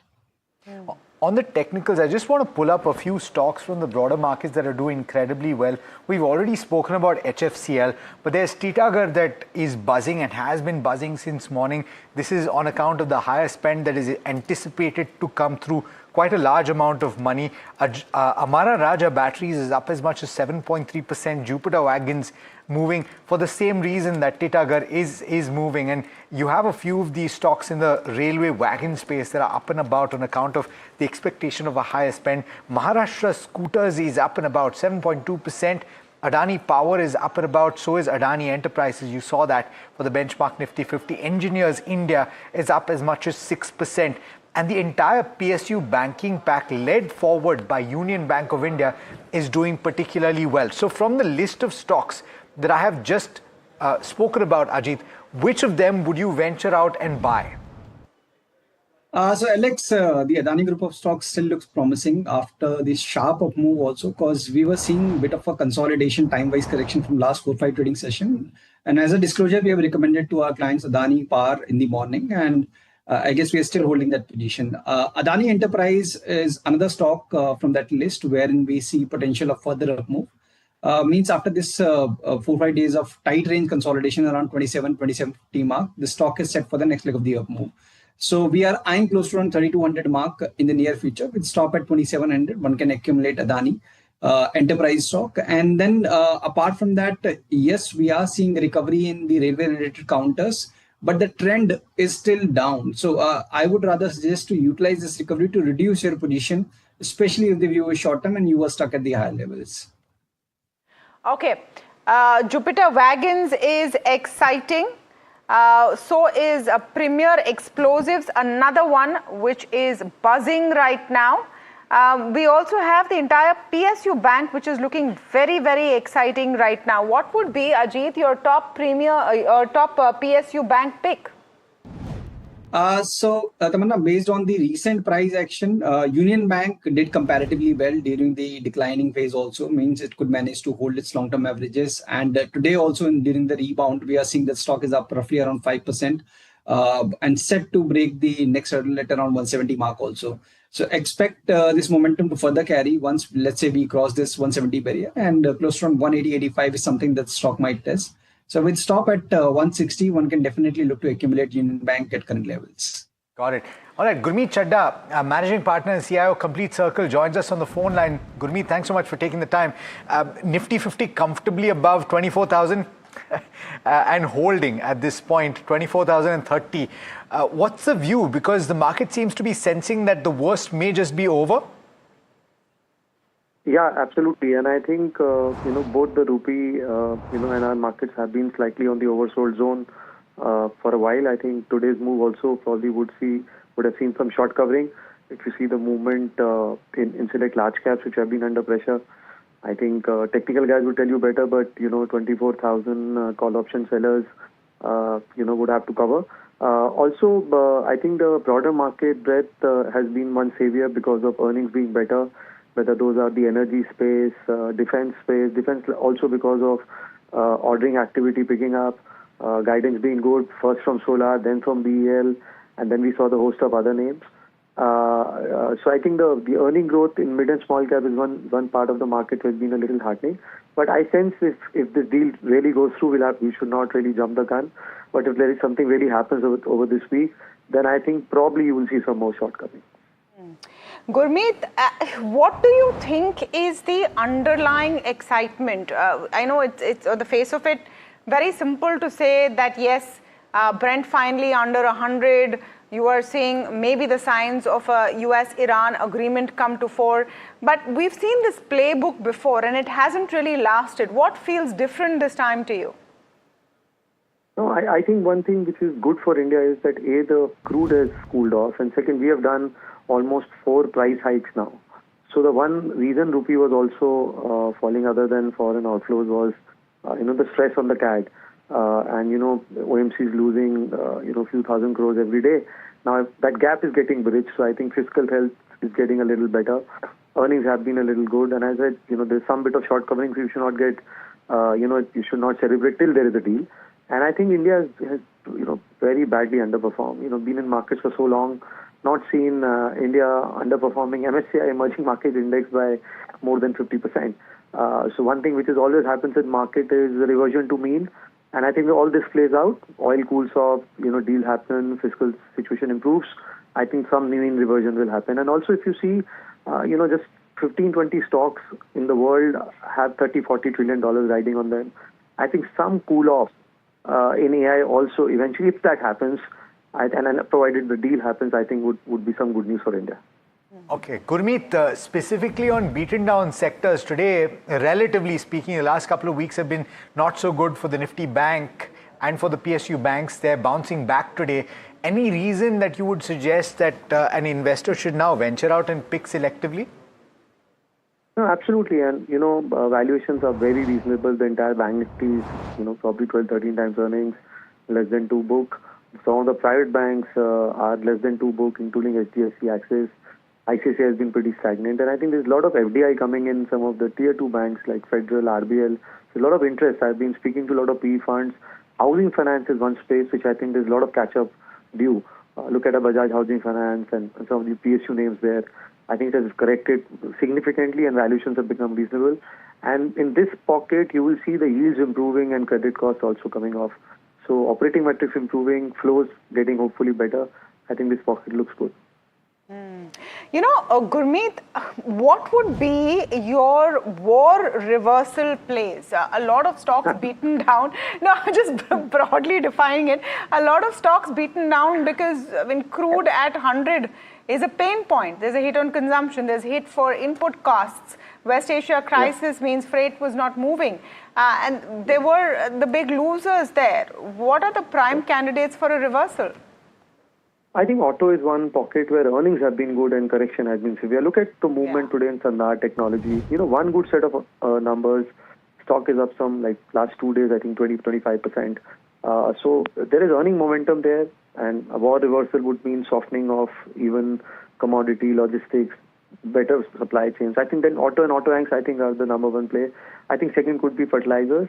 And third could be, some of the packaging firms, because again, crude derivative has played a very big role in, the packaging costs going up. So these three, in my view, and of course, banking, because as I said, that's indirectly linked to it. So I think these would be my play in case, I hope that, things cool off. Okay, Gurmeet, banking, auto in focus.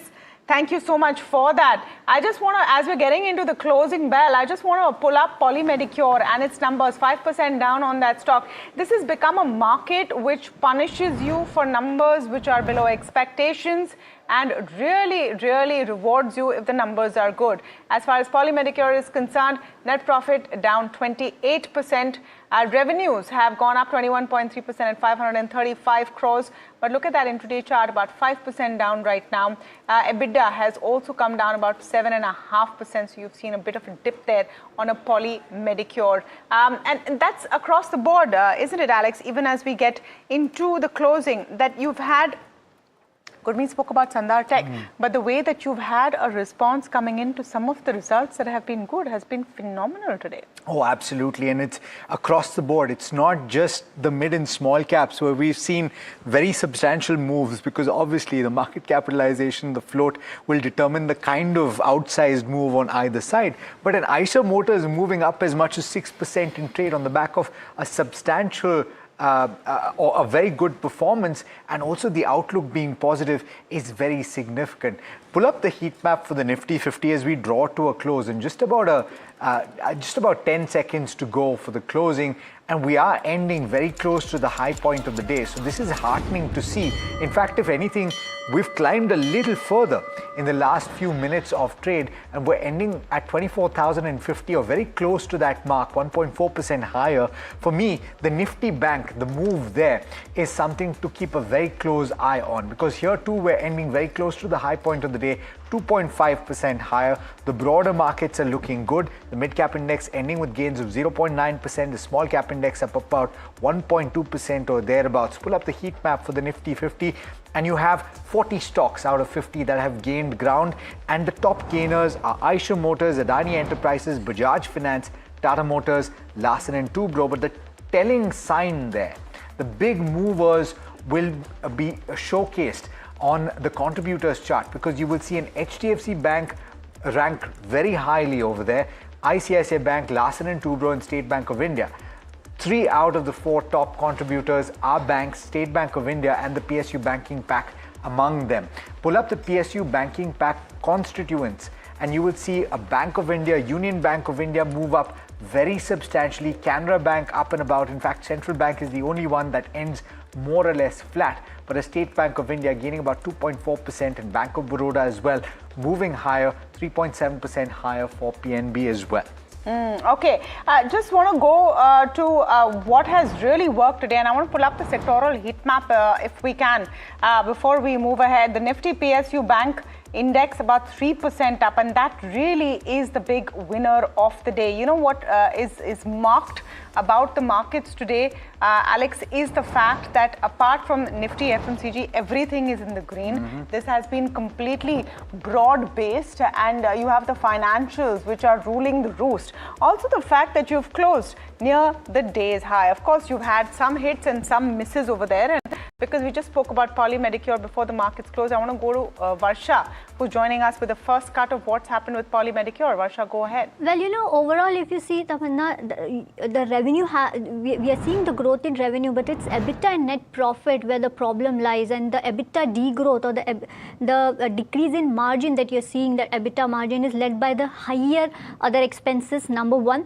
and of course the operating deleverage that the company is seeing. Now, onto the net profit, if you see, net profit is is also down, 28%. Now, because of the higher interest costs and higher other expenses, and hence we are seeing, and of course the lower other income has also impacted net profit. So all of this contribution, operating deleverage, other expenses, and higher interest costs has led to the pressure when it comes to bottom line. But altogether, revenue was good, but we also need to see how management is expanding when it comes to CDMO and when it comes to the dialyzer business as well. And the key commentary for all of these areas is which investors should monitor.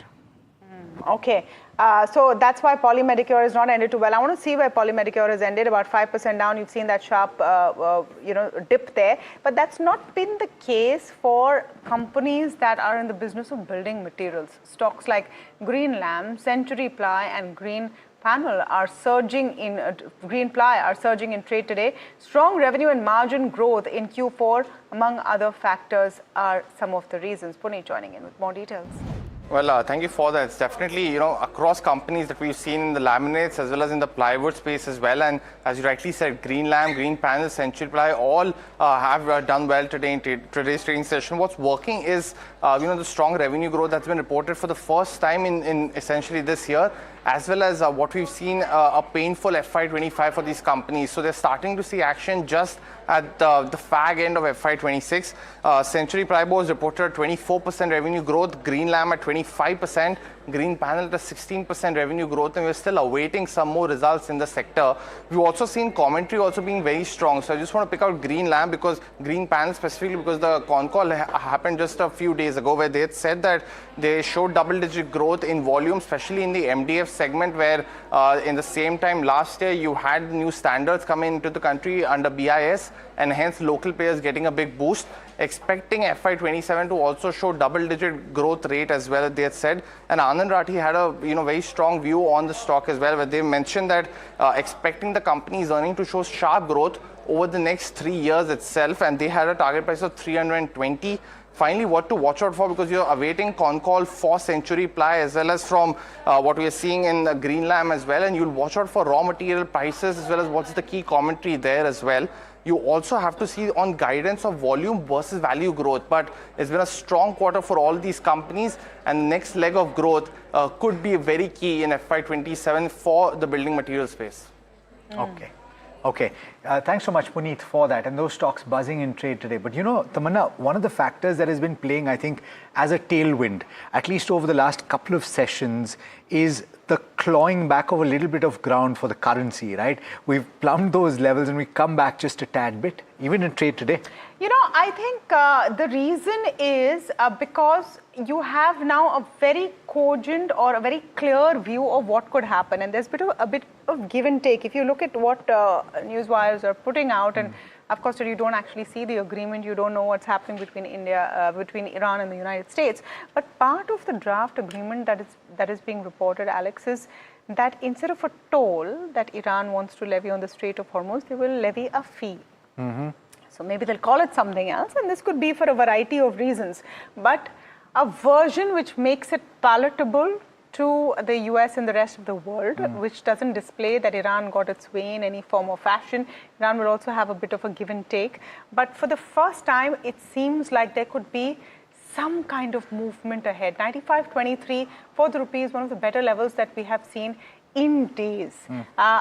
Also, think about what's happening with the fourth time of a fuel hike since this started, and since the whole series over of fuel 7 rupees hikes have started, about 7 rupees. The market is looking at it positively because it needs to come through, and this is something that the finance minister has also talked about. She said that she signaled a possible 1 lakh crore rupee hit in FY27 after excise cuts on petrol and diesel. Listen in. To shield citizens, therefore, and businesses from the steep rise in global crude prices, central excise duty on petrol and diesel was reduced by 10 rupees per litre. The government is estimated to take a revenue impact of over 1 lakh crore on this one score in the year 26-27 because of this one decision. So the burden for a considerable period, because of that reduction in excise duty, had been taken away from the shoulders of the common people, because government has foregone or taken the burden of 1 lakh crore rupees on its shoulders. To ensure domestic availability of fuel, export duty or cess was imposed on exports of petrol, diesel and aviation turbine fuel. So we are not allowing export because it's earning foreign exchange without attending to the domestic market's needs. In order to ensure that, we have imposed a duty on exports. This was done so that domestic consumers, transporters, airlines and businesses get supply stability to protect manufacturing supply chains. Customs duty exemption was granted on specified critical petrochemical products till June 2026, 30th June 2026. This supports sector such as plastic. Okay. As we wrap up the show today, the fact is that after that fourth fuel hike, OMCs, that's oil marketing companies, have ended well in trade. Just pull up before we wrap up what BPCL, HPCL and IOC have done, all between 3 and 4.5% up. But what was interesting, Alex, was Vijay Kedia's comments in the town hall today. And I think that question came from Somit to him on what he thinks about OMCs. Yeah, because he mentioned that he's positive on energy, and Somit, I think, asked a pretty good question, which is that OMCs have been beaten down for obvious reasons. Are you looking at those as your energy play, or are you looking at your wind energy and solar? And here's what he had to say, isn't it? वो मालूम नहीं, वो कभी पैसा कमा के देता नहीं है, कभी कभार आपको दे देता है। वो गवर्नमेंट का उसमें इतना कंट्रोल रहता है उनके अंदर में, तो वो तो मैं तो उसमें इन्वेस्ट नहीं करूंगा। वो एक बार पहले किया था टेम्परेरी थोड़े दिन के लिए। उसके अलावा मेरे को लगता हो सकता है कमोडिटीज़ का जो साइकिल जो है ना, वो जैसा हम सुनते हैं वो पूरा टर्न अराउंड हुआ है, जैसे चाहे वो एल्यूमिनियम हो, कॉपर हो, जिंक हो, स्टील हो, वॉट एवर इट इज़। ये कमोडिटी साइकिल जब चलता है तो 3, 4, 5 साल चलता है और कमोडिटी बहुत तेज़ी से आगे बढ़ती है, लेकिन उसके अंदर में निकलना भी पड़ता है उसके अंदर में। और इसके कमोडिटी में एक सबसे इंपॉर्टेंट बात होती है, ये जब लेना चाहिए जब हाईएस्ट पी पे मिलता हो, और जब बेचना चाहिए जब लोवेस्ट पी का भाव होता हो। इसमें उल्टा साइकिल चलता है। Okay, watch that entire town hall at 8 p.m. this evening. That's all the time we have on India Market Close. From Alex, me and the team that put the show together, thank you so much for watching. Market Express up next.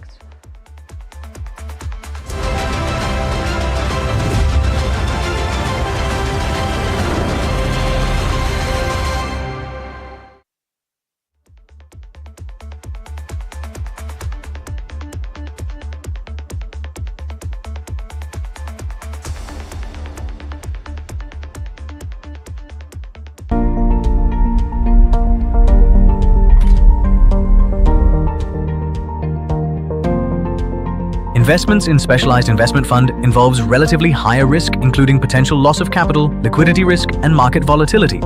Please read all investment strategy related documents carefully before making the investment decision. Hi, I'm Tamanna Inamdar. Watch me on NDTV Profit, where I break down the day's biggest business stories.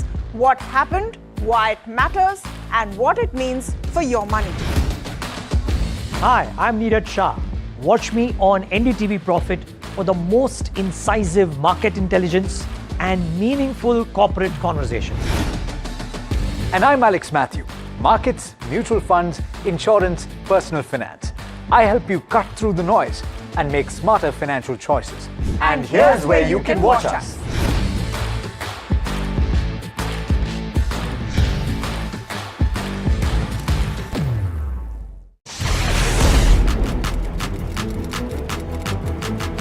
When the headlines move fast, perspective matters.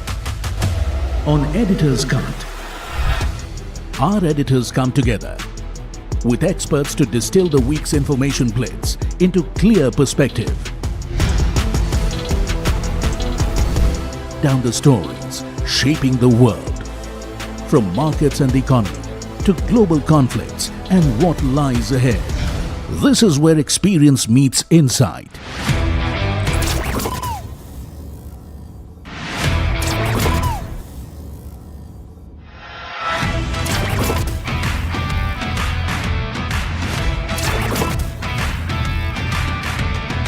No noise, no hype, just sharp talk.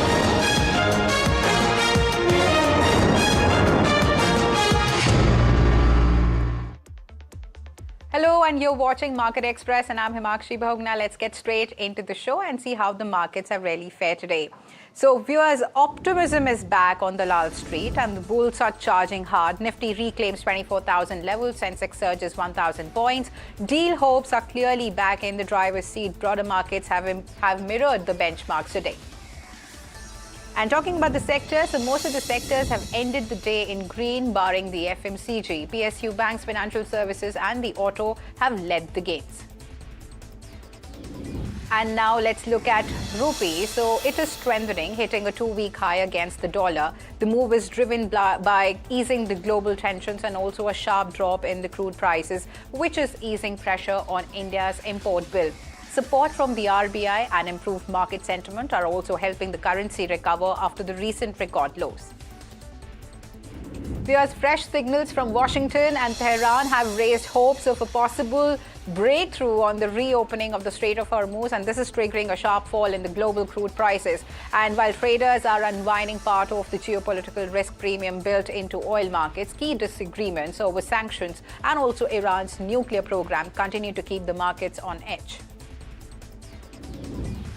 India's state-run oil companies have raised petrol and diesel prices for the 4th time in just 11 days as surging crude costs and also the West Asia conflict continue to squeeze their margins. And after absorbing heavy losses for 4 days, OMCs are now passing part of that burden to the consumers through steady fuel price hikes and also in a clear sign that global energy volatility is beginning to hit the Indian households again. Now let's look at key stocks. First up, we have Hindalco. So it may have delivered, record revenues and also EBITDA for the year, but underneath the headline growth, several pressure points continue emerging. And profitability has remained, it has been impacted by the weakness at Novelis, where the Oswego disruption, softer European automotive demand, and also an ongoing heavy capex cycle weighed on the margins as well as the cash flow improvement. Investors are also closely watching when the Bay Minette project begins making, a meaningful earnings contribution to the company. Next, Counter-In focuses Divi's Labs, which has reported an operationally stable quarter with growth driven largely by the custom synthesis business. However, rising input costs weighed on margins even as lower taxes and also higher other income has supported the profitability, and the company continues betting on peptides and even contrast media for future growth. Next counter to look at is Rainbow Children's, which has delivered a strong quarterly performance, and this has been helped by resilient occupancy trends, healthy realization growth, and also better than expected margins. While occupancy pressures, from new hospital additions persisted, mature hospitals continued improving steadily, also reinforcing confidence that the core healthcare business remains firmly on track. Next counter to look at is Colgate-Palmolive Developers, which has reported a weak quarter on the surface with revenue and profitability sharply impacted by one-time adjustments. But resilient collections and also improving realization suggest underlying demand in the housing market. It remains stable despite headline weakness.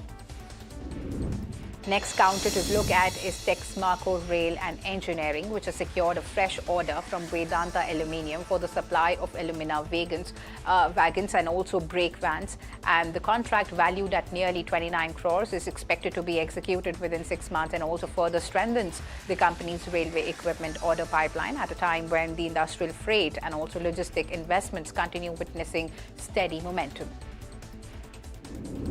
We are state-run construction major NBCC has secured fresh work orders worth over 42 crores, including an Indian bank office project in Amravati and also infrastructure development work for Navodaya Vidyalaya Samiti. So the latest wins further strengthen NBCC's government-focused order pipeline and also reinforce its strong positioning in the public sector infrastructure execution, even as the centre continues accelerating spending across housing, urban development and also institutional projects.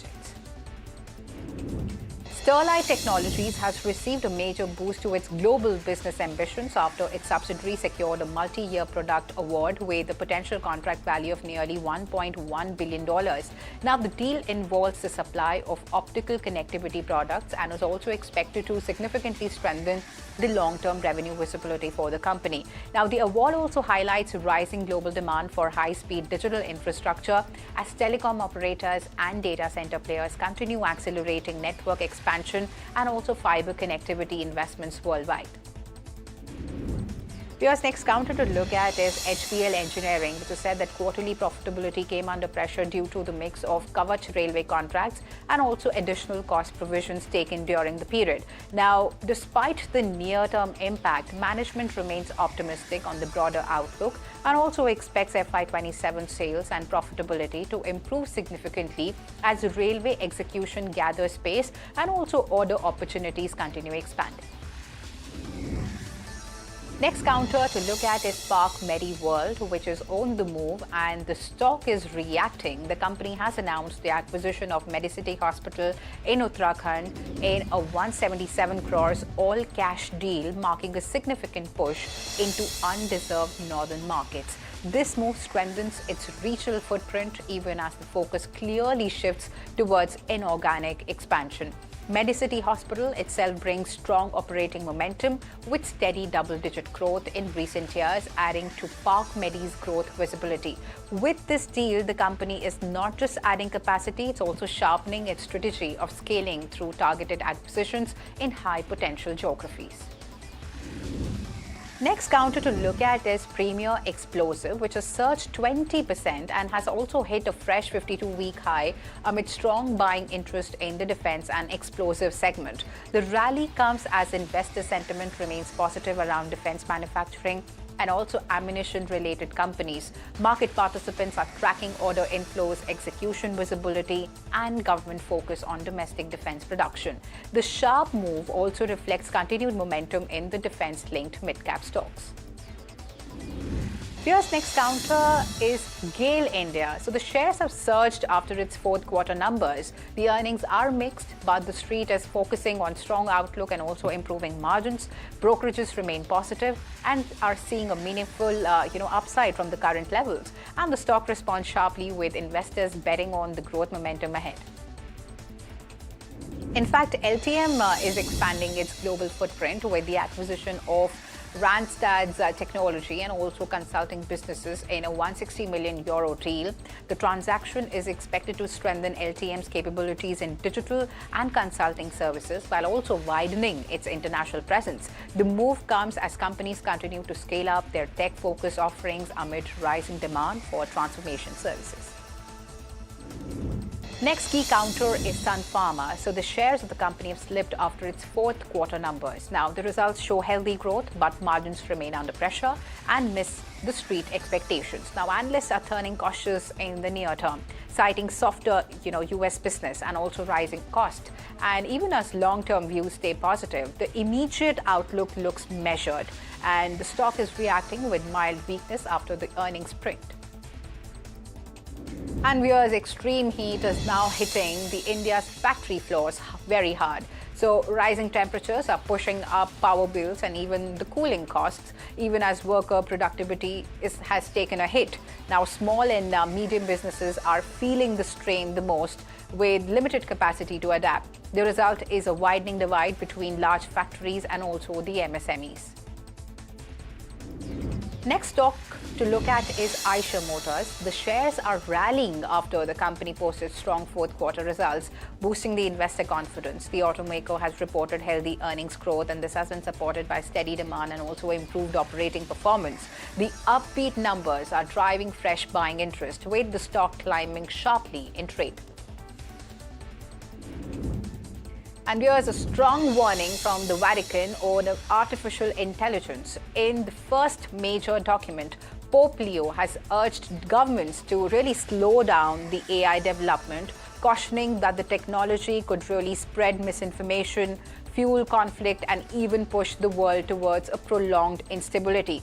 Now, in the encyclical titled, Magnifica Humanitas, the first American Pope calls for stricter global oversight, including robust legal frameworks. Now, independent regulation and also greater political accountability. Is warned against leaving AI power concentrated in private hands, and also stressing the need to protect the workers, safeguard children, and also ensure technology, really serves to humanity and not the other way around. And as the global AI race accelerates, the Vatican is clearly stepping in with a call for caution and also control. US Finance Minister Nirmala Sitharaman has struck a confident note on the economy amid global tensions. Speaking at SIDBI's 37th Foundation Day, she said that India remains positive and even resilient despite the ongoing West Asian conflict, also cautioning against any sort of pessimistic narrative that fuels fear-mongering. And she's emphasized that economic fundamentals remain pretty strong, with GST collections continuing to, reflecting robust activity even after rate rationalization. In fact, gross GST collections have crossed 22 lakh crores in FY26 with healthy annual growth. So this is signaling sustained demand momentum. The message from the finance minister is very clear that policy support and strong domestic trends are really helping India navigate the global uncertainty with confidence. And India's defense manufacturing push could see a major boost, with DRDO likely to bring private players into the production of the Astra air-to-air missile system. Now, the move is aimed at increasing manufacturing capacity and also speeding up deployment of the indigenous weapon platform. It also signals deeper private sector participation in India's defense ecosystem. Viewers, now let's look at some national news. The Supreme Court has stepped in on the Twesha Sharma death case, ordering a CBI probe amid growing concerns over the investigation. Hearing a suo motu matter, the top court has flagged alleged procedural lapses and also institutional bias and said that the probe must remain fair and impartial. The Solicitor General has informed the court that the CBI will take over the case immediately, with administrative steps expected to be completed today. Importantly, the court also urged the media to exercise restraint, warning against amplifying statements from either victims or the accused families during the ongoing investigation. And the case has drawn nationwide attention, with serious questions being raised over delays, forensic inconsistencies, and even the handling of the evidence in the initial probe. And a major security scare in Bengaluru has put VIP protection protocols in focus. 6 police personnel have been suspended after gelatin sticks were found near Prime Minister Modi's convoy route during his May 10 visit. Now, the explosive material was detected during routine security sanitization checks ahead of the Prime Minister's arrival. And officials are saying that 2 gelatin sticks were found on a footpath on the city's outskirts, roughly about 3 kilometers from the main venue. And this incident has triggered an inquiry into a possible security lapse, with agencies now probing how explosive material reached a high security zone in the very first place. And a major policy move in Assam is set to trigger a wider debate on personal laws. The state government has tabled the Uniform Civil Code Bill 2026 in the Assembly, proposing a ban on polygamy and also mandatory registration of live-in relationships. Now, the bill, introduced by Parliamentary Affairs Minister Atul Bora on behalf of Chief Minister Himanta Biswa Sarma, aims to simplify and unify laws governing marriage, divorce, succession, and even live-in relationships. While the government pitches it as a reform towards legal clarity and protection, opposition parties have strongly objected, demanding wider consultation before any such legislation is taken forward. Now, the bill is expected to come up for discussion on May 27, setting the stage for a heated political showdown in the Assembly. And here's a high-stakes diplomatic visit already in motion. U.S. Secretary of State Marco Rubio is in India on his first official trip after wrapping up talks in Sweden. And also the visit is now shifting focus back to the New Delhi. And having already covered Delhi engagements and also cultural stops in Agra and Jaipur, Rubio is now headed into the final leg, where strategic conversations will take center stage. At the heart of the visit, energy, security, defense ties, and even trade, all against the backdrop of the ongoing tensions in West Asia impacting the global markets. With India-US ties deepening and even the Quad meeting ahead, this visit is not just symbolic, but it's about aligning strategies in increasingly uncertain world. And the Quad foreign ministers are meeting in New Delhi today, just days after the Trump-Xi summit. And the timing is crucial as the US signals a softer approach to China. And India, the US, Japan and Australia are now looking to keep the group, grouping relevant with a focus on security, supply chains and even stability in the Indo-Pacific. The meet also underlines India's growing role at the center of global diplomacy. And viewers, with that, it's a wrap on this edition of Market Express. Stay tuned to NDTV Profit for more news and updates.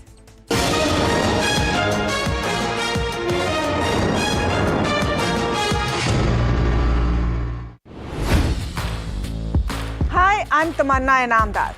Watch me on NDTV Profit, where I break down the day's biggest business stories.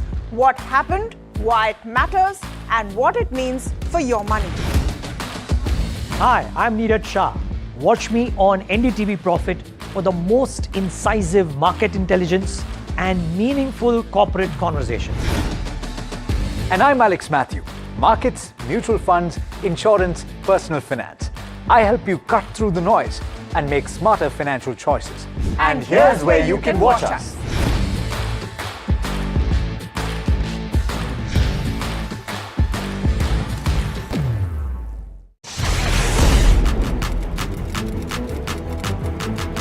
When the headlines move fast, perspective matters. On Editor's Cut, our editors come together with experts to distill the week's information blitz into clear perspective. Down the stories shaping the world, from markets and the economy to global conflicts and what lies ahead. This is where experience meets insight.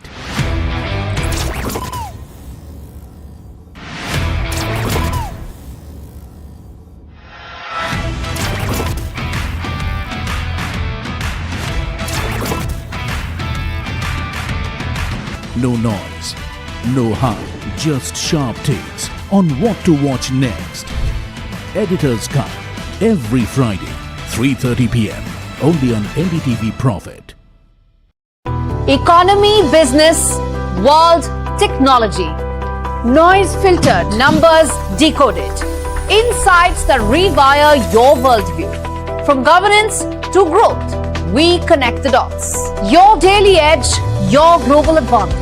India Business Reports with me, Gauri Dwivedi, weeknights on NDTV Profit.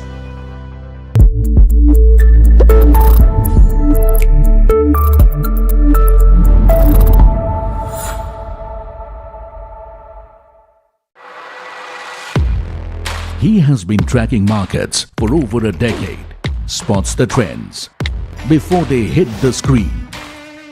And he is now bringing his analysis to the show that the market watches. Watch Sharad Dubey on Know Your Company, a show that puts the most traded stocks under the scanner. We dissect the company so that you, the investor, don't have to. Get the management to answer questions relevant to you. Watch Know Your Company. Bulls lead the charge on Dalal Street today as Nifty ends above 24,000 after 11 trading sessions. While the benchmarks gain over 1%, volatility index slips 6% in the red. Banking cohort attracts most attention with Bank Nifty outperforming the benchmark.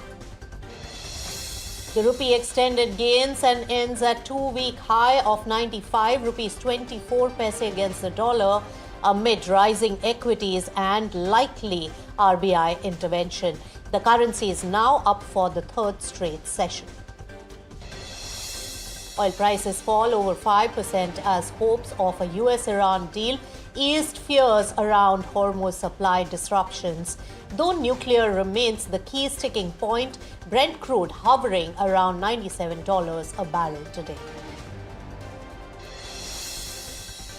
OMC's rally after fuel prices hiked for the fourth time within 12 days. With the latest hike of over 2 rupees, petrol prices have crossed 100 rupees per litre in Delhi. Petroleum Minister officials say OMC under recovery is cooled from 1,000 crore rupees to less than 600 crores.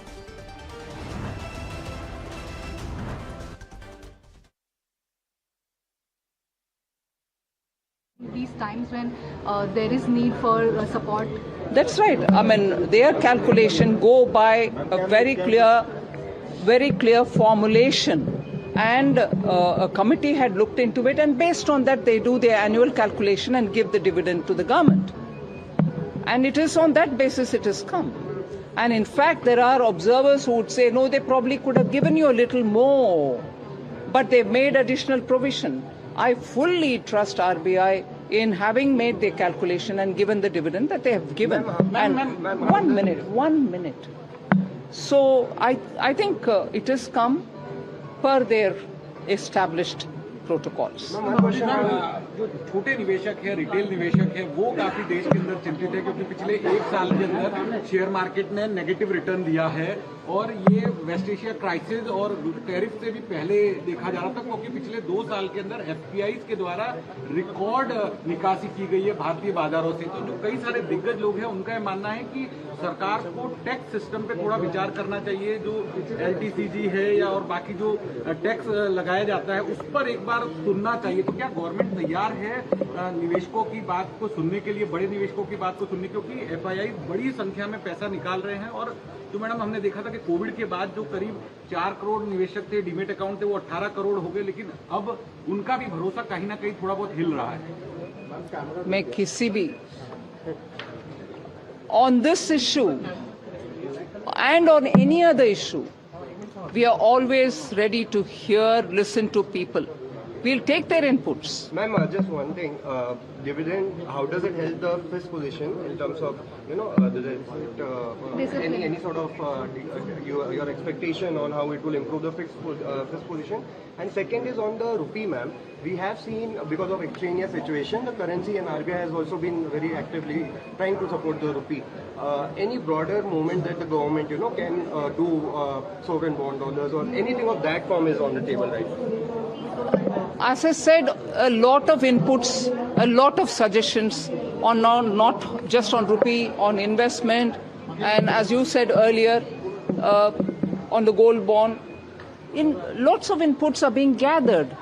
People voluntarily send, some people are collecting from departments. We will look into every one of these suggestions. Thank you. Ma'am, Brent crude का जो level है वो 100 से नीचे आ चुका है, लेकिन petrol के प्राइसेस अभी भी बढ़ रहे हैं, इस पे आपका क्या कहना है? और 4 बार बढ़ चुका है।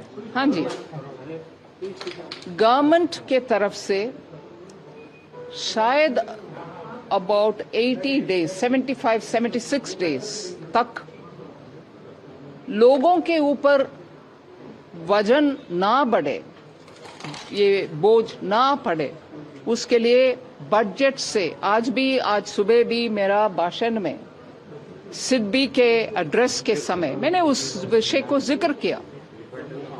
More than 1 lakh crore annually this year we have given through the excise duty reduction. Had we not given that reduction at that time, even at that time 10 rupees would have been the increase at that time itself. So we have given, and that is almost 1 lakh crore on the budget. But the increases now are coming from the oil marketing companies because they are the ones who are procuring and selling. Okay? Thank you very much. Thank you.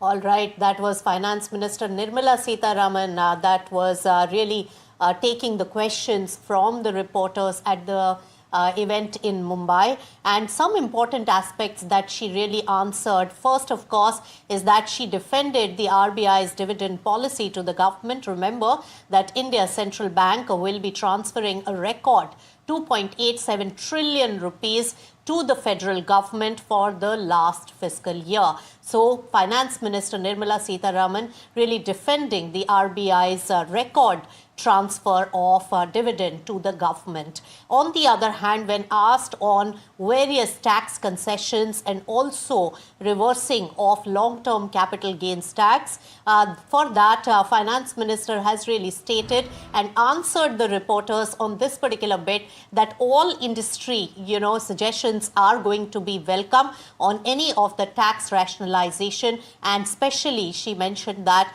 when asked the question of various tax reliefs in the capital market, including long-term capital gains tax. And another aspect was the fuel-led pressure on the economy, and she also mentioned the measures that have been taken by the government so that additional pressure is really not coming on the people of the country, and therefore she also mentioned that 1 lakh crore rupees hit on the budget. OMCs also really were taking the hit, and that's why another increase has really taken place when we talk about the fuel prices. But main aspect here, she did also answer the RBI's dividend policy, and that's what she has defended on behalf of the government. All right, let's take it straight to markets today, and optimism really pervaded in the capital markets today as benchmarks really locked the gains of over 1%, while Nifty crossed 24,000 level after, remember, 11 trading sessions.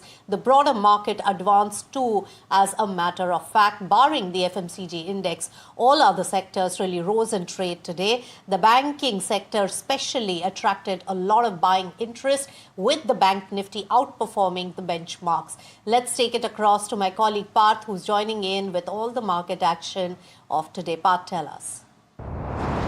It was a great day for Nifty after a long time. The index ended up almost 1.3% and finally managed to close above the 23,400 mark.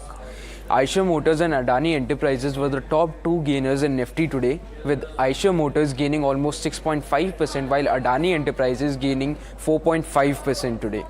The broader market underperformed the benchmark today, with Nifty Midcap 150 gaining 0.9%, led by Union Bank and Apollo Tyres, both of which were up by almost 4.5%. Nifty Small Cap 250 also gained around 1%, which was led by Titagarh Rail Systems and Bluejet Healthcare, both of which managed to gain over 9.5% for the day. Now moving on to the sectoral performance, all sectors ended on a green note except Nifty FMCG. Nifty PSU Bank was the best performing sector, up by over 2%. This was led by Canara Bank and Union Bank, both of which gained over 4% today. Nifty FMCG was on the worst performing side, down almost 0.1% today due to Varun Beverages and Colgate losing over 1.5%. And lastly, if we have a look at the sectoral trends, then Nifty FMCG has fallen for the 6th day in a row, while Nifty IT snapped its 3-day losing streak. Also, Nifty Metal has gained for the 4th consecutive day, while Nifty Auto and Nifty PSU Bank have gained for the 5th consecutive day. Also, Nifty Financial Services and Nifty Bank has gained for the 2nd day in a row. All right, Parth, thank you so much for getting us the full roundup of the market action today. And in fact, it was the lower crude prices which also added to the momentum of overall recovery in the markets. In fact, Ace investor Vijay Kedia says that this is not the time to really get overconfident in the market. Speaking as part of NDTV Profit special town hall interview, Kedia warned that it's still very difficult to confidently say whether the market has already hit the bottom. In fact, according to him, several global headwinds continue to keep the investors on the edge, from geopolitical tensions to volatility in the global markets and also concerns around crude oil prices. The risks are far from over. Listen in. बोलना मुश्किल है कि worst is over, क्योंकि worst is over मतलब अभी खाली India को हम आइसोलेशन में नहीं देख सकते हैं, पूरी दुनिया को देखना पड़ेगा कि वर्स्ट इज ओवर। और यहाँ पर इंडिविजुअल स्टॉक का अपना सबका अलग अलग अपना चाल रहती है अपनी, तो हम 6,500 शेयरों की बात कर रहे हैं। तो ये बोलना मुश्किल है कि वर्स्ट इज़ ओवर। और जहाँ तक इंडेक्स का सवाल है, ये भी बड़ा डिसेप्टिव है, ये भी कोई आपको सही आंकड़े नहीं देता है मार्केट के, क्योंकि अभी इंडेक्स में समझिए 30 शेयर्स हैं। निफ्टी की, सेंसेक्स की बात करें, हाँ, सेंसेक्स में 30 है, निफ्टी में 50 है समझिए। हाँ। अब 30 में से अगर आप 10% शेयर्स तो ऐसे हैं जिनका सबसे ज़्यादा वेटेज है। फॉर एग्जांपल समझिए बैंकिंग का, NBFC का, रिलायंस का 5, 7, 10 शेयर निकाल लेंगे तो मालूम पड़ा कि 1/3 तो इंडेक्स ऐसे ही उन्हीं से ज़्यादा इफेक्टेड है। तो वो एक सही पिक्चर देता नहीं है इंडेक्स जो है। All right, so that was the viewpoint on the market and the volatility as well as uncertainty from Vijay Kedia. Let's also take a look at the money market. Well, rupee today strengthened by 40 paise to 95 rupees 20 paise against the dollar, and also ended at 2-week highs of 95.24. Now, remember that the domestic unit has been appreciating against the greenback for the last 3 trading sessions, and this comes in the backdrop of an active peace talk between US and Iran. Also, take a look at crude oil prices. They fell by around 5% as hopes of easing tensions around the Strait of Hormuz really poses as a big relief for the oil market. Both international benchmark indices, the US WTI and the Brent, have both fallen, and reports do suggest a possible deal could reopen the Strait of Hormuz and also reduce the fears of supply shortages. But analysts are still cautious because several of the issues remain unresolved, including the sanctions, security concerns, and also the future of Iran's nuclear program. All right, let's take it straight across to another important view coming in on the economy, and Professor of Economics at Columbia University, Arvind Panagariya, believes that the Indian rupee could really recover once the global uncertainty eases. But he has also warned the RBI against aggressively defending the currency by burning through the forex reserve. Speaking to NDTV Profit, Panagariya also said that the exchange rate should be allowed to do the job during the periods of global stress. According to him, a weaker rupee can actually help absorb the external shocks more efficiently instead of draining the reserves to defend a psychological level like 100 rupees per dollar level. Listen in. If you let the rupee depreciate today, tomorrow it will recover. Once the problem in with the war in West Asia is resolved, then the import bill will come down. Also, if the rupee has gone, depreciated further, it will become cheaper for the dollars to buy rupee, and therefore dollars will come back, meaning the capital flows will come back in large volumes to take advantage of the cheaper rupee. And so therefore, in a way, the appropriate thing is to let the rest of the adjustment take place. All right, taking it to fuel price hike, which is the big story of the day. Well, petrol and diesel prices have been increased again today by around 2.71 rupees per litre, marking the 4th hike in fuel prices across the country since the last 11 days. Now, the fuel prices have been increased by 7.50 rupees per litre, and my colleague Somit is here to make us understand its impact on the oil marketing company. Somit, tell us. Yes, 4th hike in the last 11 days and the second biggest one that we have seen. The first biggest hike was the first hike on May 15th, where it was 3 rupees per litre. Then couple of times we have seen a hike of around 0.9 rupees per litre, that was on May 19th and May 23rd. And just after 2 days now, we are seeing another hike coming in of around 2.71 rupees per litre on May 25th. So in the last 11 days, the prices have been hiked by close to around 7.5 rupees per litre. Now, what could be the impact? Why this price hike? Because oil marketing companies were supposed to incur a loss of close to 1 to 1.2 lakh crore rupees in the first quarter of FY27 because of higher crude oil prices, depreciating rupee, and unchanged retail fuel prices, that is petrol and diesel prices. Now, what would be the impact of this price hike coming in on the oil marketing companies, that is IOCL, BPCL and HPCL? For every 0.5 rupees per litre hike in the petrol and diesel prices, the EBITDA of IOCL, BPCL and HPCL lifts by close to around 7 to 11%. Now, Indian oil OMCs have been recouping the losses. Earlier, the loss was expected to be around 1,000 crore rupees per day, which are reduced to around 750 crore after the 3 rupees per litre hike. Then the couple of hikes of 0.9 rupees per litre reduced it to further 670 crore rupees on a per day basis of post the 0.9 rupees per litre hike that we had seen in the last couple of days. And after this 2.71 rupees per litre hike, this will further reduce the losses for the oil marketing companies by close to around 113 crore rupees per day. And this is around 17% of the daily loss that the oil marketing companies have been seeing. Now, these 4 hikes will help oil marketing companies recoup nearly 44% of the losses that they were incurring at start of the quarter, that is close to 1,000 odd crore rupees. Also, another positive point for the oil marketing companies right now is the fact that crude has slipped below $100 per barrel after many days. So that could also come in sentimentally positive for the oil marketing companies in trade today. All right, thanks Amit for putting all those numbers and oil maths also into the picture. OMCs passing on the price hike to some extent to the consumers to recoup their losses owing to higher crude oil prices. Now we have the first official comment on the 4th fuel price hike from the Petroleum Ministry, and Sujata Sharma, the Joint Secretary at the Ministry of Petroleum and Natural Gas, has said that the under-recoveries for the oil marketing companies have come down from around 1,000 odd crore rupees per litre, 1,000 rupees per litre earlier to slightly below 600 crores now. However, she also admitted that imports continue to be impacted because of the ongoing West Asia crisis. Listen in. हमारी oil marketing companies को घाटा हो रहा था, जैसा हमने आपको बताया वो लगभग 1000 करोड़ प्रतिदिन का था. अब प्राइस राइज के बाद वो घाटा कम हुआ है, but it is still in slightly less than 600 crore.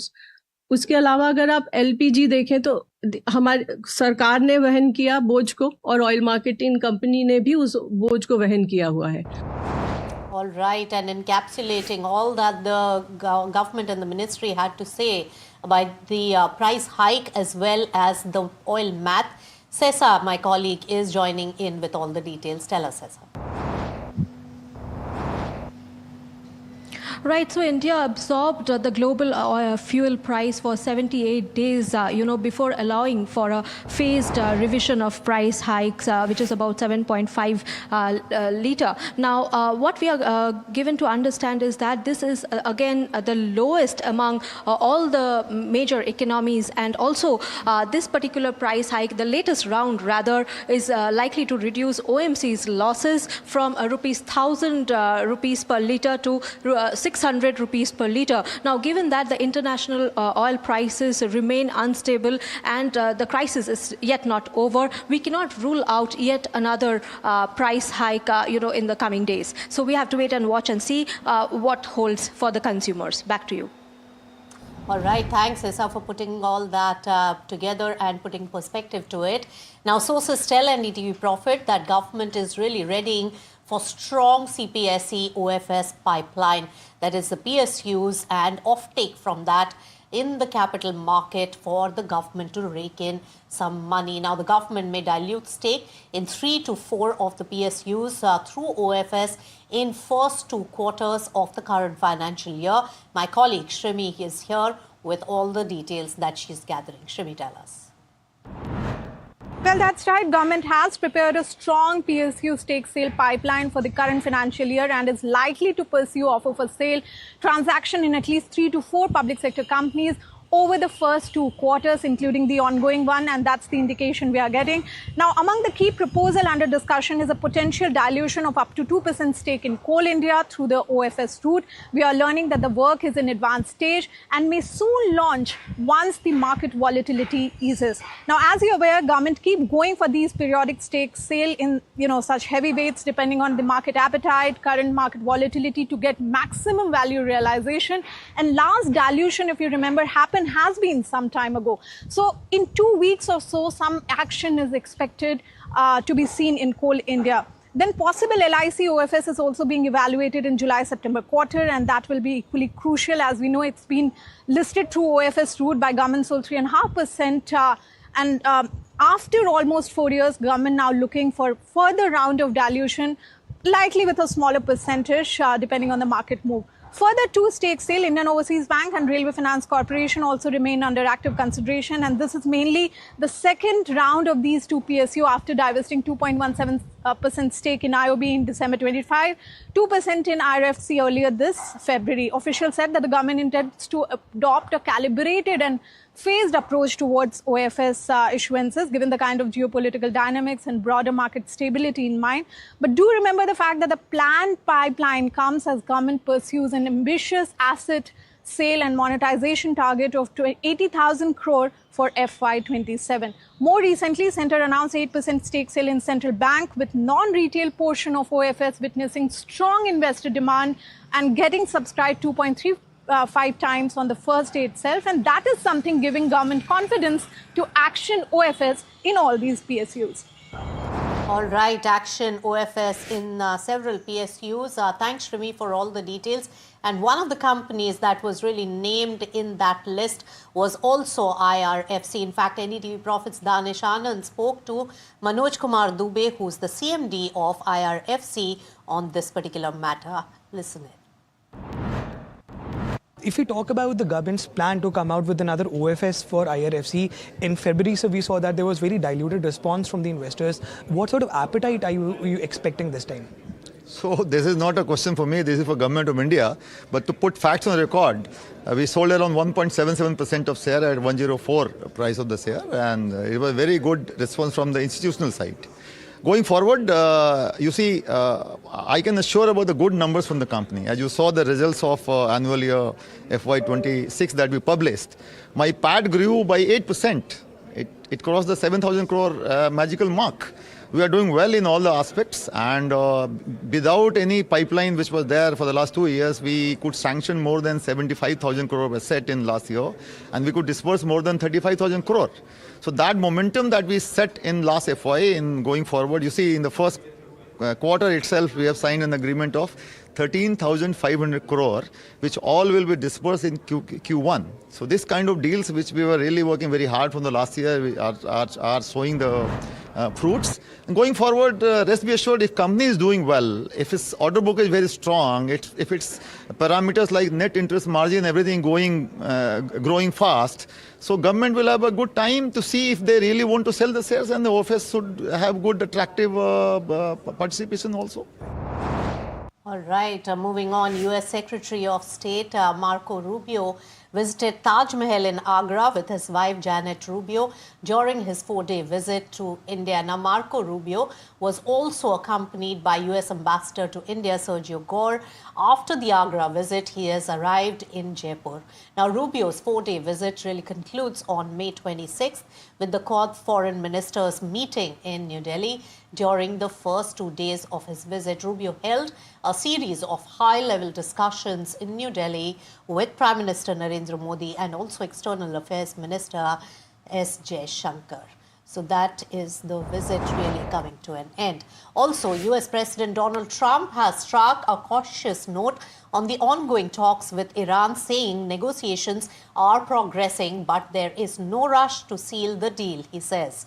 Now, Trump has instructed US representatives to take their time, even as reports suggest a broad framework may already be in place. If finalized, the agreement could really ease tensions in the Strait of Hormuz and also stabilize global energy supplies. Meanwhile, remember, Iran says that the nuclear issues will be addressed once a formal understanding is reached during his India visit. Now, US Secretary of State Marco Rubio said that Washington still prefers a diplomatic resolution to the conflict. All right, taking it to another important development which has become a big national news. Well, Tuisha Sharma's death case has taken a major turn, with the Supreme Court really ordering a CBI probe amidst growing concerns over the investigations. In fact, the top court has flagged alleged procedural lapses and also institutional bias, stressing that the probe must really remain fair and impartial. And the court has also urged the media to exercise restraint during the ongoing investigation in this particular matter. All right, with that, we've come to the end of this edition of Profit 360, but stay tuned to NDTV Profit for all the news and views on the other side. Thank you so much for tuning in.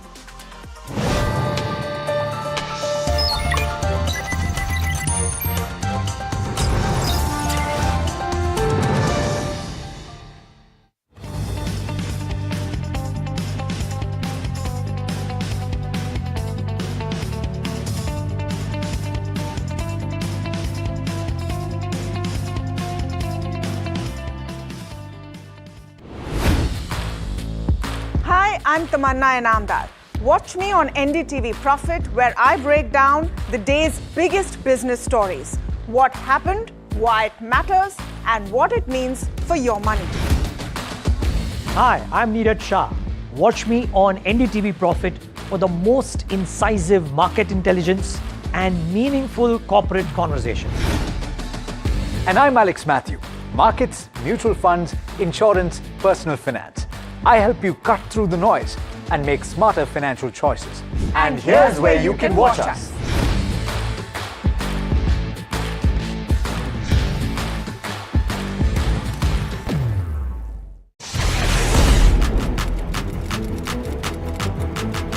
When the headlines move fast, perspective matters. On Editor's Cut, our editors come together with experts to distill the week's information blitz into clear perspective. Down the stories shaping the world, from markets and the economy to global conflicts and what lies ahead. This is where experience meets insight.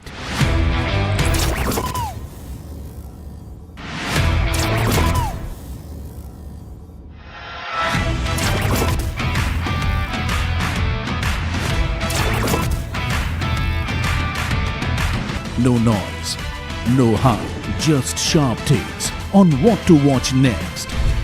Editor's Cut, every Friday, 3:30 p.m. only on NDTV Profit.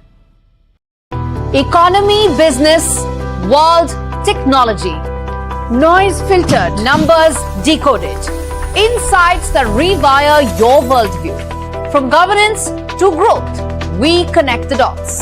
Your daily edge, your global advantage. India Business Report with me, Gauri Dwivedi, weeknights on NDTV Profit.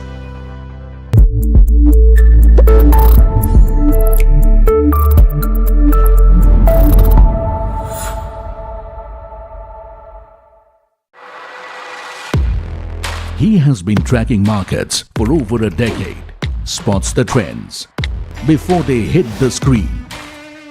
And he is now bringing his analysis to the show that the market watches.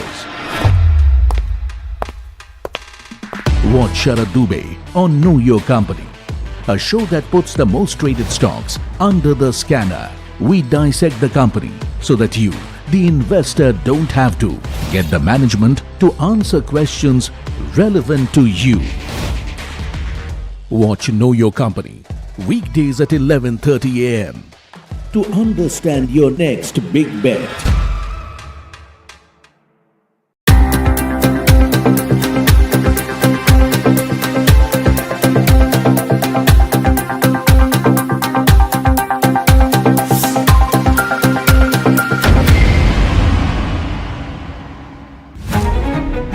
New year, new power panel, India market open, now in its boldest lineup. This is where the trends get tested and stocks get conviction. I'll recommend a buy call on a stock only when I'm fully convinced on the stock. With a table thumping buy. And when the street wants the levels, he brings the chart.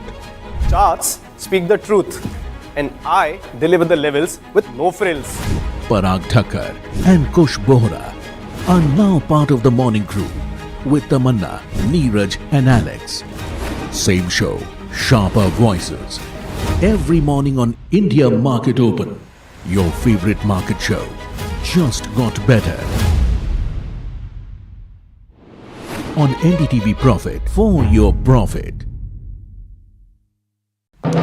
When others are warming up, I'm raring to go. The stories that matter, the stories that shape your life. Hello and welcome to watching Prime 5 with me, Eicher Motors. What's at stake? How to The show that sets the prime time agenda. We'll be deep diving into this topic to tell you what's at stake. Join me, Raisha Sehgal, on Prime 5 only on NDTV 24/7.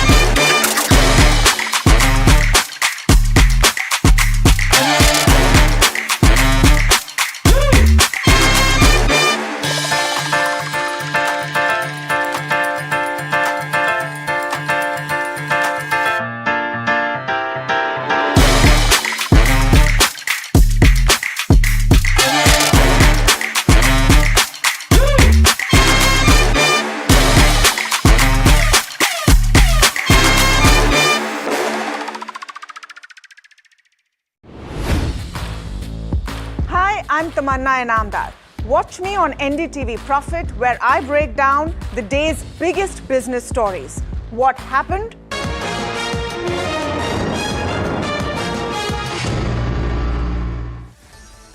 Hello and welcome. You're watching Market Express and I'm Himakshi Bahugna. Let's get straight into the show and see how the markets have really fared today. So, viewers, optimism is back on Dalal Street and the bulls are charging hard. Nifty reclaims 24,000 levels. Sensex have surged 1,000 points. Deal hopes are clearly back in the driver's seat. Broader markets have also mirrored the benchmarks today. And talking about the sectors, so most of the sectors have ended the day in green, barring FMCG, PSU banks, financial services, and also auto have led the gains. Let's look at rupee now, which is strengthening, hitting a two-week high against the dollar. Now, the move is driven by easing global tensions and also a sharp drop in the crude prices, which is easing pressure on India's import bill. And support from the RBI and even improved market sentiment are also helping the currency recover after recent record lows. And viewers, fresh signals from Washington and Tehran have raised hopes of a possible breakthrough on reopening the Strait of Hormuz, triggering a sharp fall in the global crude prices. And while the traders are unwinding part of the geopolitical risk premium built into the oil markets, key disagreements over sanctions and also Iran's nuclear program continue to keep the markets on edge. In fact, India's state-run oil companies have raised petrol and diesel prices for the fourth time in just 11 days as surging crude costs and also the West Asia conflict continue to squeeze their margins. After absorbing heavy losses for days, OMCs are now passing a part of that burden to the consumers through steady fuel price hikes, and which is a clear sign that global energy volatility is also beginning to hit the Indian households again. Next counter to look at is Hindalco. So it may have delivered record revenues and EBITDA for the year, but underneath the headline growth, several pressure points continue emerging. Now, profitability has remained impacted by the weakness at Novelis, where the Oswego disruption, softer European automotive demand, and also an ongoing heavy capex cycle weighed on the margins and even the cash flow improvement. Investors are also closely watching when the Bay Minette project begins making a meaningful, earnings contribution. Next counter to look at is Divi's Labs, which has reported an operationally stable quarter with growth driven largely by the custom synthesis business. However, rising input costs weighed on the margins, even as lower taxes and even higher other income supported profitability. Now, the company continues betting on peptides and even contrast media for future growth. Next counter to look at is Rainbow Children's, which has delivered a strong quarterly performance, and this has been helped by resilient occupancy trends, healthy realization growth, and even better than expected margins. While occupancy pressures from the new hospital additions persisted, mature hospitals continued improving steadily, also reinforcing confidence that the core healthcare business remains firmly on track.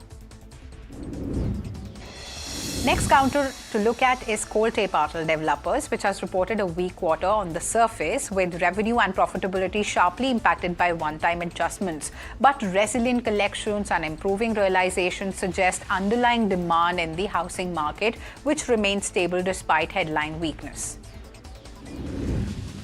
And Texmaco Rail and Engineering has secured a fresh order from Vedanta Aluminium for the supply of alumina wagons and also brake fans. The contract, valued at nearly 29 crores, is expected to be executed within 6 months and further strengthens the company's railway equipment order pipeline at a time when industrial freight and logistics investments continue witnessing steady momentum.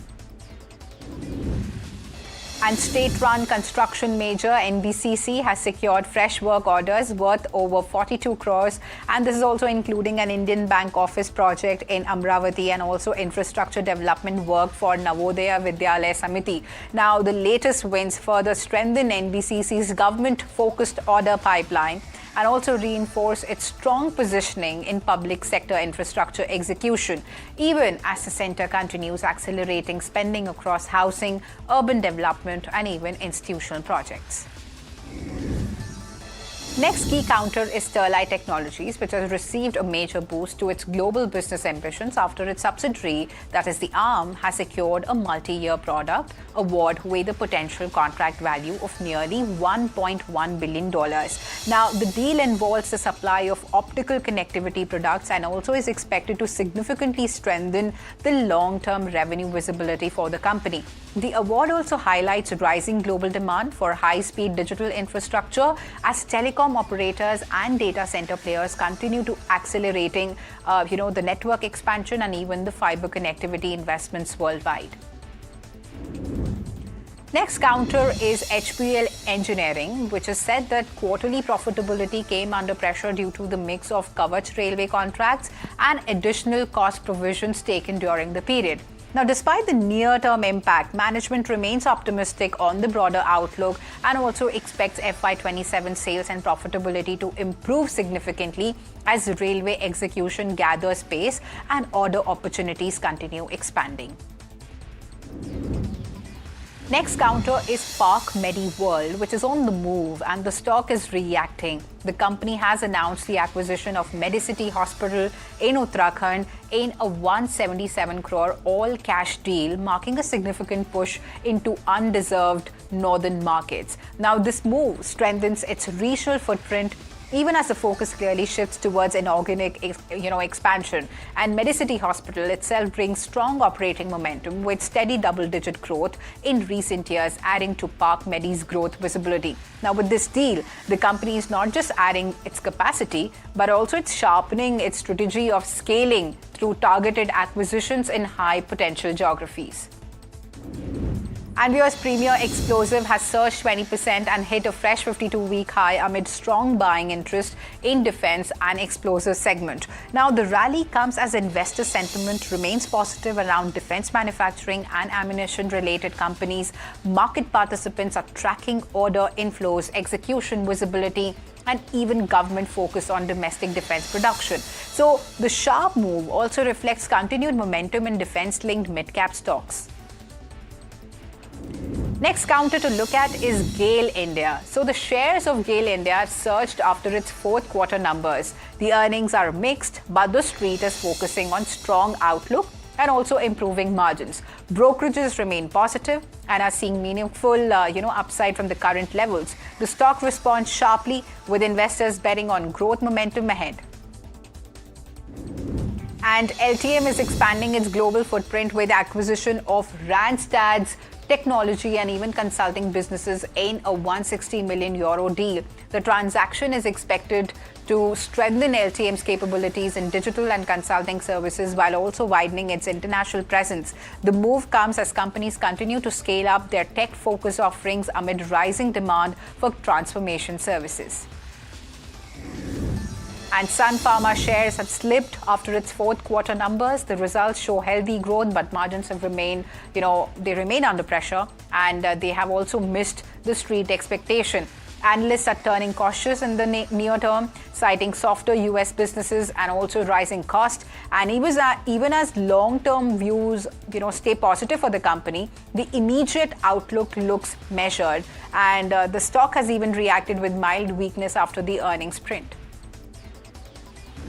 Viewers, extreme heat is now hitting India's factory floors pretty hard. Rising temperatures are pushing up the power bills and even the cooling cost, even as worker productivity has taken a hit. Now, small and medium businesses are feeling the strain the most. With limited capacity to adapt, the result is a widening divide between large factories and also the MSMEs. Next counter to look at is Eicher Motors. So the shares are rallying after the company has posted strong fourth quarter results, boosting the investor confidence, and the automaker reports healthy earnings growth, and this has been supported by steady demand and even improved operating performance. So this upbeat numbers are driving the fresh buying interest, with the stock now climbing sharply in trade. And a strong warning from the Vatican on artificial intelligence. In the first major document, Pope Leo has urged the governments to slow down AI development, also cautioning that the technology could really spread misinformation, fuel conflict, and even push the world towards prolonged instability. In the encyclical title Magnificat Humanitas, the first American Pope calls for stricter global oversight, including robust legal frameworks, independent regulation, and even greater political accountability. He has also warned against leaving AI power concentrated in private hands, stressing that the need to protect workers, safeguard children, and also ensure technology serves humanity and not the other way around. As the global AI race accelerates, the Vatican is clearly stepping in with the call for caution and also control. US Finance Minister Nirmala Sitharaman has struck a confident note on the economy amid global tensions. Speaking at SIDBI's 37th Foundation Day, she said that India remains positive and resilient despite the ongoing West Asian conflict, cautioning against any pessimistic narrative that fuels fear-mongering. She's emphasized that economic fundamentals remain strong, with GST collections continuing to reflect robust activity even after rate rationalization. In fact, gross GST collections have crossed 22 lakh crores in FY26 with healthy annual growth and also signaling sustained demand momentum. Now, this message from the finance minister is clear.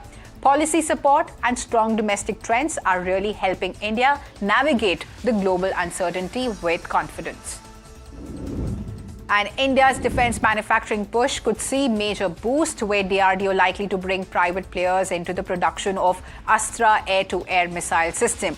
Now, this move is aimed at increasing manufacturing capacity and also speeding up deployment of the indigenous weapon platform. It also signals deeper private sector participation in India's defense ecosystem.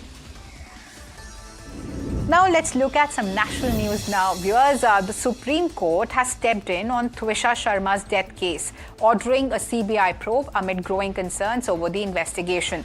Hearing a suo motu matter, the top court has flagged alleged procedural lapses and even institutional bias, and has said that the probe must remain fair and impartial. The Solicitor General has informed the court that CBI will take over the case immediately, with administrative steps expected to be completed today.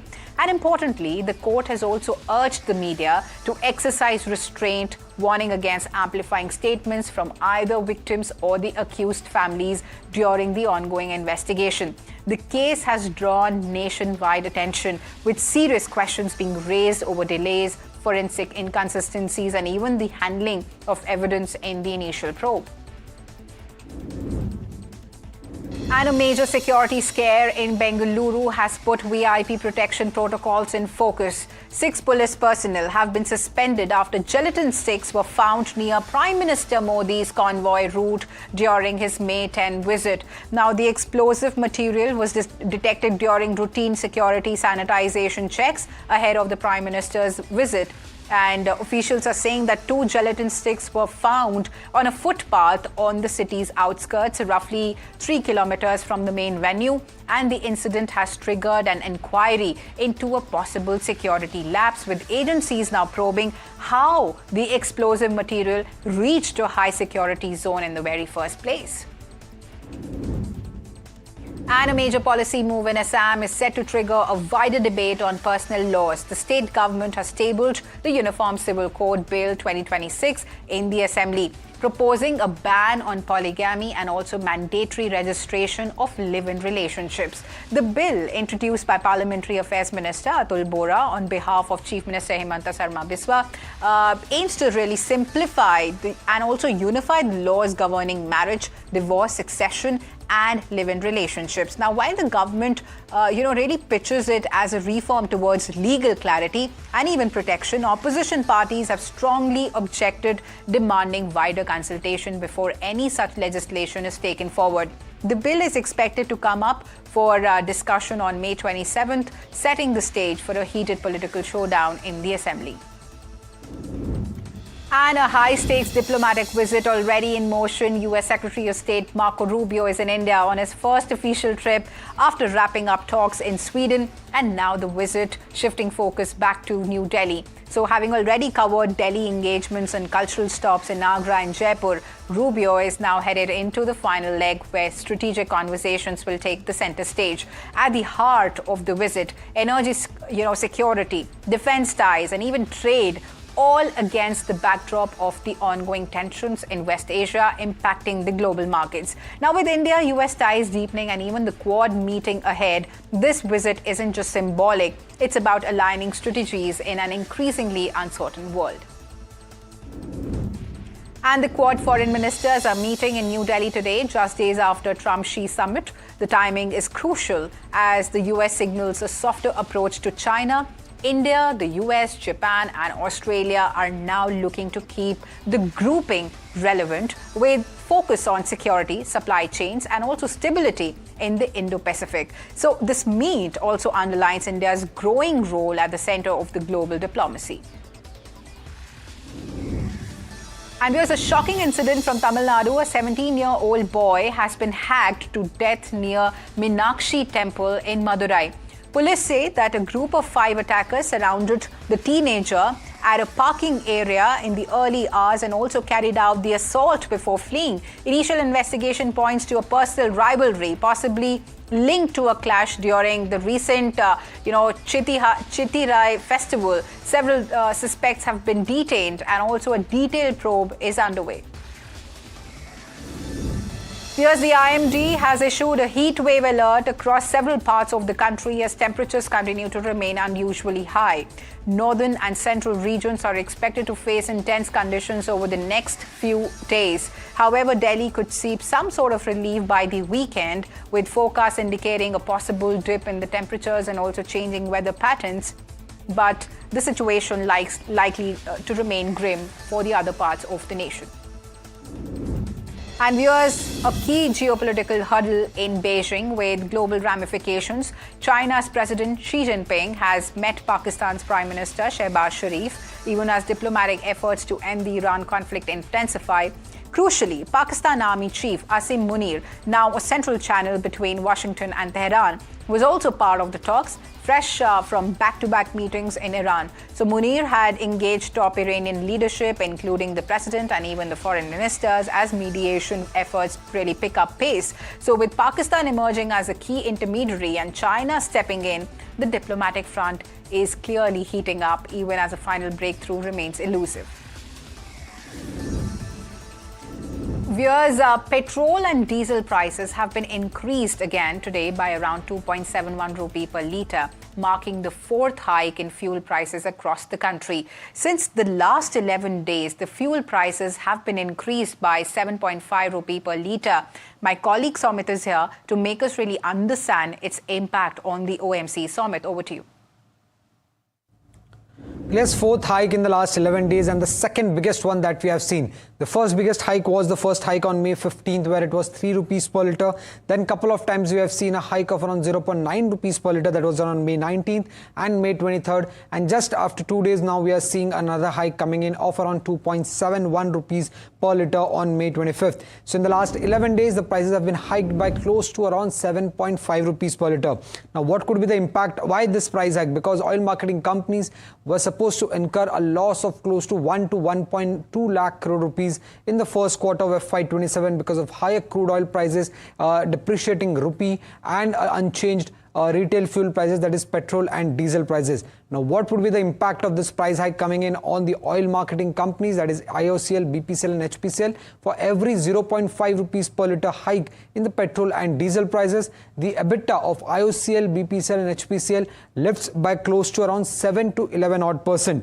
Now, Indian oil OMCs have been recouping the losses. Earlier, the loss was expected to be around 1,000 crore rupees per day, which are reduced to around 750 crore after the 3 rupees per litre hike. Then the couple of hikes of 0.9 rupees per litre reduced it to further 670 crore rupees on a per day basis of post the 0.9 rupees per litre hike that we had seen in the last couple of days. And after this 2.71 rupees per litre hike, this will further reduce the losses for the oil marketing companies by close to around 113 crore rupees per day. And this is around 17% of the daily loss that the oil marketing companies have been seeing. Now, these 4 hikes will help oil marketing companies recoup nearly 44% of the losses that they were incurring at start of the quarter, that is close to 1,000 odd crore rupees. Also, another positive point for the oil marketing companies right now is the fact that crude has slipped below $100 per barrel after many days. So that could also come in sentimentally positive for the oil marketing companies in trade today. All right, viewers, fuel relief may ease the burden on consumers, but it comes with a hefty fiscal trade-off. Finance Minister Nirmala Sitharaman has indicated that the recent excise duty cuts on petrol and diesel could really lead to a revenue impact of nearly 1 lakh crore rupees in FY27. The government says that the move is aimed at cushioning households and even businesses from volatile global energy prices, while also keeping inflationary pressures in check. Here's the Finance Minister explaining the call.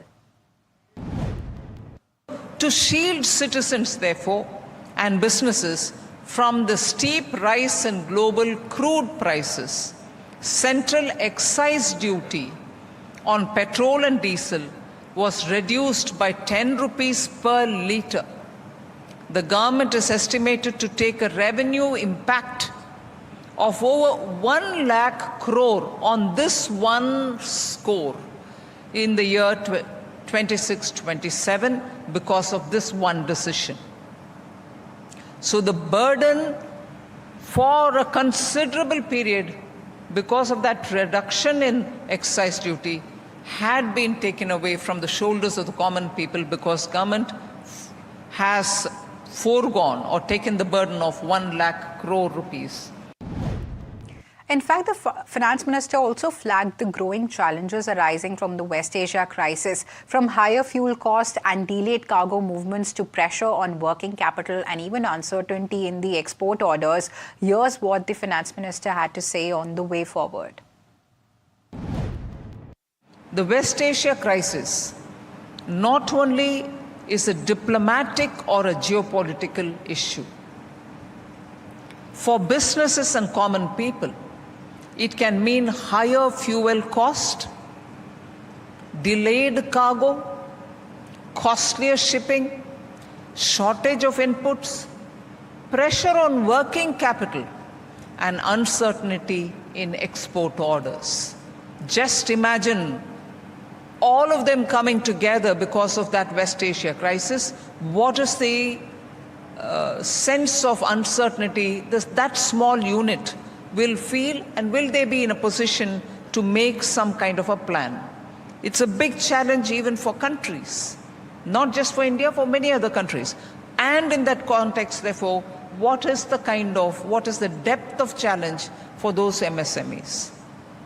The approach, therefore, has been and will have to be to protect citizens, support MSMEs, safeguard exporters, keep supply chains moving, and maintain economic stability.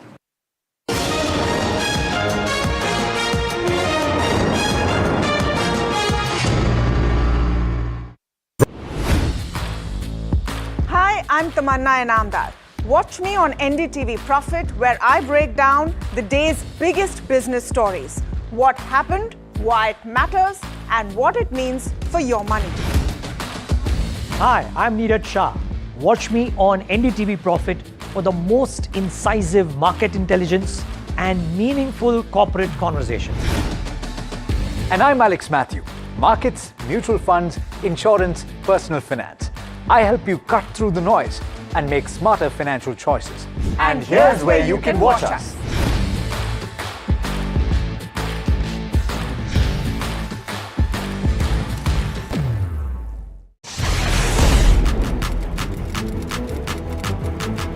When the headlines move fast, perspective matters. On Editor's Cut, our editors come together with experts to distill the week's information plates into clear perspective. Down the stories shaping the world, from markets and the economy to global conflicts and what lies ahead. This is where experience meets insight.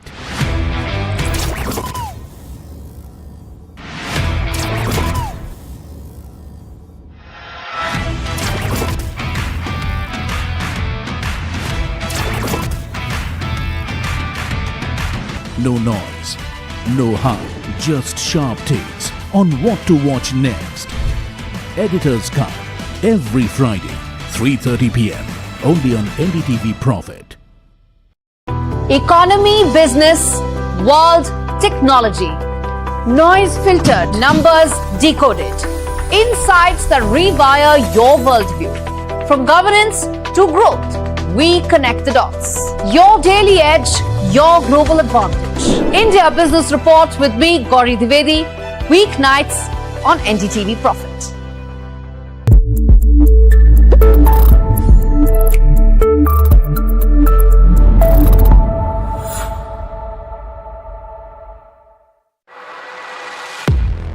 He has been tracking markets for over a decade, spots the trends before they hit the screen. And he is now bringing his analysis to the show that the market watches.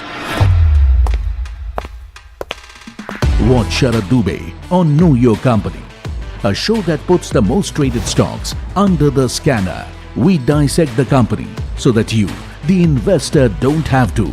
Get the management to answer questions relevant to you. Watch Know Your Company, weekdays at 11:30 a.m. to understand your next big bet.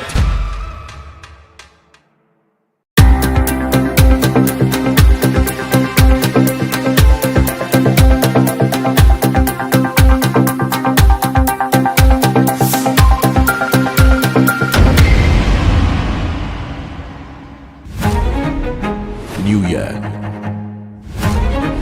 new power panel, India market open, now in its boldest lineup.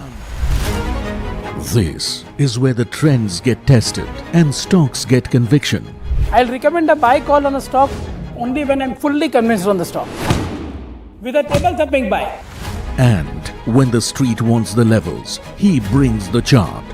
Charts speak the truth, and I deliver the levels with no frills. Parag Thakkar and Kush Bohra are now part of the morning crew with Tamanna, Neeraj and Alex. Same show, sharper voices. Every morning on India Market Open, your favorite market show just got better. On NDTV Profit, for your profit. When others are warming up, I'm raring to go. The stories that matter, the stories that shape your life. Hello and welcome to Watching Prime 5 with me, Eicher Motors. What's happening? How to The show that sets the prime time agenda. We'll be deep diving into this topic to tell you what's happening. Join me, Raisha Sehgal, on Prime 5 only on NDTV 24/7.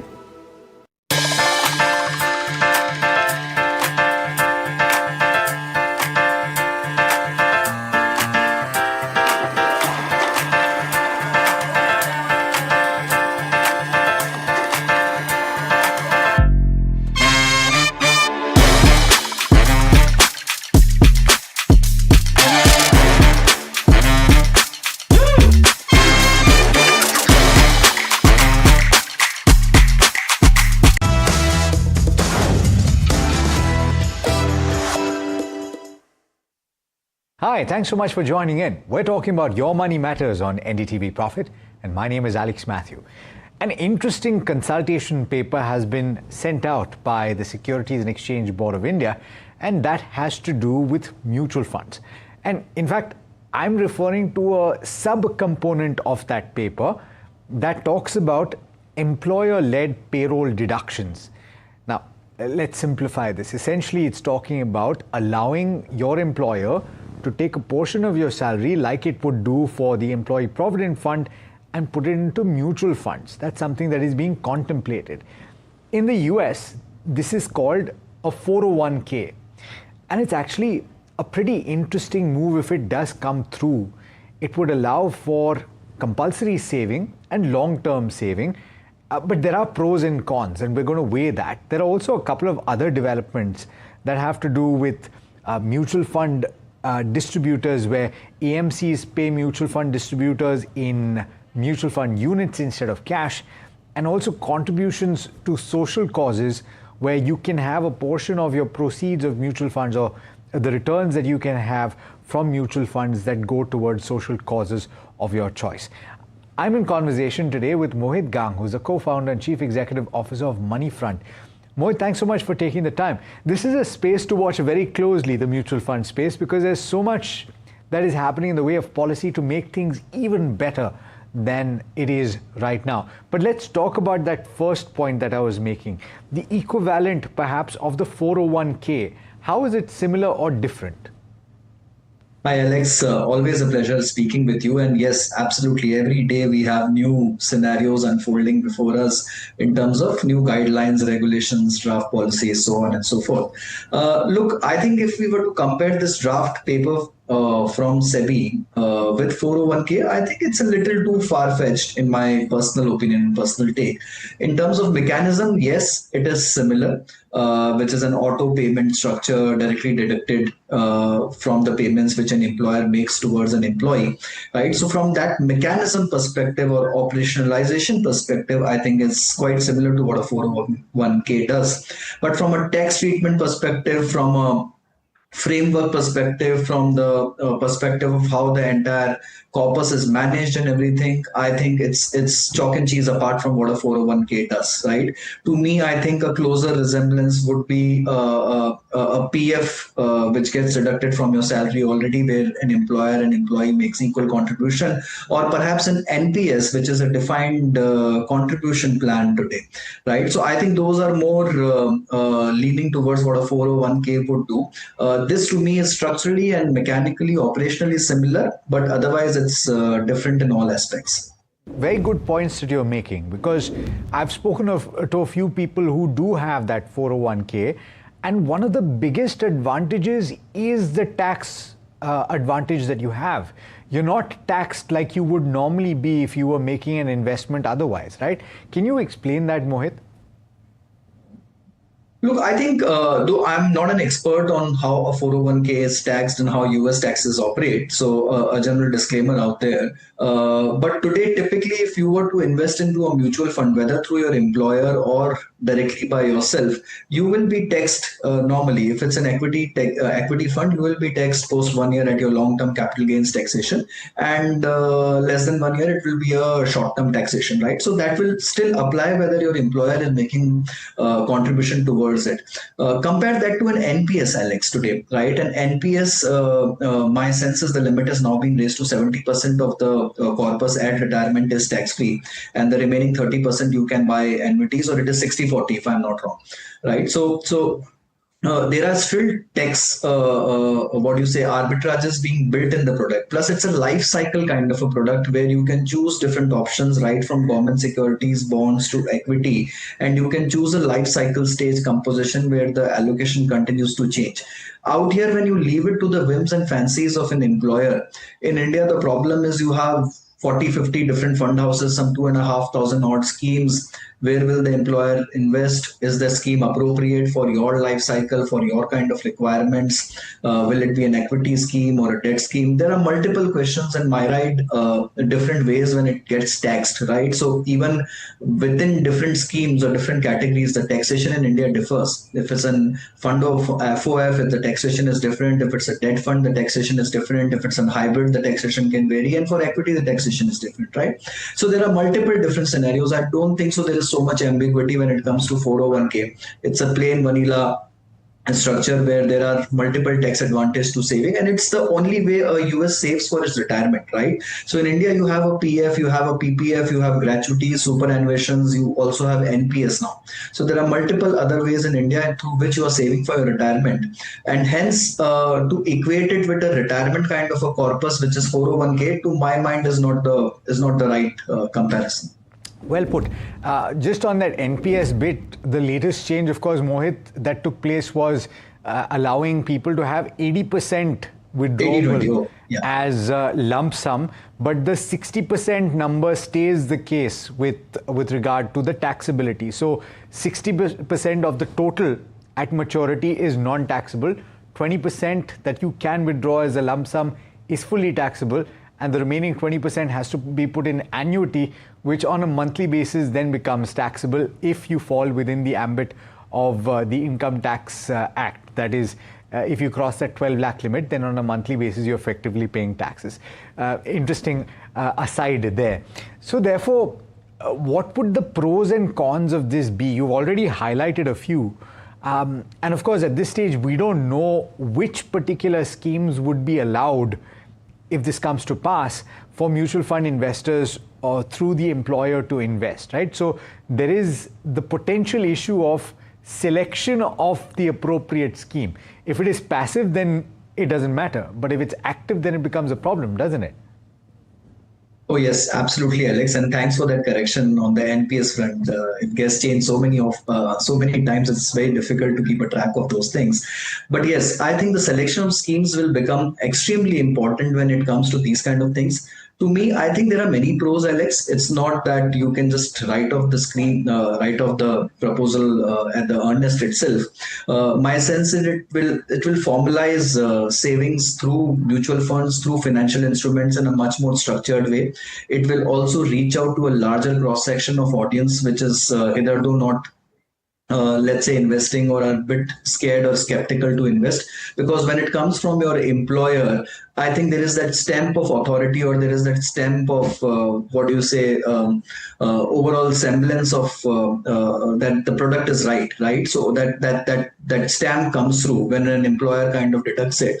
So maybe it just nudges the employees to do a little more contribution than what they are doing, or perhaps nudges those borderline cases to start investing in mutual funds through a structured way, without any breaks or without any slippages, right? So the benefit of structure, the formalization of this entire thing is massive, and the coverage on the audience part is also huge. But again, I think operationally, as I said, it will be very difficult whether it's an active or a passive, because today even an EPF is allowed to invest into ETFs, Nifty ETFs or other passive indices, right? So there is an equity allocation which is allowed in your through your PF funds also. So my sense is, how will you make it different? How will it enhance the overall return and the retirement kitty for employees? Plus, what will be the lock-in, Alex? Right now, mutual funds by default are liquid products. What if the employer needs some portion? Will he be allowed to redeem it? If he redeems, then the entire process gets hampered. Perhaps he starts redeeming at losses, and they get scared. So, what is that mechanism? Because there's no advisor involved out here. There's no distributor also involved out here. It's an employer who's not even certified, perhaps, but is kind of deducting through HR payroll systems, and an employee who is not even savvy enough to understand all these things. So there is a lot of knowledge gap between what is happening out here and the final receivable to the employee. So my sense is that knowledge gap is huge, and perhaps it can lead to trigger panic scenarios and can lead to scenarios where an employee just redeems the entire thing out of nowhere and ends up making losses. Having said that, it would be a complete shift, wouldn't it? And generally, you're not allowed to, I mean, your EPF, you can technically pull it out, but then the advice generally is for you to not do that, because if you pull it out too early, then it becomes taxable, and people tend to forget about it, don't they? They don't look at how much they're saving towards their EPS till they actually realize, oh, now it's a few lakhs, now it's crossed a certain threshold, it's become meaningful, and so therefore the concept would be similar here. But having said that, isn't that one of the biggest drawbacks of the EPF, where only 15% of your total contribution goes towards equity? And yes, you're getting a fantastic rate of return and it's completely non-taxable, but you're not going to head towards the double-digit mark at any point of time, right, for EPF? Those days are gone. Look, Alex, I think we can always debate about the structures and merits of all these instruments. Perhaps an EPS was always designed to be a very cautious kind of a mechanism, which is almost like an assured retirement kitty growing at a certain rate of growth, and perhaps more like a debt allocation. Then came the NPS, which gave you all the flexibility and options to kind of increase your overall yield and fight the inflation beast, as you might call it, by virtue of the returns which you make on your retirement corpus.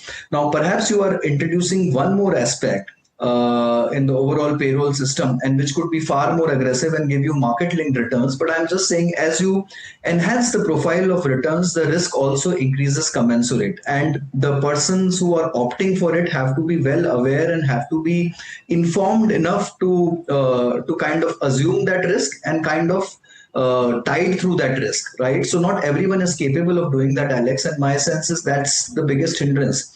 Even the schemes like NPS, we haven't seen much takeoff in spite of whatever the scheme offers, and to my mind, it's one of the finest products available for long-term investing, but yet we haven't seen too much of offtake in the market. So there are structural flaws in this overall mechanism, the way it flows from a fund house to the last person, and I think that knowledge gap will continue to remain. Okay, what about mutual fund distributors being paid in units by EMCs? That's an interesting one, isn't it?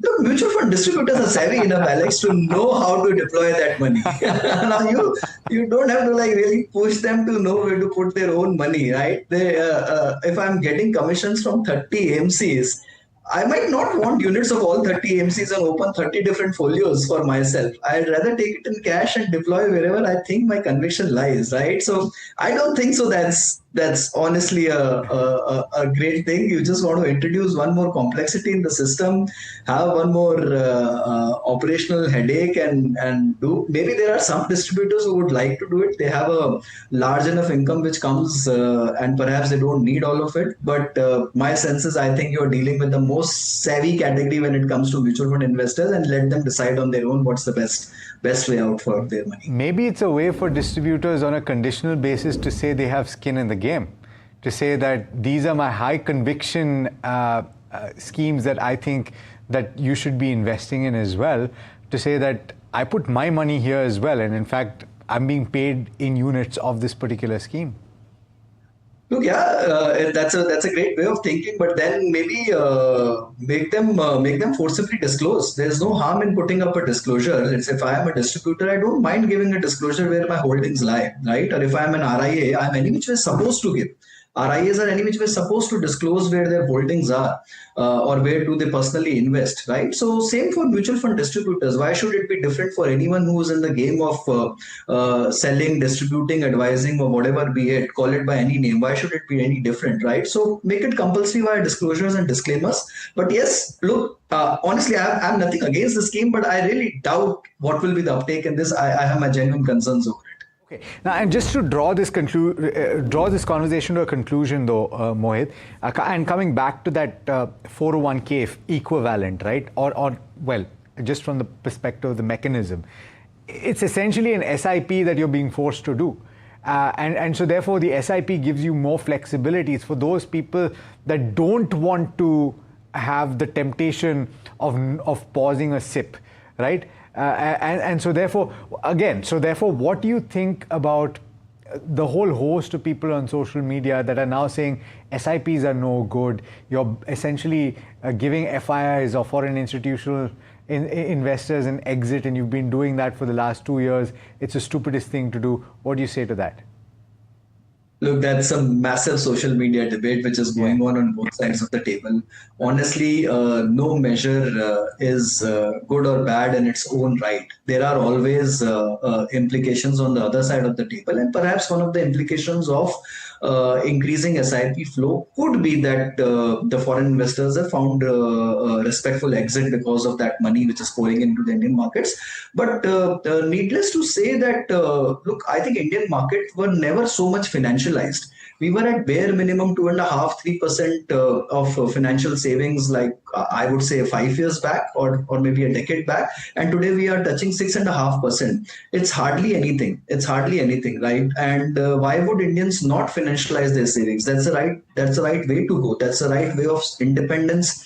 Financial independence, and that's the right way of building long-term wealth and retirement corpuses. So what's wrong if you and I are adopting the SIP route? Yeah. Whether or not foreigners come in the market is a pure function of how attractive your market is, how attractive the fundamental absolutely. is. And I don't understand, Mohit, what the argument is to say that, you'll stop investing in equity as a whole, as a cohort. You'll wait for the market to fall 30%. Because magically you'll know exactly when that market is going to fall 30%, and then you'll start investing and allow the foreign institutions to also come in at that 30%. It's a scenario that seems to be too good to be true, frankly. But well, we'll talk about that another day. Thanks so much for taking the time. Pleasure speaking with you. Always a pleasure, Alex. Thank you so much. Thanks so much.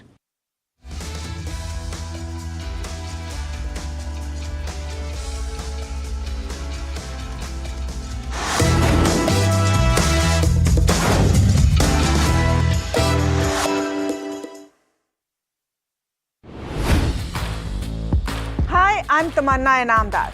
Watch me on NDTV Profit, where I break down the day's biggest business stories. What happened, why it matters, and what it means for your money. Hi, I'm Neeraj Shah. Watch me on NDTV Profit for the most incisive market intelligence and meaningful corporate conversation. And I'm Alex Matthew. Markets, mutual funds, insurance, personal finance. I help you cut through the noise and make smarter financial choices. And here's where you can watch us.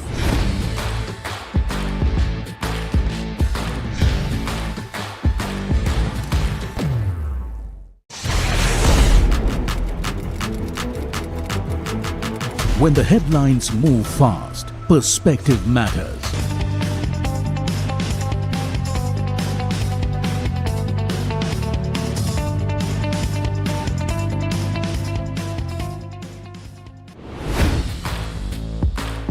I'm Tamanna Inamdar. Watch me on NDTV Profit, where I break down the day's biggest business stories.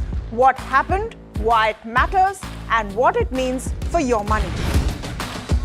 Hi, I'm Neeraj Shah. Watch me on NDTV Profit for the most incisive market intelligence and meaningful corporate conversation.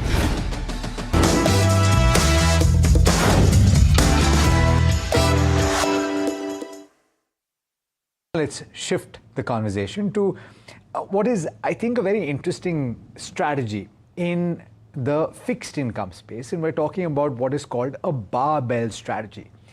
Sounds like something like what you would do in the gym, right?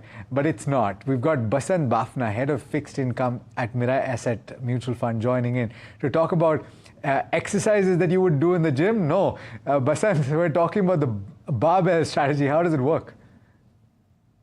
Sure. I wish I had more time to do barbell. But if we look at the barbell strategy, I mean, broadly, it aims to invest with higher portfolio allocation in both ends of the duration spectrum. So some part of your corpus, you invest in the shorter end of the curve. Some part you invest in the longer end of the curve, with lower allocation into the duration segment, which is lying between the two extremes. So the overall stop you there. Sorry, Basant. My attempt in this conversation is to make things absolutely simple, right? So suppose somebody does not know what duration is. They don't know what the yield curve is. How do you explain it to them? To say, essentially, we're talking about investing in debt, which is issued by both governments as well as by companies, correct? Yes. And so therefore, with that in mind, can you explain it? Sure. So if we look at debt overall, so you have sovereign debt followed by corporate debt. Within corporates, then you have, a host of corporates depending on the underlying ratings. So you have AAA, within AAA you have public sector units, you have banks, and so on and so forth. So when we talk about duration, it's basically the duration for which these entities borrow. So in turn, when we talk about barbell, as an investor, we look at the duration at which we are looking to invest. Now, ideally, how I would look at it is try and look at what is your investment horizon. So if, say, for example, my investment horizon is, say, for example, 1 year. Now, if my investment horizon is 1 year, then I would ideally look at a product which has a duration of closer to 1 year. If the yields prevailing for 1 year is, say, closer to 7.8, then I sort of lock in or have a reasonable expectation to earn 7.8 at the end of 1 year. Now, to achieve that 1 year, I have two ways of doing it, right? So either I invest in the 1 year product, or if I view of a better tomorrow, perhaps, or, with the anticipation that today also looks good, but perhaps there is a better tomorrow, I look at distributing that 1 year into two parts, say, for example, 6 months and 18 months. So that forms a barbell. So the shorter end, which is, say, for example, 6 months, gives you stability in returns with anticipation that as against my investment horizon, I am able to realize my worth of my investment over a shorter time span. So stability of returns and lower reinvestment risk. But at the same time, if yields move higher, then I am able to reinvest that corpus with the lowest possible MTM impact, which is mark to market. But at the same time, the longer end of my barbell, if my original view materializes that yields move downwards, then I am able to lock it in for a longer period, but at the same time I'm able to absorb some sort of capital gains using the longer end of the barbell. Very interesting. And so over what periods does this play out? Like, let me, for example, talk about the current scenario where there is a geopolitical crisis in West Asia and bond yields around the world had spiked. So, for example, you had the US 30-year bond yield that went above 5%. You had the Japanese bond yields that went above 5%. UK bond yields were higher. India bond yields also went up. If this conflict were to be resolved in the near term, you would once again have bond yields fall down. So therefore, from that perspective, my thesis in the relatively short term, Basant, can be that I can have capital gains. Would you use a barbell strategy here? So, generally barbell strategies are formed considering shorter investment horizons. Okay. So the longer end of the barbell generally is with that view that, you perhaps are at a very attractive level of yields and, you are looking at a base case of higher capital gains. But at the same time, can we time the peak, right? So if you were able to time the peak, then perhaps you were an astrologer along with a fund manager. But if you look at how the barbell works, you look at a relatively short investment horizon, and along with that, you try to actively rebalance your portfolio depending on how yields evolve. So for example, if the uncertainty reduces because of the announcements that have come, over the weekend, that there is a possibility that, we are closer to the end of the escalation. But if that does not materialize, so if it materializes, of course, I book profits on the longer end of my portfolio. But at the same time, if it does not materialize, then I am also invested in shorter duration instruments, which I can actually use to perhaps reinvest at a higher yield, so that I am not going all in at one go. Or perhaps if I have, a different goal, perhaps looking at another asset class, for example, equity or commodities. So then I can liquidate those investments which are at the shorter end with very low volatility in my returns, and be able to either move into fixed income space at a higher duration bracket, or perhaps look at a different asset class altogether. In Mireille's basket of schemes, where are you currently using this, or where would you use a barbell approach? So generally, when you look at barbells are used in strategies which are limited by duration. So there are two types. Maybe I can spend a little bit time on how fixed income funds are classified, and then perhaps look at individual funds and perhaps where. Basan, we've got 3 minutes. Yeah, perfect. So if we look at fixed income markets in India, SEBI has classified various funds based either on duration framework in which the underlying fund operates, or the nature of instruments that can be invested into.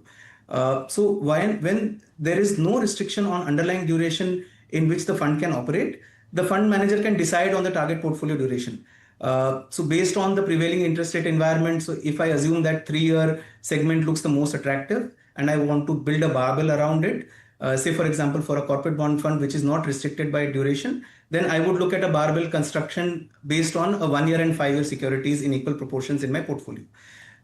There are other funds which have underlying duration of a predefined segment. So for example, a low duration category, which looks at a 6 months to 1 year duration on a portfolio basis. So here, if I look at maintaining a duration of 1 year, I can look at either building 100% of the portfolio using a mix of 1 year directly, or 50-50% of 6 months and 18 months. While, you can look at allocations in a manner such that, overall duration remains within the regulatory band, but at the same time, you look at the underlying interest rate environment to optimize your duration. So if we look at our duration strategy right now, we are extensively using barbells across our funds, depending on the underlying duration of the funds. So if, for example, in ultra short duration fund, we are using a barbell of say 3 months and 1 year. In low duration, we are using a barbell of 6 months and somewhere closer to 18 months to 24 months, depending on, percentages, depending on how attractive the yields are. So across strategies, it is working right now because the curve is extremely flat. And when the curve is flat, you don't lose carry because you are invested in the shorter end of the curve. So while the curve is flat, you are able to build carry as well as look for duration strategies for times wherein you are very close to de-escalation of the conflict. Yeah, all right. Fixed income investing 101, and this is why you would trust your money to a fund manager. Don't try to do this at home, ladies and gentlemen. It's not like the equity markets. Basan, thanks so much for taking the time. Pleasure having you. Sure. Thank you for having me. All right, well, that brings us to the end of this edition of Your Money Matters. Let us know what you think and what you'd like us to talk about. Write to us in the comment section and we'll take it up. Thanks so much for watching. This is NDTV Profit.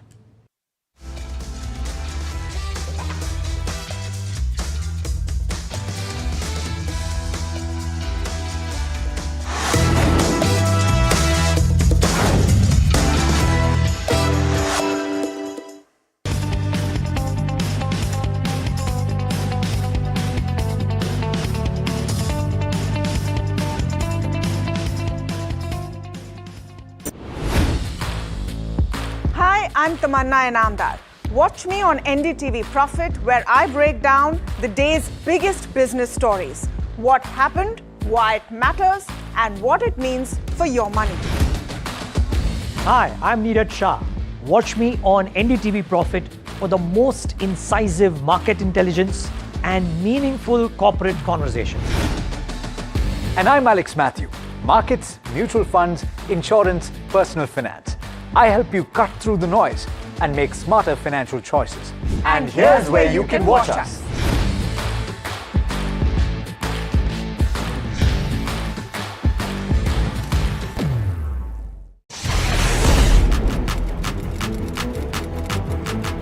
When the headlines move fast, perspective matters.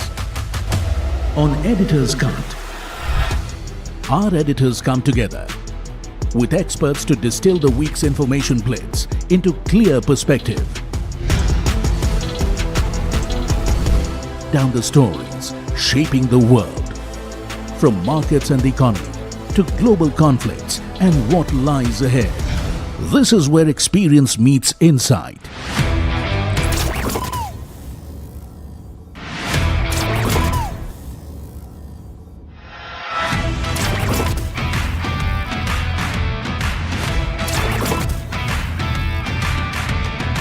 No noise, no hype, just sharp takes on what to watch next. Editor's Cut, every Friday, 3:30 p.m. only on NDTV Profit. Economy, business, world, technology. Noise filtered, numbers decoded. Insights that rewire your worldview. From governance to growth, we connect the dots.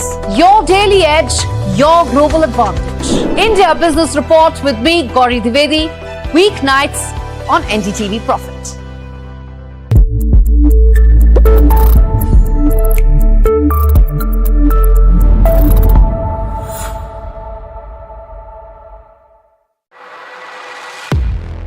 He has been tracking markets for over a decade, spots the trends before they hit the screen. And he is now bringing his analysis to the show that the market watches. Watch Sara Dubey on Know Your Company, a show that puts the most traded stocks up.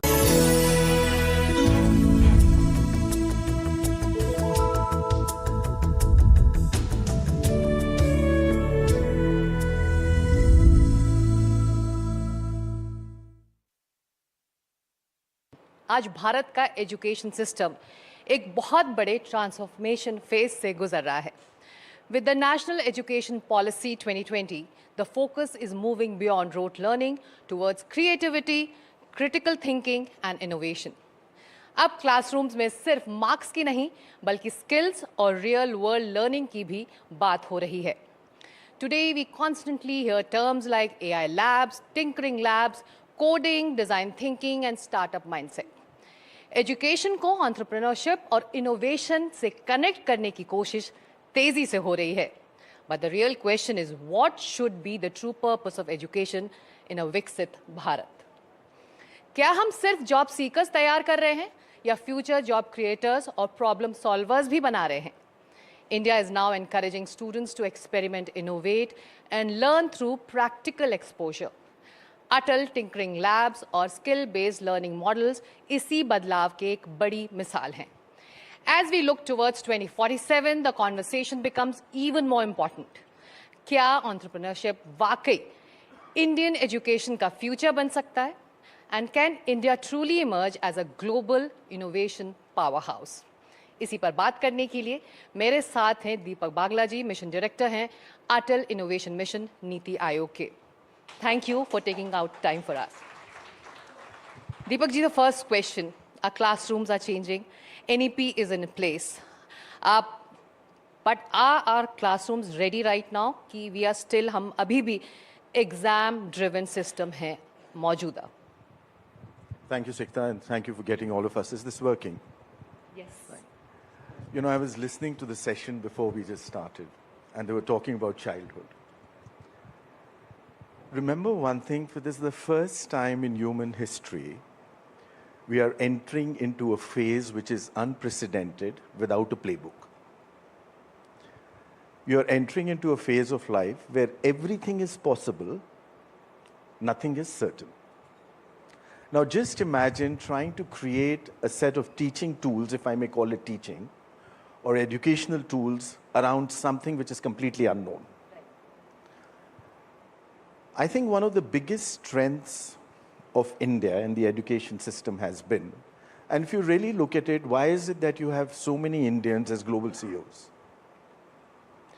And one very interesting element which came out, and this was a roundtable discussion at Davos, which we all attended a few years ago, and they asked, what is the strength why the Indian CEOs are doing so well? And they said the ability, the first point, is to get a job done. The second, and that's a mindset. And that's a mindset which gets developed right through as you get. The second is the ability to work without a playbook in a completely uncharted territory. Now, there is something we've done in our education system which has brought us to that point.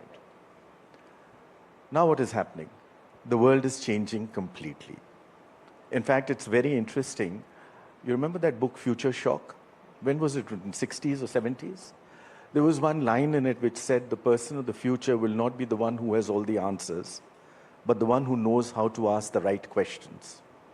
And I remember reading this about 25 years ago, and I didn't understand it at that point of time.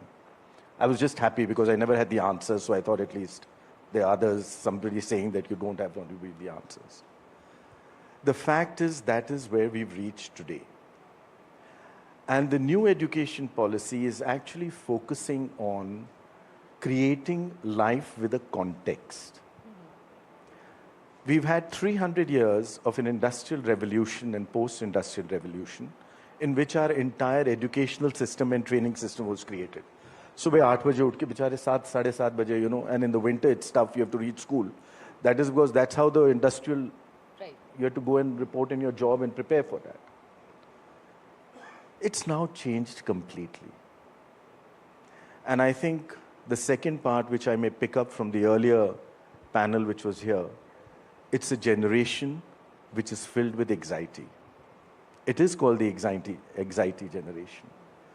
And the third point is, for many of us, I'm not talking about you, Sikta, who are now in a different phase of our lives, it's very difficult to know how is it which you can help them and guide them in many ways, because I think the flow of information and knowledge is at a completely different level. So what is being attempted now is to try and prepare our generation, if I may say so, for the next step of a future India, which has the ability to chart its path through the unknown and the ability to both adopt and adapt to a new situation in life. And I think when we started with the Tinkering Labs, and by the way, this was a program which was launched in February 2016 by the Honorable Prime Minister. And the objective at that point was how to create that entire framework and foundation for a society which will be based on innovation and entrepreneurship. And 2 programs were launched. Can I go on with this one? Please. With your permission. Yes. So first was Startup India, you all remember, right? That was February 16, 2016. So kya hua hai? We are about 3,700 days since that got launched, Startup India. Now what has happened today? You're number 3 in the world in number of unicorns. You're number 2 in the world in number of startups. You're number 1 in the world with new startups adding every day. We beat in Israel and all. I think it's phenomenal. I mean, can't think of any other example across the globe which has been able to accomplish so much in such a short period of time. It talks both about policy, it talks about how fast it is implemented, and it also talks very well about how people have reacted to that policy and taken it to the next level. Right. Now, the Atal Innovation Mission was launched a month after that. So, abhi you have about, 200,000 startups which are registered with the government. Now, just imagine this entire army now being prepared for that entrepreneurship. In the past 3,700 days, we've had over 1.1 crore young entrepreneurs which have moved through the Atal Tinkering Labs. Wow. So NEP ने वो नींव रखी है, वो foundation रखा है. यहाँ पर बहुत सारे स्टूडेंट्स भी हैं Deepak ji as a audience, और मैं उनको बताना चाहूँगी कि अब वो ज़माना गया कि आप करिकुलम के हिसाब से पढ़ाई करिए. क्यों, कैसे, हाउ, वाई, ये सब सवाल जायज़ हैं और आप अपने एजुकेटर से ये पूछ सकते हैं, राइट? और यही क्रिटिकल थिंकिंग को, एनालिटिकल थिंकिंग को बढ़ावा देने की कोशिश है NEP के ज़रिए. But the real question is, we are coming from a system where mathematics and science was primary and still is. Now when we talk about AI labs, tinkering labs, creating something new, tools, are we there, or we still have to go a long way to break that mindset of Indian society and Indian families?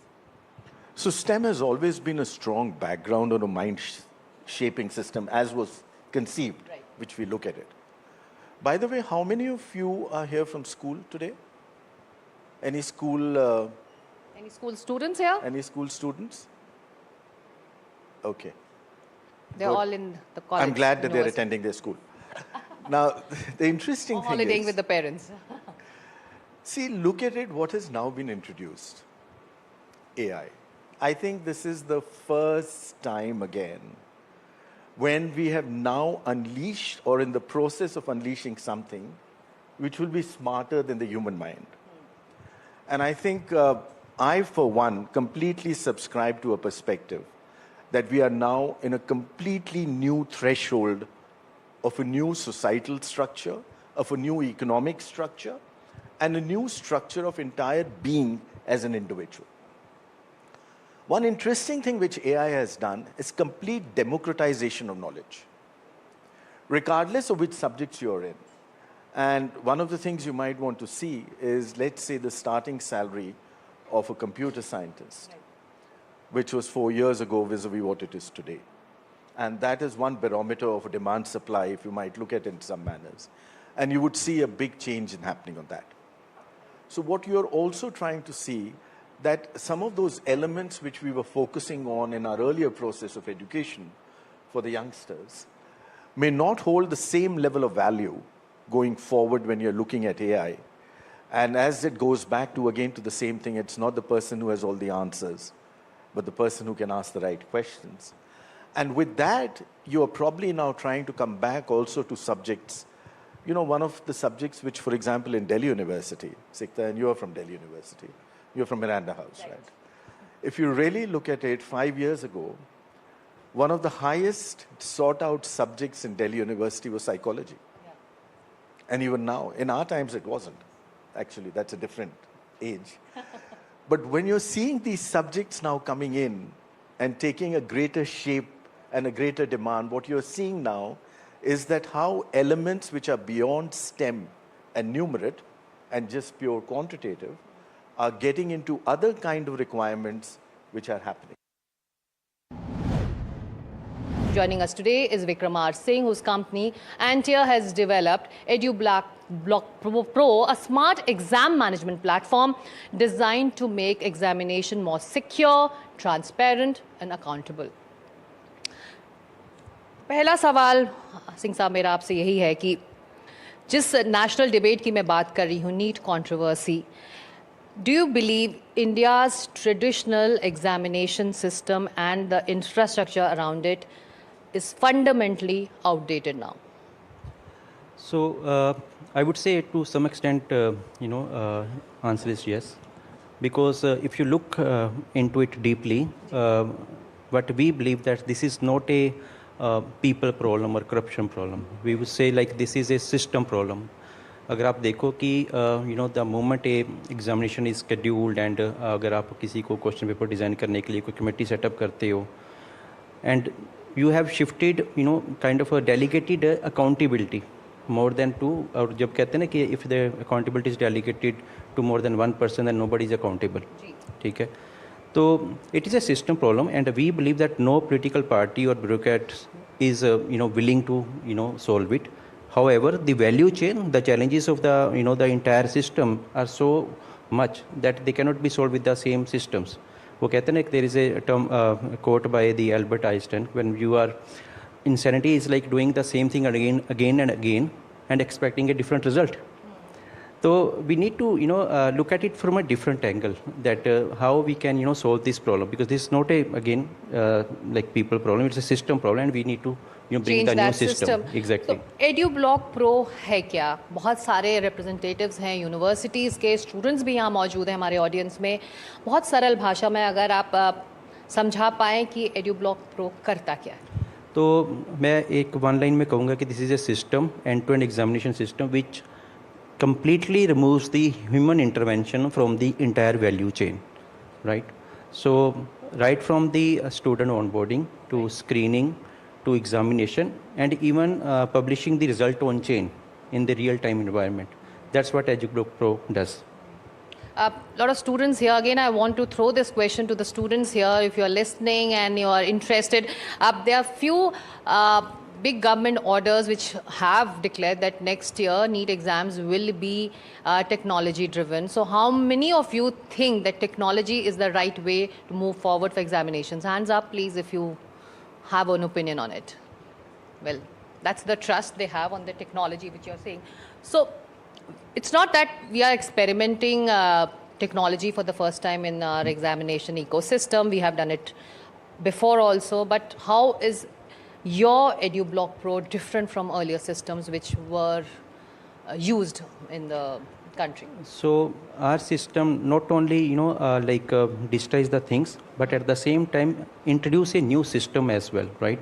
So right from the beginning, as I said, when the question paper is designed, and in the current system, the things move from designing to the designing questions to the printing presses to the maybe the examination centers, right?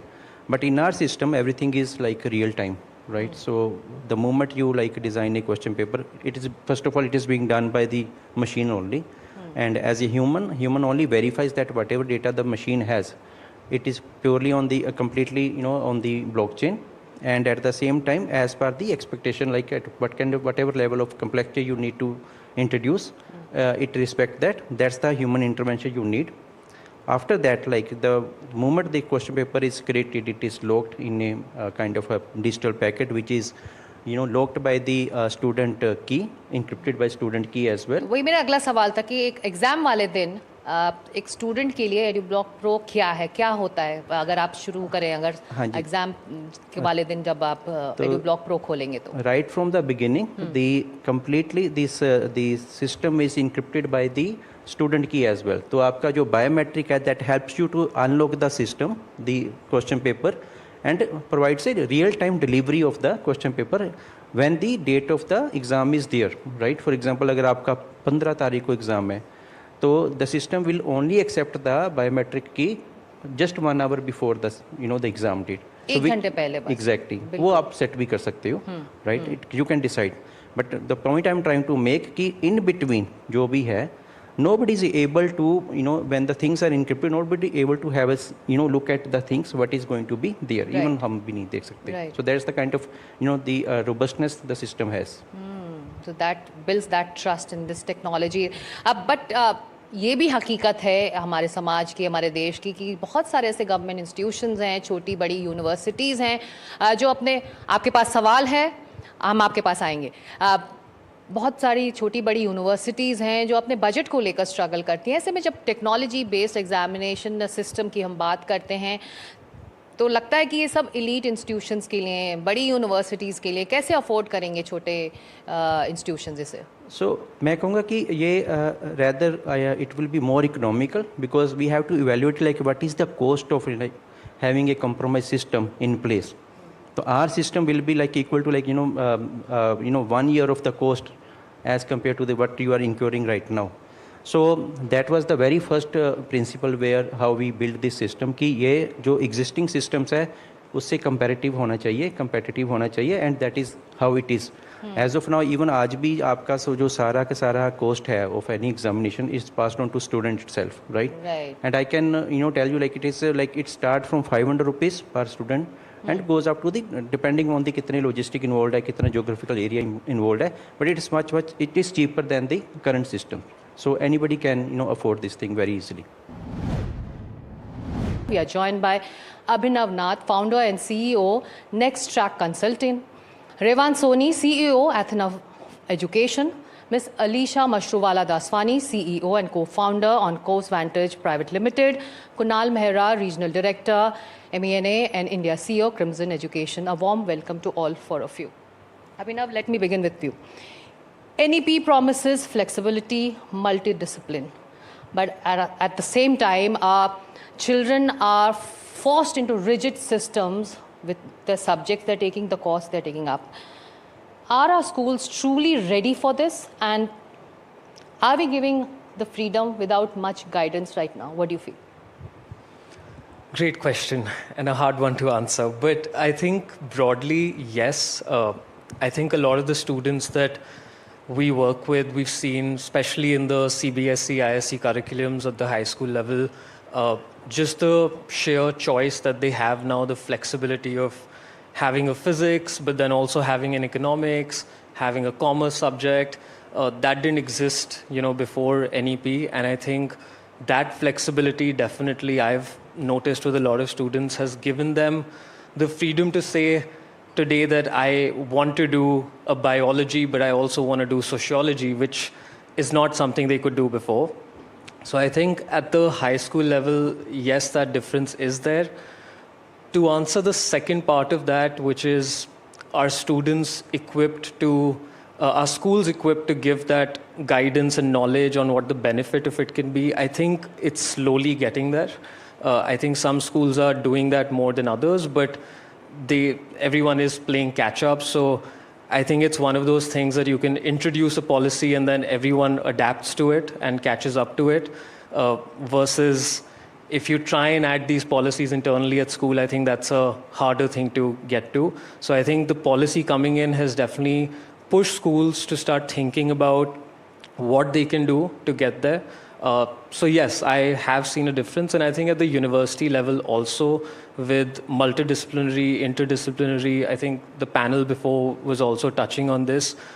That's been a huge change because I personally am a big believer that T-shape education that we were talking about, broader skill sets and then going deeper into a technical skill, I think it pays off dividends. So yes, it's getting there. I think it will be a slow process. So as a mother of 9th grader, it's heartening to hear this, and thank you so much for taking this question. But Revant, I want to come to you now.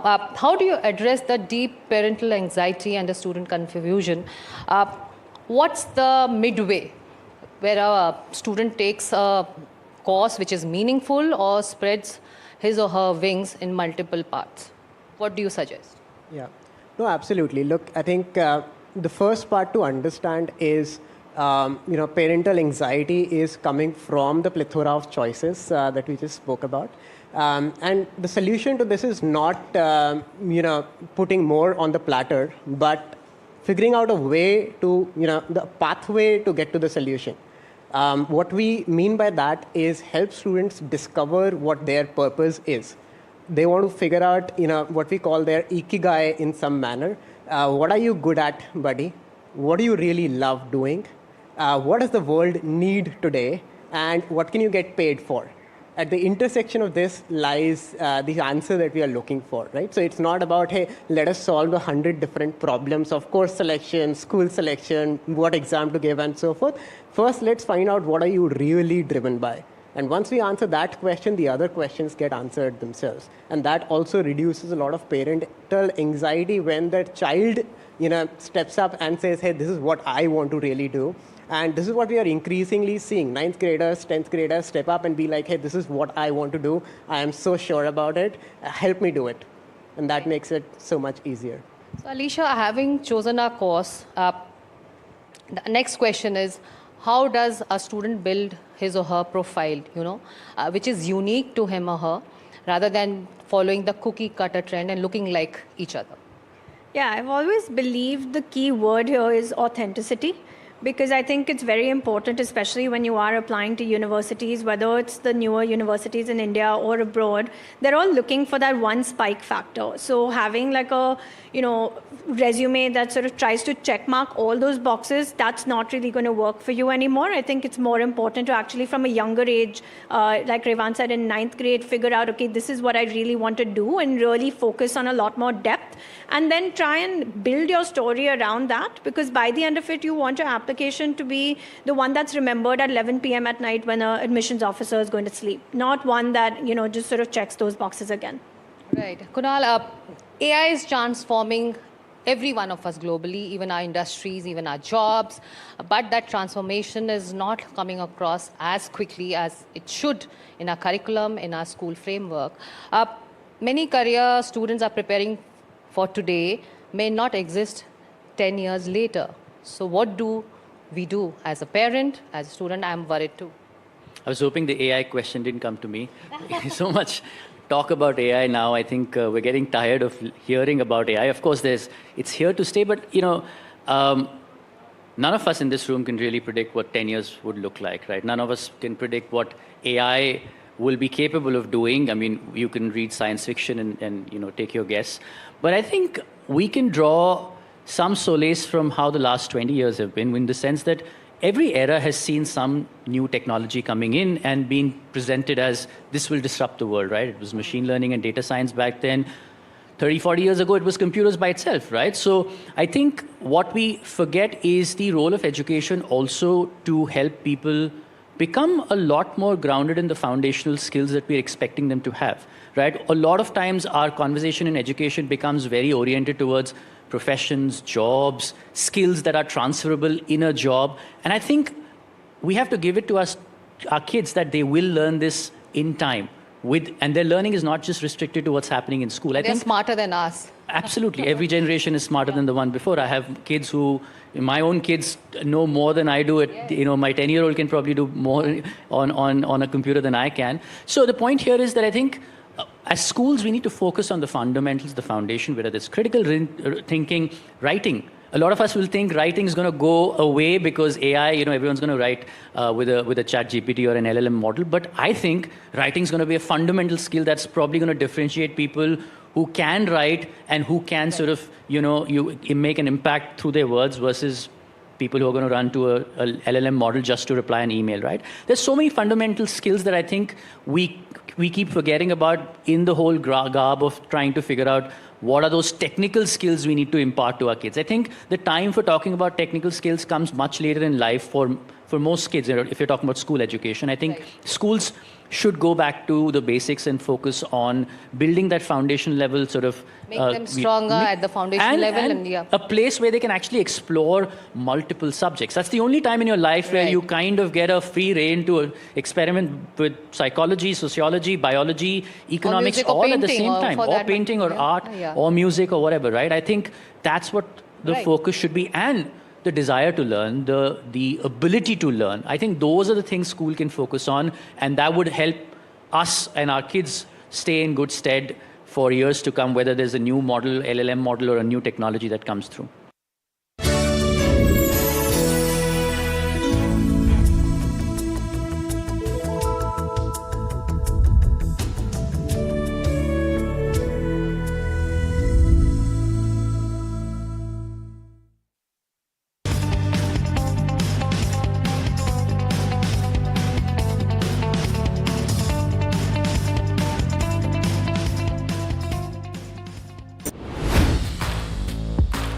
I'm Tamanna Inamdar. Watch me on NDTV Profit, where I break down the day's biggest business stories. What happened, why it matters, and what it means for your money. Hi, I'm Neeraj Shah. Watch me on NDTV Profit for the most incisive market intelligence and meaningful corporate conversations. And I'm Alex Matthew. Markets, mutual funds, insurance, personal finance. I help you cut through the noise and make smarter financial choices. And here's where you can watch us.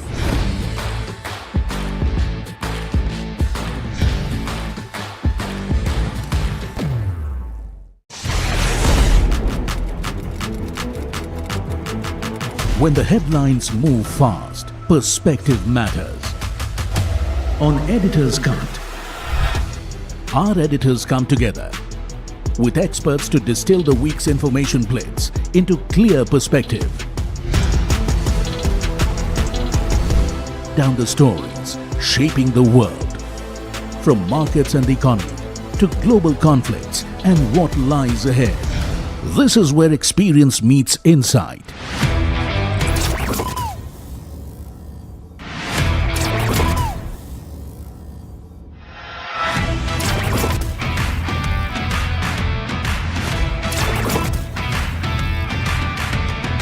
No noise, no hype, just sharp takes on what to watch next. Editor's Cut, every Friday, 3:30 p.m. only on NDTV Profit. Economy, business, world, technology. Noise filtered, numbers decoded. Insights that rewire your worldview. From governance to growth, we connect the dots. Your daily edge, your global advantage. India Business Report with me, Gauri Dwivedi, weeknights on NDTV Profit.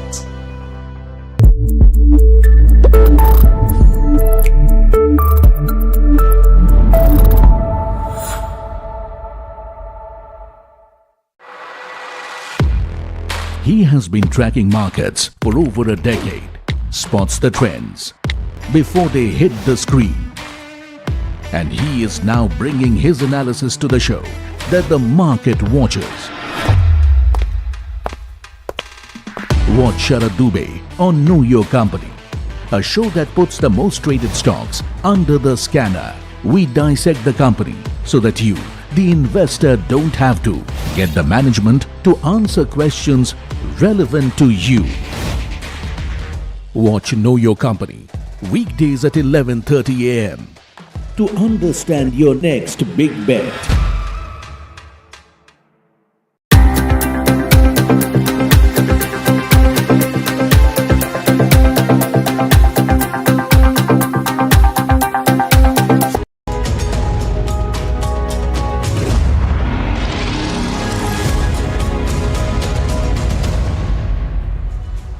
Good evening. Welcome to The Big Question here on NDTV Profit. I'm Amara Raja, and there are two big questions that we are asking on the show tonight, and both go right to the heart of how India is making some very critical choices.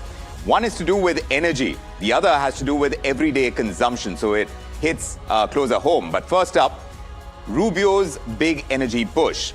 Is India being nudged into buying more American, more Venezuelan crude as part of a larger trade and strategic reset with the United States? That's topic number one.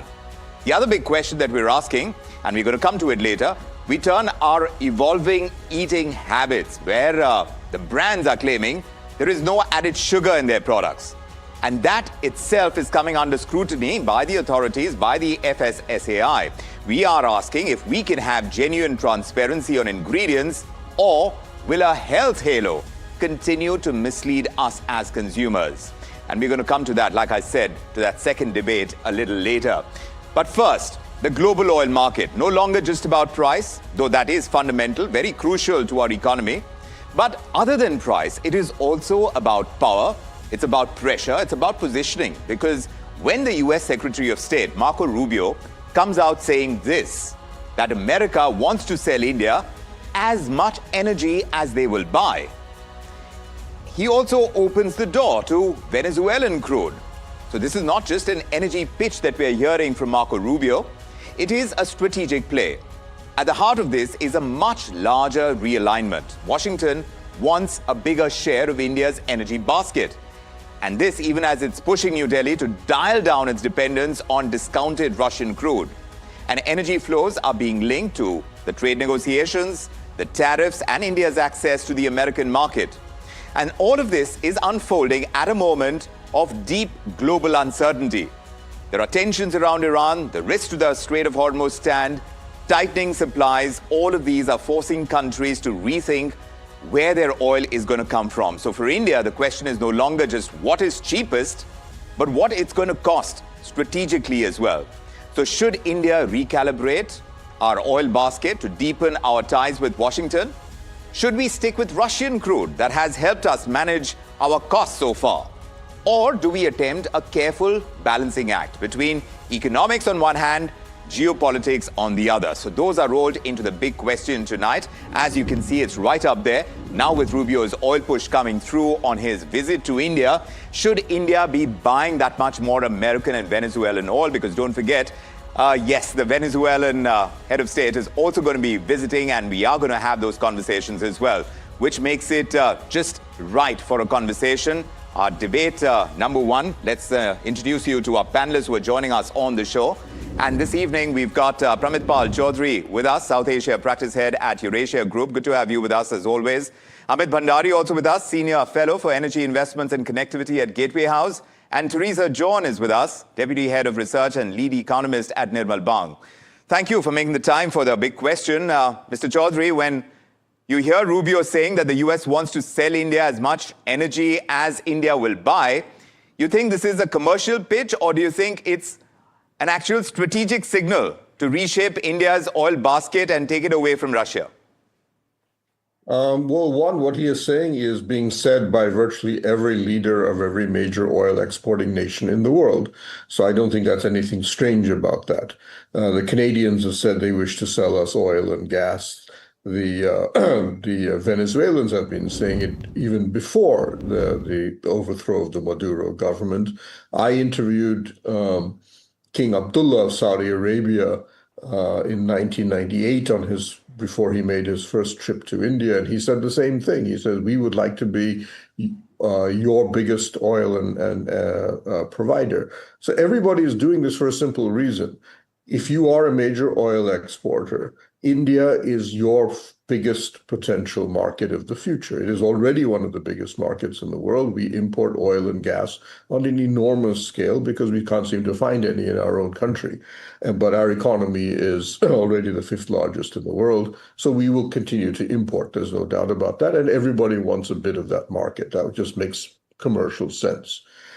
Second now is that after the Persian Gulf conflict that we have seen, and the fact that we can expect further disputation even after this conflict, because you've seen Iran, for example, announce a Persian Gulf authority that even incorporates not only the entire southern part of the Persian Gulf, but even Al Fujairah, which is on the Arabian Sea and controlled by the UAE. So we need, like many other countries that depend on Persian Gulf oil, to diversify. Where do you diversify is up to India to decide, but America makes actual perfect sense. It's one of the countries that has a surplus of sweet crude, at least, and it has a surplus of LNG. Venezuela is a country we've been importing from for a very long time, and we had to stop because of sanctions. And now that we can resume that, and we've already been testing Venezuelan oil shipments across the Pacific for the past few months, so this makes perfect sense as well. It is Venezuela, even before Rubio came, has become our 3rd largest source of crude oil. What about the cost factor? Amit Bhandari, do weigh in on this, because as much as Mr. Chaudhary says that since we are such a large importer of oil, it does make sense that many countries, including the US, Canada, all of them are going to be pitching to India. Here you have the US doing so. Venezuela is going to follow suit. But what should India do? Russia is still supplying close to 2 million barrels a day to India, far ahead of the US and Venezuela. So can India realistically replace that without a hit to costs? So, hi Pramit, I don't think there will be a problem in replacing a substantial volume of Russian oil. India imports about 4 million barrels of oil a day, and this number is going to become 8 to 9 million barrels a day in another 15 to 20 years' time. And there is no way that a single country can supply a very large section of this demand. It will have to be split between multiple producers. So that is one. The second part is that apart from a very brief window of time in 2005 or 6, shipping by and large has been a fairly small part of the overall costs of moving oil. So, when we purchase oil for $70 or $75 a barrel, the cost of shipping in that rarely exceeds maybe 2.5 barrels. I don't think it has exceeded that number for the past decade. So whether you bring oil from the Gulf or from the US, a small discount here or there can easily make way for the logistical inefficiency. Finally, when we import from Russia, there is also an element of inefficiency involved. So I don't think there is going to be a cost problem, one. Two, given the sheer volume of our demand, we will have to split it between multiple countries and suppliers. And finally, I think this is something which needs to be pointed out. There is a surplus of oil in the world. Except for the last 90 days when there has been a war which has restricted supply, there is a surplus of oil. There won't be a shortage. And just like India worries about security of oil supply, oil sellers worry about demand security. And having a tie-up with India is the best way to provide that. Fair enough. So, I mean, it works on both sides from what you're saying. But Mr. Chaudhary, on the cost factor, how much of this push is actually getting linked to the India-US trade deal? Are energy choices now becoming bargaining chips, you see, for tariff relief as well? Is that part of this story? it seems reasonably clear, and you've seen the U.S. Ambassador Sergio Gore say this earlier, that India has already committed to buying $500 billion worth of American products and services over a 5-year period. A large chunk of that would have to be energy. There's no other way we could reach that $500 billion figure. But the Americans have said for quite a while that they would like us to invest, especially not just to buy oil and gas, but to even invest in their fields. But as Amit correctly said, you can buy American oil and we'd still have plenty space to buy oil from other countries because we simply import something like 80% of our requirements, and that import requirement is rising. The point is that, yes, there's a strategic element of it. America clearly expects that to be a part of a bundle, if you wish, of defense deals, energy deals, and the FTA, in the same way that we're also doing a similar deal with the United Arab Emirates. It's not a major oil producer, but it's walked out of OPEC, plans to probably double, if not triple, its oil production. We've signed a deal with them as well. We'll buy some of your oil. In return, you put some of your strategic oil reserve in our country that we can use. We already do that, but now it'll expand. You also commit to investing in our country. And in return, India is basically committing to be their primary strategic partner in the Persian Gulf, partly to balance the Saudi-Pakistan defense deal. Increasingly, oil markets are going to be determined to a large extent, not completely, by geopolitics. So the game is how you play your cards. So how should India play its cards is the essential question. Teresa, John, India has always said that it buys oil that is based on price and availability. Can that position hold if the trade negotiations start dictating sourcing decisions for India? So, I mean, in 2023, we were in a situation where we were buying discounted Russian crude, but now the discount on Russian crude has also come down substantially. It's broadly in line with, other global prices, maybe at a slight discount. So, to that extent, I mean, I don't think the discount on Russian crude is now a dictating factor. Is that the other sources are not really available. That is why we are buying Russian crude. But if you're getting US crude at similar prices, there is no reason that why we will not buy from the US. But, as the others were also saying, it is about diversification, not depending on any one particular source. So you think we are diversified enough? No, there is more to go. We are, particularly for LPG and LNG, not just crude oil, we are heavily dependent on the Middle East. I mean, if you see, the US is the largest producer of LNG and LPG in the world. So it will actually benefit us if we buy from the US, particularly for LPG and LNG. We have started doing that. What has actually worked for us in the past is because the Middle East is only 7 days away from India. We did not have to build any strategic reserves of LPG and LNG, but that has got us in this position now, when the war hit in the Persian Gulf. So probably we'll have to build up our strategic reserves, but we could also diversify, to other markets, including the US, particularly for LPG and LNG. So in the overall picture, Mr. Chaudhary, is this effectively going to be an attempt by the US to pull India closer strategically in the Indo-Pacific as well? If you're talking about the oil part of the entire trade negotiations and the entire deal that we are cracking with the US as far as energy is concerned as a leverage point, how do you think the two sides are placed now? Mr. Chaudhary, you need to unmute yourself, sir. Sorry. I think under at least the Trump administration, America has actually separated its strategic and economic thinking. The U.S., Trump is an isolationist. He is not very interested in strategic thinking. That's one of the reasons the Quad Summit has not been held. And he doesn't really talk too much about the Indo-Pacific per se. I think in this case, it's more about us guaranteeing our economic relationship with America. America is by far our largest source of FDI, FII, remittances. It's our biggest economic partner. And we need to make sure that that relationship is stable for the time being. And buying energy from them is part of that mix that keeps the American side happy. America is now becoming and has become much more transactional and far less strategic in its thinking. And that is basically, if you wish, the way of the world today. And India, therefore, has to play its cards accordingly. Yes.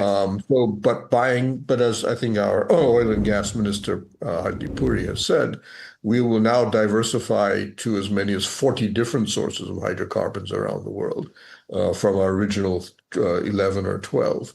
And we will continue that expansion. What the next step, in my view, is not just sources. We need to buy equity in oil fields across the world. We need to be owning some of this stuff. Yes. And that'll be another part of that story a little bit in the future, I think.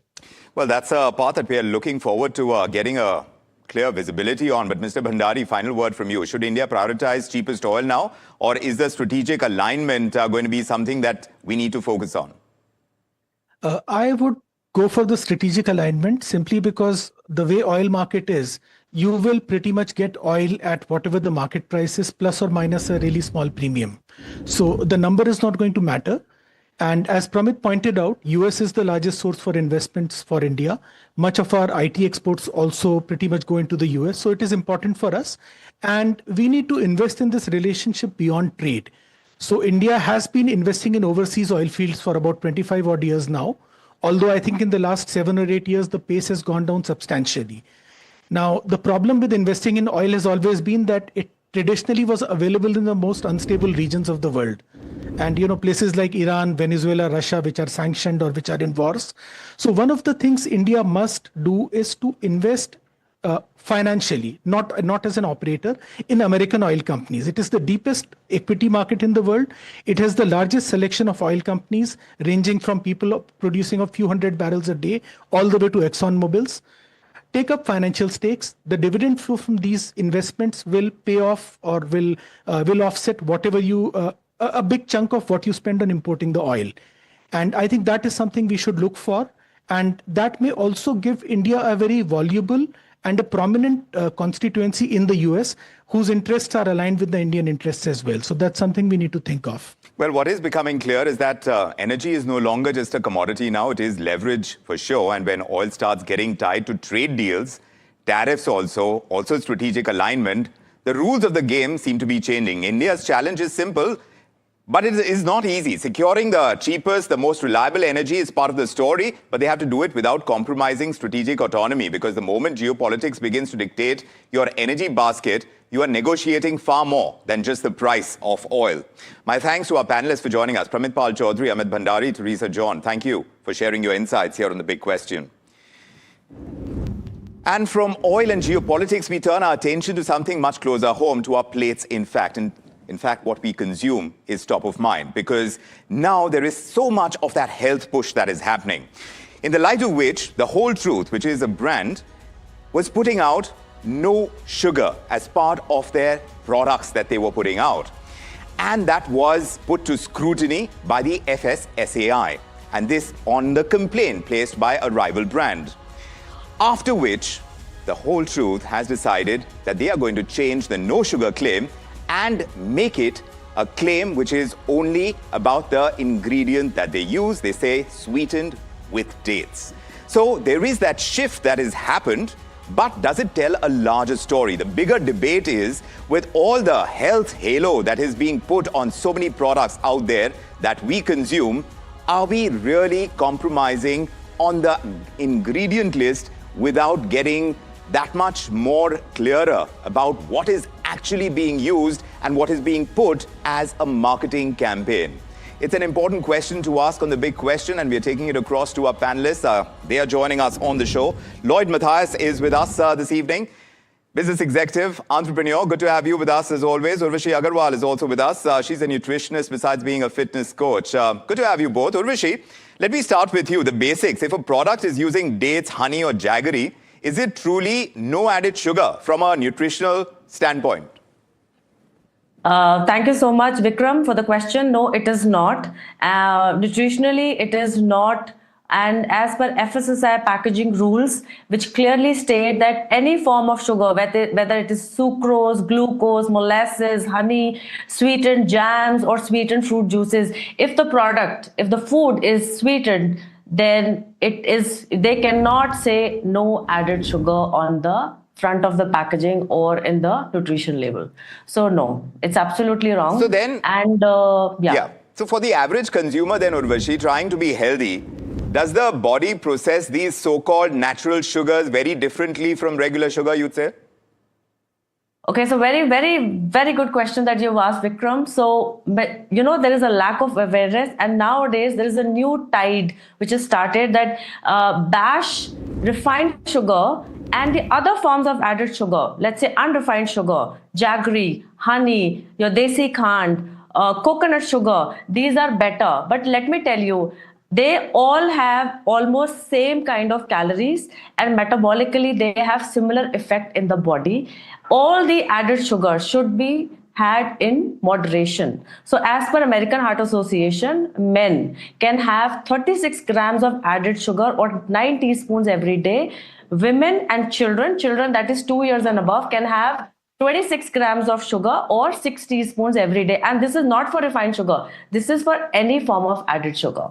Lloyd, what do you say to this entire trend? Why do you think brands are leaning so heavily on terms like no added sugar, guilt-free, clean?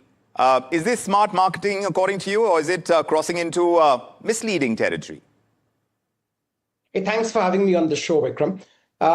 Clearly, this is not smart marketing. I think this is absolutely misleading consumers, and certainly not desirable, and certainly not welcome by any standards. I think Indian fruit brands are not selling health. They're actually selling a health halo. I think Urvashi pointed to that.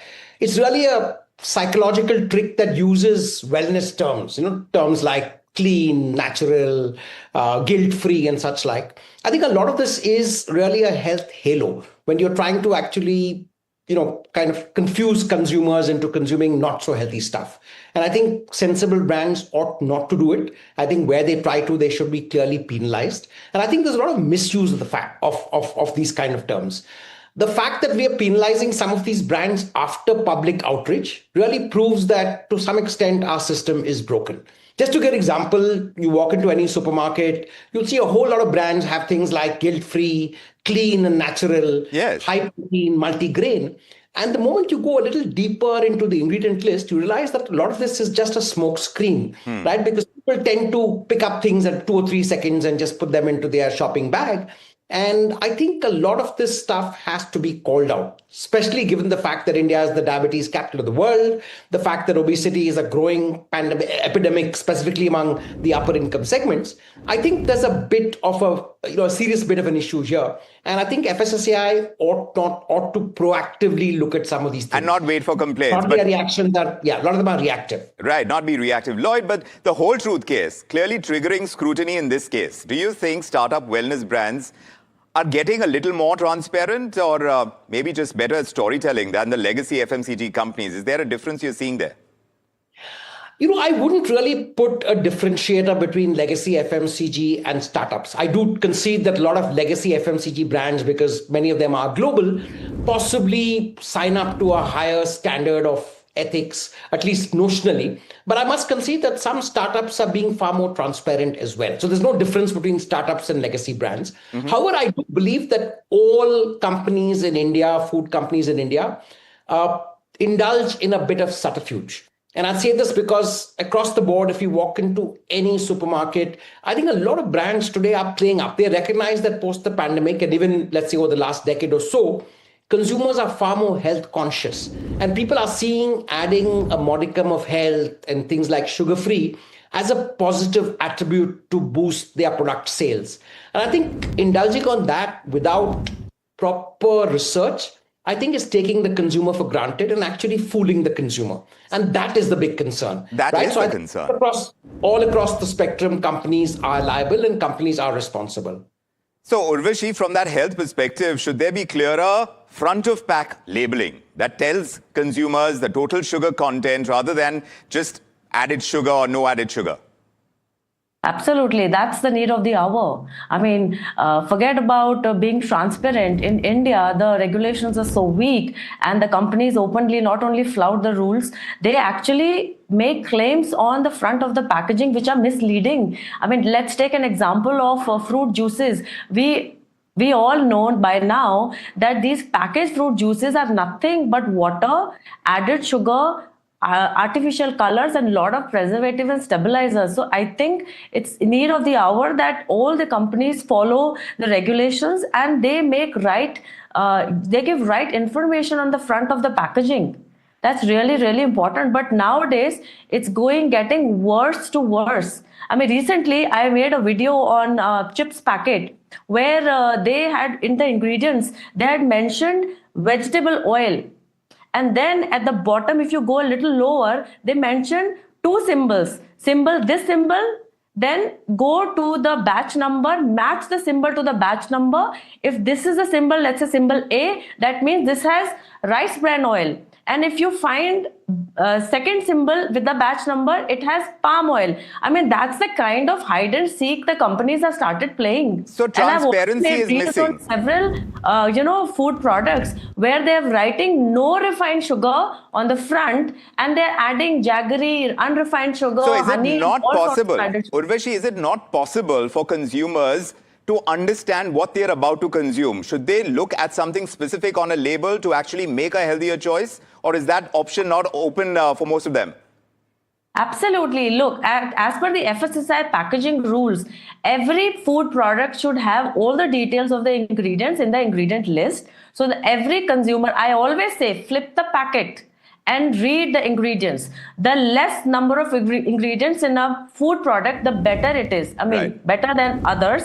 And definitely check the nutrition label. These two things will definitely give every consumer a clearer picture. And what about the regulators, Lloyd? Because marketing is always going to try and push the boundaries. But when does it become this problem that you yourself highlighted, this health halo problem? Vikram, I would say regulators must mandate that if a grain or a nutrient is advertised in the front, like if you call it an almond or a ragi cookie, the exact percentage must be printed in the same font size right next to the claim on the front of the pack.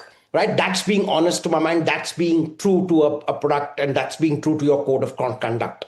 That will prevent a 1% ingredient from hijacking the whole package.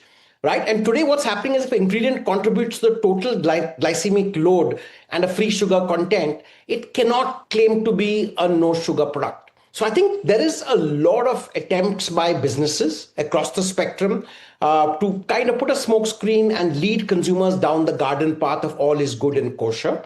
But clearly the intentions are not good. And this needs to be called out proactively by regulators. I like the fact that what Urvashi said, people are pointing to it, people are becoming more aware. But the reality is 90% of consumers don't have the time and they just go for some of these labels. When you're doing a brisk shopping after hard day's work, people don't look into the fine print. And I think that's being exploited by companies, which is completely not okay, specifically where India is today in terms of the health of the average Indian. Well, what's becoming very clear is this, that when it comes to food labels, perception is fast overtaking reality, because the no added sugar, it may sound very reassuring actually to many consumers, but if consumers do not fully understand what is actually inside, what that claim is and what is actually inside, then the label is risking becoming more about marketing than actual meaningful information. It beats the purpose of putting that label there in the first place. So the challenge now is to strike the right balance, give the brands the freedom to innovate and communicate, but also ensure that consumers are not misled by a health halo that is not entirely accurate. Thank you, Urvashi Agarwal and Lloyd Matthias. Thank you for joining us, sharing your perspectives on this. It's an important debate.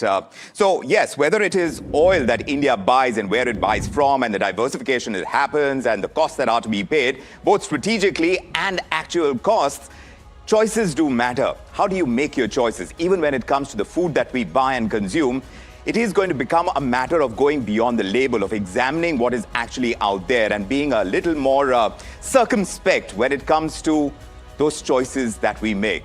It's going to be top of our radar when we are delving into these consumer issues on The Big Question. I'm Vikram Oza from me and the team. Thank you so much for joining us. Good evening.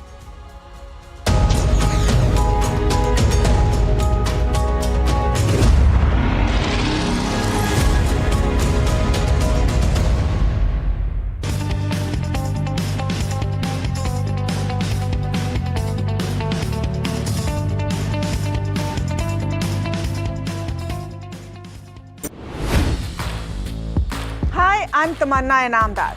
Watch me on NDTV Profit, where I break down the day's biggest business stories. What happened, why it matters, and what it means for your money. Hi, I'm Neeraj Shah.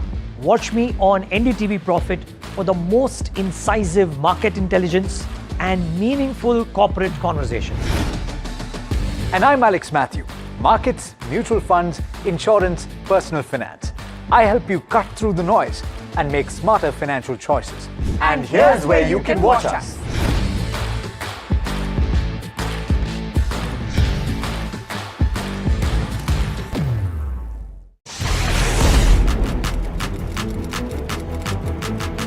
When the headlines move fast, perspective matters. On Editor's Cut, our editors come together with experts to distill the week's information blitz into clear perspective. Down the stories shaping the world, from markets and the economy to global conflicts and what lies ahead. This is where experience meets insight.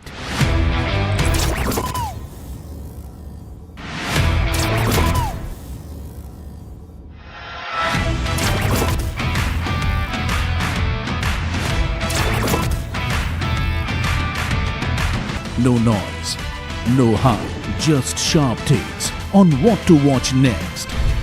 Editor's Cut, every Friday, 3:30 p.m. only on NDTV Profit. Economy, business, world, technology. Noise filtered, numbers decoded. Insights that rewire your worldview. From governance to growth, we connect the dots. Your daily edge, your global advantage. India Business Report with me, Gauri Dwivedi, weeknights on NDTV Profit.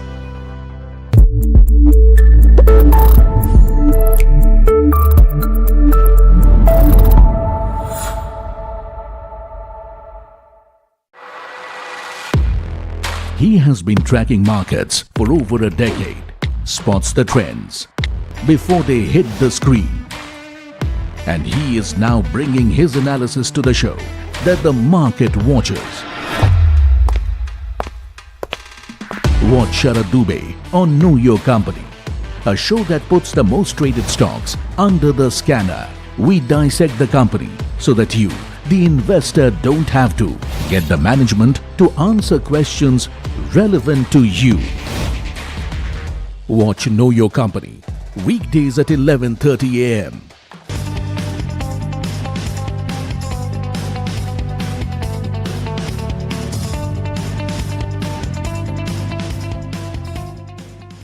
क्या search engine के चक्कर में पड़े हो दोनों? अब कोई confusion नहीं। Call 9300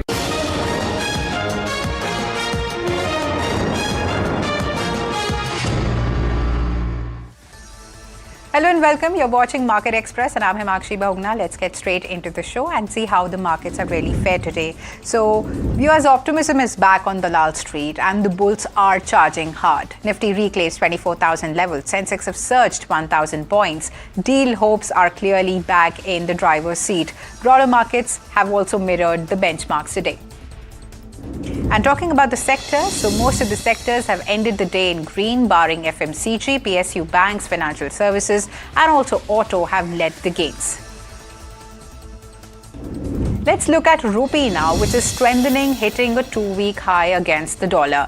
Now, the move is driven by easing global tensions and also a sharp drop in the crude prices, which is easing pressure on India's import bill. And support from the RBI and even improved market sentiment are also helping the currency recover after recent record lows. And viewers, fresh signals from Washington and Tehran have raised hopes of a possible breakthrough on reopening the Strait of Hormuz, triggering a sharp fall in the global crude prices. And while the traders are unwinding part of the geopolitical risk premium built into the oil markets, key disagreements over sanctions and also Iran's nuclear program continue to keep the markets on edge. In fact, India's state-run oil companies have raised petrol and diesel prices for the 4th time in just 11 days as surging crude costs and also the West Asia conflict continue to squeeze their margins. After absorbing heavy losses for days, OMCs are now passing a part of that burden to the consumers through steady fuel price hikes, and which is a clear sign that global energy volatility is also beginning to hit the Indian households again. Next counter to look at is Hindalco. So it may have delivered record revenues and EBITDA for the year, but underneath the headline growth, several pressure points continue emerging.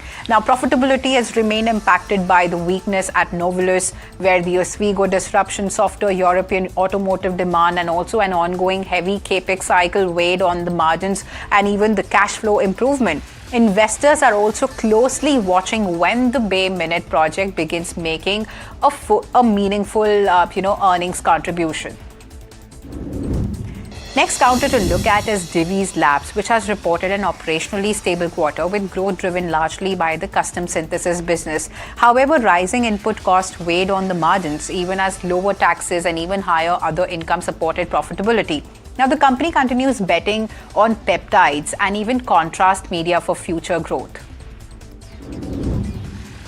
Next counter to look at is Rainbow Children's, which has delivered a strong quarterly performance, and this has been helped by resilient occupancy trends, healthy realization growth, and even better than expected margins. While occupancy pressures from the new hospital additions persisted, mature hospitals continued improving steadily, also reinforcing confidence that the core healthcare business remains firmly on track.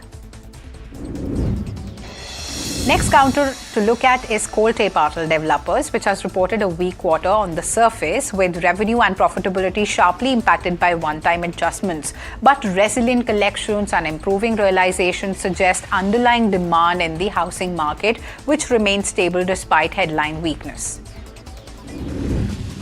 And Texmaco Rail and Engineering has secured a fresh order from Vedanta Aluminium for the supply of alumina wagons and also brake vans. The contract, valued at nearly 29 crores, is expected to be executed within 6 months and further strengthens the company's railway equipment order pipeline at a time when industrial freight and logistics investments continue witnessing steady momentum. And state-run construction major NBCC has secured fresh work orders worth over 42 crores, and this is also including an Indian Bank office project in Amravati and also infrastructure development work for Navodaya Vidyalaya Samiti. Now, the latest wins further strengthen NBCC's government-focused order pipeline and also reinforce its strong positioning in public sector infrastructure execution, even as the centre continues accelerating spending across housing, urban development, and even institutional projects. Next key counter is Sterlite Technologies, which has received a major boost to its global business ambitions after its subsidiary, that is the ARM, has secured a multi-year product award with a potential contract value of nearly $1.1 billion. Now, the deal involves the supply of optical connectivity products and also is expected to significantly strengthen the long-term revenue visibility for the company.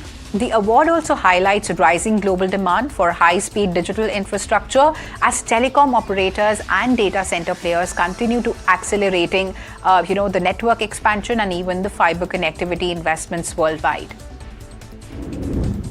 Next counter is HPL Engineering, which has said that quarterly profitability came under pressure due to the mix of Kavach railway contracts and additional cost provisions taken during the period. Now, despite the near-term impact, management remains optimistic on the broader outlook and also expects FY27 sales and profitability to improve significantly as railway execution gathers pace and order opportunities continue expanding.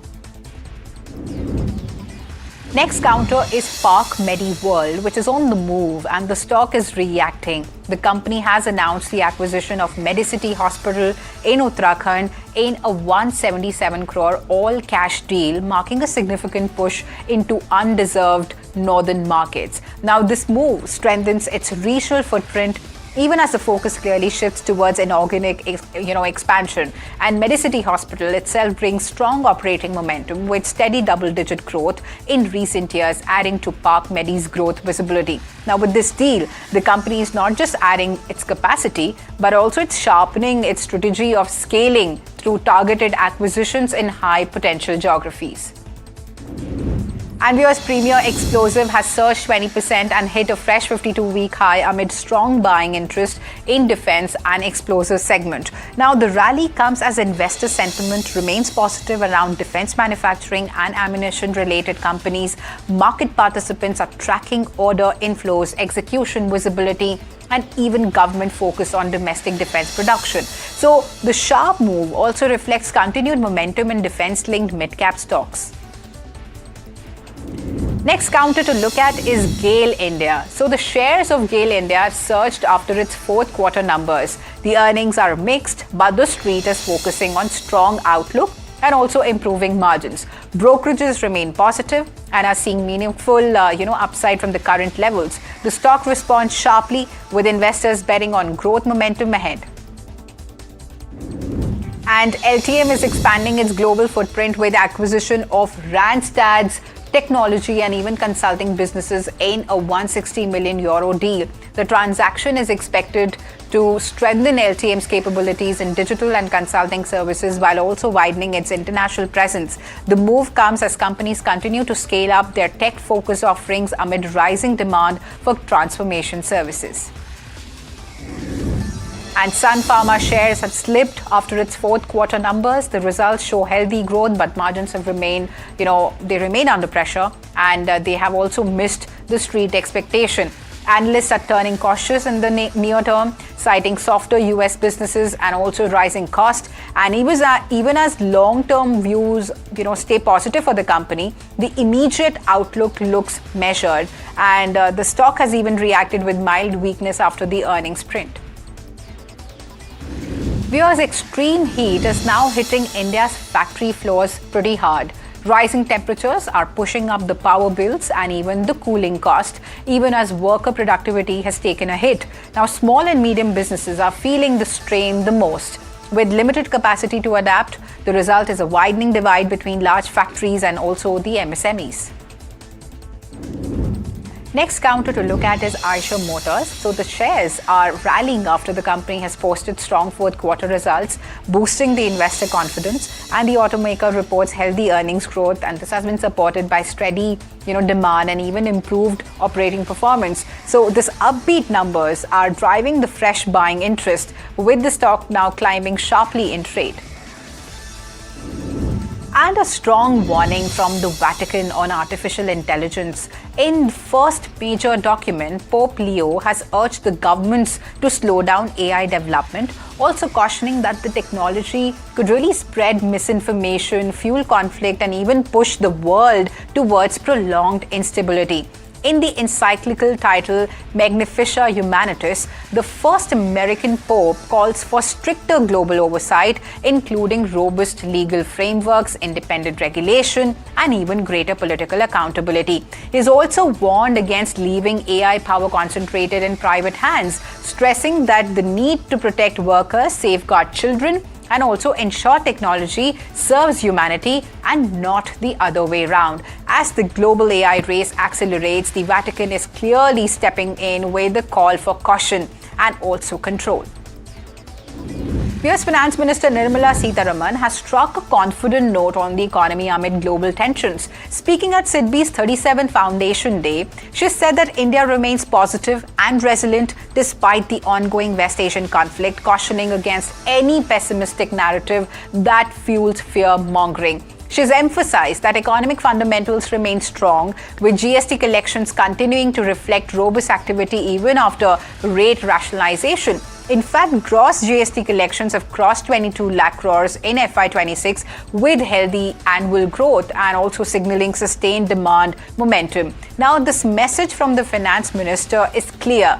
Policy support and strong domestic trends are really helping India navigate the global uncertainty with confidence. And India's defense manufacturing push could see major boost, with DRDO likely to bring private players into the production of Astra air-to-air missile system. Now, this move is aimed at increasing manufacturing capacity and also speeding up deployment of the indigenous weapon platform. It also signals deeper private sector participation in India's defense ecosystem. Now let's look at some national news now. Viewers, the Supreme Court has stepped in on Twisha Sharma's death case, ordering a CBI probe amid growing concerns over the investigation. Hearing a suo motu matter, the top court has flagged alleged procedural lapses and even institutional bias and has said that the probe must remain fair and impartial. The Solicitor General has informed the court that CBI will take over the case immediately, with administrative steps expected to be completed today. And importantly, the court has also urged the media to exercise restraint, warning against amplifying statements from either victims or the accused families during the ongoing investigation. The case has drawn nationwide attention, with serious questions being raised over delays, forensic inconsistencies, and even the handling of evidence in the initial probe. And a major security scare in Bengaluru has put VIP protection protocols in focus. 6 police personnel have been suspended after gelatin sticks were found near Prime Minister Modi's convoy route during his May 10 visit. Now, the explosive material was detected during routine security sanitization checks ahead of the Prime Minister's visit. And officials are saying that 2 gelatin sticks were found on a footpath on the city's outskirts, roughly 3 kilometers from the main venue. And the incident has triggered an inquiry into a possible security lapse, with agencies now probing how the explosive material reached a high security zone in the very first place.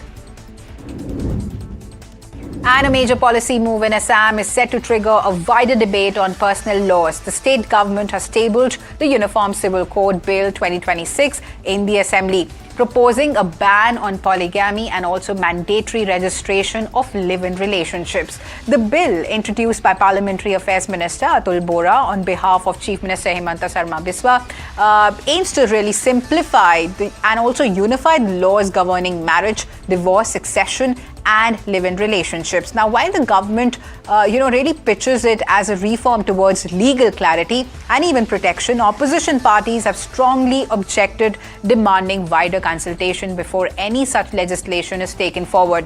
The bill is expected to come up for discussion on May 27th, setting the stage for a heated political showdown in the Assembly.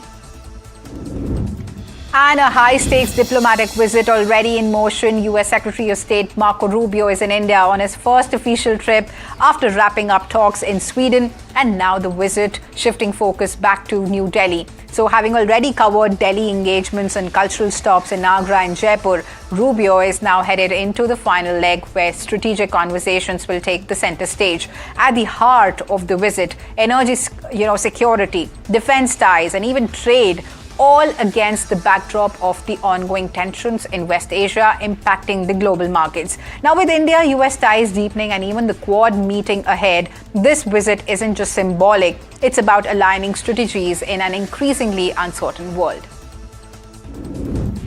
And the Quad foreign ministers are meeting in New Delhi today, just days after Trump-Xi summit. The timing is crucial as the US signals a softer approach to China.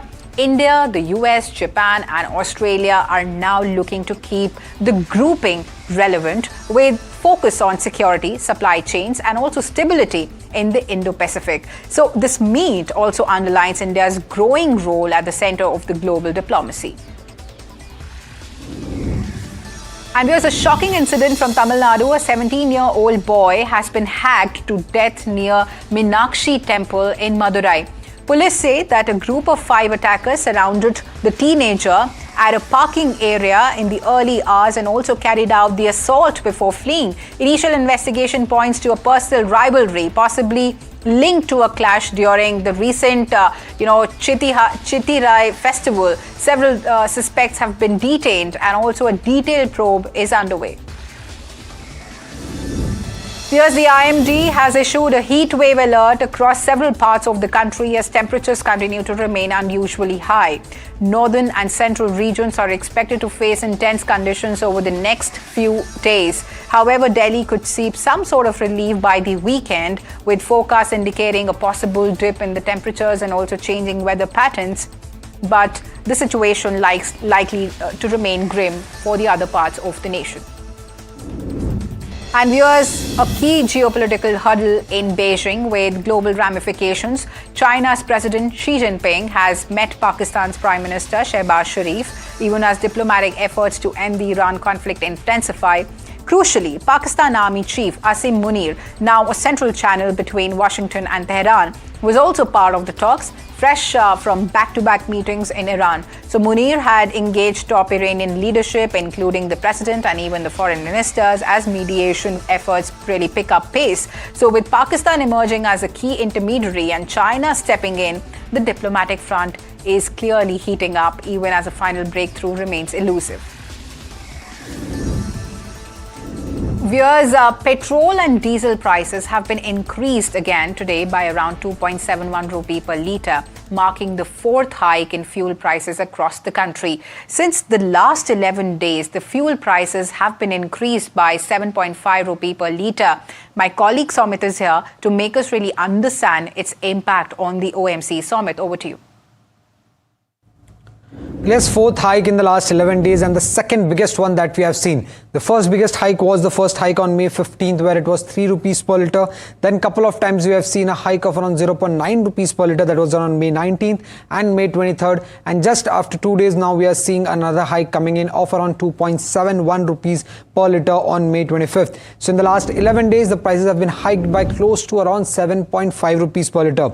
Now, what could be the impact? Why this price hike? Because oil marketing companies were supposed to incur a loss of close to 1 to 1.2 lakh crore rupees in the first quarter of FY27 because of higher crude oil prices, depreciating rupee and unchanged retail fuel prices, that is petrol and diesel prices. Now, what would be the impact of this price hike coming in on the oil marketing companies, that is IOCL, BPCL and HPCL? For every 0.5 rupees per litre hike in the petrol and diesel prices, the EBITDA of IOCL, BPCL and HPCL lifts by close to around 7 to 11%. Now, Indian oil OMCs have been recouping the losses. Earlier, the loss was expected to be around 1,000 crore rupees per day, which are reduced to around 750 crore after the 3 rupees per litre hike. Then the couple of hikes of 0.9 rupees per litre reduced it to further 670 crore rupees on a per day basis of post the 0.9 rupees per litre hike that we had seen in the last couple of days. And after this 2.71 rupees per litre hike, this will further reduce the losses for the oil marketing companies by close to around 113 crore rupees per day. And this is around 17% of the daily loss that the oil marketing companies have been seeing. Now, these 4 hikes will help oil marketing companies recoup nearly 44% of the losses that they were incurring at start of the quarter, that is close to 1,000 odd crore rupees. Also, another positive point for the oil marketing companies right now is the fact that crude has slipped below $100 per barrel after many days. So that could also come in sentimentally positive for the oil marketing companies in trade today. All right, viewers, fuel relief may ease the burden on consumers, but it comes with a hefty fiscal trade-off. Finance Minister Nirmala Sitharaman has indicated that the recent excise duty cuts on petrol and diesel could really lead to a revenue impact of nearly 1 lakh crore rupees in FY27. The government says that the move is aimed at cushioning households and even businesses from volatile global energy prices, while also keeping inflationary pressures in check. Here's the Finance Minister explaining the call. To shield citizens, therefore, and businesses from the steep rise in global crude prices, central excise duty on petrol and diesel was reduced by 10 rupees per litre. The government is estimated to take a revenue impact of over 1 lakh crore on this one score in the year 26-27 because of this one decision. So the burden for a considerable period because of that reduction in excise duty had been taken away from the shoulders of the common people because government has foregone or taken the burden of 1 lakh crore rupees. In fact, the Finance Minister also flagged the growing challenges arising from the West Asia crisis, from higher fuel costs and delayed cargo movements to pressure on working capital and even uncertainty in the export orders. Here's what the Finance Minister had to say on the way forward. The West Asia crisis not only is a diplomatic or a geopolitical issue. For businesses and common people, it can mean higher fuel cost, delayed cargo, costlier shipping, shortage of inputs, pressure on working capital, and uncertainty in export orders. Just imagine all of them coming together because of that West Asia crisis. What is the sense of uncertainty that small unit will feel, and will they be in a position to make some kind of a plan? It's a big challenge even for countries, not just for India, for many other countries. And in that context, therefore, what is the depth of challenge for those MSMEs? The approach, therefore, has been and will have to be to protect citizens, support MSMEs, safeguard exporters, keep supply chains moving, and maintain economic stability.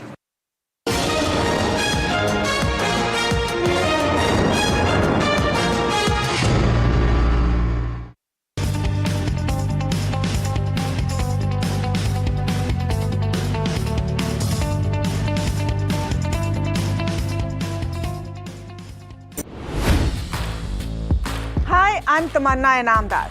Watch me on NDTV Profit, where I break down the day's biggest business stories. What happened, why it matters, and what it means for your money. Hi, I'm Neeraj Shah. Watch me on NDTV Profit for the most incisive market intelligence and meaningful corporate conversations. And I'm Alex Matthew. Markets, mutual funds, insurance, personal finance. I help you cut through the noise and make smarter financial choices. And here's where you can watch us.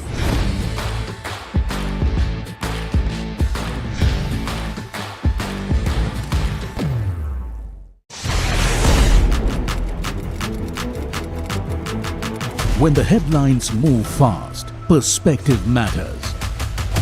On Editor's Cut, our editors come together with experts to distill the week's information blitz into clear perspective. Down the stories shaping the world, from markets and the economy to global conflicts and what lies ahead. This is where experience meets insight.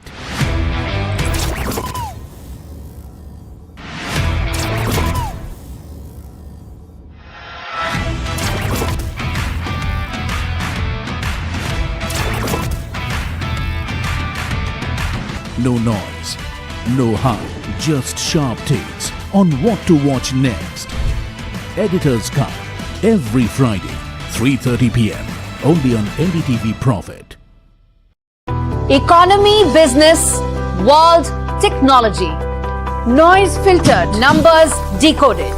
Insights that rewire your worldview. From governance to growth, we connect the dots. Your daily edge, your global advantage.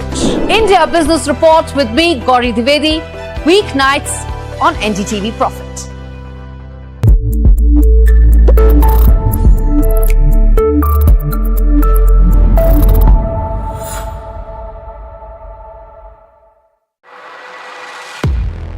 He has been tracking markets for over a decade, spots the trends before they hit the screen. And he is now bringing his analysis to the show that the market watches. Watch Sharad Dubey on Know Your Company, a show that puts the most traded stocks under the scanner. We dissect the company so that you, the investor, don't have to. Get the management to answer questions relevant to you. Watch Know Your Company, weekdays at 11:30 a.m. to understand your next big bet.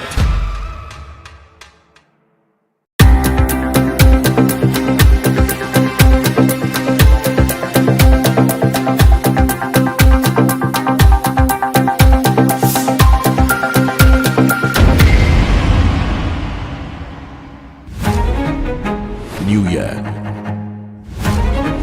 new power panel, India Market Open. Now in its boldest lineup. This is where the trends get tested and stocks get conviction. I'll recommend a buy call on a stock only when I'm fully convinced on the stock. With a table thumping buy. And when the street wants the levels, he brings the chart. Charts speak the truth, and I deliver the levels with no frills. Parag Thakkar and Kush Bohra are now part of the morning crew with Tamanna, Neeraj and Alex. Same show, sharper voices. Every morning on India Market Open, your favorite market show just got better. On NDTV Profit, for your profit. When others are warming up, I'm raring to go. The stories that matter, the stories that shape your life. Hello and welcome to watching Prime 5 with me, Eicher Motors. The show that sets the prime time agenda. We'll be deep diving into this topic to tell you what's at stake. Join me, Raisha Sehgal, on Prime 5 only on NDTV 24/7.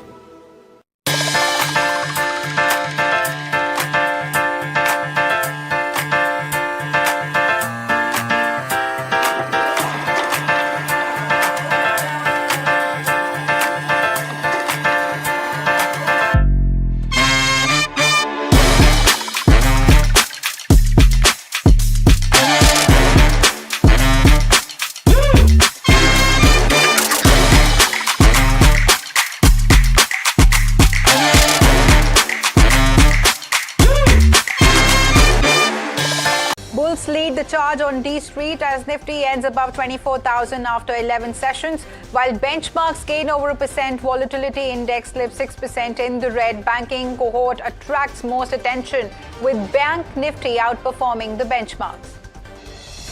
As rupee continues to extend gains and closes at 95.24 against the dollar today, FM Nirmala Sitharaman tells NDTV Profit that every suggestion is being countered to help the domestic unit. Oil prices fall over 5% as hopes of a US-Iran deal eased fears around Hormuz supply disruptions. Though nuclear remains the key sticking point, Brent crude hovering around $97 per barrel. OMC's rally after fuel prices hiked for the fourth time within 12 days, with the latest hike of over 2 rupee. Petrol prices have crossed 100 rupee per litre in Delhi. Petroleum Ministry officials say OMC under recovery cooled from 1,000 crore rupees to less than 600 crores. US-Iran negotiations pick pace. Iran Foreign Minister Abbas Araghchi in Qatar for talks, while Trump signals progress in talks. In a latest post, he says it will only be a great deal for all or no deal at all. Delhi logs highest ever power demand in May, crosses 8,000 megawatt mark 4 times just in 6 days amid intense heat. US Secretary of State Marco Rubio visits Taj Mahal in Agra and Jaipur with wife and delegation on third day of his visit ahead of Quad meet tomorrow. Cultural diplomacy on display in Taj Mahal. Probe intensifies in Twisha death case. CBI set to take over case. SIT to recreate crime scene. SIT says victim's husband Samarth is not cooperating. Hema Malini receives Dharmendra's Padma Vibhushan awarded posthumously. Chairperson of Kotak Securities, Uday Kotak, cricketer Harmanpreet and Bengali actor Prosenjit Chatterjee also honoured.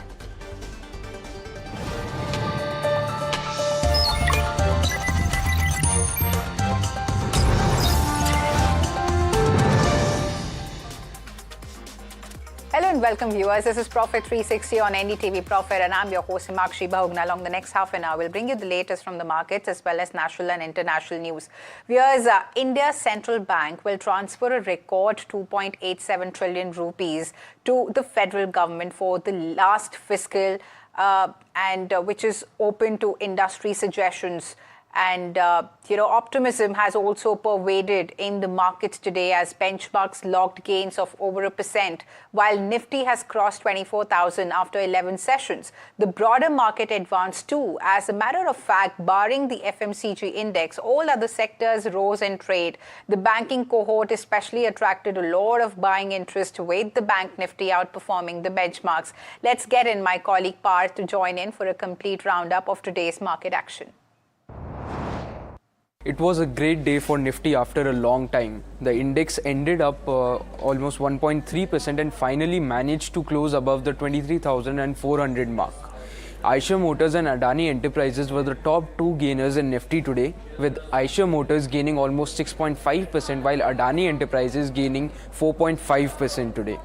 The broader market underperformed the benchmark today, with Nifty Midcap 150 gaining 0.9% led by Union Bank and Apollo Tyres, both of which were up by almost 4.5%.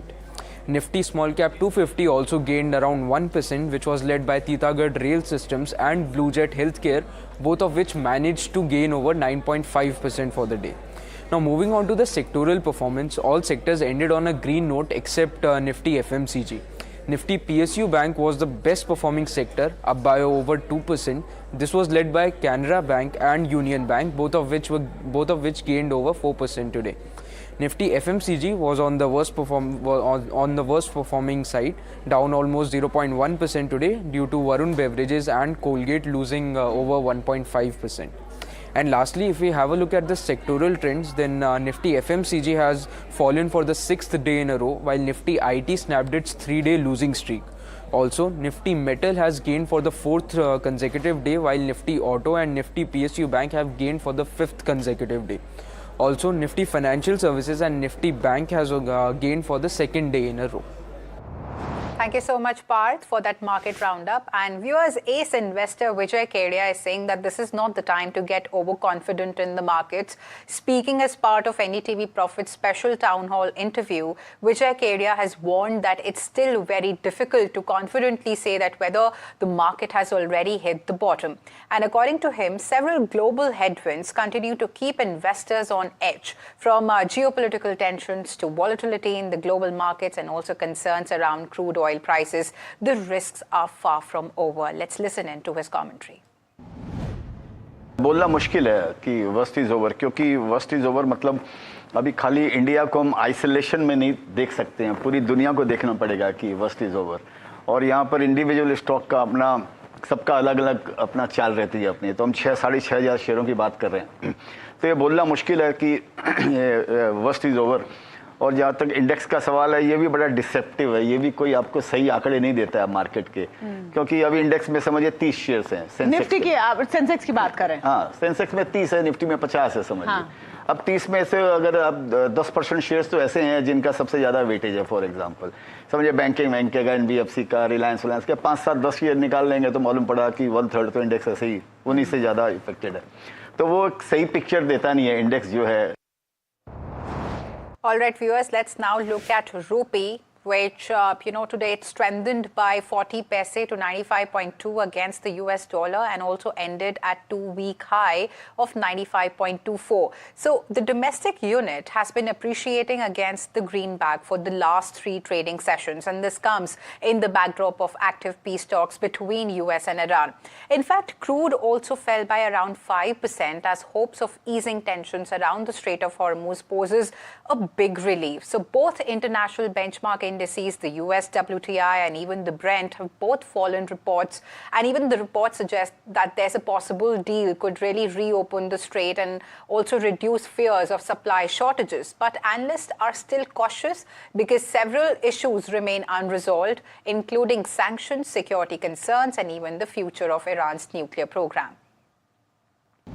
But given rupee's vulnerability at this given time, Finance Minister Nirmala Sitharaman told NDTV Profit that every input and suggestion will be taken into account. While speaking to the media on the sidelines of an event in Mumbai, my colleague Piyush Shukla asked her about what's being done to help the national currency. And here's what she said. dividend, how does it help the FIS position in terms of, any sort of your expectation on how it will improve the FIS position? And second is on the rupee, ma'am. We have seen, because of extraneous situation, the currency and RBI has also been very actively trying to support the rupee. Any broader movement that the government, can do sovereign bond owners or anything of that form is on the table, right? As I said, a lot of inputs, a lot of suggestions on not just on rupee, on investment, and as you said earlier, on the gold bond. Lots of inputs are being gathered. People voluntarily send, some people are collecting from departments. We will look into every one of these suggestions. Viewers, petrol and diesel prices have been increased again today by around 2.71 rupee per litre, and this is marking the fourth hike in fuel prices across the country. Since the last 11 days, the fuel prices have been increased by 7.5 rupee per litre. My colleague Somit is here to make us really understand its impact on the OMCs. Somit. Yes, fourth hike in the last 11 days and the second biggest one that we have seen. The first biggest hike was the first hike on May 15th, where it was 3 rupees per litre. Then couple of times we have seen a hike of around 0.9 rupees per litre. That was on May 19th and May 23rd. And just after 2 days now, we are seeing another hike coming in of around 2.71 rupees per litre on May 25th. So in the last 11 days, the prices have been hiked by close to around 7.5 rupees per litre. Now, what could be the impact? Why this price hike? Because oil marketing companies were supposed to incur a loss of close to 1 to 1.2 lakh crore rupees in the first quarter of FY27 because of higher crude oil prices, depreciating rupee and unchanged retail fuel prices, that is petrol and diesel prices. Now, what would be the impact of this price hike coming in on the oil marketing companies, that is IOCL, BPCL and HPCL? For every 0.5 rupees per litre hike in the petrol and diesel prices, the EBITDA of IOCL, BPCL and HPCL lifts by close to around 7 to 11 odd %. Now, Indian oil OMCs have been recouping the losses. Earlier, the loss was expected to be around 1,000 crore rupees per day, which are reduced to around 750 crore after the 3 rupees per litre hike. Then the couple of hikes of 0.9 rupees per litre reduced it to further 670 crore rupees on a per day basis of post the 0.9 rupees per litre hike that we had seen in the last couple of days. And after this 2.71 rupees per litre hike, this will further reduce the losses for the oil marketing companies by close to around 113 crore rupees per day. And this is around 17% of the daily loss that the oil marketing companies have been seeing. Now, these 4 hikes will help oil marketing companies recoup nearly 44% of the losses that they were incurring at start of the quarter, that is close to 1,000 odd crore rupees. Also, another positive point for the oil marketing companies right now is the fact that crude has slipped below $100 per barrel after many days. So that could also come in sentimentally positive for the oil marketing companies in trade today. Absolutely, Somit. In fact, we have the first official comment on the fourth fuel hike from the Petroleum Ministry itself. Sujata Sharma, Joint Secretary at the Ministry of Petroleum and Natural Gas, has said that the under-recoveries for oil marketing companies have come down from around 1,000 crore per litre earlier to slightly below 600 crores now. However, she also admitted that that imports really continue to be impacted because of the ongoing West Asia crisis. Let's listen in to her remarks. हमारी oil marketing companies को घाटा हो रहा था, जैसा हमने आपको बताया वो लगभग 1000 करोड़ प्रतिदिन का था. अब प्राइस राइज के बाद वो घाटा कम हुआ है, but it is still in slightly less than 600 crore. उसके अलावा अगर आप एलपीजी देखें तो हमारी सरकार ने वहन किया बोझ को और ऑयल मार्केटिंग कंपनी ने भी उस बोझ को वहन किया हुआ है. And US Professor of Economics at CEPA, Columbia University, Arvind Panagariya, believes that India is not necessarily worse off than other countries when it comes to the impact of rising fuel prices and even global inflation pressures. Speaking on the current situation, Panagariya said that he has been talking to friends and family in India to understand how consumers are feeling on the ground. And according to him, when compared globally, fuel prices in the United States have actually become more expensive. Let's listen in to his remarks. I wouldn't say that India is worse off relative to many of the other nations. I have been speaking to my friends and family in India, asking them, what kind of hardship this has caused. Generally speaking, my questions are like, are there long queues at petrol pumps or something? Is the shortage being reflected in that? Is the shortage being reflected in massive increase in petrol prices? Answers to both the questions have been in the negative. In comparison, actually, where I am in the United States, during this period alone of the West Asian War, the price of gasoline, as petrol is called here, has gone up from on average $4 to about $6 per gallon. That is a 50% increase. So even the United States, which has good supply of its own gasoline or petrol or crude, has actually allowed the price to rise like that, and the inflation effect in the US has been significantly higher than what it has been in India. In fact, viewers, India's relatively better position was also reflective in the responses we got at the media briefing of Moody's and ICRA. My colleague Ridhima Bhatnagar caught up with Vikash Halan, MD Corporate Finance at Moody's Ratings, as well as K. Ravichandran, Chief Ratings Officer, ICRA. They spoke to us about India's credit outlook amidst a shifting global and even domestic landscape. Let's listen in. We'll break it down into two parts. One is the availability of crude, availability of energy, as well as the price of energy. So India has done remarkably well on both fronts.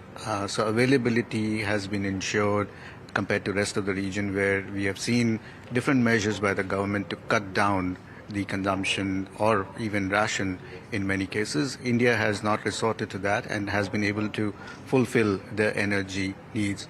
So that is a positive.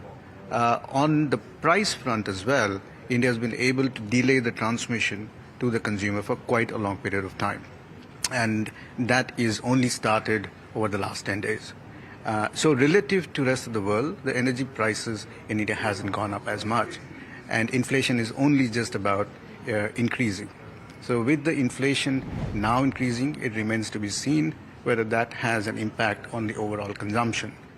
Which are some of the sectors right now which could benefit of this and which have been downgraded for now? Naturally, the upstream companies, they are the biggest gainers from the oil price rise. And also, unlike the previous years when oil price was very high, government mopped up the gain through various duties. This time, upstream oil companies have been allowed to charge at the market rates, and that is helping them to achieve extraordinary profitability. Apart from that, non-ferrous metals is another space, especially aluminium. Is another sector where there are a lot of supply shortages. There are a lot of Middle Eastern-based smelters, who are not operational at this juncture. That has put upward pressure on the aluminium and some of the non-ferrous metals. Companies who are exposed to this particular space, they are also benefited. But otherwise, majority of the other sectors, they are stressed in some form or the other, either through the energy pass-through or supply chain related issues. We are switching gears. India's insurance sector is raising the red flag over a new wave of AI-driven cybersecurity risk. Insurers are really warning that mythos-like AI tools could emerge as a major threat, with concerns around weak monitoring systems, poor asset visibility, and even large-scale breach risk. And this even as regulators push the firms to tighten their AI cyber frameworks. And for more on this exclusive story, I'm being joined by my colleague Nimit with more details. So insurance companies have flagged mythos and other front-end AI system-related risks in cybersecurity in India today, saying that poor asset identification, legacy systems, and a lack of continuous ability to monitor these new age threats may put their systems at risk. Now remember, the IRDAI has asked these companies across India to submit a report to them on what are the measures they are taking for cybersecurity, especially in relation to frontier AI programs like Mythos.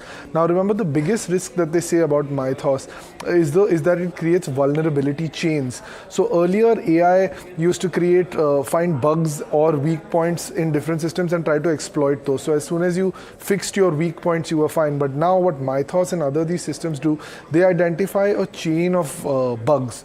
in your system, and you may not know that this one is related to the other. So they exploit them together, and it now happens within a matter of hours, not days. There's no set of planning, can even happen in minutes.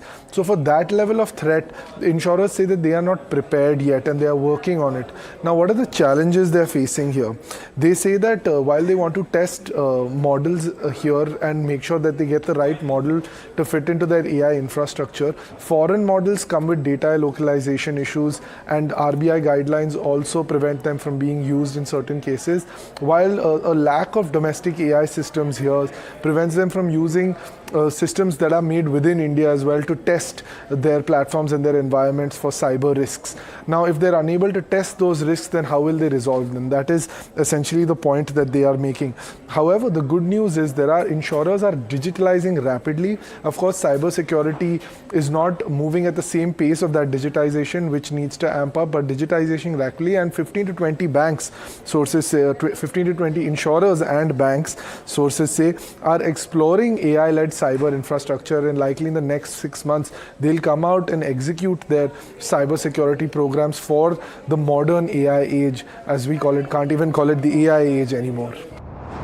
Right. Nimit, stay with us. SEBI has also proposed a new framework for option strike prices, which are basically the preset price levels at which traders can buy or sell an options contract. So the move is aimed at ensuring that relevant strike prices remain available even during sharp market swings, helping trading continue smoothly in volatile conditions. So tell us more on the story as well.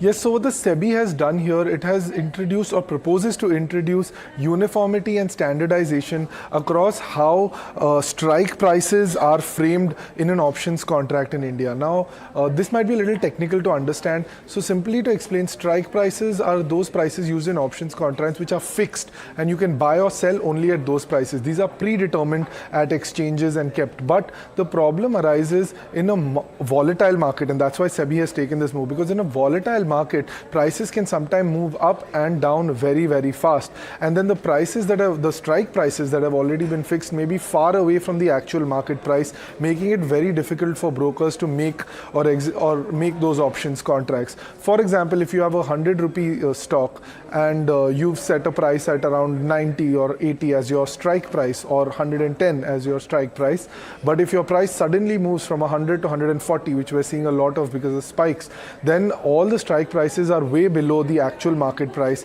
distorting the market for options contracts.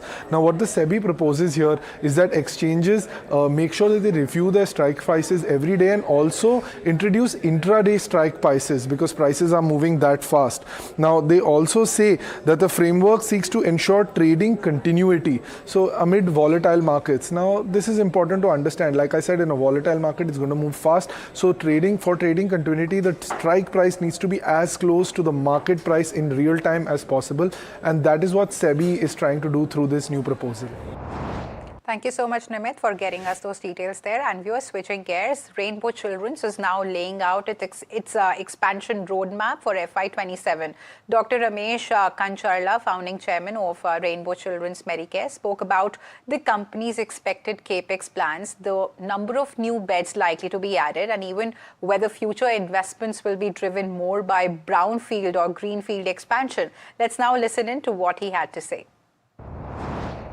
We have over now 900 beds in pipeline for the next 2 to 2.5 years time to come in various stages, like Coimbatore, Gurugram, Pune, and some spoke hospitals in Bangalore. So these are all going to come in next 2 to 2.5 years time. So the capex of our beds is kind of course, Gurugram is a greenfield, large hospitals, super specialty hospitals. Are very different from the kind of brownfield hospitals.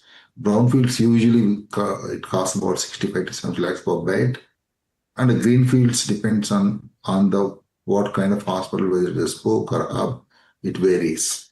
So we have a capex kind of next 2.5 years, so probably around 700 crores capex, which is for the projects in the for the 900 beds.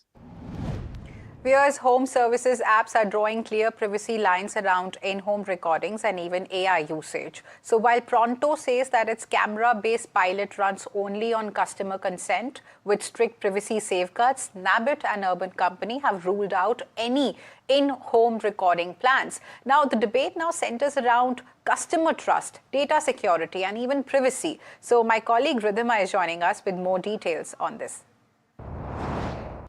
Home services app draw in on privacy concerns on in-house recording and AI usage. So Pronto has said that it started with its pilot in-house recording when customers had requested it, that they would like their services to be done when they were not in-house, and that the customers opted for this service, and they knew that the professionals will be wearing a GoPro camera while giving services in their houses, and that only the hands were recorded while cleaning utensils, the company has clarified, and that no audio was recorded. And in fact, even the faces and the objects were blurred for privacy concerns. And they said that the footage was only available up to 48 hours, after which it was deleted, and they do not plan to share this footage with any other third parties. Now, the peers in this space include Snabbit and urban companies. Snabbit has clarified that they do not plan to use such in-house recording services technology in the coming time as well, and they haven't done it so far as well.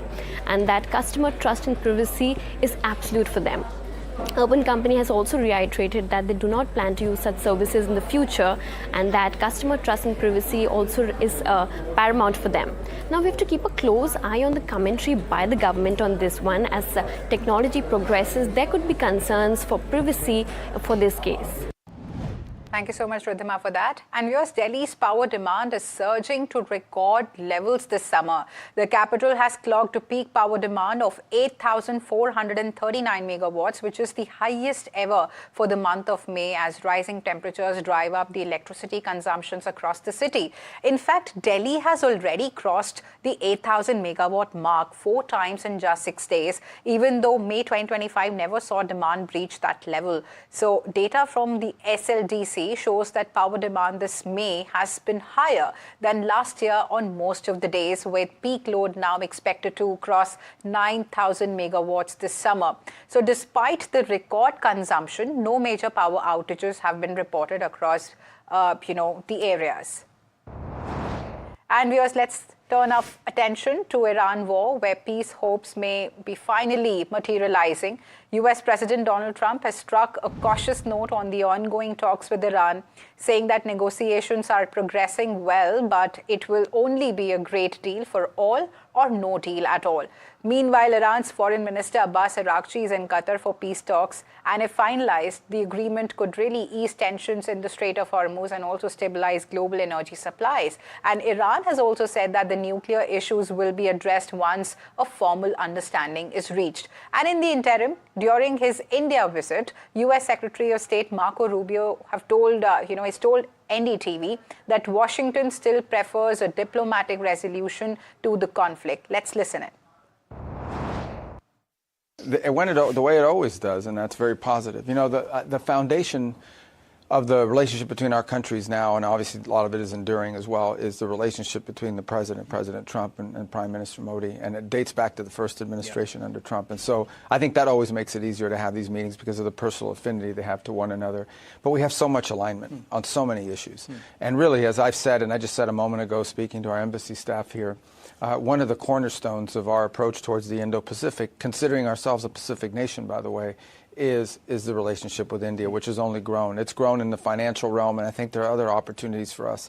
So as much as anything else, it is a visit to continue to build on a relationship that's finding new areas of potential cooperation and co-production, even in defense, on technology, on the investments, mutual investments in each other's countries, with over $20 billion of Indian companies now invested in the United States. So.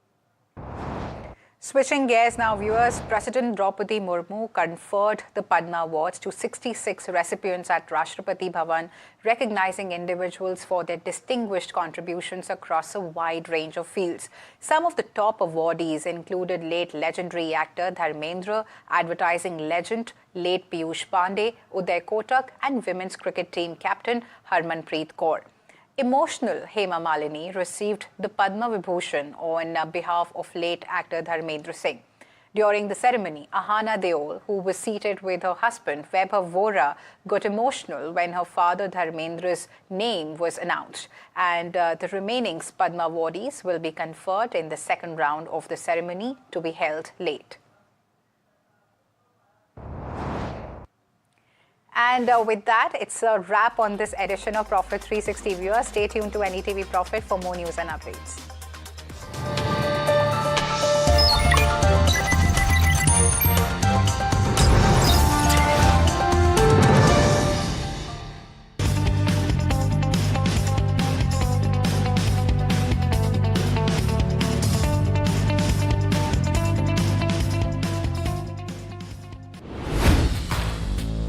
Hi, I'm Tamanna Inamdar. Watch me on NDTV Profit, where I break down the day's biggest business stories. What happened, why it matters, and what it means for your money. Hi, I'm Neeraj Shah. Watch me on NDTV Profit for the most incisive market intelligence and meaningful corporate conversations. And I'm Alex Matthew. Markets, mutual funds, insurance, personal finance. I help you cut through the noise and make smarter financial choices. And here's where you can watch us.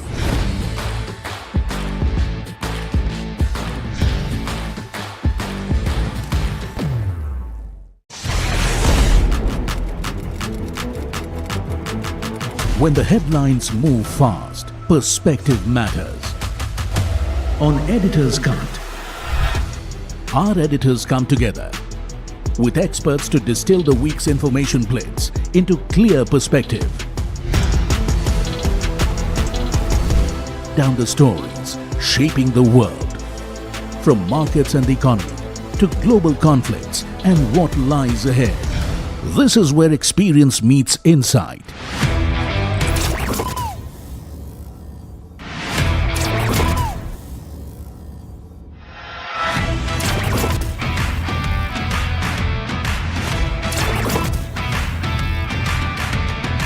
No noise, no hype, just sharp takes on what to watch next.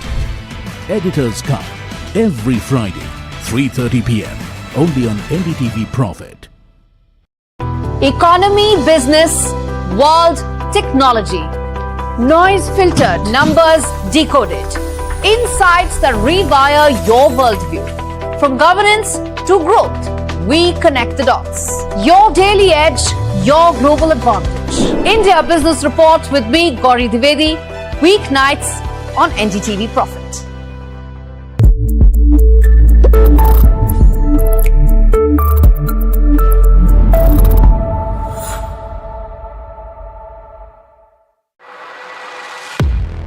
He has been tracking markets for over a decade, spots the trends before they hit the screen. And he is now bringing his analysis to the show that the market watches. Watch Sara Dubey on Know Your Company, a show that puts the most traded stocks under the scanner. We dissect the company so that you, the investor, don't have to. Get the management to answer questions relevant to you. Watch Know Your Company, weekdays at 11:30 a.m. to understand your next big bet.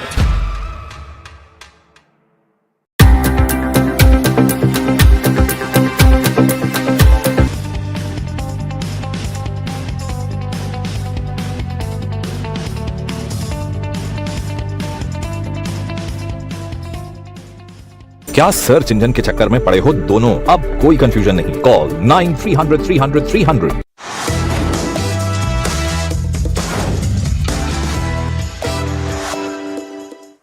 Hi, thanks so much for joining in. We're talking about Your Money Matters on NDTV Profit, and my name is Alex Matthew. An interesting consultation paper has been sent out by the Securities and Exchange Board of India, and that has to do with mutual funds. And in fact, I'm referring to a sub-component of that paper that talks about employer-led payroll deductions. Now, let's simplify this. Essentially, it's talking about allowing your employer to take a portion of your salary like it would do for the Employee Provident Fund and put it into mutual funds. That's something that is being contemplated. in the US, this is called a 401k. And it's actually a pretty interesting move if it does come through. It would allow for compulsory saving and long-term saving. But there are pros and cons, and we're going to weigh that. There are also a couple of other developments that have to do with mutual fund distributors, where AMCs pay mutual fund distributors in mutual fund units instead of cash, and also contributions to social causes, where you can have a portion of your proceeds of mutual funds or the returns that you can have from mutual funds that go towards social causes of your choice. I'm in conversation today with Mohit Gang, who's the co-founder and chief executive officer of Moneyfront. Mohit, thanks so much for taking the time. This is a space to watch very closely, the mutual fund space, because there's so much that is happening in the way of policy to make things even better than it is right now. But let's talk about that first point that I was making, the equivalent perhaps of the 401k. How is it similar or different? Hi, Alex. Always a pleasure speaking with you. And yes, absolutely. Every day we have new scenarios unfolding before us in terms of new guidelines, regulations, draft policies, so on and so forth. Look, I think if we were to compare this draft paper from SEBI with 401k, I think it's a little too far-fetched in my personal opinion, personal take. In terms of mechanism, yes, it is similar, which is an auto payment structure directly deducted from the payments which an employer makes towards an employee, right? So from that mechanism perspective or operationalization perspective, I think it's quite similar to what a 401k does. But from a tax treatment perspective, from a framework perspective, from the perspective of how the entire corpus is managed and everything, I think it's chalk and cheese apart from what a 401k does, right? To me, I think a closer resemblance would be a PF which gets deducted from your salary already, where an employer and employee makes equal contribution, or perhaps an NPS, which is a defined contribution plan today, right? So I think those are more leaning towards what a 401k would do. This to me is structurally and mechanically, operationally similar, but otherwise it's different in all aspects. Very good points that you're making, because I've spoken to a few people who do have that 401k, and one of the biggest advantages is the tax advantage that you have. You're not taxed like you would normally be if you were making an investment otherwise, right? Can you explain that, Mohit? Look, I think, though I'm not an expert on how a 401k is taxed and how US taxes operate, so a general disclaimer out there. But today, typically, if you were to invest into a mutual fund, whether through your employer or directly by yourself, you will be taxed normally. If it's an equity fund, you will be taxed post 1 year at your long-term capital gains taxation, and less than 1 year, it will be a short-term taxation, right? So that will still apply whether your employer is making contribution towards it. Compare that to an NPS, Alex, today, right? An NPS, my sense is the limit has now been raised to 70% of the corpus at retirement is tax-free, and the remaining 30% you can buy annuities, or it is 60-40 if I'm not wrong, right? So there are still tax, arbitrages being built in the product. Plus, it's a life cycle kind of a product where you can choose different options, right, from government securities, bonds to equity, and you can choose a life cycle stage composition where the allocation continues to change. Out here, when you leave it to the whims and fancies of an employer, in India, the problem is you have 40-50 different fund houses, some 2,500 odd schemes. Where will the employer invest? Is the scheme appropriate for your life cycle, for your kind of requirements? Will it be an equity scheme or a debt scheme? There are multiple questions and myriad different ways when it gets taxed, right? So even within different schemes or different categories, the taxation in India differs. If it's a fund of FOF, the taxation is different. If it's a debt fund, the taxation is different. If it's a hybrid, the taxation can vary. And for equity, the taxation is different, right? So there are multiple different scenarios. I don't think so there is so much ambiguity when it comes to 401k. It's a plain vanilla structure where there are multiple tax advantages to saving, and it's the only way a US saves for its retirement, right? So in India, you have a PF, you have a PPF, you have gratuities, superannuations, you also have NPS now.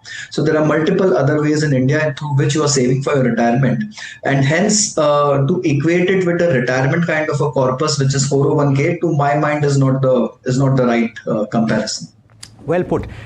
Just on that NPS bit, the latest change, of course, Mohit, that took place was allowing people to have 80% withdrawal as lump sum, but the 60% number stays the case with regard to the taxability. So 60% of the total at maturity is non-taxable, 20% that you can withdraw as a lump sum is fully taxable, and the remaining 20% has to be put in annuity, which on a monthly basis then becomes taxable if you fall within the ambit of the Income Tax Act. That is, if you cross that 12 lakh limit, then on a monthly basis you're effectively paying taxes. Interesting aside there. So therefore, what would the pros and cons of this be? You've already highlighted a few. And of course, at this stage, we don't know which particular schemes would be allowed if this comes to pass for mutual fund investors or through the employer to invest, right? So there is the potential issue of selection of the appropriate scheme. If it is passive, then it doesn't matter. But if it's active, then it becomes a problem, doesn't it? Oh yes, absolutely, Alex, and thanks for that correction on the NPS front. It gets changed so many times. It's very difficult to keep a track of those things. But yes, I think the selection of schemes will become extremely important when it comes to these kind of things. To me, I think there are many pros, Alex. It's not that you can just write off the screen, write off the proposal at the earnest itself. My sense is it will formalize savings through mutual funds, through financial instruments in a much more structured way. It will also reach out to a larger cross section of audience, which is hitherto not let's say investing or are a bit scared or skeptical to invest, because when it comes from your employer, I think there is that stamp of authority, or there is that stamp of overall semblance of that the product is right. So that stamp comes through when an employer kind of deducts it. So maybe it just nudges the employees to do a little more contribution than what they are doing, or perhaps nudges those borderline cases to start investing in mutual funds through a structured way, without any breaks or without any slippages, right? So the benefit of the formalization of this entire thing is massive, and the coverage on the audience part is also huge. But again, I think operationally, as I said, it will be very difficult whether it's an active or a passive, because today even an EPF is allowed to invest into ETFs, Nifty ETFs or other passive indices, right? So there is an equity allocation which is allowed in your through your PF funds also.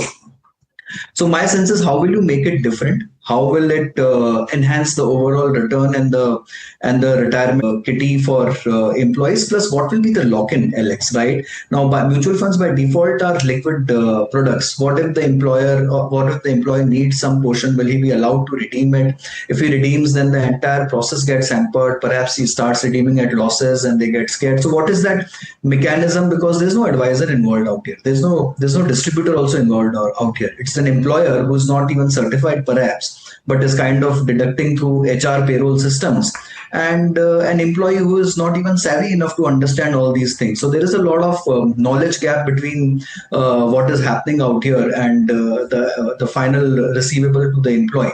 So my sense is that knowledge gap is huge, and perhaps it can lead to trigger panic scenarios, and can lead to scenarios where an employee just redeems the entire thing out of nowhere and ends up making losses. Having said that, it would be a complete shift, wouldn't it? And generally, you're not allowed to, I mean, your EPF, you can technically pull it out, but then the advice generally is for you to not do that, because if you pull it out too early, then it becomes taxable, and people tend to forget about it, don't they? They don't look at how much they're saving towards their EPS till they actually realize, oh, now it's a few lakhs, now it's crossed a certain threshold, it's become meaningful, and so therefore the concept would be similar here. But having said that, isn't that one of the biggest drawbacks of the EPF, where only 15% of your total contribution goes towards equity? And yes, you're getting a fantastic rate of return and it's completely non-taxable, but you're not going to head towards the double-digit mark at any point of time, right, for EPF? Those days are gone. Look, Alex, I think we can always debate about the structures and merits of all these instruments. Perhaps an EPS was always designed to be a to be a very cautious kind of a mechanism, which is almost like an assured retirement kitty growing at a certain rate of growth and perhaps more like a debt allocation. Then came the NPS, which gave you all the flexibility and options to kind of increase your overall yield and fight the inflation beast, as you might call it, by virtue of the returns which you make on your retirement corpus. Now, perhaps you are introducing one more aspect in the overall payroll system, and which could be far more aggressive and give you market-linked returns. But I'm just saying, as you enhance the profile of returns, the risk also increases commensurate. And the persons who are opting for it have to be well aware and have to be informed enough to kind of assume that risk and kind of tide through that risk, right? So not everyone is capable of doing that, Alex, and my sense is that's the biggest hindrance. Even the schemes like NPS, we haven't seen much takeoff in spite of whatever the scheme offers, and to my mind, it's one of the finest products available for long-term investing, but yet we haven't seen too much of offtake in the market. So there are structural flaws in this overall mechanism, the way it flows from a fund house to the last person, and I think that knowledge gap will continue to remain. Okay, what about mutual fund distributors being paid in units by EMCs? That's an interesting one, isn't it? Look, mutual fund distributors are savvy enough, Alex, to know how to deploy that money. Now you don't have to like really push them to know where to put their own money, right? They, if I'm getting commissions from 30 AMCs, I might not want units of all 30 AMCs and open 30 different folios for myself. I'd rather take it in cash and deploy wherever I think my conviction lies, right? So I don't think so that's honestly a great thing. You just want to introduce one more complexity in the system, have one more operational headache, and do. Maybe there are some distributors who would like to do it. They have a large enough income which comes and perhaps they don't need all of it. But my sense is I think you're dealing with the most savvy category when it comes to mutual fund investors, and let them decide on their own what's the best way out for their money. Maybe it's a way for distributors on a conditional basis to say they have skin in the game, to say that these are my high conviction schemes that I think that you should be investing in as well, to say that I put my money here as well, and in fact I'm being paid in units of this particular scheme. Look, yeah, that's a great way of thinking, but then maybe make them forcibly disclose. There's no harm in putting up a disclosure. It's if I am a distributor, I don't mind giving a disclosure where my holdings lie, right? Or if I'm an RIA, I'm any which way supposed to give. RIAs are any which way supposed to disclose where their holdings are or where do they personally invest, right? So same for mutual fund distributors. Why should it be different for anyone who is in the game of selling, distributing, advising, or whatever be it, call it by any name? Why should it be any different, right? So make it compulsory via disclosures and disclaimers. But yes, look, honestly, I have nothing against the scheme, but I really doubt what will be the uptake in this. I have my genuine concerns over it. Okay. Now, and just to draw this conversation to a conclusion, though, Mohit, and coming back to that 401k equivalent, right? Or well, just from the perspective of the mechanism, it's essentially an SIP that you're being forced to do. And so therefore the SIP gives you more flexibility. It's for those people that don't want to have the temptation of pausing a sip, right? And so therefore, what do you think about the whole host of people on social media that are now saying SIPs are no good? You're essentially giving FIIs or foreign institutional investors an exit, and you've been doing that for the last 2 years. It's the stupidest thing to do. What do you say to that? Look, that's a massive social media debate which is going on both sides of the table. Honestly, no measure is good or bad in its own right. There are always implications on the other side of the table, and perhaps one of the implications of increasing SIP flow could be that the foreign investors have found a respectful exit because of that money which is pouring into the Indian markets. But needless to say that, look, I think Indian markets were never so much financialized.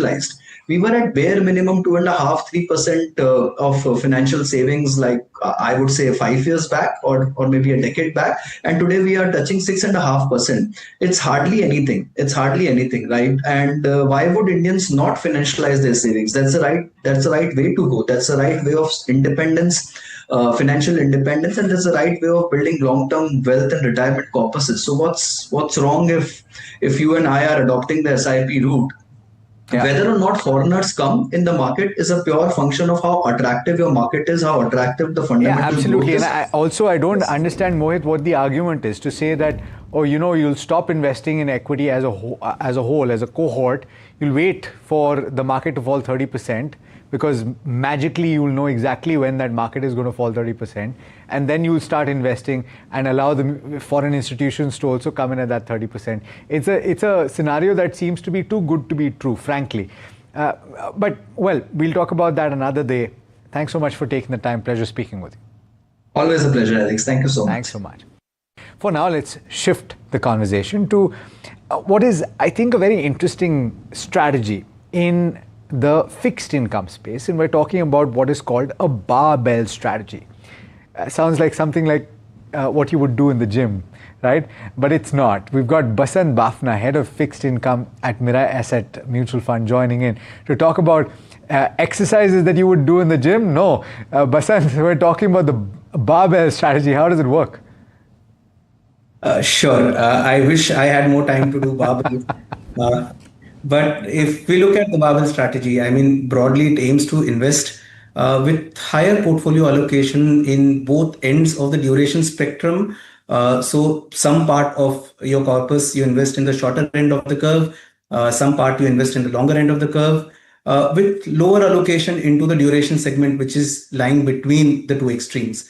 So the overall stop you there. Sorry. Basant, my attempt in this conversation is to make things absolutely simple, right? So suppose somebody does not know what duration is. They don't know what the yield curve is. How do you explain it to them? To say, essentially, we're talking about investing in debt, which is issued by both governments as well as by companies, correct? Yes. And so therefore, with that in mind, can you explain it? Sure. So if you look at debt overall, so you have sovereign debt, followed by corporate debt. Within corporates, then you have, a host of corporates depending on the underlying ratings. So you have AAA, within AAA, you have public sector units, you have banks, and so on and so forth. So when we talk about duration, it's basically the duration for which these entities borrow. So in turn, when we talk about barbell, as an investor, we look at the duration at which we are looking to invest. Now, ideally, how I would look at it is try and look at what is your investment horizon. So if, say, for example, my investment horizon is, say, for example, 1 year. Now, if my investment horizon is 1 year, then I would ideally look at a product which has a duration of closer to 1 year. If the yields prevailing for 1 year is, say, closer to 7.8, then I sort of lock in or have a reasonable expectation to earn 7.8 at the end of 1 year. Now, to achieve that 1 year, I have two ways of doing it, right? So either I invest in the 1 year product, or if I view of a better tomorrow, perhaps, or, with the anticipation that today also looks good, but perhaps there is a better tomorrow, I look at distributing that 1 year into two parts, say, for example, 6 months and 18 months. So that forms a barbell. So the shorter end, which is, say, for example, 6 months, gives you stability in returns with anticipation that as against my investment horizon, I am able to realize my worth of my investment over a shorter time span. So stability of returns and lower reinvestment risk. But at the same time, if yields move higher, then I am able to reinvest that corpus with the lowest possible MTM impact, which is mark to market. But at the same time, the longer end of my barbell, if my original view materializes that yields move downwards, then I am able to lock it in for a longer period, but at the same time I'm able to absorb some sort of capital gains using the longer end of the barbell. Very interesting. And so over what periods does this play out? Like, let me, for example, talk about the current scenario where there is a geopolitical crisis in West Asia and bond yields around the world had spiked. So, for example, you had the US 30-year bond yield that went above 5%. You had the Japanese bond yields that went above 5%. UK bond yields were higher. India bond yields also went up. If this conflict were to be resolved in the near term, you would once again have bond yields fall down. So therefore, from that perspective, my thesis in the relatively short term, Basant, can be that I can have capital gains. Would you use a barbell strategy here? So, see, generally barbell strategies are formed considering shorter investment horizons. Okay. See, so the longer end of the barbell generally is with that view that, you perhaps are at a very attractive level of yields and, you are looking at a base case of higher capital gains. But at the same time, can we time the peak, right? So if you were able to time the peak, then perhaps you were an astrologer along with a fund manager. But if you look at how the barbell works, you look at a relatively short investment horizon, and along with that, you try to actively rebalance your portfolio depending on how yields evolve. So for example, if the uncertainty reduces because of the announcements that have come, over the weekend, that there is a possibility that, we are closer to the end of the escalation. But if that does not materialize, so if it materializes, of course, I book profits on the longer end of my portfolio. But at the same time, if it does not materialize, then I am also invested in shorter duration instruments, which I can actually use to perhaps reinvest at a higher yield, so that I am not going all in at one go. Or perhaps if I have, a different goal, perhaps looking at another asset class, for example, equity or commodities. So then I can liquidate those investments which are at the shorter end with very low volatility in my returns and be able to either move into fixed income space at a higher duration bracket or perhaps look at a different asset class altogether. In Mireille's basket of schemes, where are you currently using this, or where would you use a barbell approach? So generally, when you look at barbells are used in strategies which are limited by duration. So there are two types. Maybe I can spend a little bit time on how fixed income funds are classified, and then perhaps look at individual funds and perhaps where. Basant, we've got 3 minutes. Yeah, perfect. So if we look at fixed income markets in India, SEBI has classified various funds based either on duration framework in which the underlying fund operates or the nature of instruments that can be invested into.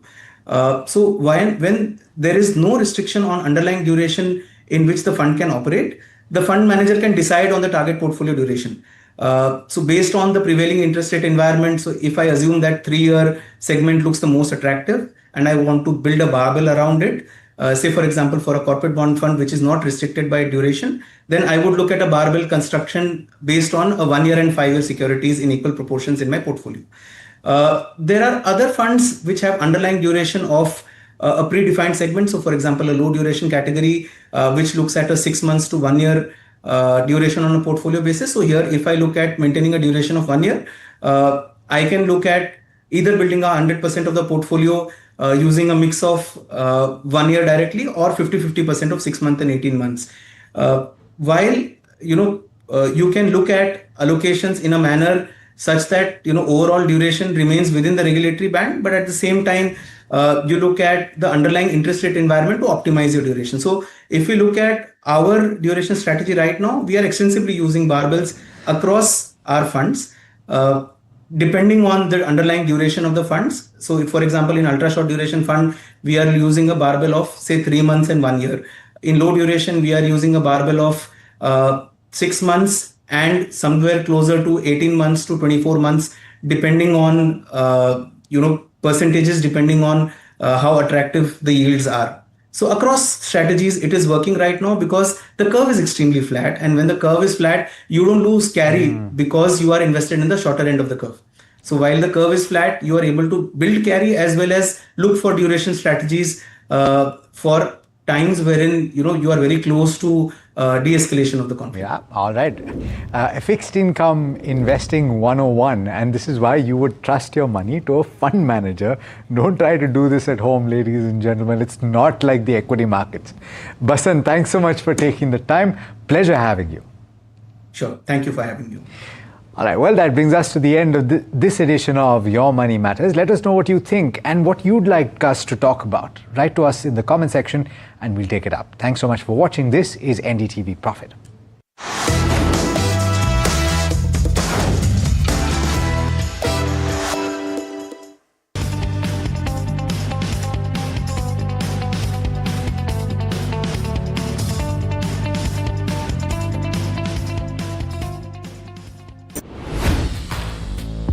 Hi, I'm Tamanna Inamdar. Watch me on NDTV Profit, where I break down the day's biggest business stories. What happened, why it matters, and what it means for your money. Hi, I'm Neeraj Shah. Watch me on NDTV Profit for the most incisive market intelligence and meaningful corporate conversations. And I'm Alex Matthew. Markets, mutual funds, insurance, personal finance. I help you cut through the noise and make smarter financial choices. And here's where you can watch us.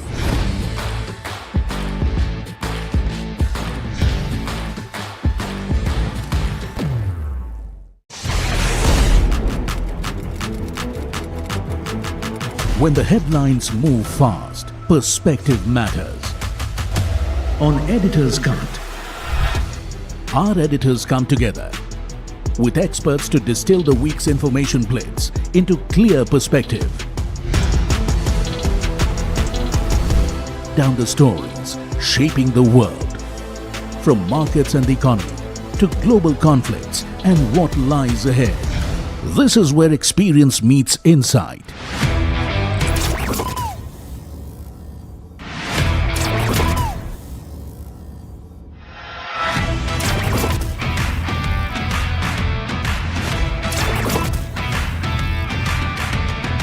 No noise, no hype, just sharp takes on what to watch next.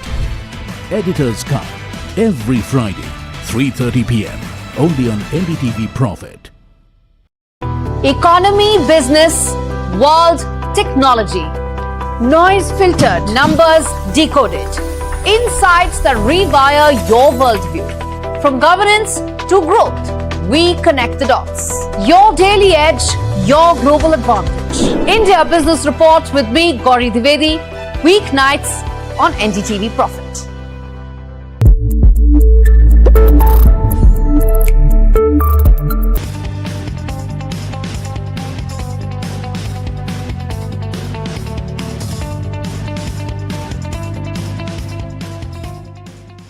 क्या search engine के चक्कर में पड़े हो दोनों? अब कोई confusion नहीं. कॉल 9300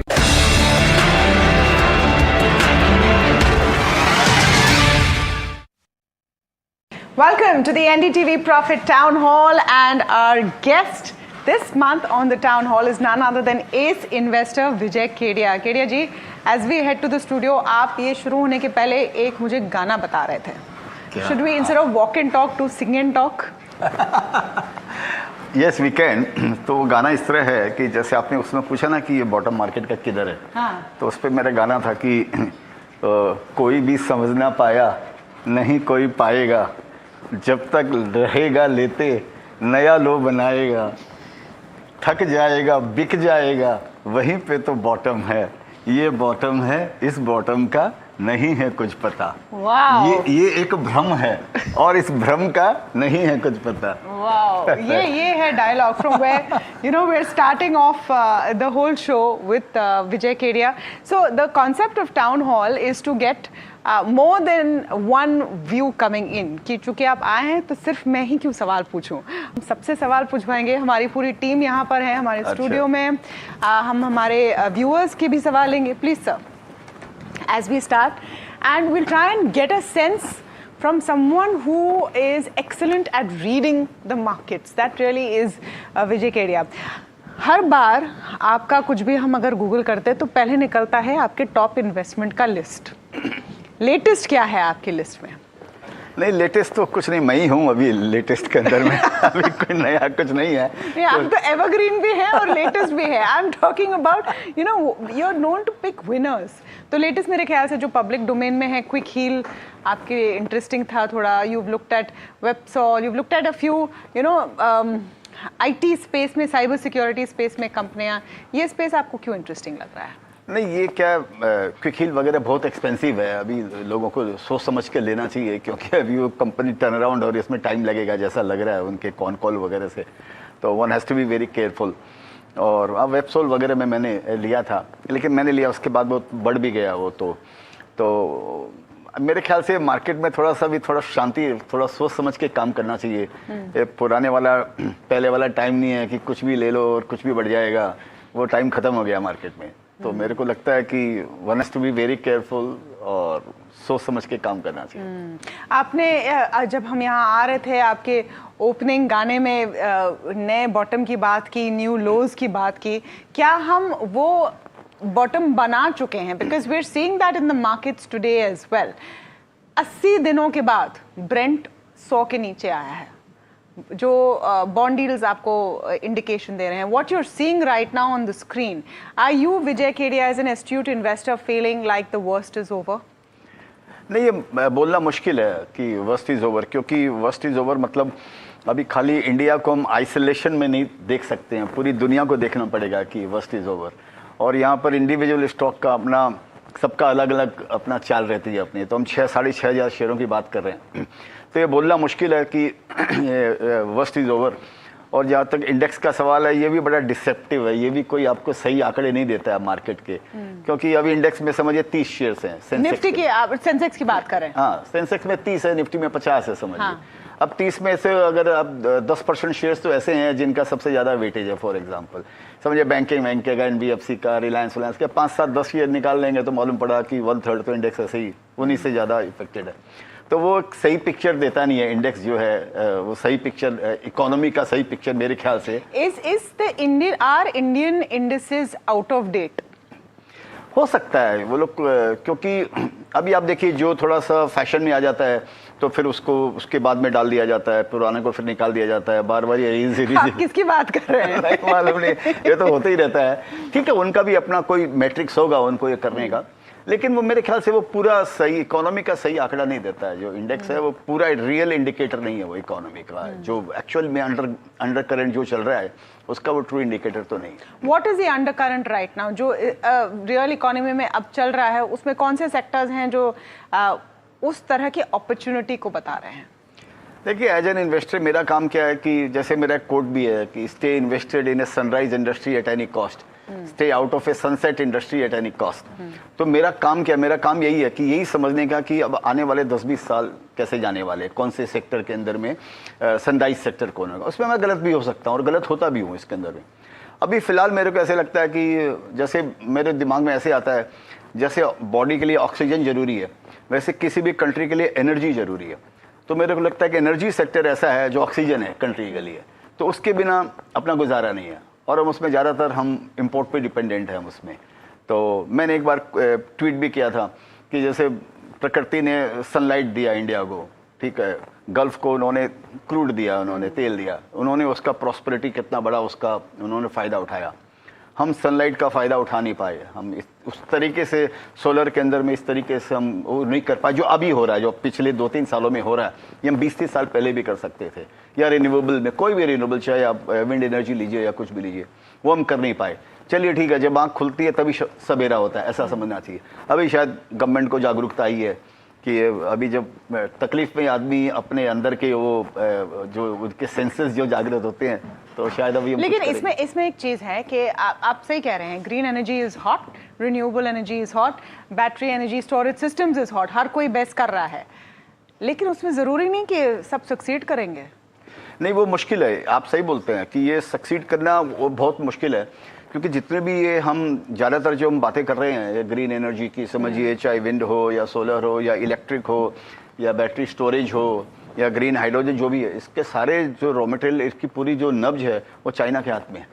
तो मैंने ट्वीट भी किया था कल या परसों कि ये सारी चीज़ों पे हम जो हमारी जो डिपेंडेंस है वो चाइना पे है, और वो बड़ी खतरनाक बात है, क्योंकि उसके साथ में हमारा कई तरह के डिस्प्यूट है, हमारे बॉर्डर के डिस्प्यूट भी है।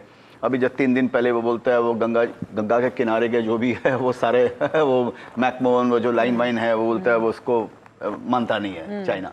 तो हमारा उसके साथ में कई तरह के डिस्प्यूट है, बड़ा सेंसिटिव मैटर है। तो वो आर्म ट्विस्टिंग भी हो सकती है इंडिया के लिए कि हाँ भाई अब हम पर डिपेंडेंट हो गए ना, तो चलो अभी हम जो बोलेंगे वही होएगा। तो वो जरूर एक तलवार लटकती रहती है। तो जितनी जल्दी हम आत्मनिर्भर हो जाएं, सेल्फ डिपेंडेंट हो जाए रॉ मटेरियल में, हर चीज़ों में, उतना जल्दी वो अच्छा बात है। आत्मनिर्भरता आपके पोर्टफोलियो में भी झलकना चाहिए आगे चलकर। तो this is the plan for this show folks. There's going to be some Q&A with Vijay Kedia here. Our team here in the studio will be asking some questions as well, and you have an opportunity at home or wherever you're watching this to send in your questions, and we already have some questions coming in, but I'm going to start with the in-house team at NDTV Profit. Sharad Dubey is waiting. Sharad, Vijay Kedia से आपको सवाल पूछना है तो आपको भी गाना गाना पड़ेगा, तभी वो करेंगे। गाना तो मुझे हो नहीं पा रहा है, बट सर आपने बहुत बढ़िया ट्वीट किया था कि भारत के जो टूरिज्म सेक्टर है, अब तो गर्मी की छुट्टी भी आ रही है, और जो टूरिज्म सेक्टर में ऑफ कोर्स हम लोग परफेक्ट तो है नहीं, पर यहाँ पे बहुत पोटेंशियल होता है। तो आप किस तरह देखते हैं और किस तरह अगले 4 से 5 साल में आपको पूरा ये हॉस्पिटैलिटी इंडस्ट्री, डोमेस्टिक टूरिज्म को कैसा लगता है? देखिए, मेरे को ऐसे लग रहा है कि ये चीज़ भी हम बहुत पहले कर सकते थे, और मैंने 4-5 साल पहले भी ट्वीट किया था कि जैसे इंडिया के अंदर में सब चीज़ आपको मिलती है, नदी भी है, पहाड़ भी है, समंदर भी है, रेगिस्तान भी है, हेरिटेज भी है, ग्रीनरी भी है, गर्मी भी है, ठंडी भी है, स्नो है, सब चीज़ जो दुनिया को देखने जाते हैं।